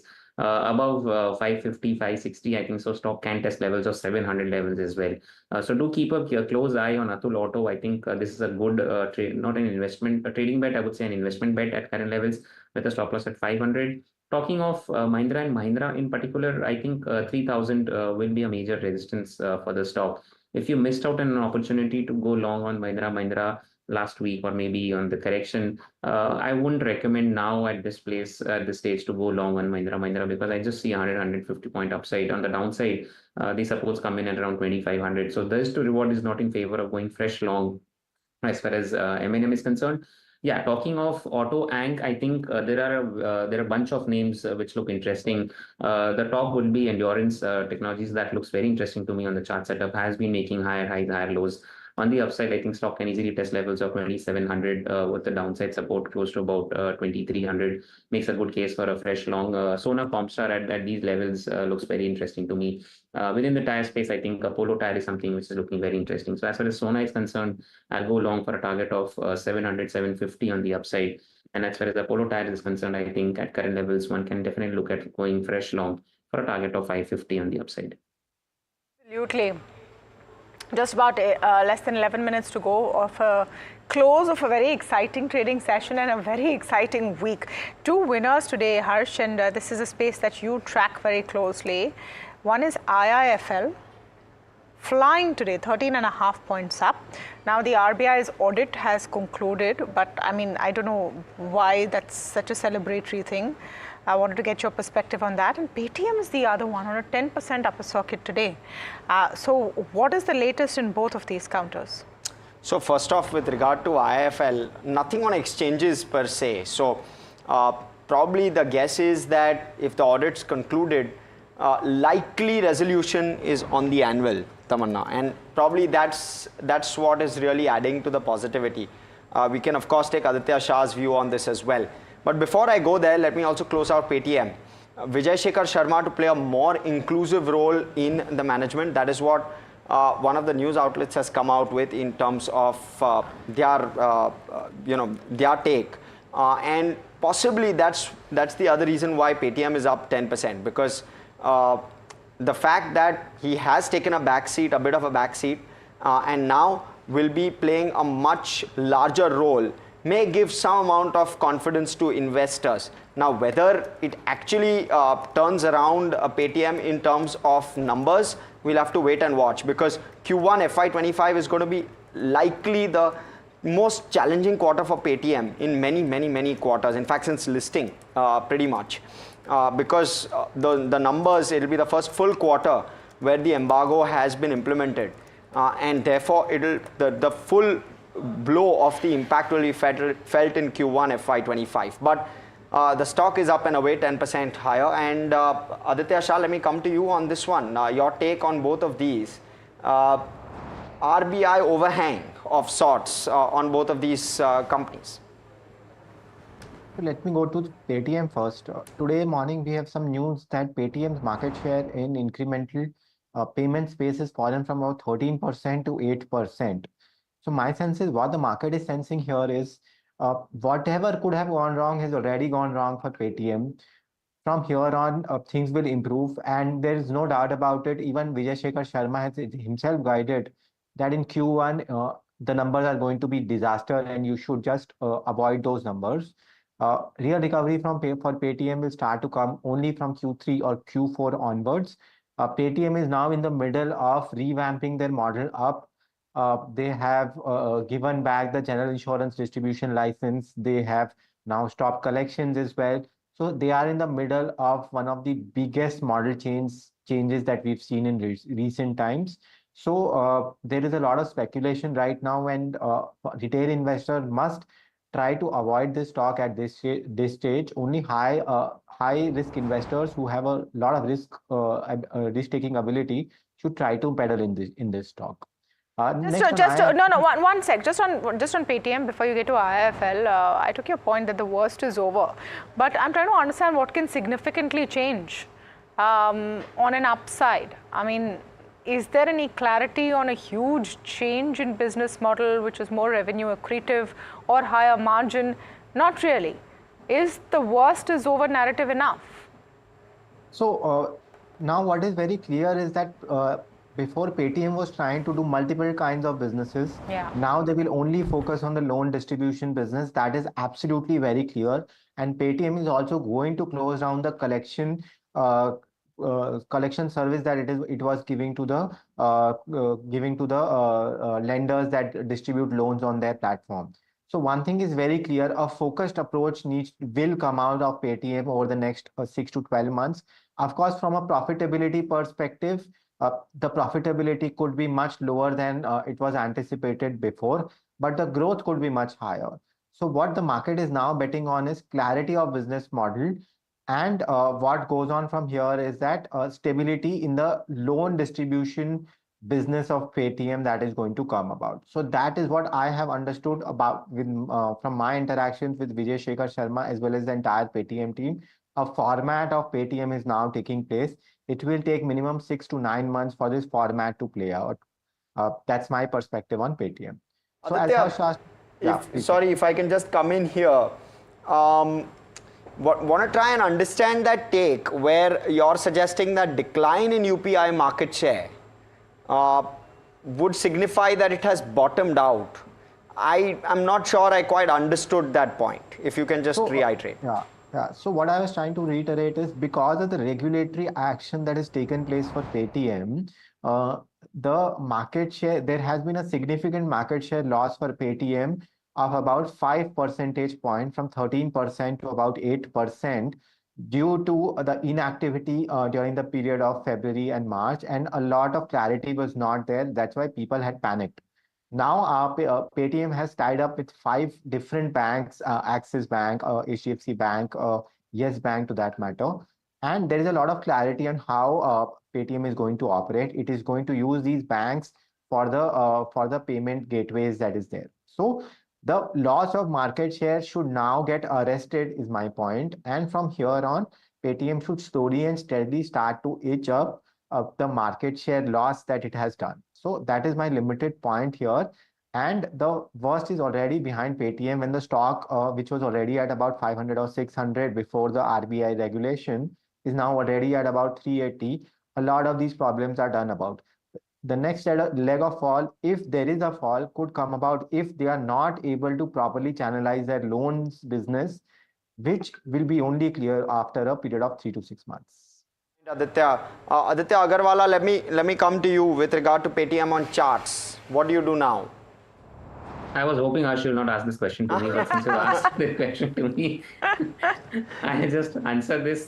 See, it's a very difficult call to take, to be honest. Stock has seen a catastrophic fall, and then from there, it's seeing some kind of a consolidation. Like my fellow person said, that guest said that it's a high risky trade, and if you have the appetite to take that kind of risk, then definitely you can go long, because there is some kind of a buying activity here for sure. Some volume is happening, some kind of buying is happening here. 350 should be a strict stop loss, and on the upside, I think stock can test levels of 450 and 500. But yes, if you are somebody who wants secure and safe bets, maybe Paytm is not for you. This is not for weak-hearted people. Excellent. I'm trying to rush through the show, Tamanna. BTST ideas, Aditya. So I've got a couple of them. One is Ambuja Cement. It's looking very interesting. Like I said, in a cement space is something I'm eyeing on. So on the upside, 650 is my target. 610 is my stop loss. The second is Praj Industries. I see massive up move in the stock on good volumes. There's a fresh breakout in the stock. So Praj should be on a radar. Go long for a target of 645 on the upside with a stop loss at 580 on the downside. Okay, I'm going to give Aditya Shah 30 seconds. Aditya, we're running super short on time. Bajaj Finance up 3.8%. Bajaj Housing Finance IPO. What does this unlock in terms of value? When I was doing the book value math just maybe an hour or so back, it was showing me a book value of around 20 rupees a share. Want to try and understand your quick take with regard to this Bajaj Housing Finance development coming through. So this is broadly a value unlocking process for Bajaj Finance. Broadly what they are going to do is they are going to spin this off so that their loan book starts to come down and RBI does not force them to become a bank. That's the first point. Second point is the valuation at which Bajaj Housing Finance could trade could be very similar to 3 times, 4 times price to book, which is a really good valuation, and they could raise money separately. So I think this is a very positive development for Bajaj Finance, and the stock could trade at an expensive valuation. Okay, Aditya and Aditya, thank you so much for joining us in a very exciting closing session. Especially when Sensex has hit record highs. Nifty is just kissing distance away from that figure. And we've seen I think, nightmares for investors of 4th of June pretty much fading out. So let's look at where we're closing. 32,282 right now on the Nifty, 2% up. But the really interesting figure post-close will be to see where we are compared to last week. I want to just pull up the advanced decline ratio before we go any further. And Harsh, this is something that we should look at as well. What the market breadth has been like, and it's just phenomenal. The kind of strength through the day. Yes. It's 302 declines to 1760 advances, nearly 1:6. I think today you've just had a fabulous day. I'm just going to pull up the heat map for a second and show you what's working before we get into the sectoral indices, etc. M&M, what a star today. Wipro, big deal, bagged under the new boss. So that has helped. Infosys, it's all about the tech stocks today. The ECB rate cut, of course, has helped increase hopes of a rate cut by the Fed in September. So you're going to probably see a very good overnight US trade as well. But it's all about the tech stocks and your rural play, your infra play, Tata Steel, Ultratech, all of that coming in. You were talking about Bajaj Finance as well earlier, Harsh. Look at Reliance silently on 2.5% odd higher. Not often that we see a Reliance move that much. So some of the big ones have also moved, Tamanna, just to kind of We should underline. pull up the Nifty contributors actually. That's a good point, Harsh. Let's just pull up the Nifty contributors and see what has been working over there. And you're right, Reliance, they're right on top, bumping up the markets as well today. Huge recovery in, some of those battered public sector stocks as well. I want to just pull up the CPSE components of public sector stocks, which have been sort of the underdog for the first half of the week, completely turned around in the latter half of the week and completely doing a fantastic sort of recovery. Adani Group stocks also have recovered massively and have seen a huge climb up. So we should pull up stocks from the group. There's standard disclaimers over there. Adani Enterprise is up 1%. I want to see what Ports Green is doing. Adani Green closing flat out today, but Adani Ports up about 2% as well. We should quickly just see what the broader indices are doing, the mid cap and the small cap. We have now closed for the week. So let's pull up the weekly charts as well. 1.5 points nearly up on the mid cap 100 and on the small cap 250, about 2 points up. But Harsh, I'd be curious to see the Nifty chart week on week. And let's just pull that up because that's the big wow. Look at that. You're up 3%. Yes. You're up 3%. This was the pain that you saw on Tuesday. And this, of course, Friday close. So the highs of Monday, Tuesday, you've come crashing down and then you've recovered pretty much at the same pace and higher. Yes. So we've closed almost where we closed at where Monday is, in fact.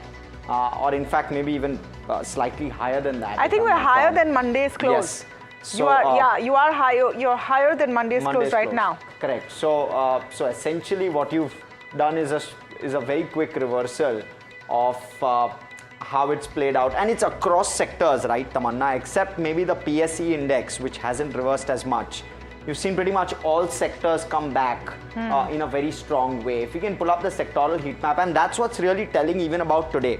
It's not just one or two sectors not performing. It's pretty much all sectors. There's nothing on this side. Very well. Yes, there's nothing on this side. That's really what is telling. So the breadth was good, but it was across sectors.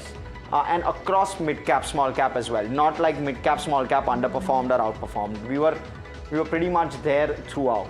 As we just close up, let's just pull up the top gainers and losers and how many there are of the BSE 500 before we just close off today to give you a sense. This is a broad-based rally that you've seen today. IIFL, because the RBI audit is over and it's seeming like अच्छे दिन उनके भी आएंगे.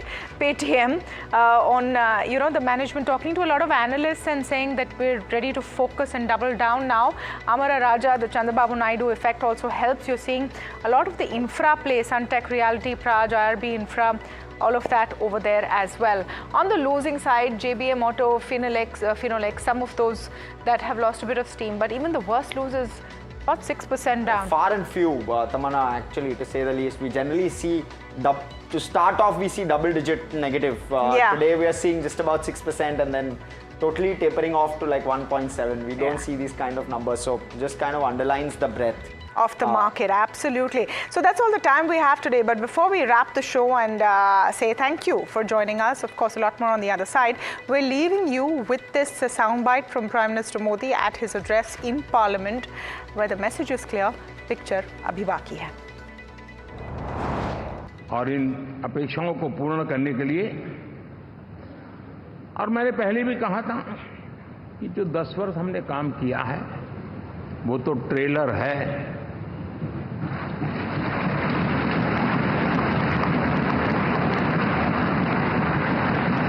और वो मेरा चुनावी वाक्य नहीं था, ये मेरा कमिटमेंट है।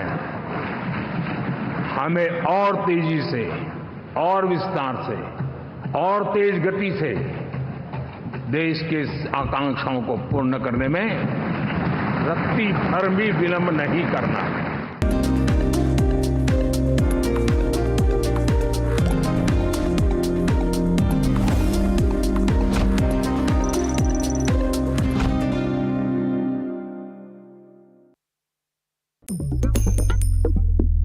Different people believe in different things. In cricket, some hail the king, some believe in God. Some wait for Mr. Right, Some believe in swiping right. Some run away from risk.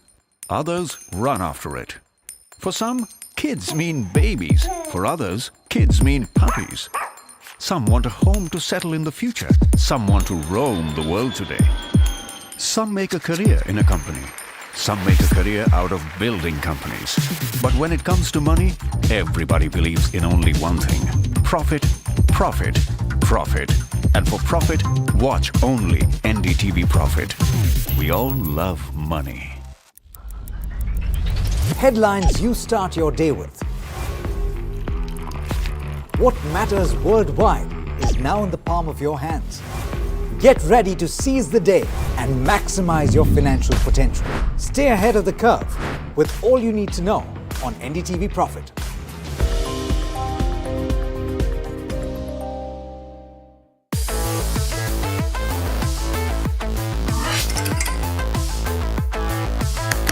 Listen to the voices of reason as they talk about corporate health and investing principles with me, Neeraj Shah, on my show, Talking Point.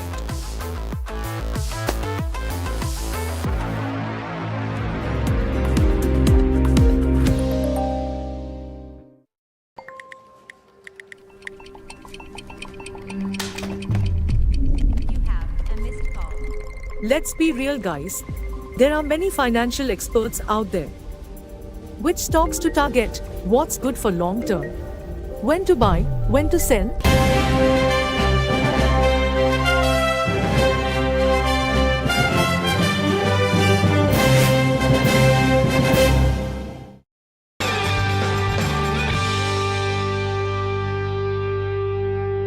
Let me kickstart this by a question to either of you can start. And okay, let's start with you, Mr. Mishra. What's your sense about what happens next? Because a lot of people, for a lot of investors, this is something that they haven't seen. Last 10 years, you haven't seen, quote unquote, a coalition government where hands could be forced, etc. Do you reckon that even with 240 for the BJP, the hand could be forced, and therefore policy making could be slightly different than what it has been for the last 10 years? And could it impact equity markets? Yeah, so the answer for that is very simple. I don't see any impact at all. And there are many reasons for that. First is that the impact of the central government on near-term growth, let's say the next 3 years of growth and the next 3 years of earnings in the market, is insignificant. The central government matters significantly for growth, say 5, 10, 15 years later. So, for example, GST is delivering returns now, but when GST was introduced, remember, all of us were mumbling as to whether it was really necessary. It was so chaotic, right? So reforms are always messy, painful, and at the central level, they deliver returns over a very, very long period. In the near term, the impact is primarily on through fiscal policy. Otherwise, most major factors of production, land, labor, last mile price of energy, are all controlled by the state governments, and there's no change there.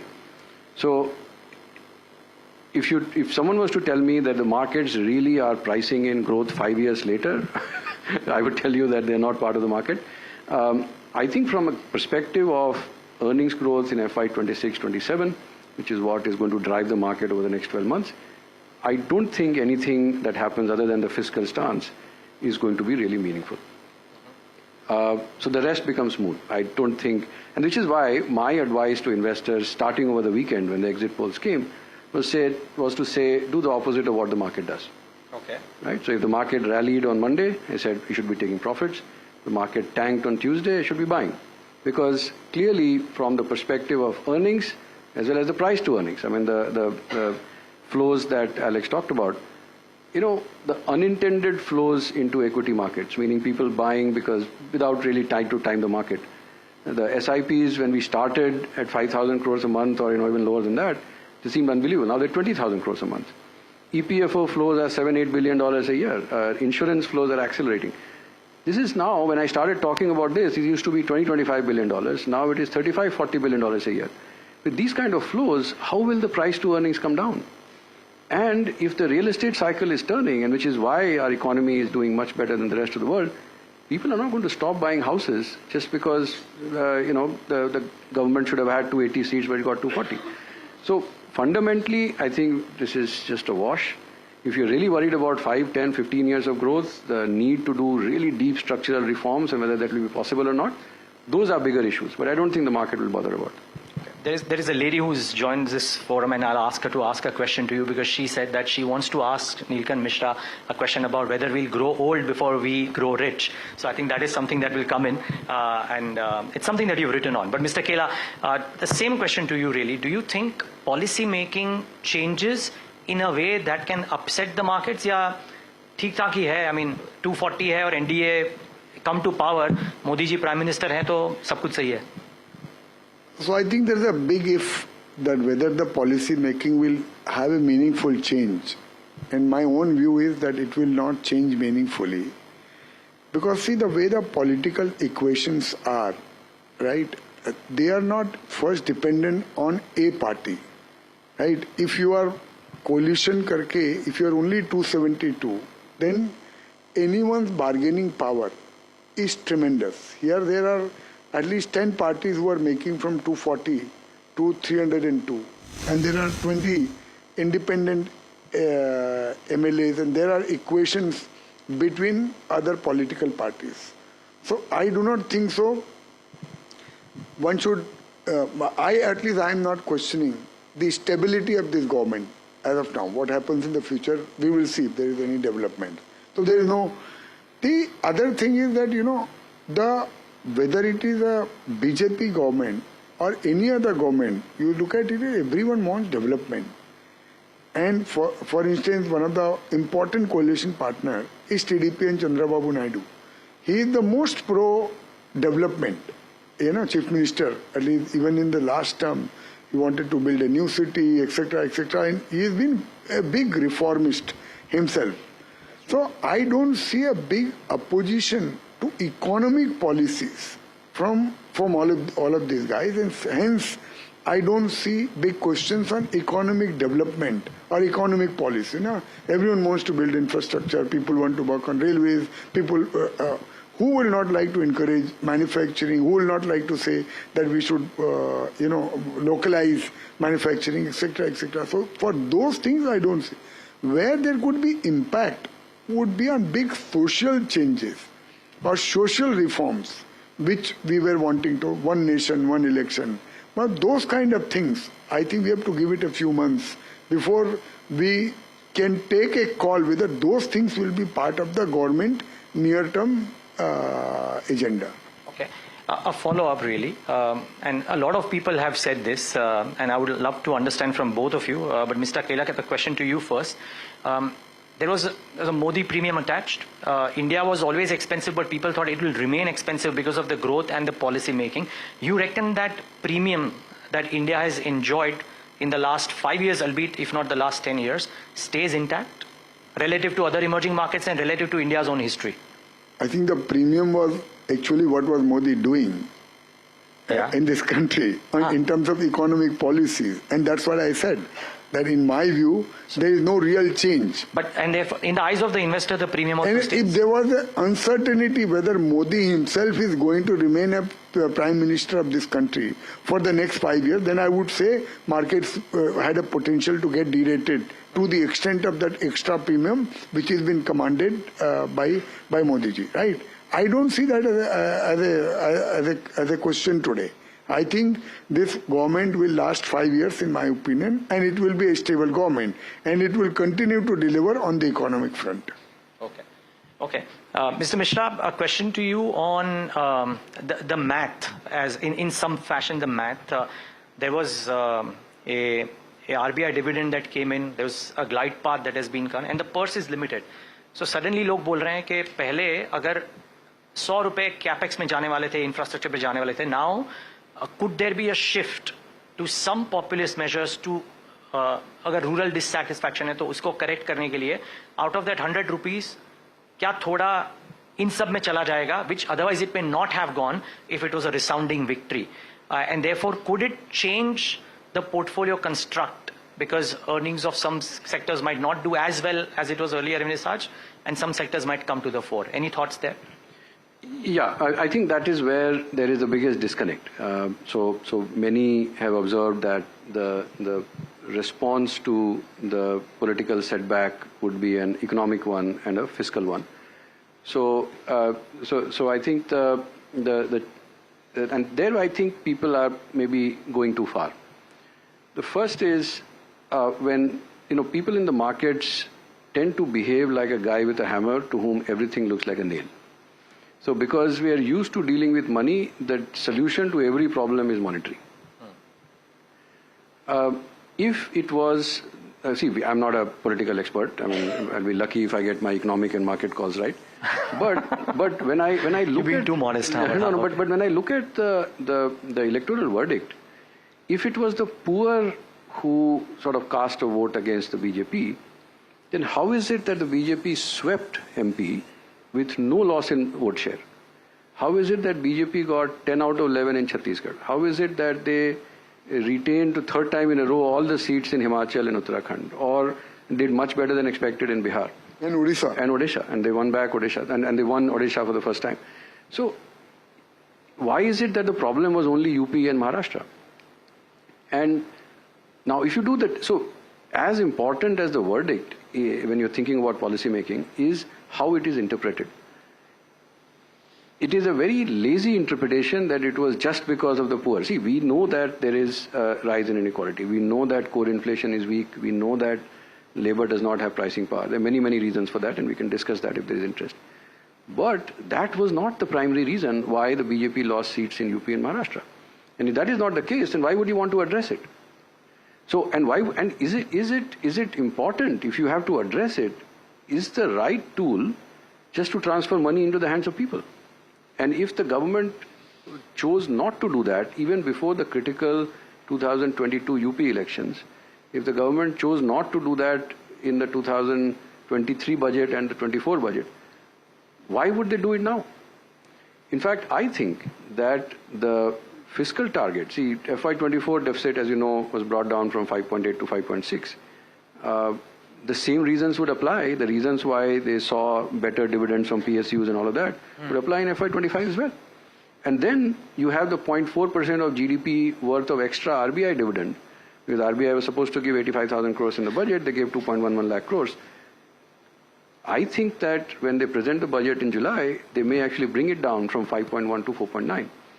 And to add to what we just discussed, one of the reasons that India has garnered a premium is visibility, right? So why is it that metal stocks trade at 10 times earnings and consumer stocks trade at 40, 50 times earnings? Because you have greater visibility on future earnings. So effectively, you have better visibility on 26, 27 earnings, so you are giving a multiple on that and discounting back. The reason why India has garnered this premium is macroeconomic stability.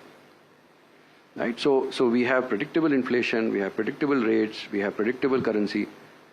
The moment you start slipping on the fiscal side, a lot of this will go away. No, sorry, pardon me. I'm not saying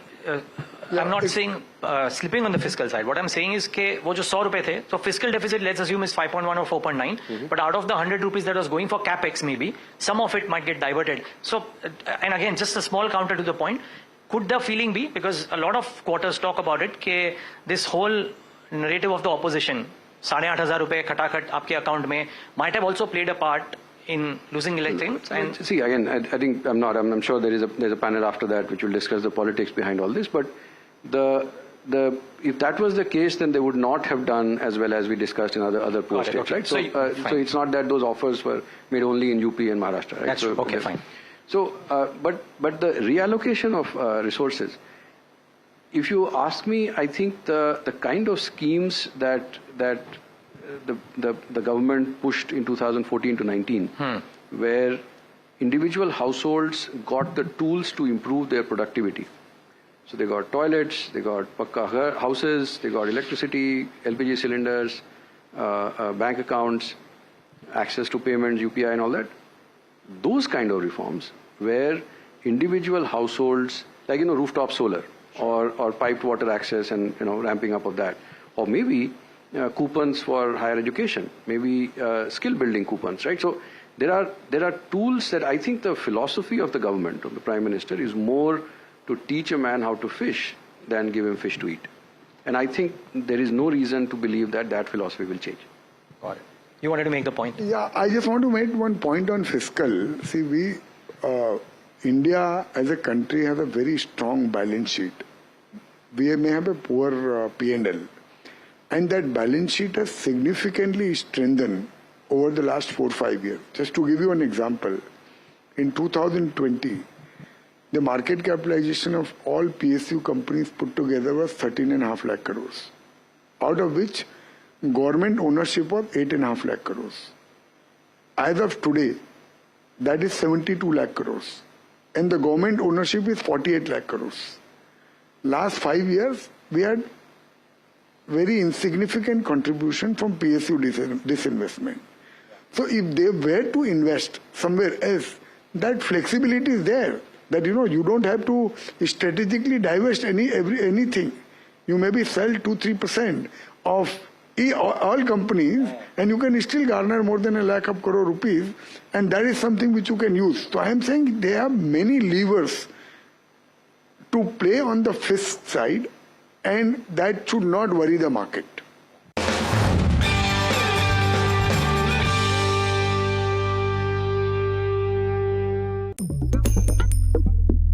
Different people believe in different things. In cricket, some hail the king, some believe in God.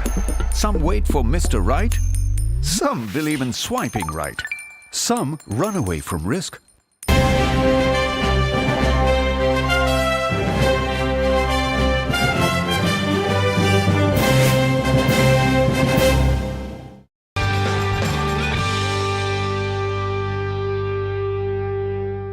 In an interview just before the elections, Modi ji ने संजय पुगलिया हमारे editor in chief को बताया था कि disinvestment क्यों करना, आप देखो PSUs कंपनी के वैल्यूएशन कितने हो गए हैं, and therefore they seem to be maybe not necessarily against, but not necessarily on the path के they want to disinvest everything, seemingly so. That was the case maybe 4 years back. अभी उनको भी मालूम है वैल्यूएशन बढ़ गए.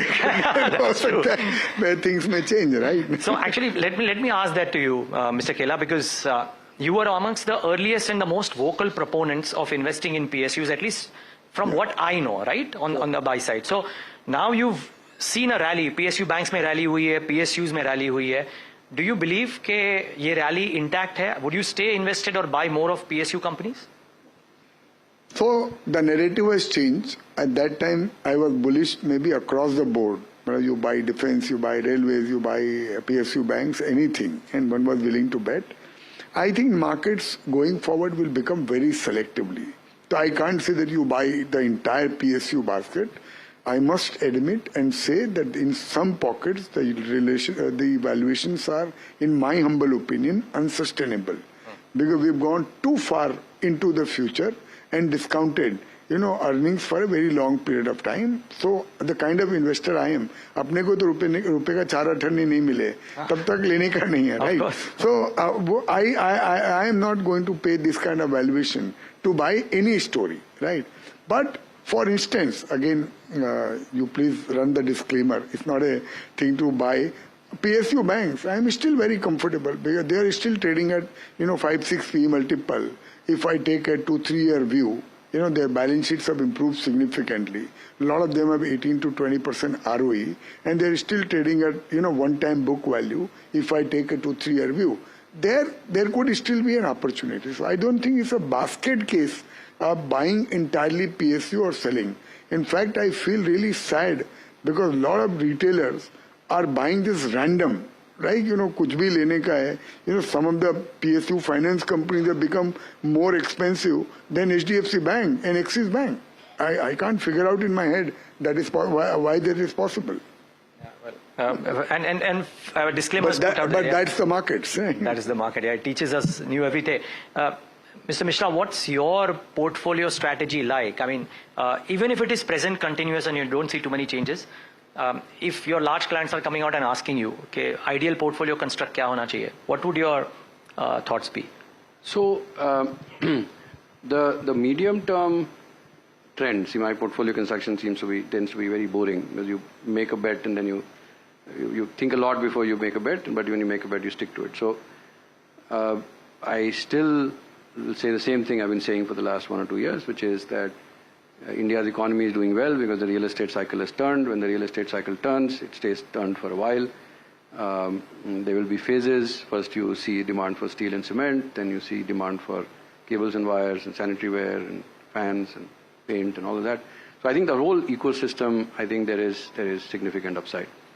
I think we have underinvested in energy, meaning power demand for a while. Again, boring, but you know, if coal output is up 10%, if power demand is so strong, and I think power demand will become even stronger because, you know, all this investment in AI and computation and all of that. And frankly, if India has to grow, India's energy demand will grow. And energy demand, we don't have oil and gas and all of that. So we'll grow electricity to the extent possible. And so utilities, financiers, because there, I think the market has been overly pessimistic on their prospects. And I think there will be decent credit growth. I think the investment cycle is turning. Maybe there has been a bit of a lull because of the elections and some of the uncertainty, but the lag of 3-4 months, I think the investment activity, the order book growth will start picking up again. So those would be the areas on which I would focus. We are underweight industrials. We were underweight industrials going into the election because I found them very expensive. But fundamentally, I think 25-30% earning growth in many of these stocks are very good. Some of their stocks have corrected. We wanted to put out buys, but they seem to have rebounded much faster than, you know. But yeah, so those would be that would be the portfolio construct. It hasn't changed at all because of what has happened. Okay, sorry, you wanted to make a point? I thought. Okay, just before I asked Madhusudan Kela about his portfolio construct, one follow-up to you on the first point that you made, and then the audience, if you have questions, and a couple of pings on my phone tell me that there are a couple of questions that are coming from the audience as well, which my team has forwarded me. But one question, you started off this conversation talking about the real estate cycle and the uptick thereof. A lot of people now start asking, ke itne ghar khareed kaun raha hai? Because these are expensive homes that are being bought in Gurgaon, in South, in MMR region, record after record, every single month. I mean, is this how an upcycle in real estate could look like, or is this only pre-sales and actual sales might differ? Because a lot of people ask these questions. Neeraj, share bazaar wale khareed rahe boss. Yeah, maybe that's true. But, so, but seriously. See, and here I go back to basics. Remember that while our population growth has slowed below 1%, the number of households in India is growing at 2.4% a year. The average square footage per person in India was about 100 odd square feet versus 550 square feet in China tier 3 cities, 300 square feet in tier 1, tier 2 cities in China, 700 square feet in the US. And China and US also still growing. This is called the hedonistic adjustment. So as people get more prosperous, they want bigger houses. So these 100 should be becoming 200, 300, you know, sometime in the next 15 years. The quality of construction needs to keep going up. In fact, when I was in Singapore a month back, and I happened to visit a friend whose house was built 25 years back, I came back and told my wife, boss, the construction in India, in the current houses, is far superior to what was there in Singapore 25 years back, or 20 years back.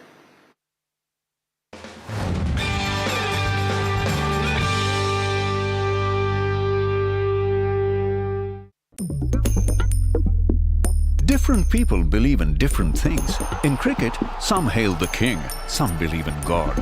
Some wait for Mr. Right, some believe in swiping right. Some run away from risk, others run after it. For some, kids mean babies. For others, kids mean puppies. Some want a home to settle in the future. Some want to roam the world today. Some make a career in a company.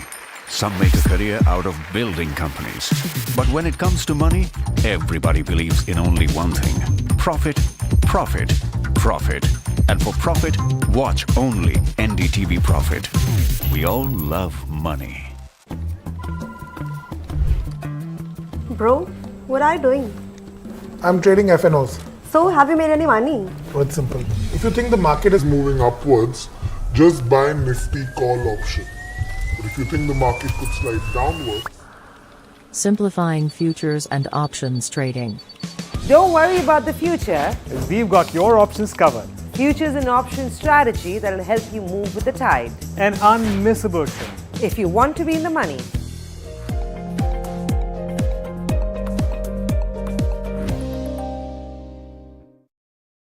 Stock selection isn't an easy task. And neither is choosing the right moment to sell. Whether it's a doubt about a short-term trade Or a long-term investment. all you have to do Is ask Profit.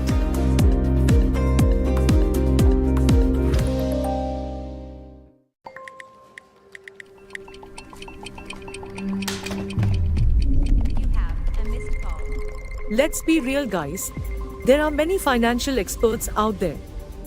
Which stocks to target? What's good for long term? When to buy? When to sell?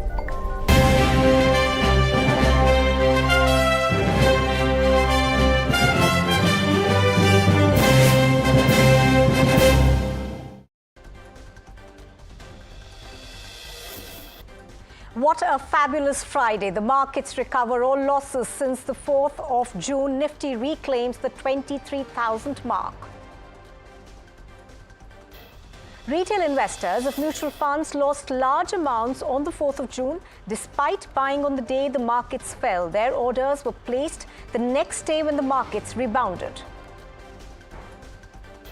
The NDA sends out a message of strength and unity at the parliamentary party meeting. Chandrababu Naidu and Nitish Kumar endorsed Narendra Modi for a third term as the Prime Minister. Modi says reforms are on track. The RBI keeps repo rate unchanged at 6.5%, revises GDP growth estimate slightly upward at 7.2%. The central bank is cautious on food inflation. The Food Safety Authority of India raids Blinkit's Telangana warehouse, detects several violations including expired products and unhygienic storage standards.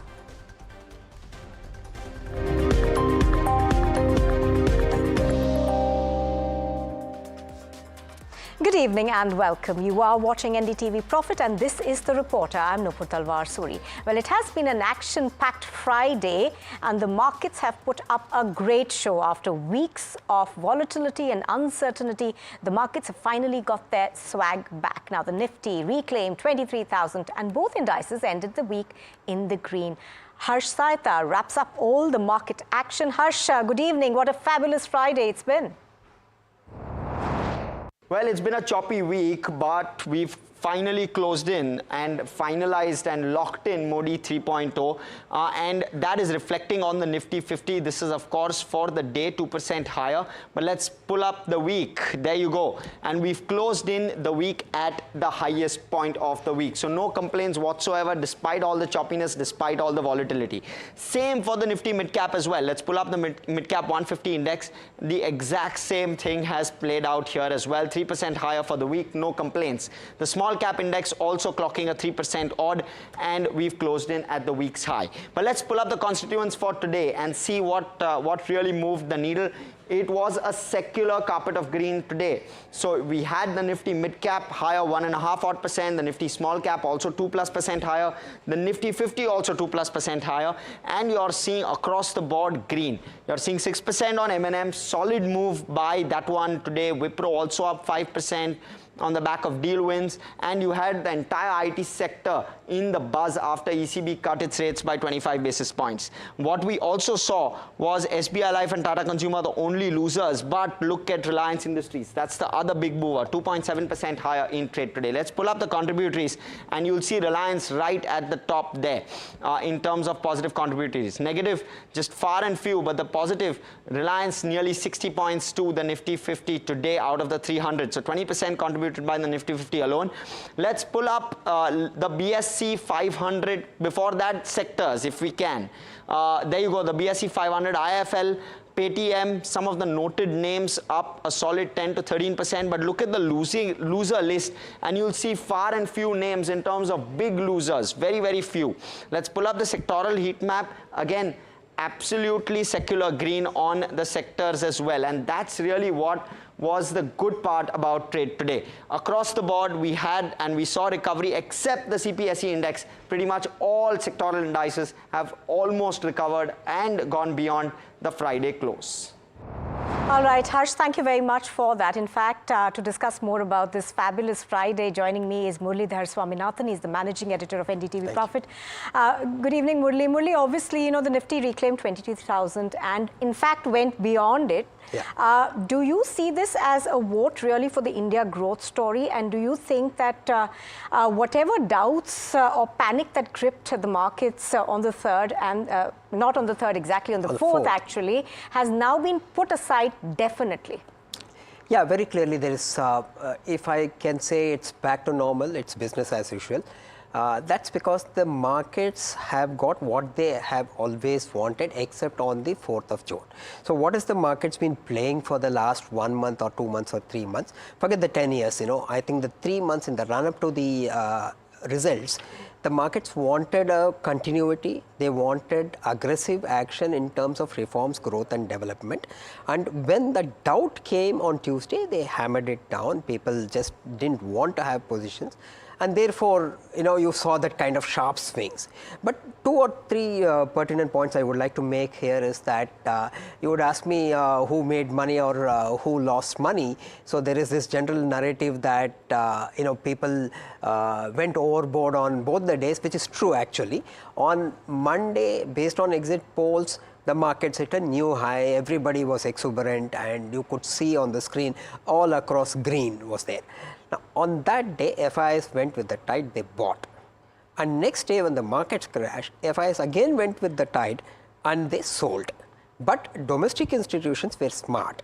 They went against the tide. They sold on Monday when everyone else was buying, and they bought when everyone else was selling. So the domestic institutions made money, which means that retail investors had this confidence that, look, there is support. So that is the second point. So basically, after today's meeting, which elected the Prime Minister Modi and the NDA government, and the next process is faring, it's very clear that the next 5 years are going to be development oriented. Right. Now, as you said, today, of course, there was a very key meeting. Do you think that the markets will take their cues from that? And obviously, what we are seeing in, form of Modi 3.0 is continuity in reforms, economic policy continuity, and a great deal of stability, if one could put it, at this point in time at least. Absolutely. See, the market has very clearly, what does the market want? It wants stability. It wants the NDA government led by Narendra Modi. That is very clear now. That cue has been taken and it is priced in. Typically, markets look ahead and price in more than what is required. Okay. Now, it's not about 23,200 or 300. It's a matter of what's going to happen going forward. Now, every step that the market will now shift focus from the government formation to who gets what in terms of portfolios and what the policies would be. All right. Thank you very much for telling us that the markets perhaps will be looking at more continuity, and the queue is higher and higher from here. Thank you, Murli, for joining us. Now, the other story that we are tracking today is, of course, what happened on the 4th. Now, several mutual fund investors have taken to social media, in fact, to complain that they weren't able to buy the dip on Tuesday. Despite placing orders on time, they were not able to receive their NAVs. Now, they got the prices of the next day when the markets had already recovered. What went wrong and what can you do if you face a similar situation? I think we'll have Alex joining us on this one. Alex, good evening. Now, obviously, to begin with, cut the clutter for us. Tell us what really happened. And in a situation like this, who can investors go to? Who essentially will be answering their questions of why they lost the money and who's responsible for it? Yeah, that's the big question, and that's what investors are essentially asking, Nupur. Where does the buck stop? But let's first understand why this took place.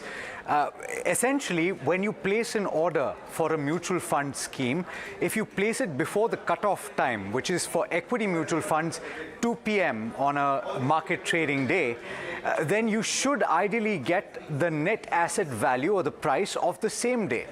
Now, what happens is when you place that order, your bank account gets debited. So the bank essentially gets told of this order, the bank account gets debited, the money gets transferred to a payments aggregator, and the payments aggregator then transfers the funds to the mutual fund's bank account.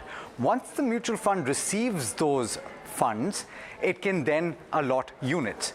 On Tuesday, however, when the equity markets dropped and the Nifty 50, as our viewers will know by now, dropped as much as 6%, mutual fund investors here in India tried to buy that dip, as a result of which volumes went through the roof, with one particular payments or rather investment platform saying that they received orders worth 6 times the value that they normally receive on a regular day.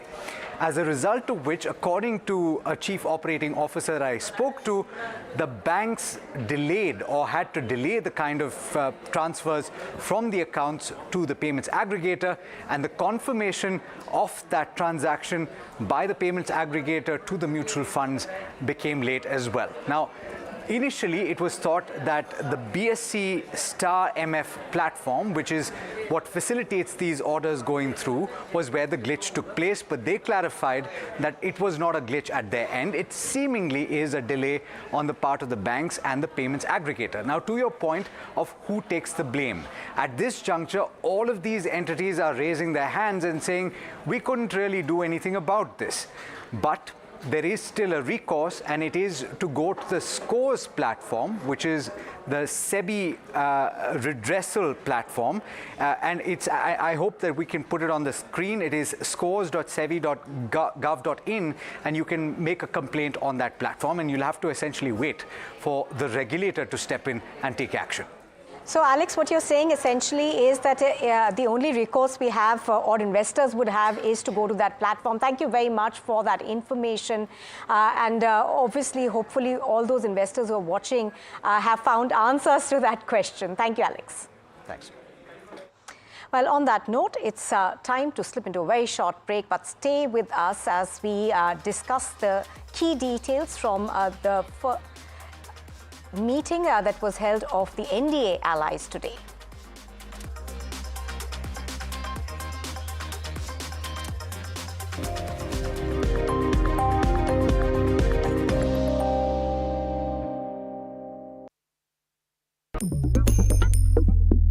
Different people believe in different things. In cricket, some hail the king, some believe in God. Some wait for Mr. Right, some believe in swiping right. Some run away from risk, others run after it. For some, kids mean babies. For others, kids mean puppies. Some want a home to settle in the future. Some want to roam the world today.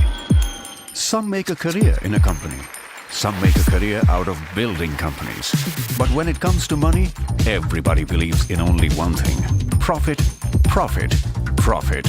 And for profit, watch only NDTV Profit. We all love money. Headlines you start your day with. What matters worldwide is now in the palm of your hands. Get ready to seize the day and maximize your financial potential. Stay ahead of the curve with all you need to know on NDTV Profit.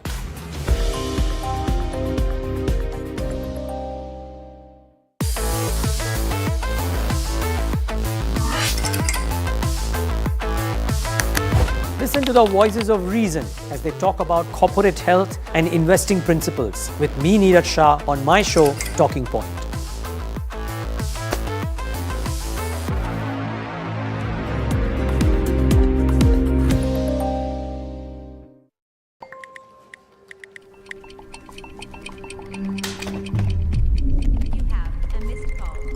Let's be real, guys. There are many financial experts out there.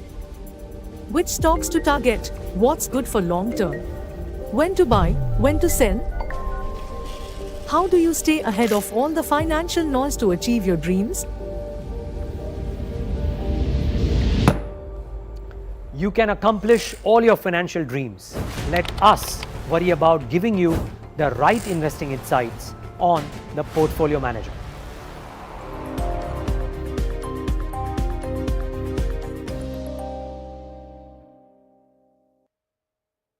Stock selection isn't an easy task.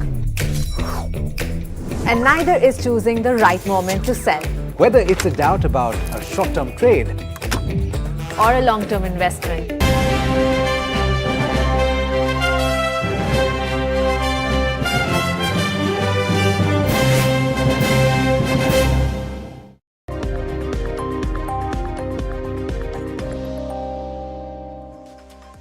Welcome back. You're watching The Reporter on NDTV Profit. Now, after the Lok Sabha victory, Prime Minister Modi hailed the NDA as an organic alliance at the parliamentary meeting. He sent out a message of strength and unity while keeping the focus on development and good governance. Taking a jibe at the Congress, he noted that their failure to cross the 100 mark in the last decade.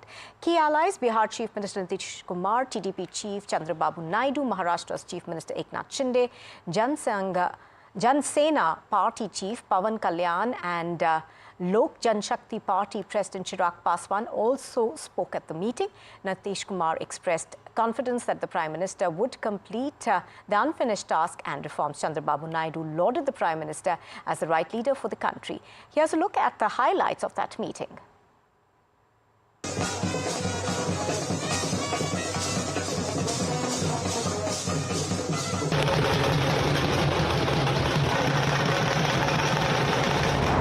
आज मैं कह सकता हूं कि भारत के राजनीतिक व्यवस्था में एक ऑर्गेनिक अलायंस है और ये मूल्य श्रद्धेय अटल बिहारी वाजपेयी, श्री प्रकाश सिंह जी बादल, श्री बाला साहब ठाकरे, श्री जॉर्ज फर्नांडिस, श्री शरद यादव, अनगिनत नाम में कह सकता हूं. I proudly propose the name of Sri Narendra Modi ji on behalf of Telugu Desam Party for the post of Prime Minister of this great nation. आज देश बहुत आगे बढ़ेगा. अब बिहार का भी तो सब काम हो ही जाएगा. जो कुछ भी बचा हुआ है उसको ही कर देंगे. सबसे पुराना इलाका है, तो इसीलिए हम लोग तो पूरे तौर पर हर तरह से जो आप चाहिएगा उस काम के लिए हम लोग लगे रहेंगे और बहुत अच्छा होगा. अब जितने लोग साथ हुए हैं अब बहुत अच्छा है और सब लोग बहुत अच्छे ढंग से अपनी बात कर रहे हैं.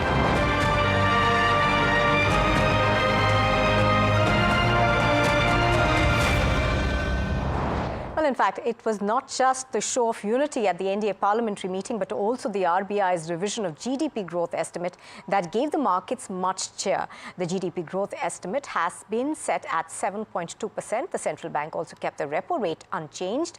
Vishwanath Nair now joins us with the key takeaways from the RBI's monetary policy meeting. Vishwanath, hi, take us through the key points of that meeting and what came of it. There's been no surprise on the monetary policy front. The repo rate has been maintained at 6.5% for an 8th consecutive policy. The stance has been maintained as withdrawal of accommodation.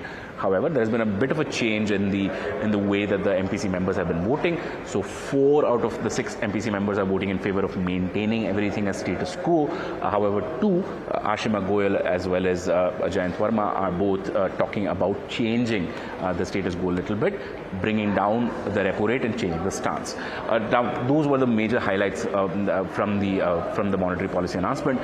The RBI governor and the deputy governors did, however, meet the press a little while ago, where they gave detailed answers to multiple questions that people had. Some of the more interesting answers: one is that it doesn't matter if the Federal Reserve starts easing, the RBI will only start easing the interest rates when it sees inflation at 4% on a durable basis. And well, durable is not really a defined term, but the RBI says that as long as they're comfortable seeing inflation continue at 4% for a while, they will start thinking about what they need to do on the rate action front. They have not committed to any kind of rate cut in the near future. As far as inflation expectation is concerned, that's set at 4.5% for FY25. GDP is expected now, GDP growth is expected at 7.2% for FY25 compared to 7% earlier. There has been an upward revision. Remember that FY24 GDP growth surprised on the upside at 8.2%. So obviously that base effect comes into picture, and that's why your GDP growth for FY25 is set at 7.2%. Once that is realized, that's when we will start seeing a lot of these expectations of growth normalizing. I mean, once FY25 reaches 7.2%, the expectation is that for 4 consecutive years, India would have seen 7% plus growth, and that's something that the RBI governor did point out during his speech and then later during the press conference. Now, the main concern flagged by the RBI is food inflation. Here's Governor Shaktikanta Das elaborating on this. At the current juncture, therefore, the uncertainties related to food price outlook warrant close monitoring, especially their spillover risks to headline inflation. In parallel, the behavior of the core component also needs to be watched carefully. We need a descent of inflation to 4% target on a durable basis while supporting growth. The RBI governor also said that he would watch the US Fed signals but would not necessarily follow them. Even if the US eases, we may not. So therefore, I would suggest that there is what I have done is that I have just explained our overall approach, and I have done it in the past. I decided to reiterate it again, for better clarity. But economists are not fully convinced, and the chief economist of the HDFC Bank, Habib Barua, has reacted to the RBI governor's claims. Listen into what he said. They might just do it. I'm not ruling that possibility out, but I think the influence of the Fed is certainly more than what he has characterized it to be. If we get good news on the monsoons, and I think the food inflation is really the bugbear. And because if you look at inflation expectations, etc., it is disproportionately affected by food inflation.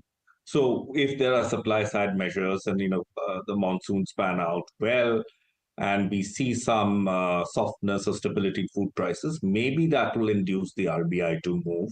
We are getting examples from emerging economies as well as developed economies. Take the case of the ECB, which has kind of deviated from this, follow the leader model. So that is possible, but I think you have to bring in this dimension of the RBI's kind of enormous emphasis on currency stability, and that as a sort of a virtue and a badge of honor that they like to project. And so if that becomes central to your objectives, then I think there is a natural tendency to align with the Fed, because if you are chasing a stable rupee, I mean, you just need to ensure that the carry doesn't go against you. Again, we have the bond index inclusion, etc., which might bring in flows. So I'm not ruling out the possibility of a rate cut before the Fed. It has a low probability, but it's certainly not going to happen in the near future. And I personally believe that this the chase for the last mile to 4% might just, and I think this is the root of the two dissenters who have disagreed with the consent with the others in the rate call and the stance call, is that if you are constantly, if you are so fixated on this 4% inflation number on a durable basis, then you might end up remaining tight for too long. And we know that monetary policy has lagged effects. So, and especially if you're depending on private investment to drive your cycle going forward, I think the cost of capital does make a difference. Now, Paytm's UPI market share has continued to slide after the RBI's crackdown on its business. This according to data released by the National Payments Corporation of India. Mimamsa Verma joins in to tell us more about this. Mimamsa, give us more details about this, and how do they really, stack up against other players? Right. Hi, Nupur. So, Paytm has been losing market share steadily for most part of this year, and the month of May is no different. Even as UPI transactions hit a record high of 1,404 crore transactions in May, worth rupees 20.45 lakh crore, Paytm was not the company that spearheaded this stellar move in the digital payment space. Paytm accounted for 8.1% of total UPI transactions in May, down from 13% in January, according to data released by by the NPCI. Instead, Walmart-owned PhonePe maintained its dominant share at 49% in May, while Google Pay, which is owned by Alphabet, held 37% share in total UPI transactions in India. This comes after RBI imposed restrictions on Paytm on January 31, and the share price have fallen around 50% since then. Having said that, Paytm shares hit upper circuit today after the circuit filter for the stock was revised upwards to 10% from 5% earlier. Another reason for the rally today is that early signs of recovery, according to the company, and strong stabilization for its UPI business is what could be driving the Paytm shares today. Even though the monthly UPI transactions on Paytm have risen in May, we'll have to see whether Paytm is able to regain its lost market share in the coming days or not.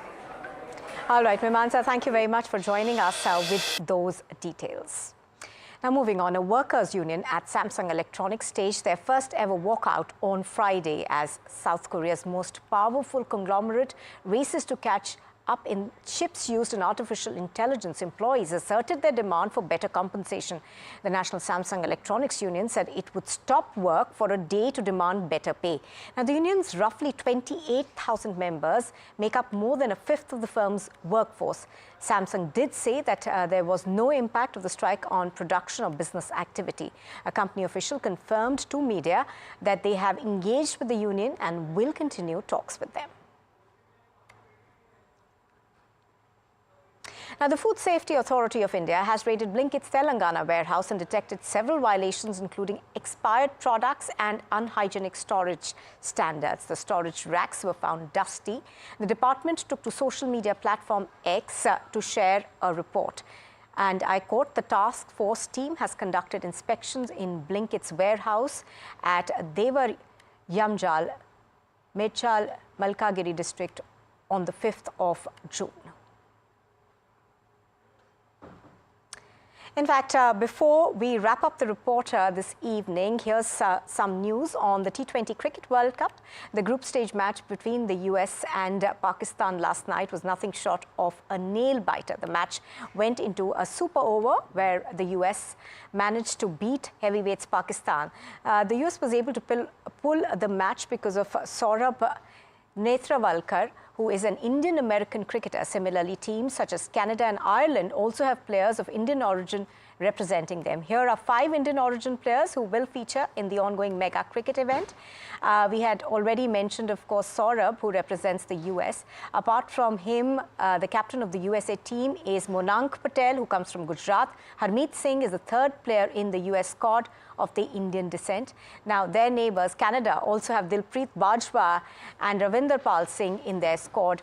All these cricketers of Indian origin playing against Team India may prove to be an equal weight challenge and give a tough fight to the men in blue. Well, that's all we have time for right now, but thank you very much for joining us on The Reporter. News and updates continue.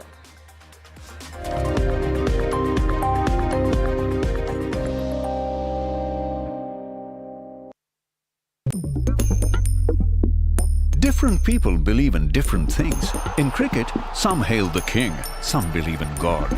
Some wait for Mr. Right, some believe in swiping right. Some run away from risk, others run after it. For some, kids mean babies. For others, kids mean puppies. Some want a home to settle in the future. Some want to roam the world today. Some make a career in a company. Some make a career out of building companies. But when it comes to money, everybody believes in only one thing. Profit, profit, profit. And for profit, watch only NDTV Profit. We all love money. Bro, what are you doing? I'm trading FNOs. So, have you made any money? Oh, it's simple. If you think the market is moving upwards, just buy Nifty call option. But if you think the market could slide downwards... Simplifying futures and options trading. Don't worry about the future, as we've got your options covered. Futures and options strategy that'll help you move with the tide. An unmissable trade. If you want to be in the money.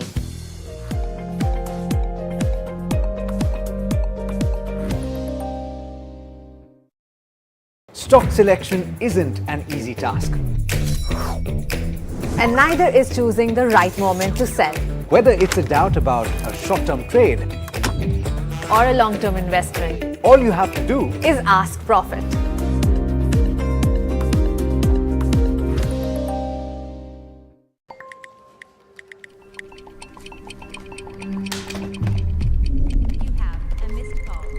Let's be real, guys. There are many financial experts out there. Which stocks to target? What's good for long term? When to buy? When to sell? How do you stay ahead of all the financial noise to achieve your dreams? You can accomplish all your financial dreams. Let us worry about giving you the right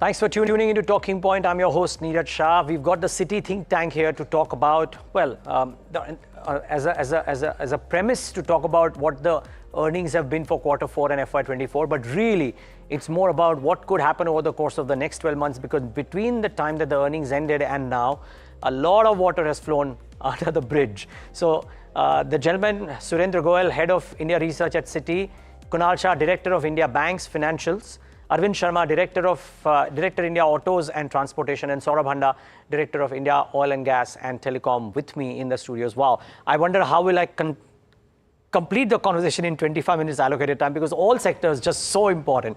But gentlemen, thank you so much, all of you, for joining today. It's a real pleasure having you. Surendra, starting off, earnings, policy up ahead, but most importantly, the events over the last 3 days. Have they changed your outlook as on the India strategy from what it was last Friday to what it is maybe today? Yeah. So first of all, thanks for having us here. So let me go point by point. See, firstly, from an earnings perspective, the outcome was pretty decent, right? And there were a lot of moving parts in terms of some sectors having one-offs and so on. But I think the most important thing was, if you look at the Nifty earnings revision for consensus, the direction is up. Okay, which is what kind of summarizes the view. So earnings, I would say, at the margin was overall positive. The trends are quite supportive. We saw the recent GDP data come out, which was again better than what most people expected. So I think on that side, there is comfort that things are kind of progressing in the right direction. From a election perspective, obviously, still we have to see a lot of things happening as we speak. But overall, I think a few things. Firstly, from a macro standpoint, I think there was the RBI dividend news which came in between, right? So clearly there is a lot of cushion right now. So our view is that even with slightly increased spending on rural jobs, etc., there is no real need to dial back or step down on capex infra, which the government has been doing. So there is space for that. So our view still remains that the focus on capex and infra will remain. Okay, I think in the near term, increased risk perception, there'll be a lot of noise, news flow, so the market will keep on reacting. In fact, if you look at yesterday evening when we were talking to clients, we were telling them that yesterday's Nifty close was more or less the same as Friday's Nifty close, right? But in between, there was a lot of volatility. So I think you could see that continue. Depending on the news flow and noise, the market could move up and down. But assuming that things kind of progress in the right direction, the broader story, right, which is premised around a few things: India's superior growth prospects, strong domestic flows argument, and a great macro, a top-down from an India perspective. Those are three things which are all supportive. So to that extent, I still think it's a fairly decent backdrop. And from a sectoral perspective, at this point, we have not really changed much. I think at the margin, the sector which should see some benefit is the rural side, which is consumer staples and autos. So that's the only incremental one. Otherwise, I think broadly we are comfortable with wherever we are positioned. That's interesting because autos have done really well thus far, while staples may have not. So I was going to ask you in portfolio rejig. So does this come at the expense of maybe some of the capex beneficiaries or some of the others? I mean, when these two sectors move slightly above? Yeah. So again, the point I made on capex beneficiaries, etc., the names that we have in our preferred list, we are quite comfortable with the medium-term outlook. Okay, and for us, I think, as I said, we are not expecting anything to slow down on the capex side. We still think that that's something which has been happening for a while, and the direction remains the same, it's unchanged. And some of those stocks which are a play on that, where there is a very good medium-term visibility, they continue to do well. Okay, so I think people will really need to wait and watch, because some of the stocks which are play on rural have also moved up 15% in the last couple of days, right? So a lot has gotten priced in also. So I think now, if you look at from a data point perspective, first possibly minimum support price announcement, some point end of June, early July, then the budget. I think people will want to watch out for what happens, okay, because some of this already got priced in very rapidly in the last couple of days. Fair call. I'm starting off with the topical piece first and then moving on to the other things. One of the things that happened overnight, and therefore oil and gas comes firmly into play, right, Saurabh, is this whole thing around PNGRB doing this. Plus, but beyond that, we're seeing oil prices being very, very contained. Now, to the regulatory piece secondly, but first, by virtue of the fact that oil prices have come off so much, how does that, if at all, change the picture or the outlook towards different components within this space? Right. So firstly, in terms of, if you look at the downstream oil marketing companies, and if you look, say, a month back when oil was close to the late 80s or $90, there was this concern that these companies are now losing money on fuel pricing, that's petrol, diesel. And there was a general view that maybe after elections, if there is no major surprise, these guys can come and take a price hike. Now, maybe a petrol diesel price hike at this point of time is unlikely, but it's now not even needed. So in a way, we've, since the OPEC events, etc., oil prices have come off. They're now at a fairly comfortable level in the late 70s, which is quite comfortable from the marketing margin for petrol and diesel. So I think if oil continues to remain in this range, which is Citi's commodities view, our global view, say it's in the mid to late 70s, then that's pretty comfortable for the oil marketing companies. So we retain our constructive stance there. The stocks that we like there are BPCL and HPCL, so we have a buy there. I think the market may still await some bit of political clarity, some sort of clarity on policy on some of these stocks, because ultimately they do fall under the quote-unquote PSU category. And petrol, diesel, fuel pricing, we know, is generally politically sensitive. So maybe the market might adopt a slightly more, pragmatic approach towards some of these. But on the gas side, where things are not so politically sensitive, and since you alluded to that, we are a lot more constructive. So we like stocks like GAIL, city gas names like IGL, MGL. So, there is, now that the elections are done, the NDA actually has a majority in the GST Council. So maybe petrol, diesel are a lot more difficult to bring under GST, but gas is clearly possible. We think it can happen. Timelines are always very difficult to judge, obviously. But the whole value chain benefits, the government has this target of increasing gas usage in the economy. And if they do manage to pull this off, then stocks like GAIL and some of the gas distributors should benefit. There are also some moves around on the regulatory side, which in our view works in favor of some of these stocks. So overall, our constructive view on the gas space remains intact. So some moves which may come, but based on what you've heard thus far, and if indeed the GST Council moves, you think GAIL is a principal beneficiary, or GAIL plus the city gas distributors kind of on earnings basis, if such a thing would happen, would be equal beneficiaries? Yeah, so in our view, GAIL actually has a direct earnings benefit because there are certain stranded taxes for GAIL because they use gas internally, and those may be stranded taxes. They may be able to, now get the tax credit. Whereas for the gas distributors, it could be a direct earnings benefit, or it could be indirect in terms of, general more gas usage in the economy, which helps their volumes. So our pecking order is GAIL and then the gas distributors like IGL, MGL, but these are our three main buys in the space. Got it.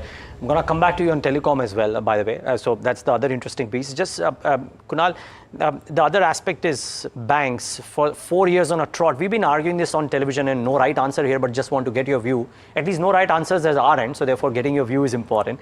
For 4 years on a trot, PSU banks outperformed the private banks by a distance.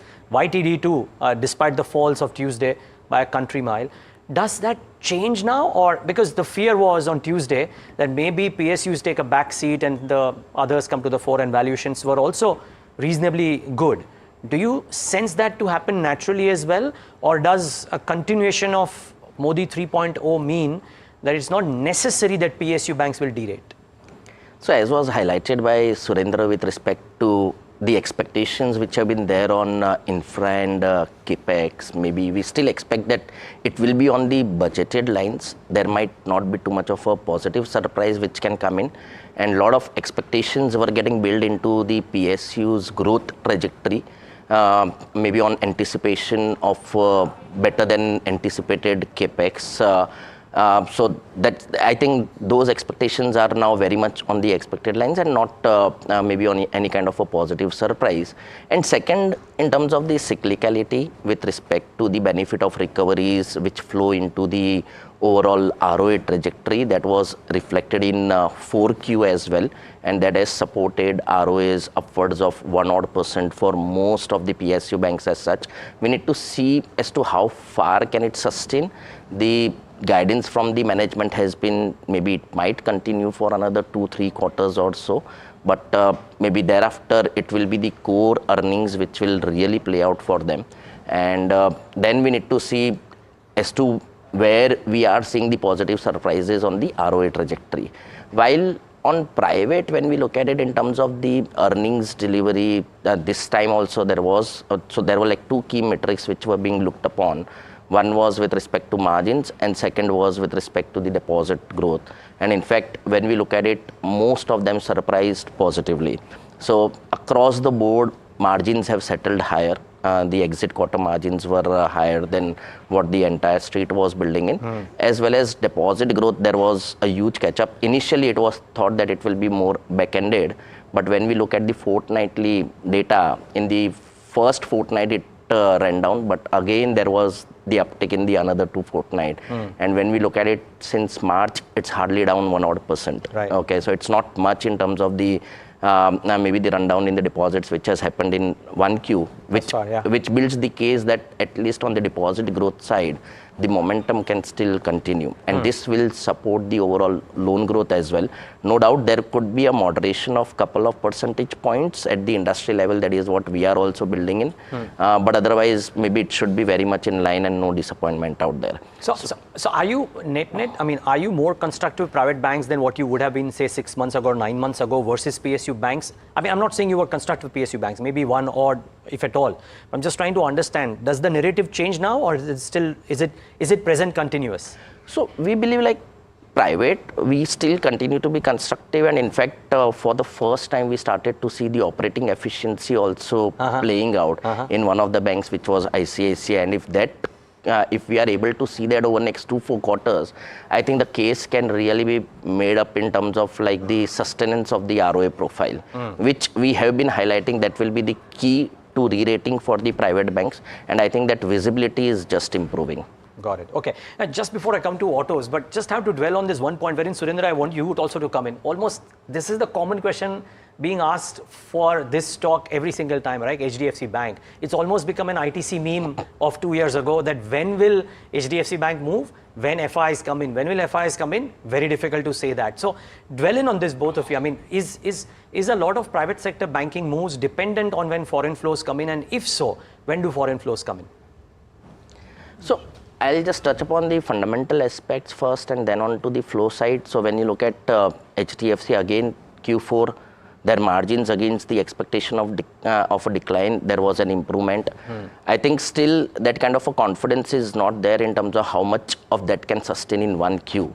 And if we still see both deposits as well as margins holding on in 1Q, that will give much more confidence and improve the visibility on the core ROA profile for HDFC, which I think may drive the flows into the name as well, and maybe on the FI side, Surendra can take that up. Yeah, so let me comment on the private banks rather than commenting on one stock. Yeah, not one stock, of course. So I think a few things to keep in mind. Firstly, we track AUM of around roughly 400-500 billion on the EM side on a monthly basis to see how their portfolios are moving. And there, after a long time, we are seeing India as an underweight.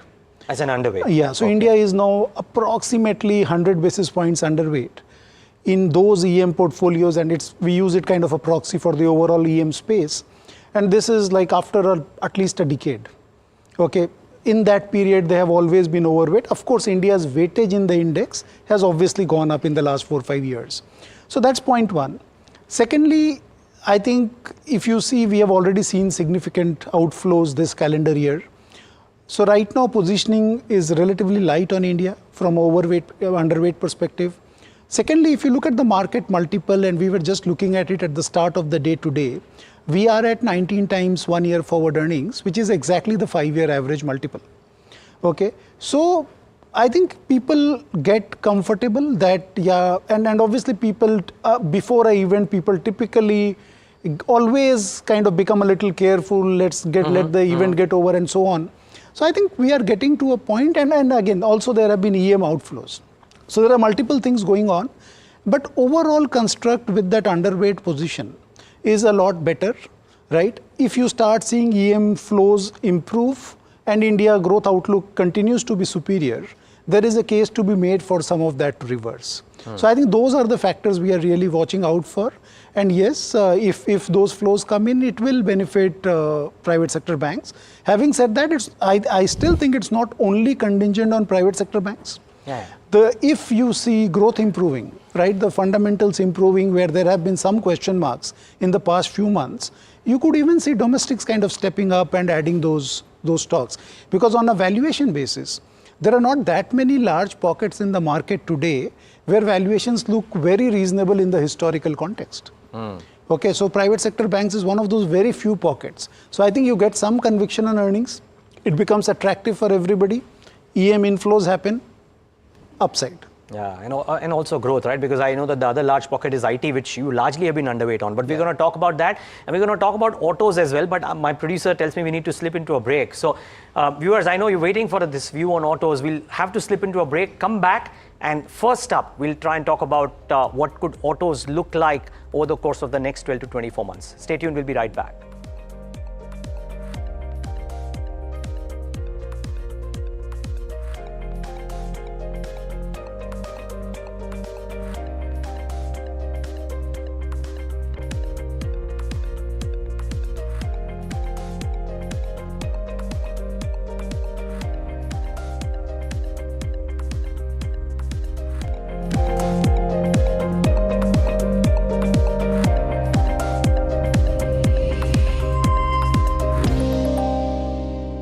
Brought to you by TCI Express, on-time delivery or money back. Different people believe in different things. In cricket, some hail the king, some believe in God. Some wait for Mr. Right, some believe in swiping right. Some run away from risk, others run after it. For some, kids mean babies. For others, kids mean puppies. Some want a home to settle in the future. Some want to roam the world today. Some make a career in a company. Some make a career out of building companies. But when it comes to money, everybody believes in only one thing: profit, profit, profit.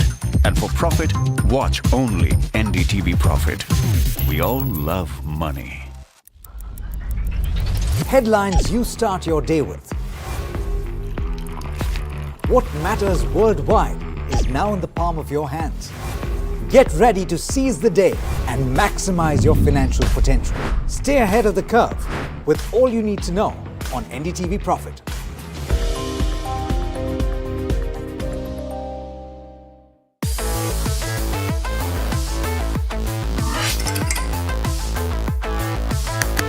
Listen to the voices of reason as they talk about corporate health and investing principles with me, Neeraj Shah.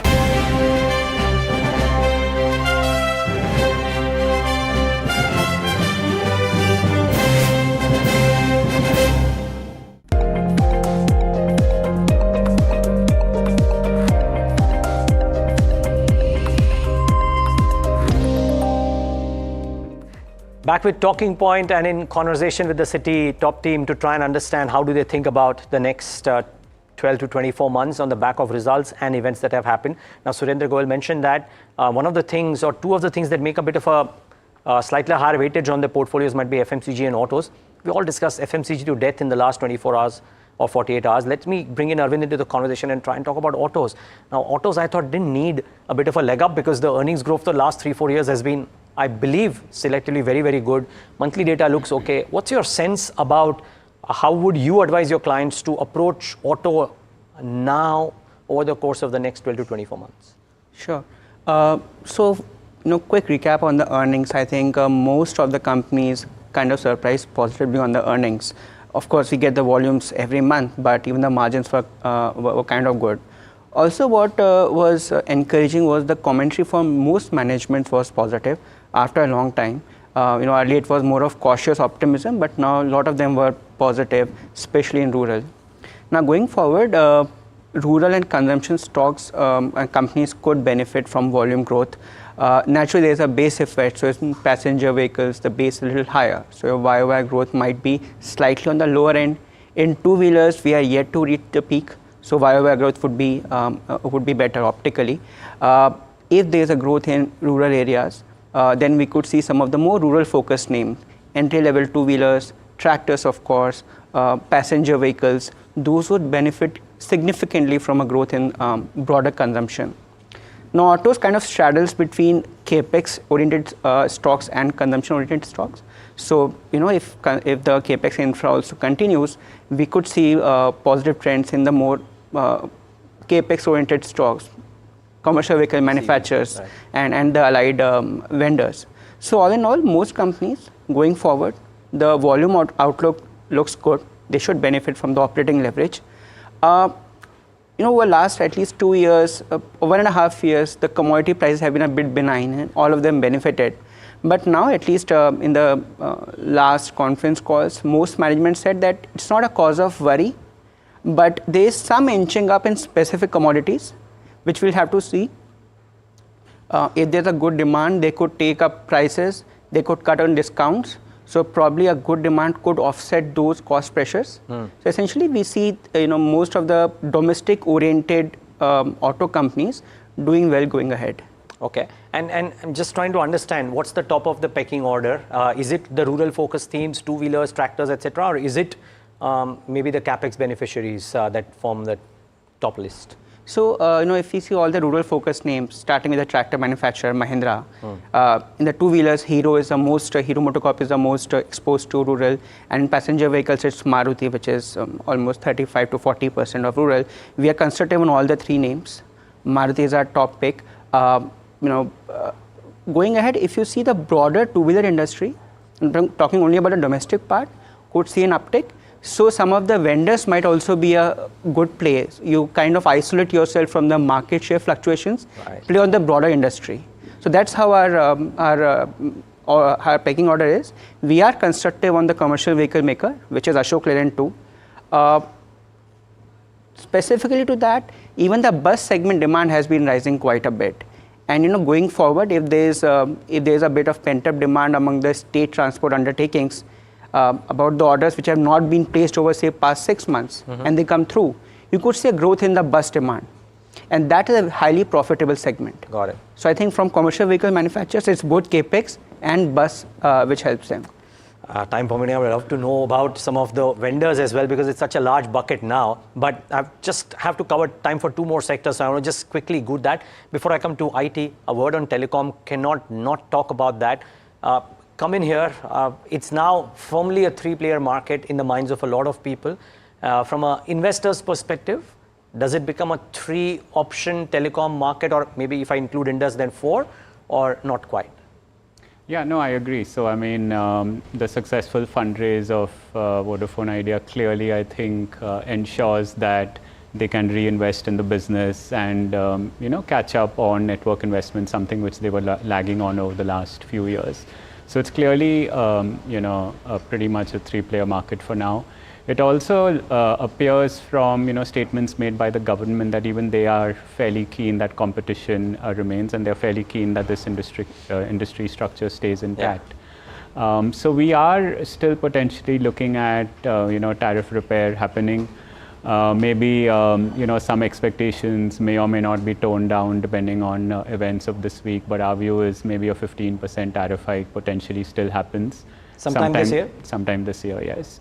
So that's one. There are also, this whole AGR case is still pending in the Supreme Court. So that's something which we need to watch if there can be any positive developments there. Still not our base case as yet, but it's something to monitor.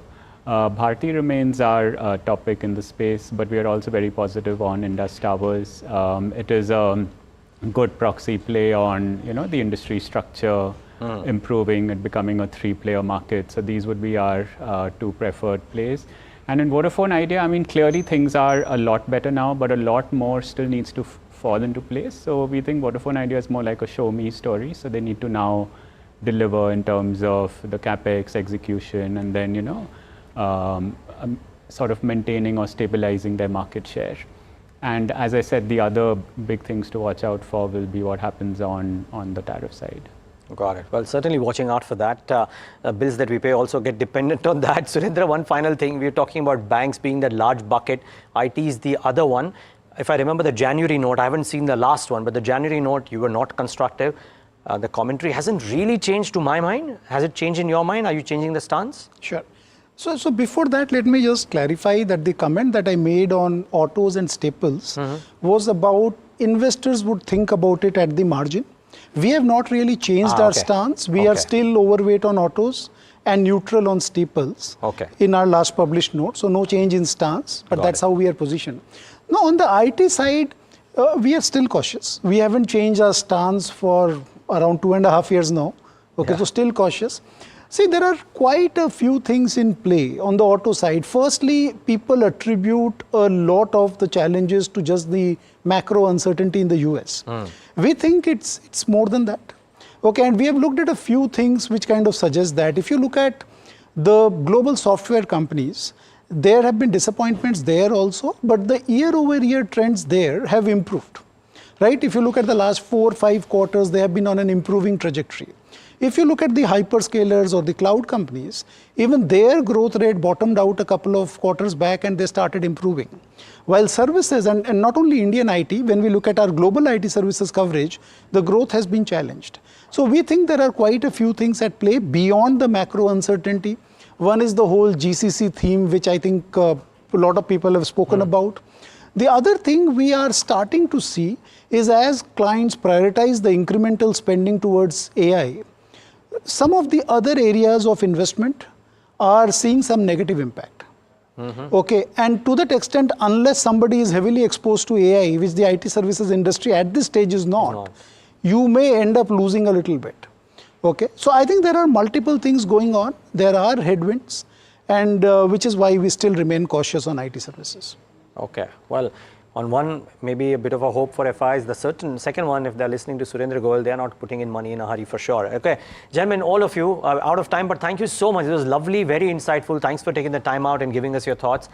As always, as every quarter, really appreciate your time. Thank you. Thank you. And viewers, thanks for tuning into this wonderful edition of The Talking Point.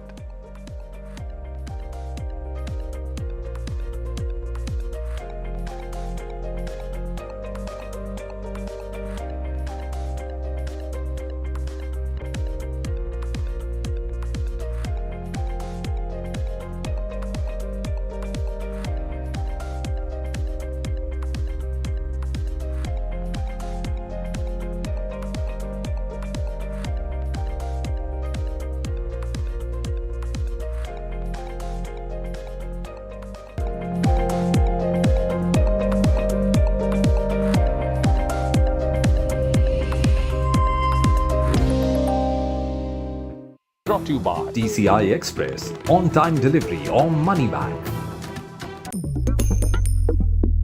Different people believe in different things. In cricket, some hail the king, some believe in God. Some wait for Mr. Right, some believe in swiping right. Some run away from risk, others run after it. For some, kids mean babies. For others, kids mean puppies. Some want a home to settle in the future. Some want to roam the world today. Some make a career in a company. Some make a career out of building companies. But when it comes to money, everybody believes in only one thing: profit, profit, profit. And for profit, watch only NDTV Profit. We all love money. Bro, what are you doing? I'm trading FNOs. So, have you made any money? So it's simple.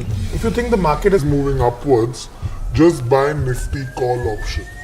But if you think the market could slide downwards, Simplifying futures and options trading. Don't worry about the future.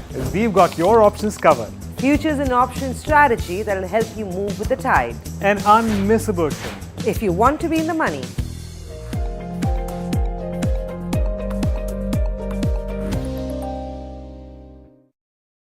Stock selection isn't an easy task.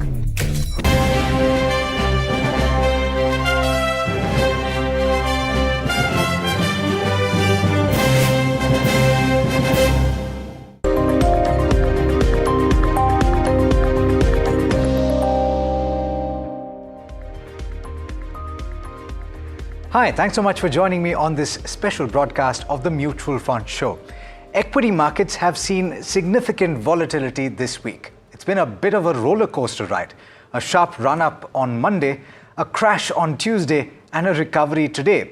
Where does that leave you if you're investing in mutual funds? There's something that gets said quite a bit in Mumbai, and I think it's relevant today. Kaiko tension lene ka? If you had not looked at your portfolio this week, you likely would have slept better, and chances are that you'd be more or less where you were last week. But it's still important to know what the trends are and how you should react.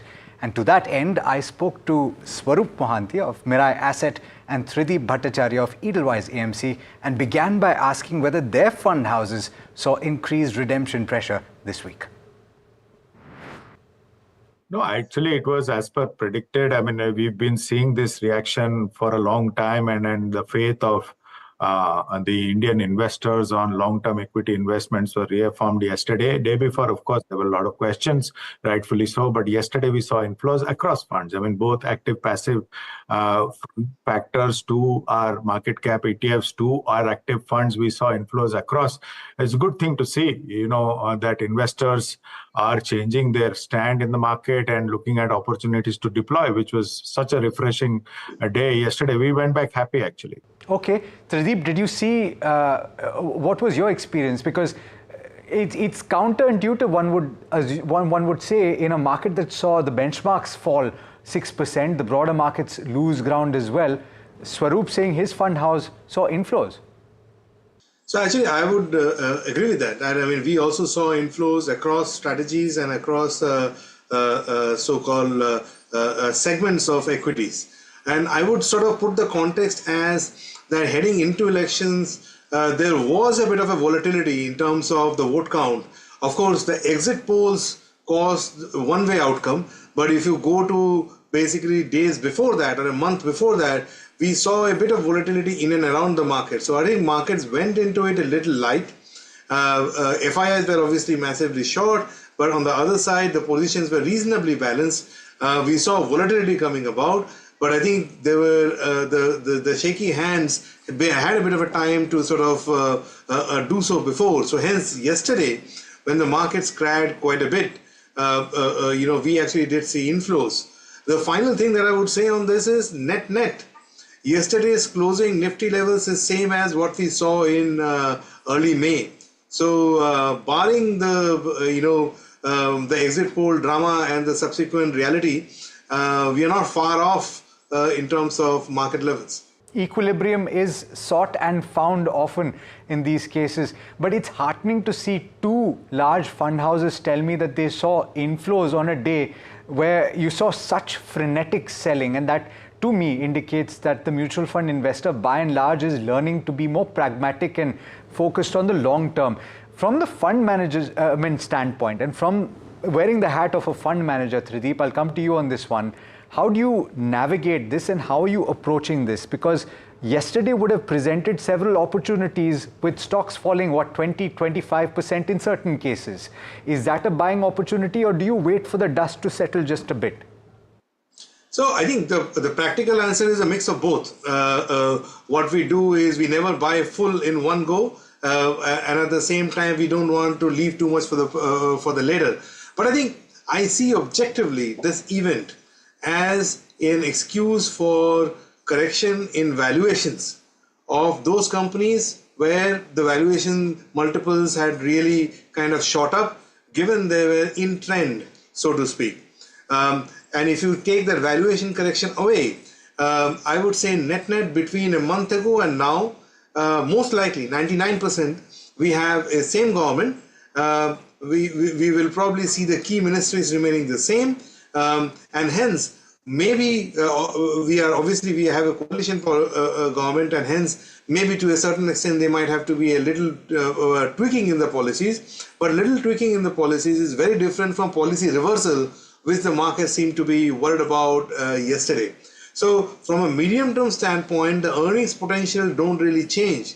It is just that what valuations in some of the in-trend areas, they have taken a haircut of about 20-25%, which in the grand scheme of things is quite healthy, is the way I would think about it. Okay, so that's the fund manager perspective. Swaroop, you've got your ear to the ground and you speak to a lot of large investors as well. The smart money, one would assume, does what Tradeep is doing with his funds, which is to deploy selectively and to deploy strategically and take these opportunities to average your cost. Is that the right approach? Yeah, absolutely. I mean, there's no doubt or debate on that one, because at the end of the day, it's this average price that will define, and how much you accumulate at that average price will define the wealth you accumulate. And that's what we tell all investors also. If you are ready to buy day before on some government formation news, you should be buying more today at these levels. Now, there are two types of people in the market. The seller wants the market to go up. The buyer wants the market to go down. You have to decide who you are. If you are a buyer, then if the market goes down, you should be happy. And then many people sort of keep it simple on that philosophy and continue buying this long-term story called India. Okay. Last couple of questions, gentlemen. Tradeep, some of the froth that people were talking about and have been speaking about all of this year seems to have been skimmed off. Would you say that that would be a fair assessment? And do you anticipate at all that there could be a shift in the kind of flows that come into mutual fund schemes? Is that something that you are preparing for in the broader end of the spectrum at least?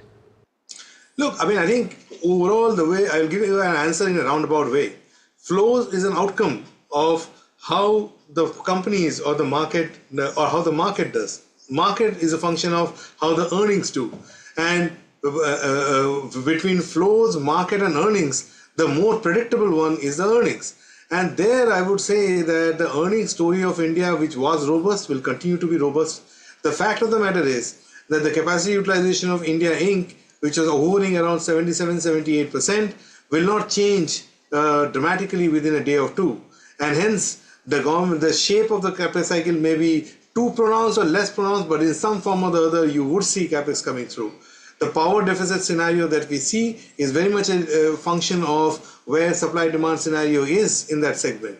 That is going to kind of, work its way in the earnings of companies which are exposed to the same. That doesn't change between 1 week ago and where we are now. And likewise, the real estate sector where inventories are at a 10-year low, that doesn't change because the person occupying the seat has a little less number of seats than where things were about a fortnight ago. So if I put these things in terms of companies that are exposed to these areas, clearly the earnings of segments which are linked to these will continue to remain robust, except that between yesterday and today, the valuations are about 20-25% cheaper. So when I spoke to people earlier, I said that it makes sense to be selective then. And now, given that the valuations are cheaper, it makes us more look at those companies where we think earnings momentum is strong. The valuations made us stop.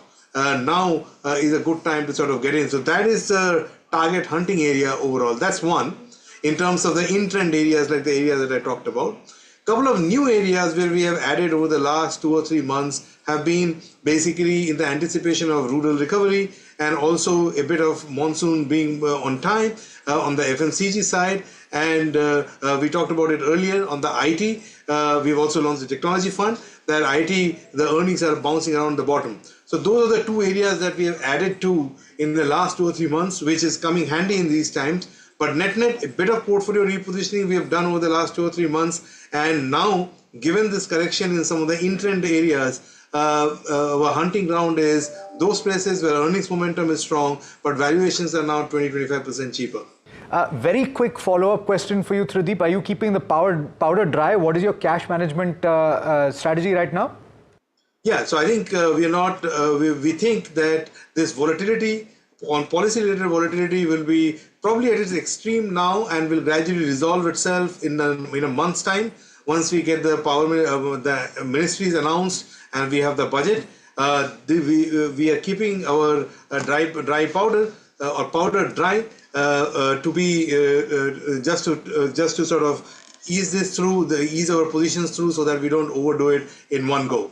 Okay, fair point. So Arup, last word. We've seen, barring yesterday's kind of crack, we've seen significant solidity and buying, as you both pointed out. You've had inflows on a day when the market cracked. So would you anticipate that this will continue to be the case and people betting on a significant fall for the equity markets in India might be betting on the wrong horse? Yeah, I've said this in 2016 and I stand by that now, today also. Redeem India at your own risk, right? So there'll be two types of people who strongly believe and have the conviction of India being a long-term story, which it is. There's nothing taking away from anything from that story. Second, there'll be people who will, bet on event risk. Both have their own ways and I'm nobody to comment on that. But if one wants to really benefit from the long-term India story, then one has to stay put in the story itself, right? Now, what has happened, and I can share that sitting with data also, is that we are a bunch of long-term investors because we've invested in the market for 15, 20 years. Unfortunately, making short-term investment decisions. That's why we don't catch the entire upside of the country. The sooner we reverse that, the better. It's at the own investors or advisors, call on how to take it. But it's impossible to build long-term. Trideep is along with me on this. He's the fund manager. I'm not. But he will bear with me when I say this. There's nobody who can predict. What you can predict is, yes, this country will go from 3.5, 4 trillion to 8 trillion. And you have to ride the journey till 8 trillion to get the benefit of that entire 8 trillion into your portfolio. Now, if you're going to time the market, call is yours. But leaving the market is easy. Entering the market may be very difficult. That's a fair point. And one swallow does not a summer make. Gentlemen, thank you so much for taking the time and for speaking to us on NDTV Profit on what is actually an important day for the mutual fund investor. All right, and those two fund houses were not the only ones that saw significant inflows. I spoke with Akhil Chaturvedi, Chief Business Officer and Executive Director at Motilal Oswal AMC, and here's what he had to say. Thank you, Alex. So I agree that while yesterday was quite a day, there was a lot of anxiety and mostly we all know how the markets were reacting. But contrary to what we thought, investors have actually tried to capitalize with the correction coming in. And we've seen some very good inflows. And inflows continue today as well. So yesterday was actually one of our best days for the collection. So I think the maturity level of the investors to buy on dips is quite visible now. Okay, but there were redemptions as well. This is what you're saying is that I'm guessing people were sitting on cash and they were waiting to deploy, but there were redemptions as well. Yes, Alex. So what we saw in the last 2 weeks were that the HNIs and some family offices did take cash call, and they were sitting on sidelines for clarity on the elections. Once the results were out yesterday, and obviously markets were a little jittery and it corrected, and therefore I think they have taken the advantage of coming back into the markets, and that's how the flows have come back.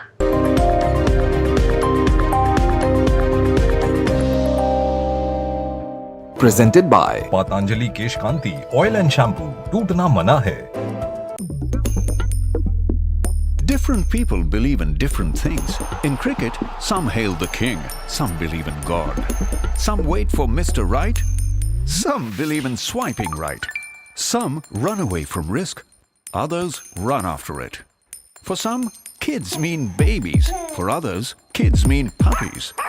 Some want a home to settle in the future. Some want to roam the world today. Some make a career in a company. Some make a career out of building companies.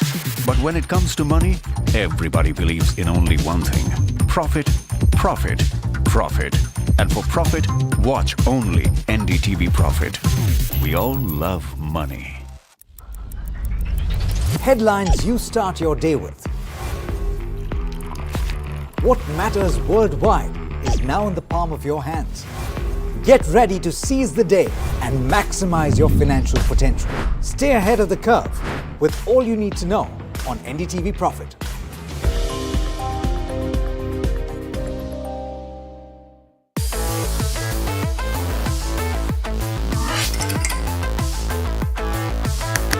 Listen to the voices of reason as they talk about corporate health and investing principles with me, Neeraj Shah, on my show, Talking Point.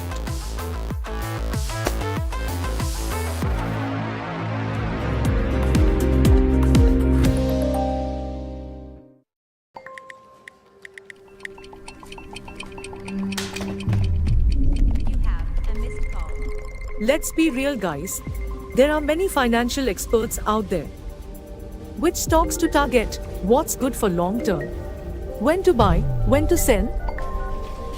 How do you stay ahead of all the financial noise to achieve your dreams? You can accomplish all your financial dreams. Let us worry about giving you the right investing insights on the Portfolio Manager.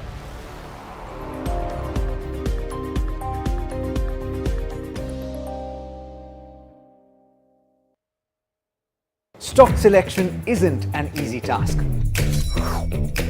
And neither is choosing the right moment to sell. Whether it's a doubt about a short-term trade Or a long-term investment. all you have to do Is ask Profit.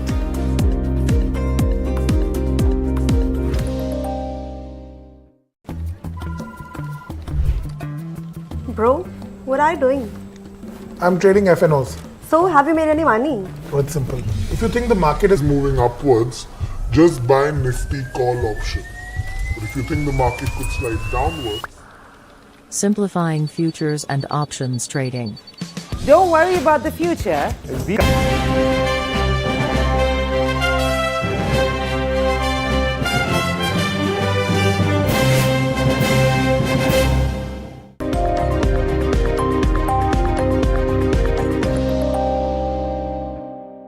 Let's talk about the direction that you should take and the strategy that you should employ. Does that change at all? Joining me now is Vishal Dhawan, the founder and chief executive officer of Plan Ahead Wealth Advisors. Thanks so much, Vishal, as always, for taking the time. Appreciate your patience. What is the kind of conversation that you've been having with your clients? Have you gotten several frenetic calls yesterday? And I was saying at the start today, they say in Mumbai, "Kai ko tension lene ka." If you had not looked at your portfolio this week, and you pretty much be where you were last week.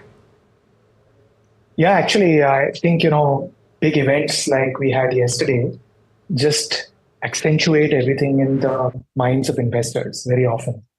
And, obviously when you see a headline which says markets are down 4%, 5%, 6%, and so on, it does create some level of either anxiety or opportunity. I think the reality of what actually happened was that where the markets closed yesterday was very close to where they were actually closed on May 10th. And therefore, if you look at it over the last 3 or 4 weeks, the markets are where they were.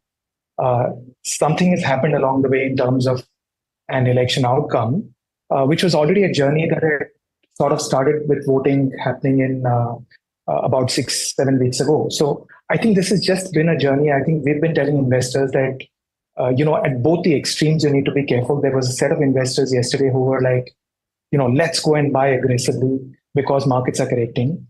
And we had to tell them and remind them about valuations and, the need to be framing their expectations correctly that, we are where we were about a month ago. And on the other side, there was another set of investors who were, there is so much of uncertainty going to lie ahead.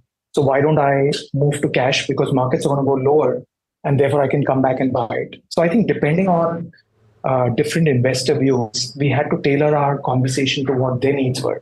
I think there were three fundamental things that we spoke about. Number one is ultimately you've got to go back to earnings. If you believe that this event is going to have a big impact on earnings growth going forward, then I think you need to take action either way. Our view is that it's probably not an event which is going to change earnings dramatically unless we see actual policy change on the ground, which will only be known about a month from now. Second is that you are sitting in an equity market, which is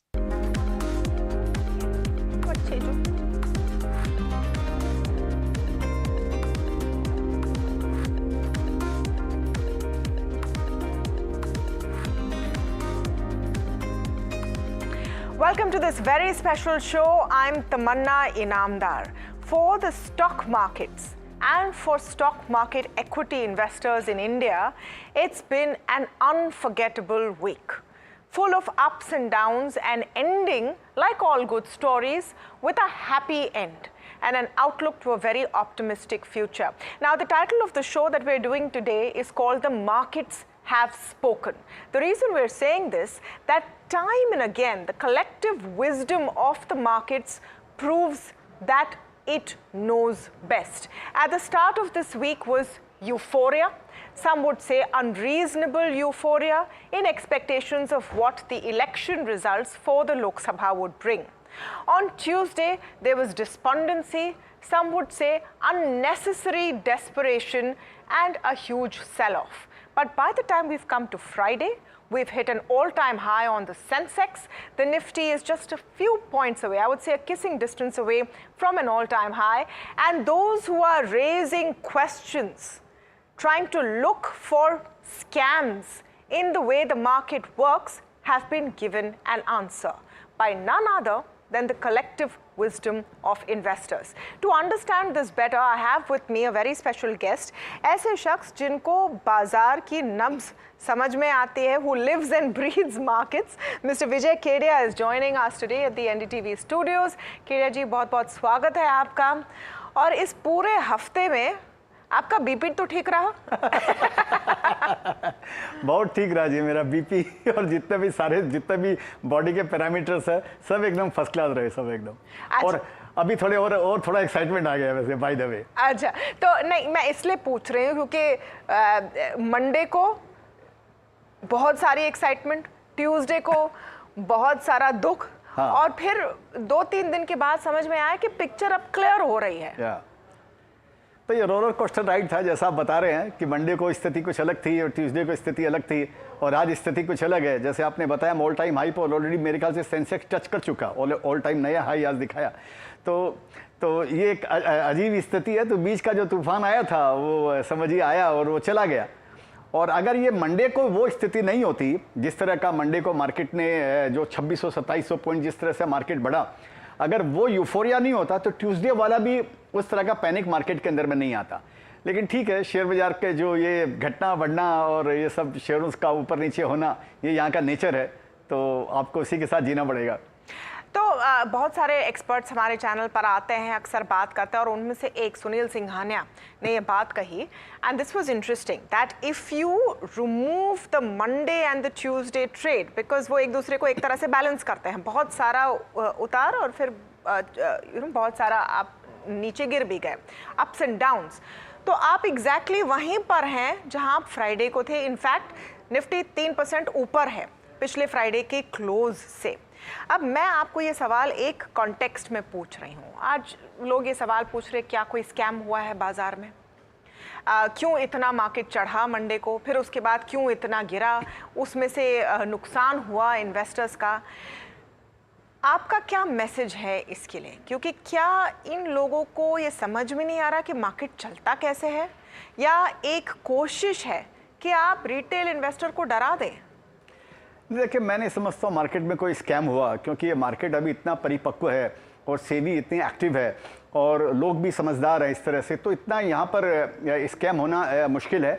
ये exit poll के कारण हुआ। अगर आपकी अगर आप इसको देखने जाएंगे तो एग्जिट पोल के जो आंकड़े आए वो 12 के 12 जो एग्जिट पोल या 12-13 जितने भी होंगे, उन्होंने सब एक सुर में जो आंकड़े उन्होंने प्रस्तुत किए, ये उसके कारण वो बाजार इतना यूफोरिक हुआ। तो वो आपको ये समझना चाहिए उस दिन जो मार्केट यूफोरिक, शेयर बाजार क्यों बढ़ता है? शेयर बाजार 2 कारण से बढ़ता है। एक तो फ्रेश बाइंग आती है तो बढ़ता है, और दूसरा क्या होता है, जो शॉर्ट कवरिंग आती है ना, तो मार्केट उससे ज़्यादा तेजी से बढ़ता है। जिस तरह से बायर से भी ज़्यादा मार्केट शॉर्ट कवरिंग में बढ़ता है। ये एक बार समझाना ज़रूरी है। मंडे के ट्रेड के पहले और एग्जिट पोल्स आए हैं सैटरडे शाम को, फ्राइडे के दिन FIIs ने रिकॉर्ड शॉर्ट्स बनाए हैं। 3 लाख करोड़ के शॉर्ट्स बनाए हैं। ये आप एक साधारण तरीके से समझाइए, क्योंकि हमारे नेटवर्क में बहुत सारे तरीके के दर्शक ये देख रहे हैं कि इस शॉर्ट कवरिंग की वजह से भी मार्केट मंडे को चढ़ा है। एग्जिट पोल्स उसका ट्रिगर होगा, लेकिन क्योंकि इतने सारे FIIs शॉर्ट्स पर बैठे थे फ्राइडे को, उसको कवर करने के लिए उनको आना पड़े मंडे को। वही होता है, तभी वही मैं आपको बोलना चाह रहा हूं कि मार्केट जो बढ़ता है ना इस तरह से, पैनिक बाइंग जो बोलते हैं इसको, जो पैनिक बाइंग क्यों आती है? पैनिक बाइंग बायर के कारण नहीं आती है, पैनिक बाइंग शॉर्ट कवरिंग के कारण आती है। क्योंकि शॉर्ट जो जिसके शॉर्ट रहता है वो पैनिक में रहता है कि मालूम नहीं, आज समझो मेरे को 5 लाख का घाटा है, अगर मैं कवर नहीं किया तो 10 लाख का हो जाएगा या 20 लाख का हो जाएगा। वो पैनिक में आता है। वो बायर फिर भी वेट कर सकता है, उसको मालूम आज नहीं होगा, मैं चलो कल ले लूंगा, मेरे हाथ से निकल गया। जो सेलर है, शॉर्ट सेलर है, वो वेट नहीं करेगा, उसको अपना हिसाब बराबर ही उसको करना है। तो मंडे को वो जो आप बता रहे हैं बराबर 3 लाख या कितने कॉन्ट्रैक्ट जो भी उनके शॉर्ट थे, उसके कारण ये मंडे को मार्केट बढ़ा। और तो इस बोलकर ये कोई स्कैम मेरे को नहीं लगता इसके अंदर में क्या स्कैम हो सकता है। ये शेयर बाजार में तो बाइंग और सेलिंग और शॉर्ट सेलिंग और लॉन्ग, ये तो यहाँ का सिस्टम है, ये तो यहाँ का नियम है। तो इसमें क्या इसके अंदर में स्कैम होने का है? तो मेरे को ऐसा कुछ नहीं। आप उसको जो भी कहें, आप जिनको जो कहना है वो कहें, लेकिन सवाल ये है कि हम आज क्या करने की कोशिश करें। हम लोगों को समझाने की कोशिश करें कि मार्केट्स चलते कैसे हैं और क्यों अचानक से दाम बढ़ते हैं और दाम घटते हैं। इसमें बहुत सारे लोगों की एक कलेक्टिव एक्शन होती है, तभी आपके मार्केट बढ़ने वाले और तभी गिरने वाले। तो इसको हम रिवर्स कर देते हैं। तो मंडे को आप कह रहे हैं कि हो सकता है कि जिन्होंने शॉर्ट पोजीशंस फ्राइडे को ले लिए, फिर वो रुके थे, एक बड़ा इवेंट होगा, आपके एग्जिट पोल्स ने एक दिशा दिखाई, उसके रिएक्शन में उन्होंने पैनिक शॉर्ट कवरिंग की। अब आया ट्यूसडे और जो एक्सपेक्टेशंस बनाई गई थी उस पोजीशंस को रिवर्स करना पड़ा, और इसके लिए इसी वजह से आप देखिए ट्यूसडे का cell figure more than 12,000 crore rupees sold by FIIs. Now if I compare that to Friday when markets have recovered, पैसे किसके गए हैं? ऑफ कोर्स FIIs के गए, जिसने शॉर्ट सेल किया उसके पैसे गए। तो ये तो इसी तरह मार्केट को मैनिपुलेट करते हैं लोग। जो आप स्कैम जो बताते हैं, ये छोटा मोटा स्कैम, ये FIIs यहाँ पर सब ये आपस के अंदर में सब यूनिटी बना के और सब करके ये लोग स्कैम करते हैं। यहाँ पे छोटे आदमी की ताकत ही नहीं है इंडिया के अंदर में स्टॉक मार्केट में स्कैम करने की। और ये FIIs को देखना बंद करना चाहिए। इनका जो भी प्रभुत्व था, ये मैंने 1 साल पहले एक गाना लिखा था तमन्ना जी, अगर आप अनुमति दे तो मैं उसकी लाइन आपको रिसाइट कर देता हूं। आपको गाने से रोकने वाला कौन हो सकता है बेवकूफ? तो नहीं we want to hear। साल या 1.5 साल पहले 22 में बोला था FY22 के अंदर में कि FI के चक्कर में बेच न देना माल तुम्हारा, ये जब लेने को आएंगे शेयर होंगे 9-2-11, फोकट में ये माल फूकते इनके बाप का क्या है जाता, जो भी इनको फॉलो करता वो ये 2 लाइन दोहराता, ओ मैं तो मर गया मम्मा, ओ मैं तो मर गया मम्मा। तो इनका जो प्रभुत्व था एक ज़माने में, समझिए आज से 5 साल 10 साल पहले तक जो इनका प्रभुत्व डोमिनेंस था वो खत्म हो गया। 10 साल के अंदर रिटेलर का इतना बड़ा प्रभुत्व आ गया। आप खुद सोच लीजिए 20,000 करोड़ आपके महीने के अंदर में डोमेस्टिक म्यूचुअल फंड्स के अंदर में पैसे आ रहे हैं। तो इनका खत्म हो गया इनका। और ये डोमेस्टिक जो रिटेलर है या डोमेस्टिक इंस्टीट्यूशंस है ये बड़ी स्ट्रांग हो रही है। तो यहाँ पर जो इस तरह ऐसे स्कैम नहीं होगा, मेरे को ऐसे लगता है। ये बाइंग और सेलिंग का ये सब खेल है यहाँ पे। नहीं तो simply put, if FIIs have sold in record numbers on Tuesday and today market is at all-time highs, those who have sold on Tuesday are the ones who've lost. अब खरीदा किसने? अगर आप वीकली फिगर्स देखें, और अब हमारे SIP की आप बात कर रहे हैं, SIP का सिस्टम ऐसे हो गया है कि हर महीने रिकॉर्ड नंबर पे SIP आ रहे हैं। वो अब इंडिविजुअल इन्वेस्टर अगले अलग अलग दिनों पर डिस्ट्रीब्यूट करता है अपनी बाइंग, यानी आपको हर दिन मार्केट में खरीदारी का फिगर मिनिमम DIIs जो डोमेस्टिक इंस्टीट्यूशंस हैं वहाँ से आता ही आता है।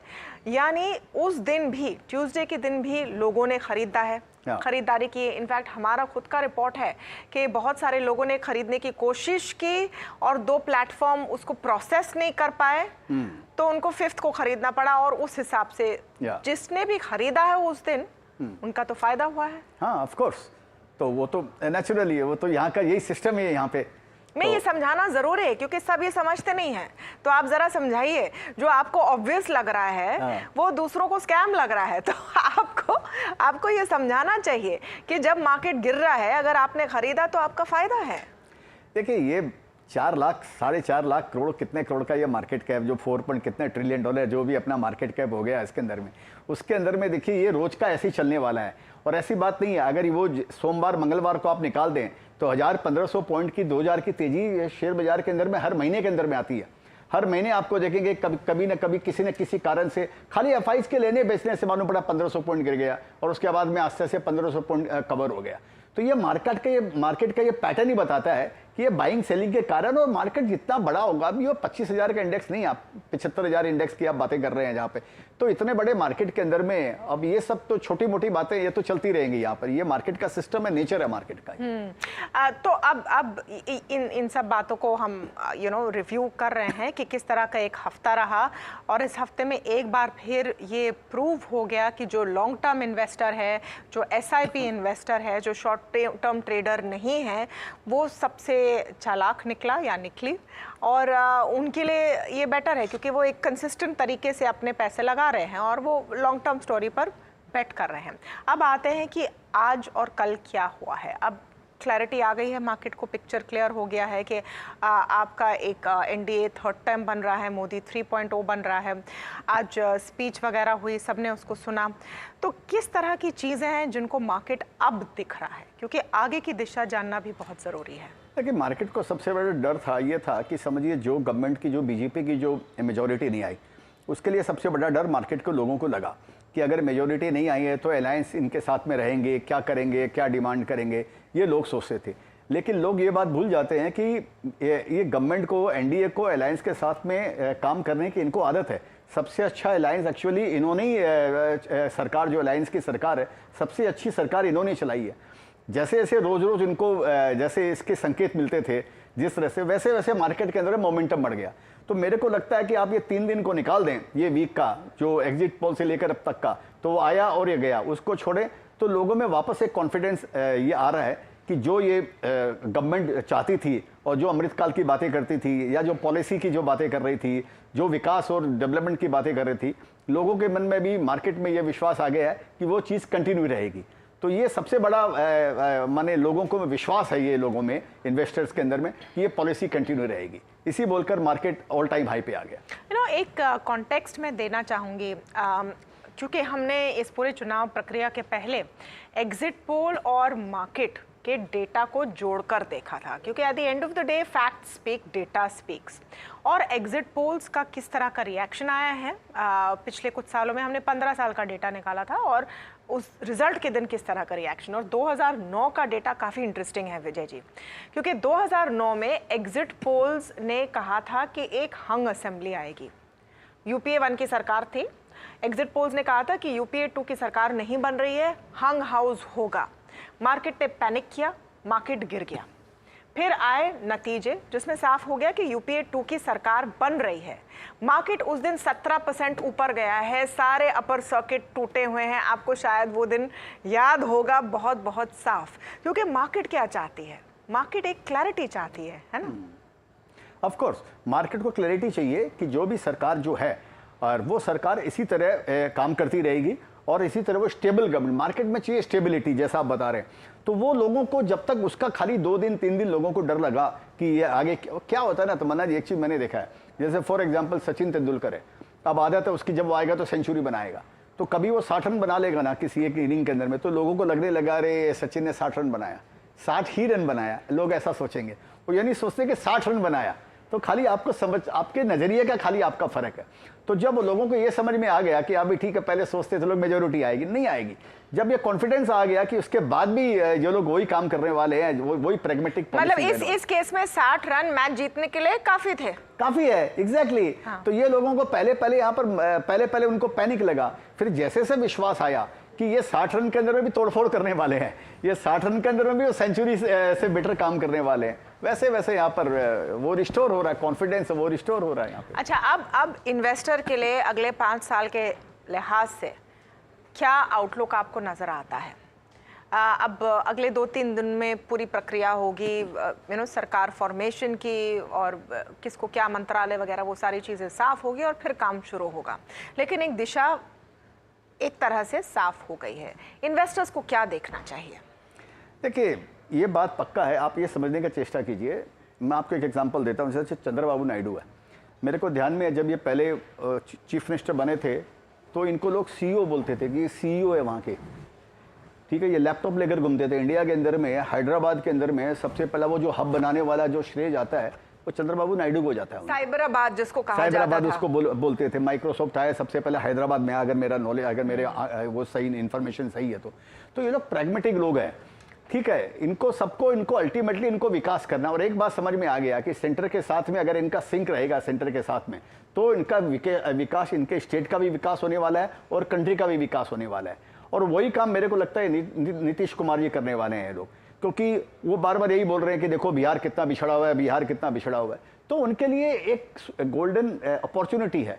और जो गवर्नमेंट ये बोलती है कि सबका साथ सबका विकास, तो ये उसी का एक आयाम, उसी का एक ये शुरुआत, नई शुरुआत हो रही है कि अल्टीमेटली कंट्री का विकास होना चाहिए। वो महाराष्ट्र में हो, गुजरात में हो, आंध्रा में हो, उड़ीसा में हो, सभी जगह विकास होना चाहिए। तो मेरे को लगता है ये कॉन्फिडेंस लोगों के अंदर में एक आया है कि अल्टीमेटली जो विकास की प्रक्रिया है वो जारी रहेगी और बल्कि जोर शोर से रहेगी। मैं पहले भी आपके इंटरव्यू में आया था और मैं ये बात एक जगह और भी बोला था कि जब वो प्राइम मिनिस्टर का, जब मैं वो इसके पहले जब भाषण सुनता था, जब वो प्राइम मिनिस्टर बोलते थे कि मैं 100 दिन के अंदर में इस तरह के डिसीजन लेने वाला हूँ जो 10 साल याद रखेंगे, 1000 साल तक याद रखेंगे, मेरे को लगता है वही चीज़ वो लोग भूल गए हैं 3-4 दिन के अंदर में। यहाँ पर शॉर्ट मेमोरी है, आप देखिएगा, हो सकता है अगले 5 दिन, 7 दिन, 10 दिन के अंदर में ये रिफॉर्म वापस शुरू होने वाले हैं, जोर शोर से शुरू होने वाले हैं, और लोगों को फिर उनका वही चेहरा याद आएगा पीएम का कि वो क्या इंडिया को बनाना चाहते हैं। मेरे को लगता है उसकी प्रक्रिया जारी है। नहीं, ये इंपॉर्टेंट पॉइंट है और उस पर एक और डिटेल में चाहूँगी, क्योंकि ये हमेशा एक अलायंस में, कोalition में होता है कि फिर उसमें एक पार्टी की नहीं चलती है, आपको सबको साथ में लेकर आगे चलना है। लेकिन जिन लोगों की आपने बात की, नीतीश कुमार हो, चंद्रबाबू नायडू हो, और ऑफ कोर्स प्रधानमंत्री मोदी, डेवलपमेंट की तरफ और प्रोग्रेस, या आप उसको इस तरह से कहें कि लिबरलाइजेशन की तरफ, और इन चीज़ों की तरफ जो चीज़ें मार्केट को पसंद है, मत एक है, वहाँ पर ज़्यादा डिफरेंसेस नहीं है और इसको मार्केट देखेगी। हाँ, वही मैं बोल रहा हूँ कि यहाँ पर कोई पॉलिसीज में कोई डिफरेंसेस नहीं है। यहाँ पे ये ज़्यादा से ज़्यादा होगा कि ऑफकोर्स जो भी जिस स्टेट से आया, जो भी अलायंस है, वो चाहेगा कि उसका स्टेट का डेवलपमेंट हो। तो कोई भी स्टेट का डेवलपमेंट होता है वो कंट्री का ही डेवलपमेंट है। यहाँ पर कोई अलग अलग तो कुछ है नहीं, स्टेट एक्चुअली स्टेट से ही इंडिया बना है ना। तो इस बोलकर ये तो एक अच्छी बात है इसके अंदर में, तो मेरे को नहीं लगता इसमें कोई बात है। अभी लोगों को जैसे से, वही मैं आपको बोला, 10-15 दिन आप देखिए और आपको खुद को कॉन्फिडेंस आएगा, लोगों को कॉन्फिडेंस आएगा कि जो प्रक्रिया पहले चालू थी वो तेज गति से वापस शुरू हो रही है। तो मतलब आपका पोर्टफोलियो तो ज़्यादा मिड कैप शेयर्स पर फोकस रहता है। हमारे जो व्यूअर्स देख रहे हैं वो भी जानना चाहते हैं कि विजय केडिया क्या अब नया कैश एलोकेशन कर रहे हैं इन बाज़ारों में, या आपका एक फिक्स्ड है? क्या आपकी क्या स्ट्रैटेजी है? देखिए, मैं तो लॉन्ग टर्म इन्वेस्टर हूँ। मैं तो कोई शेयर्स लेता हूँ तो मैं तो उसको, कोई चाहे इलेक्शन हो या मानसून हो या कोई क्राइसिस हो या रिसेशन हो, मैं तो उनको बेचता नहीं हूँ। तो मैं तो उनको 5 साल, 10 साल, 15 साल के लिए रखता हूँ उनको। तो ये जो एग्जिट पोल आया उस पर भी मैंने कुछ नहीं किया, ये दूसरे दिन डिबेकल हुआ उसमें भी मैंने कुछ नहीं किया। आप ये पूरे हफ्ते कर क्या रहे थे? ये सब के बीच में आपने कुछ नहीं किया? नहीं, कुछ नहीं किया। आप क्या कर रहे थे फिर? मैं खाली एनडीटीवी देख रहा था। इसलिए बाय द वे एनडीटीवी के शेयर काफी अच्छा कर रहे हैं, just by the way. But नहीं, विजय केडिया देख रहे हैं तो करना ही चाहिए। But really you are relaxed through it? एकदम मैं पूरा एकदम रिलैक्स था। मैं आपको, तो मैंने कोई काम नहीं किया, मैं खाली तमाशा देख रहा था कि मेरे को ये मन में मेरे कॉन्फिडेंस था कि ये सब कुछ भी आ जाए, जब ये समझ में आया ना कि 292 इनके जो भी इनकी सीट आ गई, जब मेरे को एनडीए के हाँ, जब ये समझ में आ गया ना कि हाँ भाई ठीक है ये सरकार बनने वाली है, एनडीए की गवर्नमेंट बनने वाली है, तो मैं एकदम आराम के मोड में चला गया, शवासन के मोड में चला गया कि अभी सब कुछ नहीं, सब अच्छा ही अच्छा होने वाला है। तो मैंने कुछ नहीं किया। आगे क्या करेंगे? आगे तो कुछ करेंगे नहीं, आगे बस जो चीज होल्ड, देखिए inactivity is also an activity. जो पौधा लगाया हुआ है उसी को आप वॉच कर रहे हैं, यही बहुत बड़ी बात है। मैं तो रोज का खिलाड़ी हूँ। सर पौधों में ट्रिमिंग भी करनी होती है। हाँ, वो वीड वगैरह निकालना होता है तो कोई भी गार्डनर आपको बताएगा। हाँ, वो बराबर है। अभी वीड कहाँ दिखाई दे रहे हैं? वैल्यूएशन के हिसाब से जो शेयर बहुत ज्यादा चढ़ चुके हैं तो उनकी भी तो ट्रिमिंग जरूरी है। हाँ, वो देखिए प्रक्रिया वो चलती रहती है, वो हर समय आपको जैसे मेरा। अच्छा, ये कोई डायरेक्शन दीजिए, आप बहुत मोटी कोई डायरेक्शन दीजिए, कोई सेक्टर बताइए, स्टॉक बताइए, कुछ क्लियर टेक अवे दीजिए हमारे व्यूअर्स। नहीं, आप देखिए ना ये गवर्नमेंट क्या बोलना चाह रही है। आज इनका भाषण सुनिए, आज जो पीएम ने भाषण दिया है, अब उनका भाषण सुनिए वो क्या बोलना चाह रहे हैं। जो चीज उन्होंने नाम लिया है ना, आप उन्हीं चीज पे फोकस कीजिए। उन्होंने क्लीन एनर्जी का नाम लिया, ईवी का नाम लिया, क्लाइमेट का नाम लिया, इंफ्रास्ट्रक्चर का नाम लिया, और जो आप उनका भाषण को नोट कर लो आप, ये जो चीज ये बोले, ये गवर्नमेंट ने बोला है, वो सारी की सारी चीजें रिपीट होने वाली है। उन्हीं सेक्टर पे आपको ध्यान देना चाहिए। देखिए दुल्हन वही जो पियावन भाई, जिधर गवर्नमेंट का फोकस होता है ना, आप समझिए उधर ही आपको पैसा बनने वाला है। तो मेरे को ये लग रहा है, और मैं हमेशा ये बोलता हूं कि मेरे को लग रहा है एक चतुर्मुखी विकास होने वाला है। इंडिया का ये अमृत काल है, ये चतुर्मुखी विकास होने वाला है। तो इसको अगर ये छोटी छोटी बातों में अगर आप गवा दोगे तो एक गोल्डन जो अपॉर्चुनिटी है वो इन्वेस्टर के हाथ से निकल जाएगी। एक लॉन्ग टर्म इन्वेस्टर के लिए ये सबसे अच्छी अपॉर्चुनिटी है, इस पर हमें फोकस करना चाहिए। वैसे जाते जाते एक और इन्वेस्टर की भी हम बात करें जिनके बहुत सारे सवाल हैं इस मार्केट के बारे में, जिनके खुद के पोर्टफोलियो में बढ़त हुई है, और ये डेटा हमारे टीम ने दिया हुआ है। अगर मैं एग्जिट पोल से पहले का लूँ, और ये डिक्लेयर्ड पोर्टफोलियो, क्योंकि हर सांसद को अपना बताना पड़ता है कि वो कहाँ इन्वेस्ट करते हैं।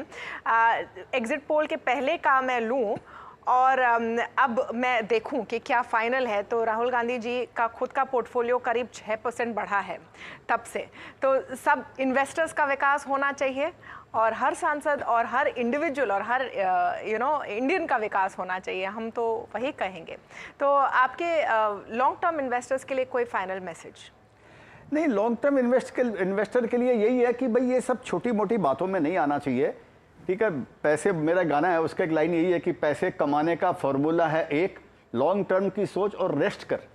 तो आपको इन सब चीज़ों से दूर उठने का, आपको ये सब चीज़ों से, रोज की गड़बड़ से आपको अलग अपने आप को करने का है, और inactivity is also an activity, उसमें ध्यान रखने का है। और वो जैसे आपने बताया पौधे की वीड को देखते रहिए उसको, और रेस्ट कीजिए। आपको हर समय रोज ये सब करने की जरूरत नहीं है। जैसे आपने बताया पोर्टफोलियो के बारे में, मैं अभी आपके बोलते बोलते मैं सोच रहा था, अगर मैं मेरे अपने भी पोर्टफोलियो को मैं अगर कंपैरिजन करूं, तो मेरे को लगता है जो फ्राइडे को मेरा पोर्टफोलियो था मोर और लेस समझिए, आज के दिन मेरा पोर्टफोलियो भी मोटा मोटी उधर का उधर ही है। हो सकता है कुछ प्लस ही हो उसके अंदर में, और तो ये लॉन्ग टर्म का मजा है। बीच के 3 दिन को आप निकाल दीजिए, ठीक है। चलिए, बहुत बहुत शुक्रिया विजय खेड़िया जी हमसे बात करने के लिए। अब इस पूरे शो का मकसद यही था कि हम लोगों को समझाएं कि मार्केट चलता कैसा है और उसमें उतार चढ़ाव आते हैं, आपको एज एन इन्वेस्टर कैसे देखना चाहिए। पॉलिटिक्स तो अपनी जगह है, भारत जैसे लोकतंत्र में चलती रहेगी और चलनी भी चाहिए, हर किस्म की आवाज़ आनी चाहिए सामने, लेकिन जो फैक्ट है और जो फिक्शन है उसके बीच का फासला लोगों को बताना वो हमारी भी जिम्मेदारी है। तो बहुत बहुत शुक्रिया विजय खेड़िया जी हमसे बात करने के लिए। Thank you so much, excellent conversation as always with mister Vijay Khedia. But will take a very short break, stay tuned, a lot more on the other side.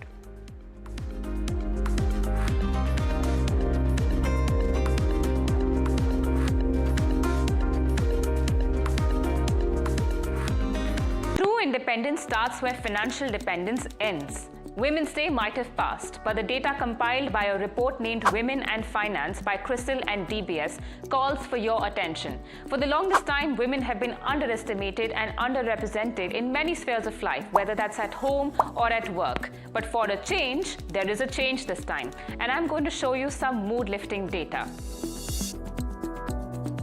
Did you know that 47% of women make financial decisions on their own, and their independence when it comes to making financial decisions depends on 3 things: income source, age, and stage of affluence.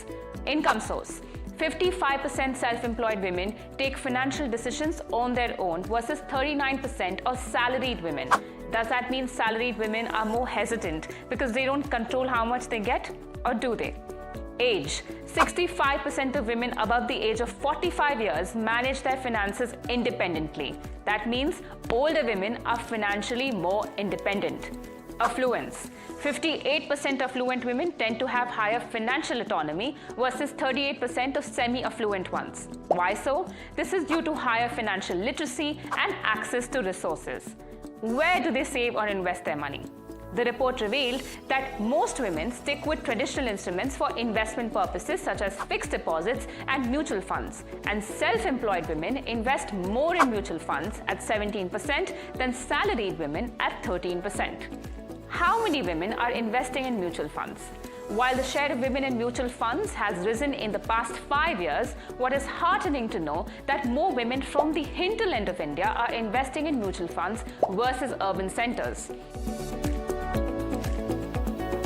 And the report also showed that the party state of India, Goa, has the most number of women who invest in mutual funds.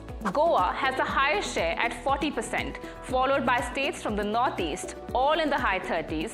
Chandigarh, Maharashtra and New Delhi also have over 30% share of women in the industry's asset under management.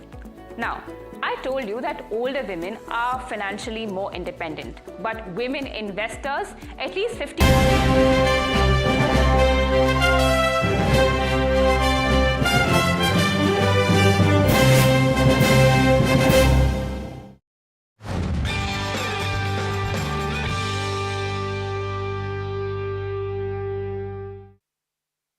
Let me kickstart this by a question to either of you. Can start. And okay, let's start with you, Mr. Mishra.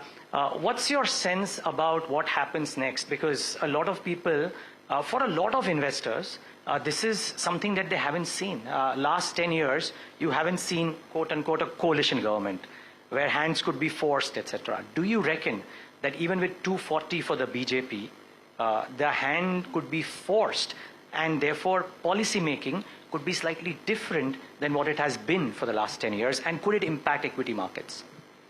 Yeah, so the answer for that is very simple. I don't see any impact at all. And there are many reasons for that.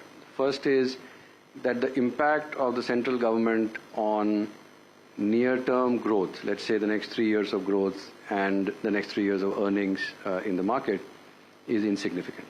The central government matters significantly for growth, say 5, 10, 15 years later. So, for example, GST is delivering returns now, but when GST was introduced, remember, all of us were mumbling as to whether it was really necessary. It was so chaotic, right?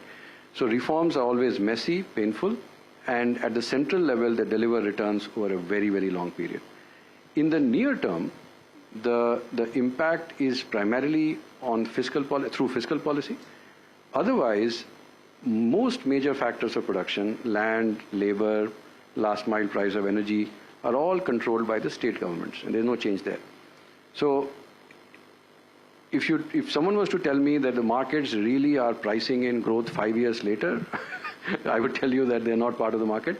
I think from a perspective of earnings growth in FY 26-27, which is what is going to drive the market over the next 12 months, I don't think anything that happens other than the fiscal stance is going to be really meaningful. So the rest becomes moot. I don't think, and which is why my advice to investors starting over the weekend when the exit polls came was to say, do the opposite of what the market does. Okay. Right? So if the market rallied on Monday, I said you should be taking profits. The market tanked on Tuesday, I should be buying. Because clearly from the perspective of earnings as well as the price to earnings, I mean the flows that Alex talked about, you know, the unintended flows into equity markets, meaning people buying because without really trying to time the market. The SIPs, when we started at 5,000 crores a month or even lower than that, they seemed unbelievable. Now they're 20,000 crores a month. EPFO flows are $7-8 billion a year. Insurance flows are accelerating. This is now, when I started talking about this, it used to be $20-25 billion. Now it is $35-40 billion a year. With these kind of flows, how will the price to earnings come down? And if the real estate cycle is turning, and which is why our economy is doing much better than the rest of the world, people are not going to stop buying houses just because, the government should have had 280 seats, but it got 240. So fundamentally, I think this is just a wash. If you're really worried about 5, 10, 15 years of growth, the need to do really deep structural reforms and whether that will be possible or not, those are bigger issues. But I don't think the market will bother about. There is a lady who's joined this forum, and I'll ask her to ask a question to you, because she said that she wants to ask Neelkanth Mishra a question about whether we'll grow old before we grow rich. So I think that is something that will come in, and it's something that you've written on. But Mr. Kela, the same question to you really. Do you think policy making changes in a way that can upset the markets, या ठीक-ठाक ही है? I mean, 240 है और NDA come to power, Modi ji Prime Minister है तो सब कुछ सही है. So I think there's a big if that whether the policy making will have a meaningful change. And my own view is that it will not change meaningfully. Because see, the way the political equations are, right, they are not first dependent on a party, right? If you are coalition karke, if you are only 272, then anyone's bargaining power is tremendous. Here there are at least 10 parties who are making from 240 to 302. And there are 20 independent MLAs, and there are equations between other political parties. So I do not think so. One should, I am not questioning the stability of this government as of now. What happens in the future, we will see if there is any development. So there is no. The other thing is that, whether it is a BJP government or any other government, you look at it, everyone wants development. And for instance, one of the important coalition partners is TDP and Chandrababu Naidu. He is the most pro-development, Chief Minister, at least even in the last term. He wanted to build a new city, etc., etc. And he has been a big reformist himself. So I don't see a big opposition to economic policies from all of these guys, and hence I don't see big questions on economic development or economic policy.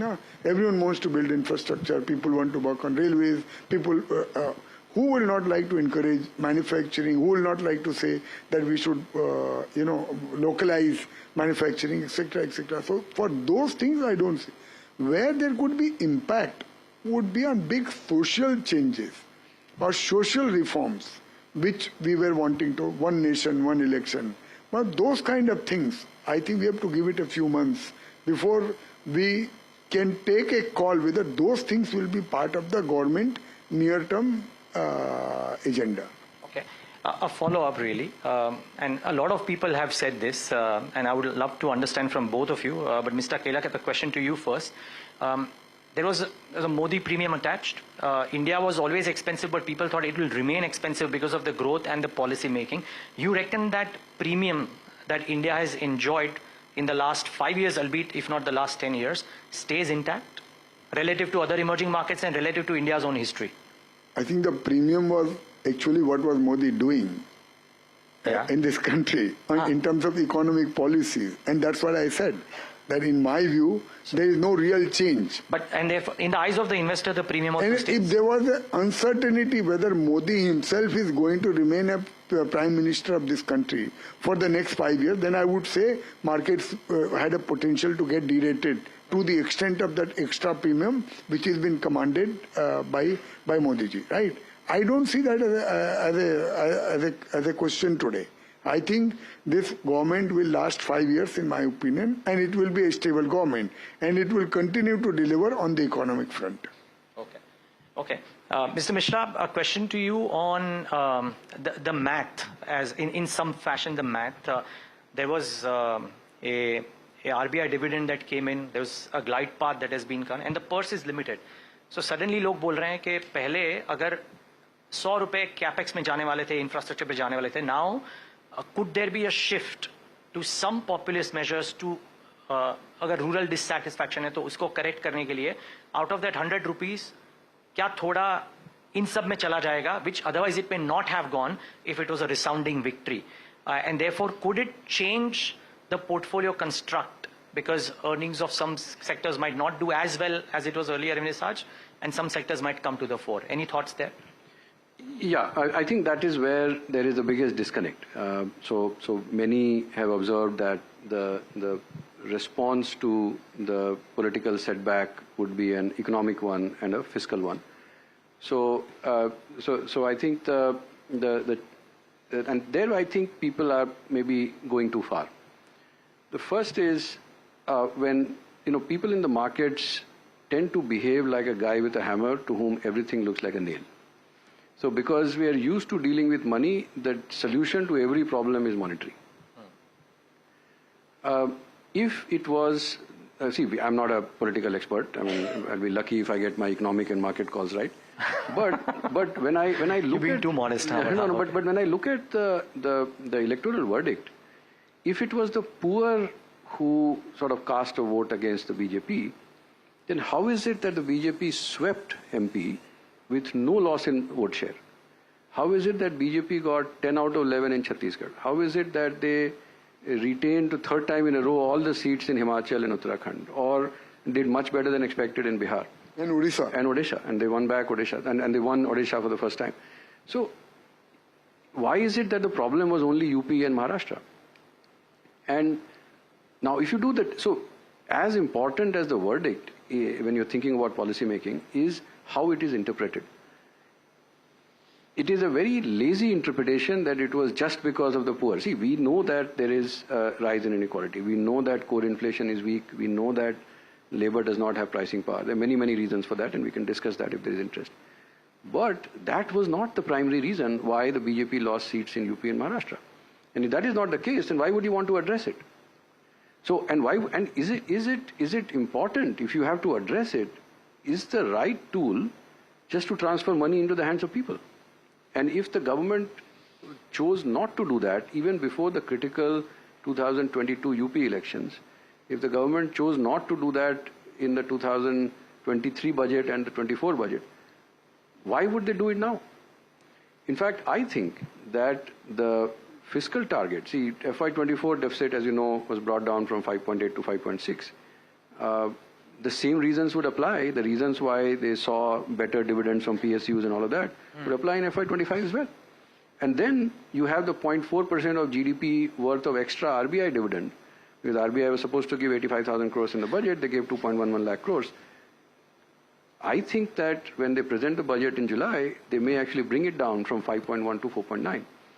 And to add to what we just discussed, one of the reasons that India has garnered a premium is visibility, right? So why is it that metal stocks trade at 10 times earnings and consumer stocks trade at 40, 50 times earnings? Because you have greater visibility on future earnings. So effectively, you have better visibility on 26, 27 earnings, so you are giving a multiple on that and discounting back.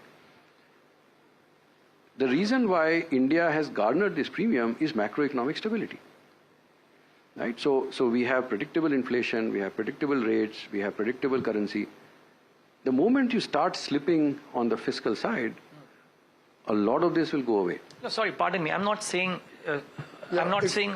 slipping on the fiscal side. What I'm saying is that wo jo 100 rupees the, so fiscal deficit, let's assume, is 5.1 or 4.9. But out of the 100 rupees that was going for capex, maybe some of it might get diverted. So, and again, just a small counter to the point.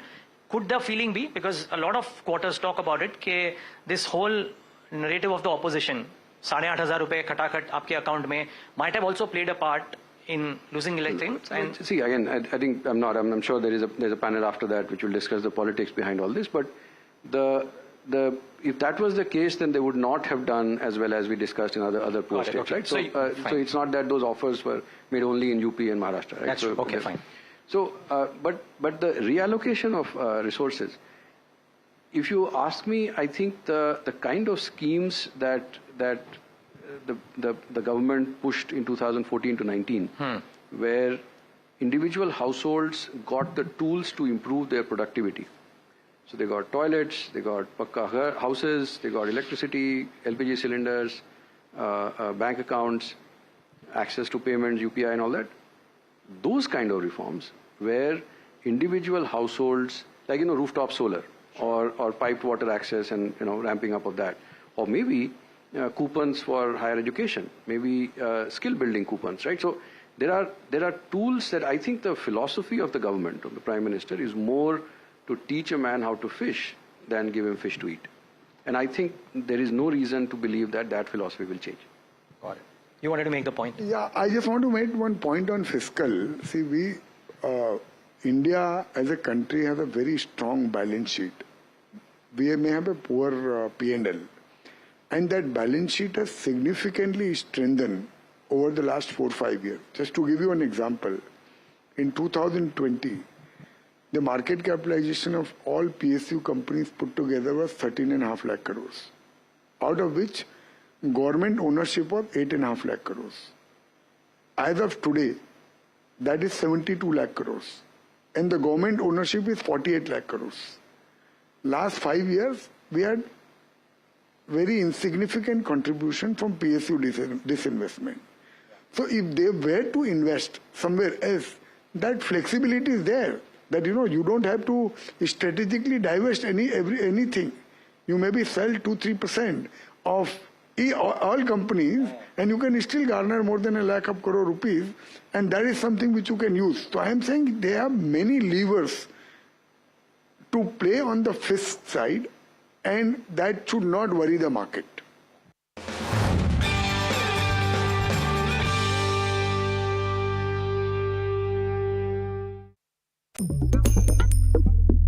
Different people believe in different things. In cricket, some hail the king, some believe in God. Some wait for Mr. Right, some believe in swiping right. Some run away from risk, others run after it. For some, kids mean babies. For others, kids mean puppies. Some want a home to settle in the future. Some want to roam the world today. Some make a career in a company. Some make a career out of building companies. But when it comes to money, everybody believes in only one thing: profit, profit, profit. And for profit, watch only NDTV Profit. We all love money. Headlines you start your day with. What matters worldwide is now in the palm of your hands. Get ready to seize the day and maximize your financial potential. Stay ahead of the curve with all you need to know on NDTV Profit.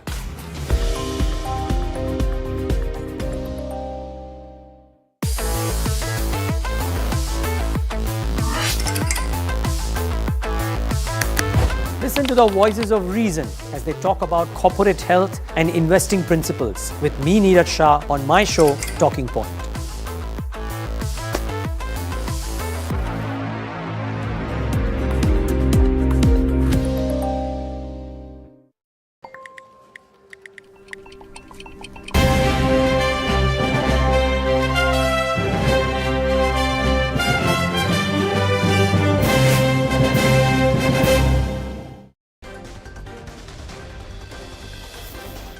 What a fabulous Friday. The markets recover. All losses since the 4th of June. Nifty reclaims the 23,000 mark. Retail investors of mutual funds lost large amounts of money on the 4th of June despite buying the day the markets fell. Their orders were placed the next day when the markets rebounded. The NDA sent out a message of strength and unity at the parliamentary meeting. Chandrababu Naidu and Nitish Kumar endorsed Narendra Modi for a third-term tenure as Prime Minister. Modi says reforms are on track. The RBI keeps repo rate unchanged at 6.5%, revises GDP growth estimate slightly upward at 7.2% rather. The central bank is cautious on food inflation. Food Safety Authority of India raids Blinkit's Telangana warehouse, detects several violations including expired products and unhygienic storage standards.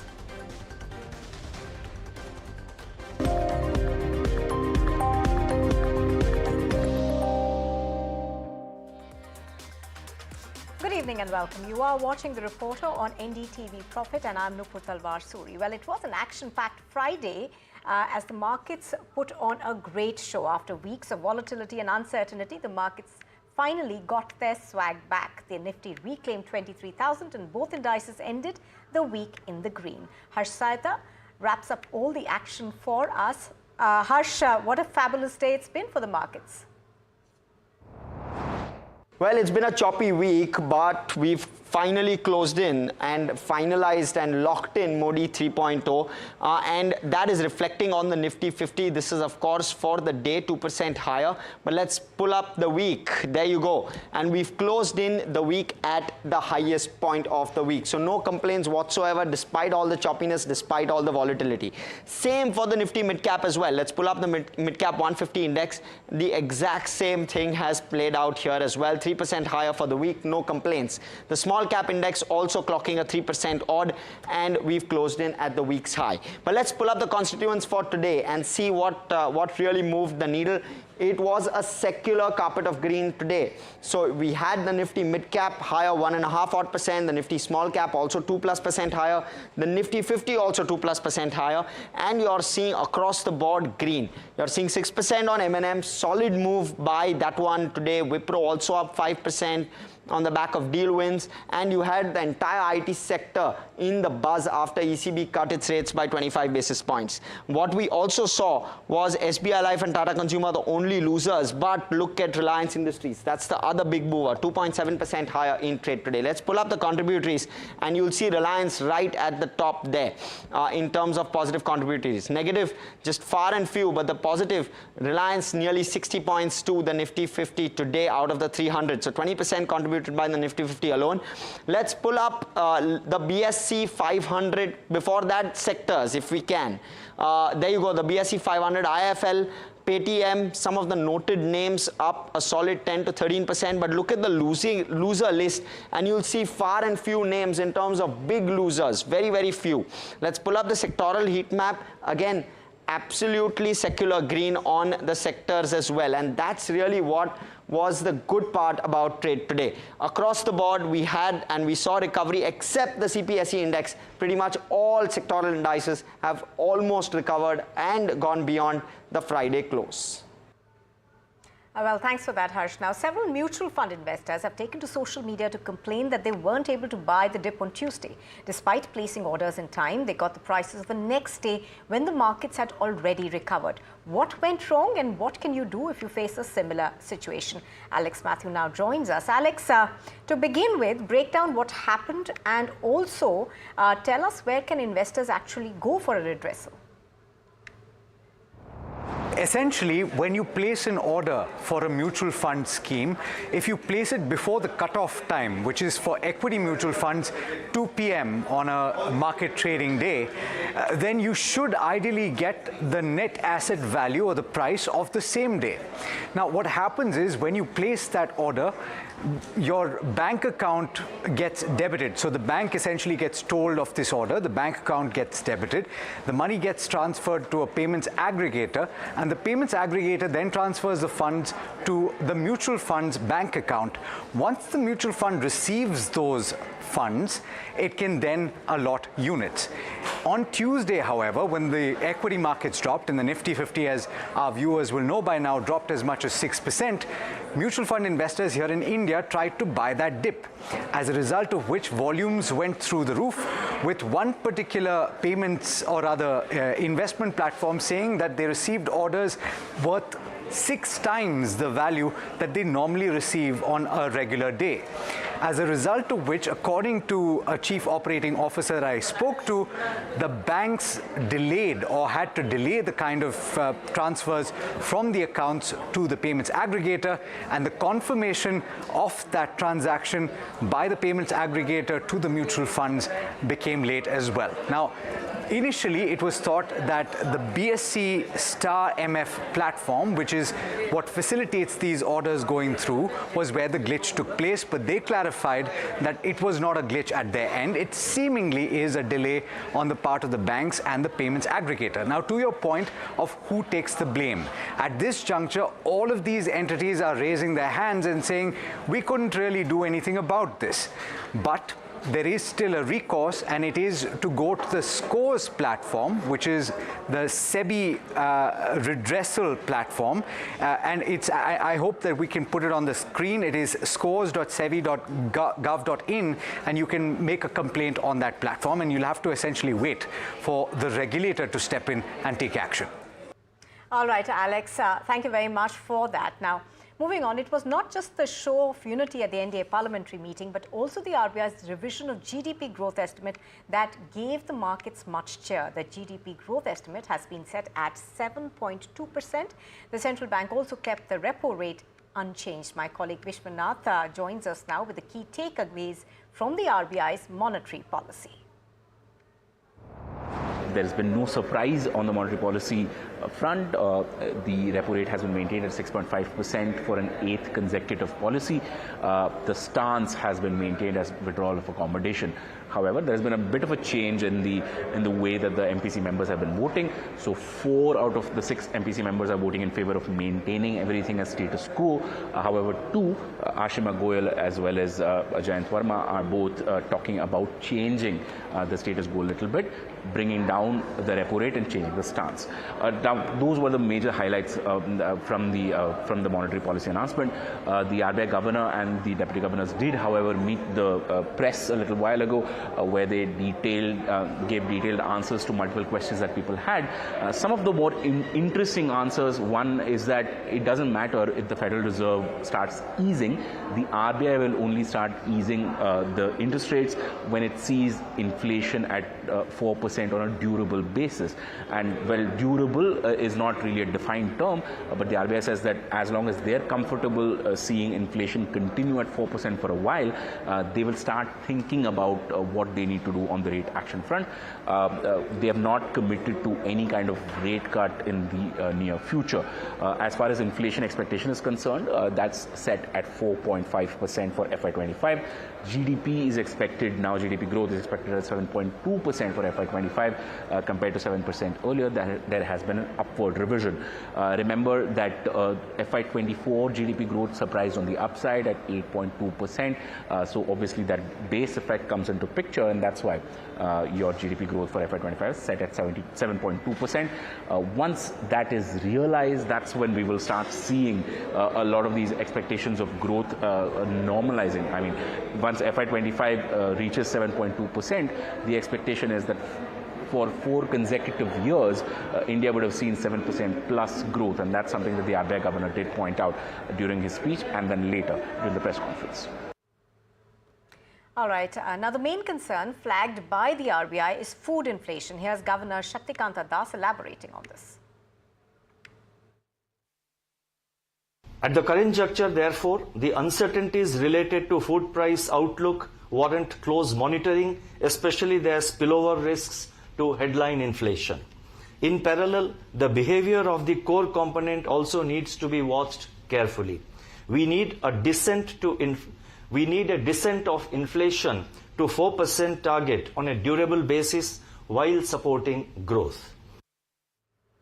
Well, the governor also said that he would watch the US Fed signals but would not necessarily follow them. Even if the US eases, we may not. So therefore, I would suggest that there is what I have done is that I have just explained our overall approach, and I have done it in the past. I decided to reiterate it again, for better clarity. Well, however, economists are not fully convinced. The chief economist of the HDFC Bank, Abik Barua, reacted to the governor's claims.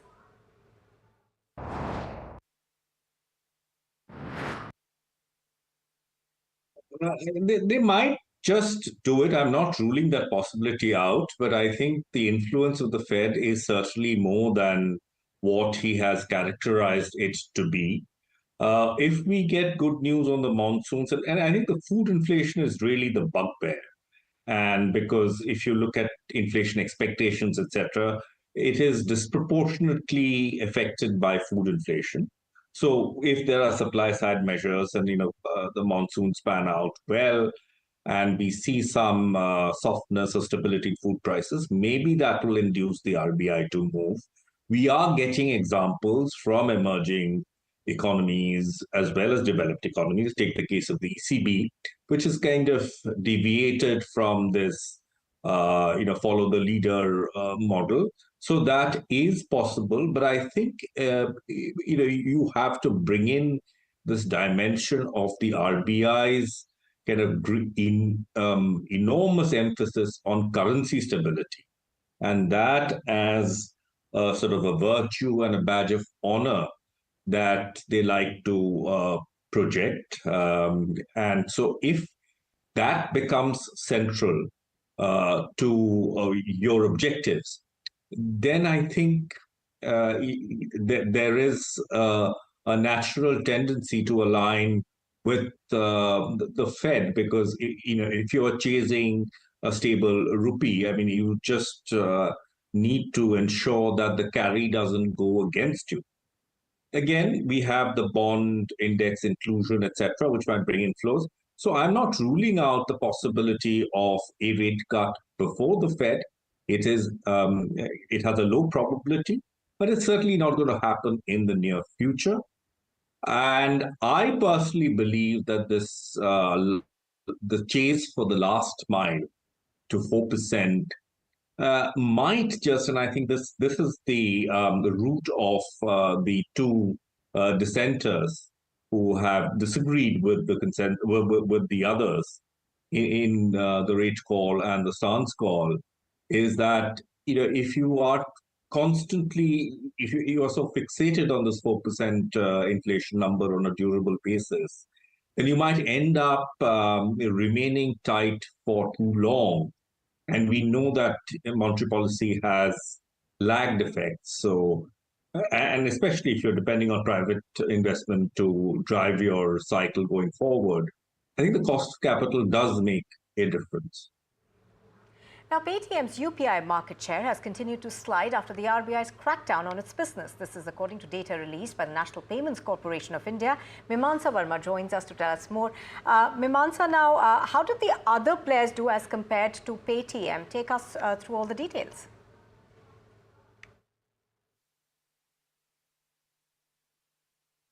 Paytm has been losing market share steadily for most part of this year, and the month of May is no different. Even as UPI transactions hit a record high of 1,404 crore transactions in May, worth rupees 20.45 lakh crore, Paytm was not the company that spearheaded this stellar move in the digital payment space. Paytm accounted for 8.1% of total UPI transactions in May, down from 13% in January, according to data released by the NPC.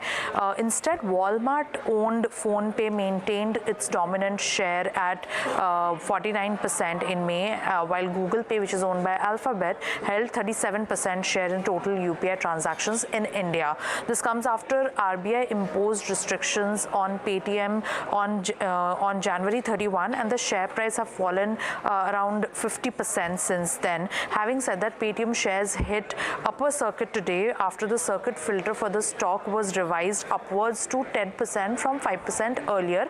Another reason for the rally today is that early signs of recovery, according to the company, and strong stabilization for its UPI business is what could be driving the Paytm shares today. Even though the monthly UPI transactions on Paytm have risen in May, we'll have to see whether Paytm is able to regain its lost market share in the coming days or not. All right, thanks for that.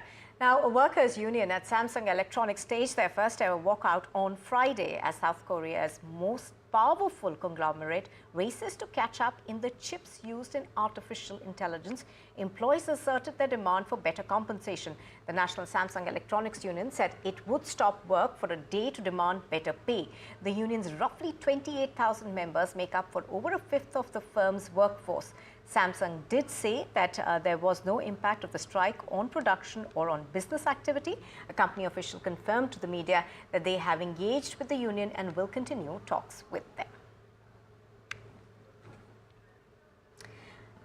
Well, we slip into a very short break right now. When we return, we bring you the big story that we are tracking over the raids that were conducted at Blinkit's warehouse in Telangana. Stay with us.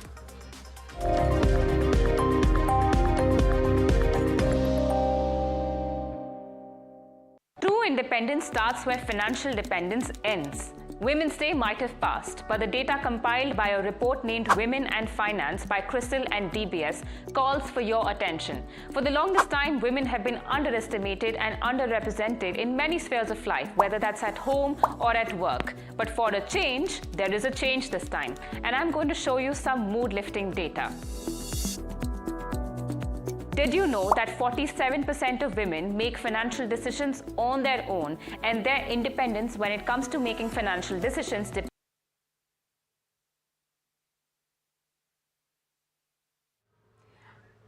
All right, we are cutting across to pictures that we are getting from the Rashtrapati Bhavan, that is the Prime Minister Narendra Modi, of course, staking claim to form the next government as well, along with the President Draupadi Murmu. Do remember that earlier there was a meeting of the NDA today where all the alliance partners,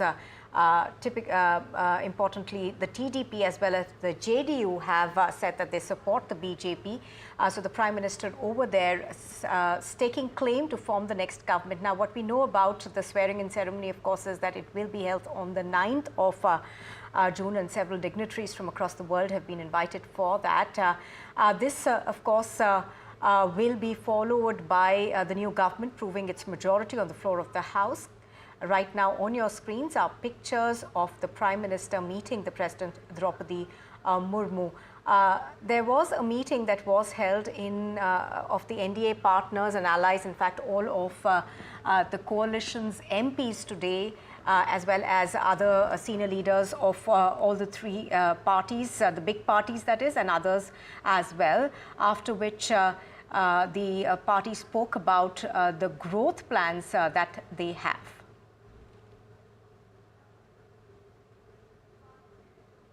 This will, of course, be Modi 3.0. The Prime Minister is expected to take oath on the 9th of June.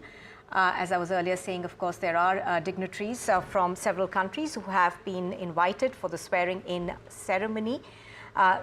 Now, this is part of the process where the President actually gets letters of support from all the allies in this coalition government. Now, do remember that this was a pre-poll coalition, so this was the largest bloc which had the most number of MPs. These were then submitted to the President, after which he has invited the Prime Minister to form the next government.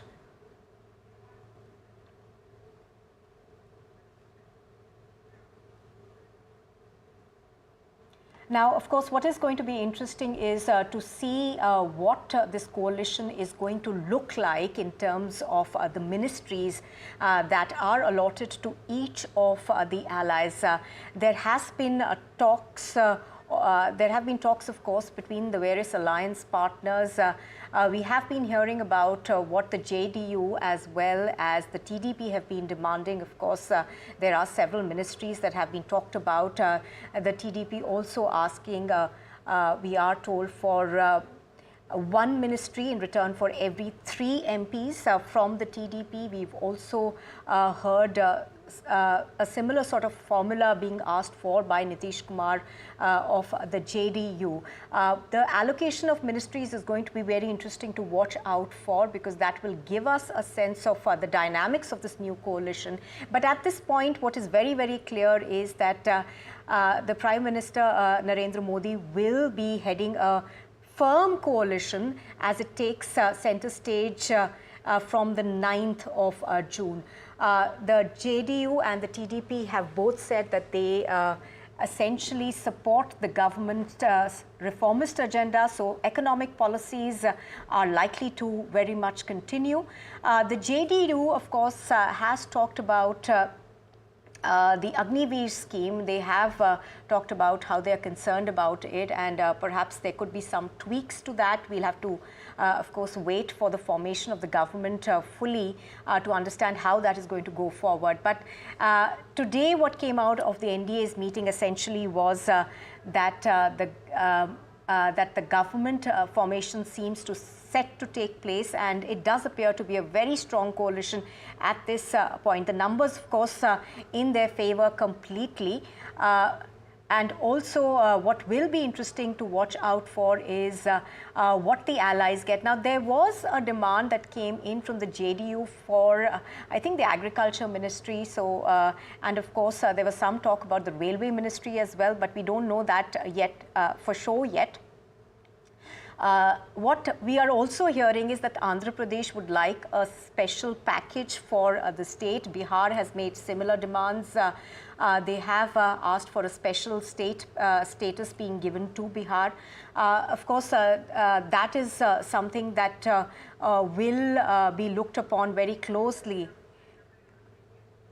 by the next government. All right, moving on to the big story that we are tracking. The Commissioner of Food Safety in Telangana has found multiple violations at a Blinkit warehouse in the state.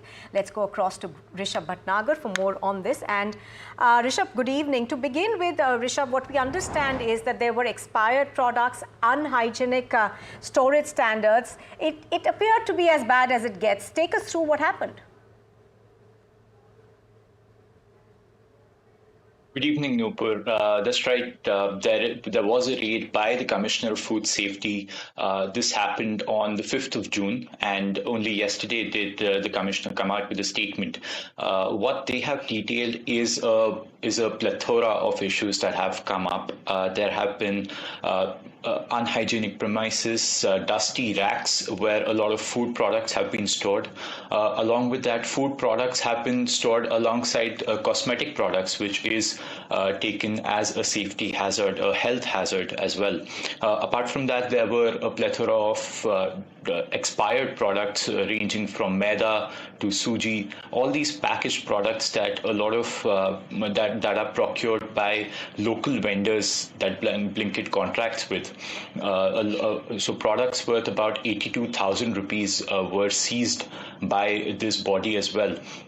So a lot of issues that they have also pointed out in terms of the protection gear that the food handlers in these mini warehouses or dark stores that Blinkit operates, these have been found.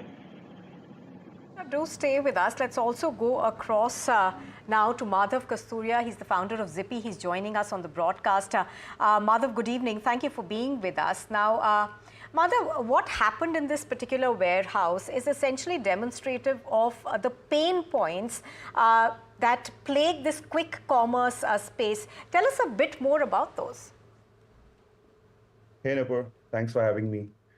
So I think I'll give you a couple of reasons why such mismanagement happens, right? The first one, I think a lot of these quick commerce companies in the last 2-3 years came up. The mantra was growth at any cost, right? That led to a lot of oversight, may not deliberate oversight, but eventually at scale, when you're setting up 50, 100 dark stores every quarter, there is some oversight which is bound to happen, right? Apart from that, a lot of these dark stores are managed by blue-collar crew members, and as you're aware, that's a revolving door. There needs to be a strong training and learning engine there. That was, I think, missing at scale. And lastly, I feel a lot of the findings and observations that were sort of released by the regulatories in Hyderabad, in the raid in Hyderabad, was something which could have easily been caught by internal audits, right? If they were plugged in at the right time, at the right place. So that was missing, and hence I think that led to oversight and of course what we found out in Hyderabad a day or two ago. Now, obviously, Madhav, there seems to be quite a bit of gap in this case in what customer expects and what actually is a delivery reality. Now, what according to you are the measures that companies could perhaps take to ensure, that they can reduce that gap, especially, because they do operate in a sort of regulatory gray zone? So I'll give you my side of the story. We operate close to 160 dark stores across 11 cities in India, enabling super fast deliveries for 125 plus customers, right? The largest ones in the country. What we do in terms of our playbooks, the first thing is we have compartmentalized storage for frozen, chilled, as well as ambient products. And it doesn't end there. Apart from the temperature segregation, we also have different spaces within our dark stores for the food, beverage, consumable section, along with the beauty, personal care, electronics, health, wellness, Ayurveda, a bunch of those categories. The second piece that we do is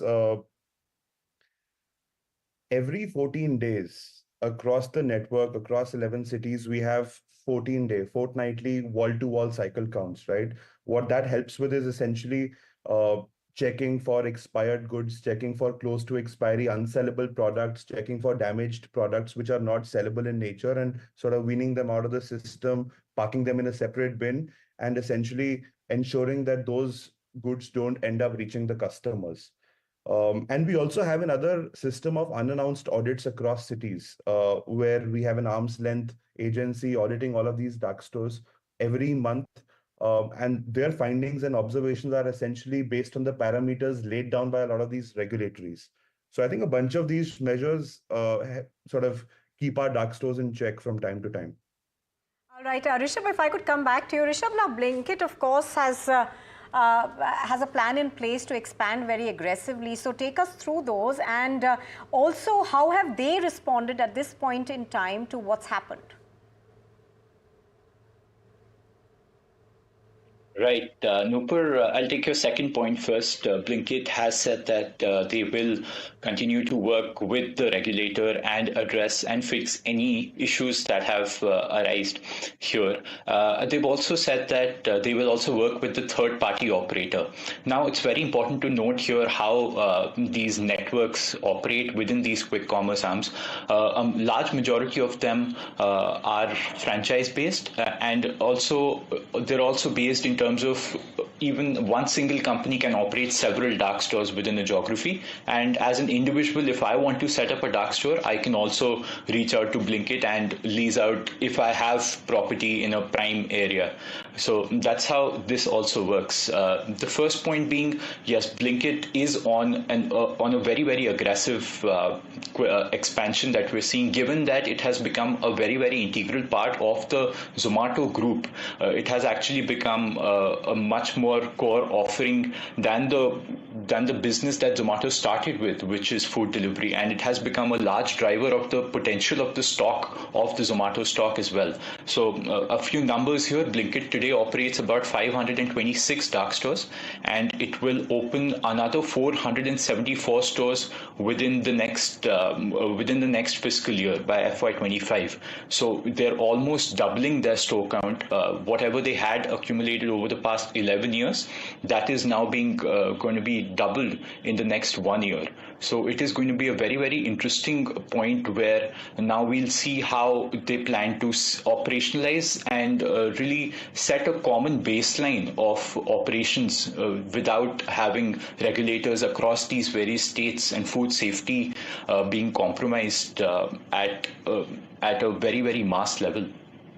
All right, Rishabh as well as Madhav, both of you, thank you very much for joining us. So as Rishabh is pointing out, of course, the regulator has already stepped in and Blinkit has been asked to explain what went wrong. Well, that's all we have time for right now on The Reporter. Thank you very much for joining us, but news continues.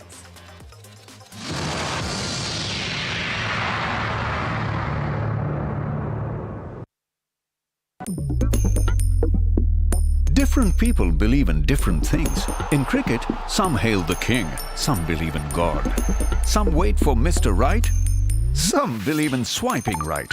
Some run away from risk, others run after it. For some, kids mean babies. For others, kids mean puppies. Some want a home to settle in the future. Some want to roam the world today. Some make a career in a company. Some make a career out of building companies. But when it comes to money,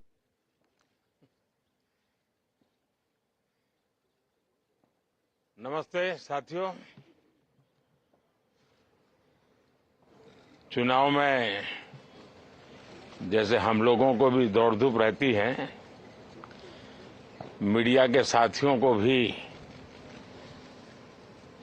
बहुत परिश्रम करना पड़ता है, रात दिन दौड़ना पड़ता है, अलग अलग लोकेशन को कवर करना पड़ता है। तो आप लोगों ने भी बहुत कष्ट उठाया है।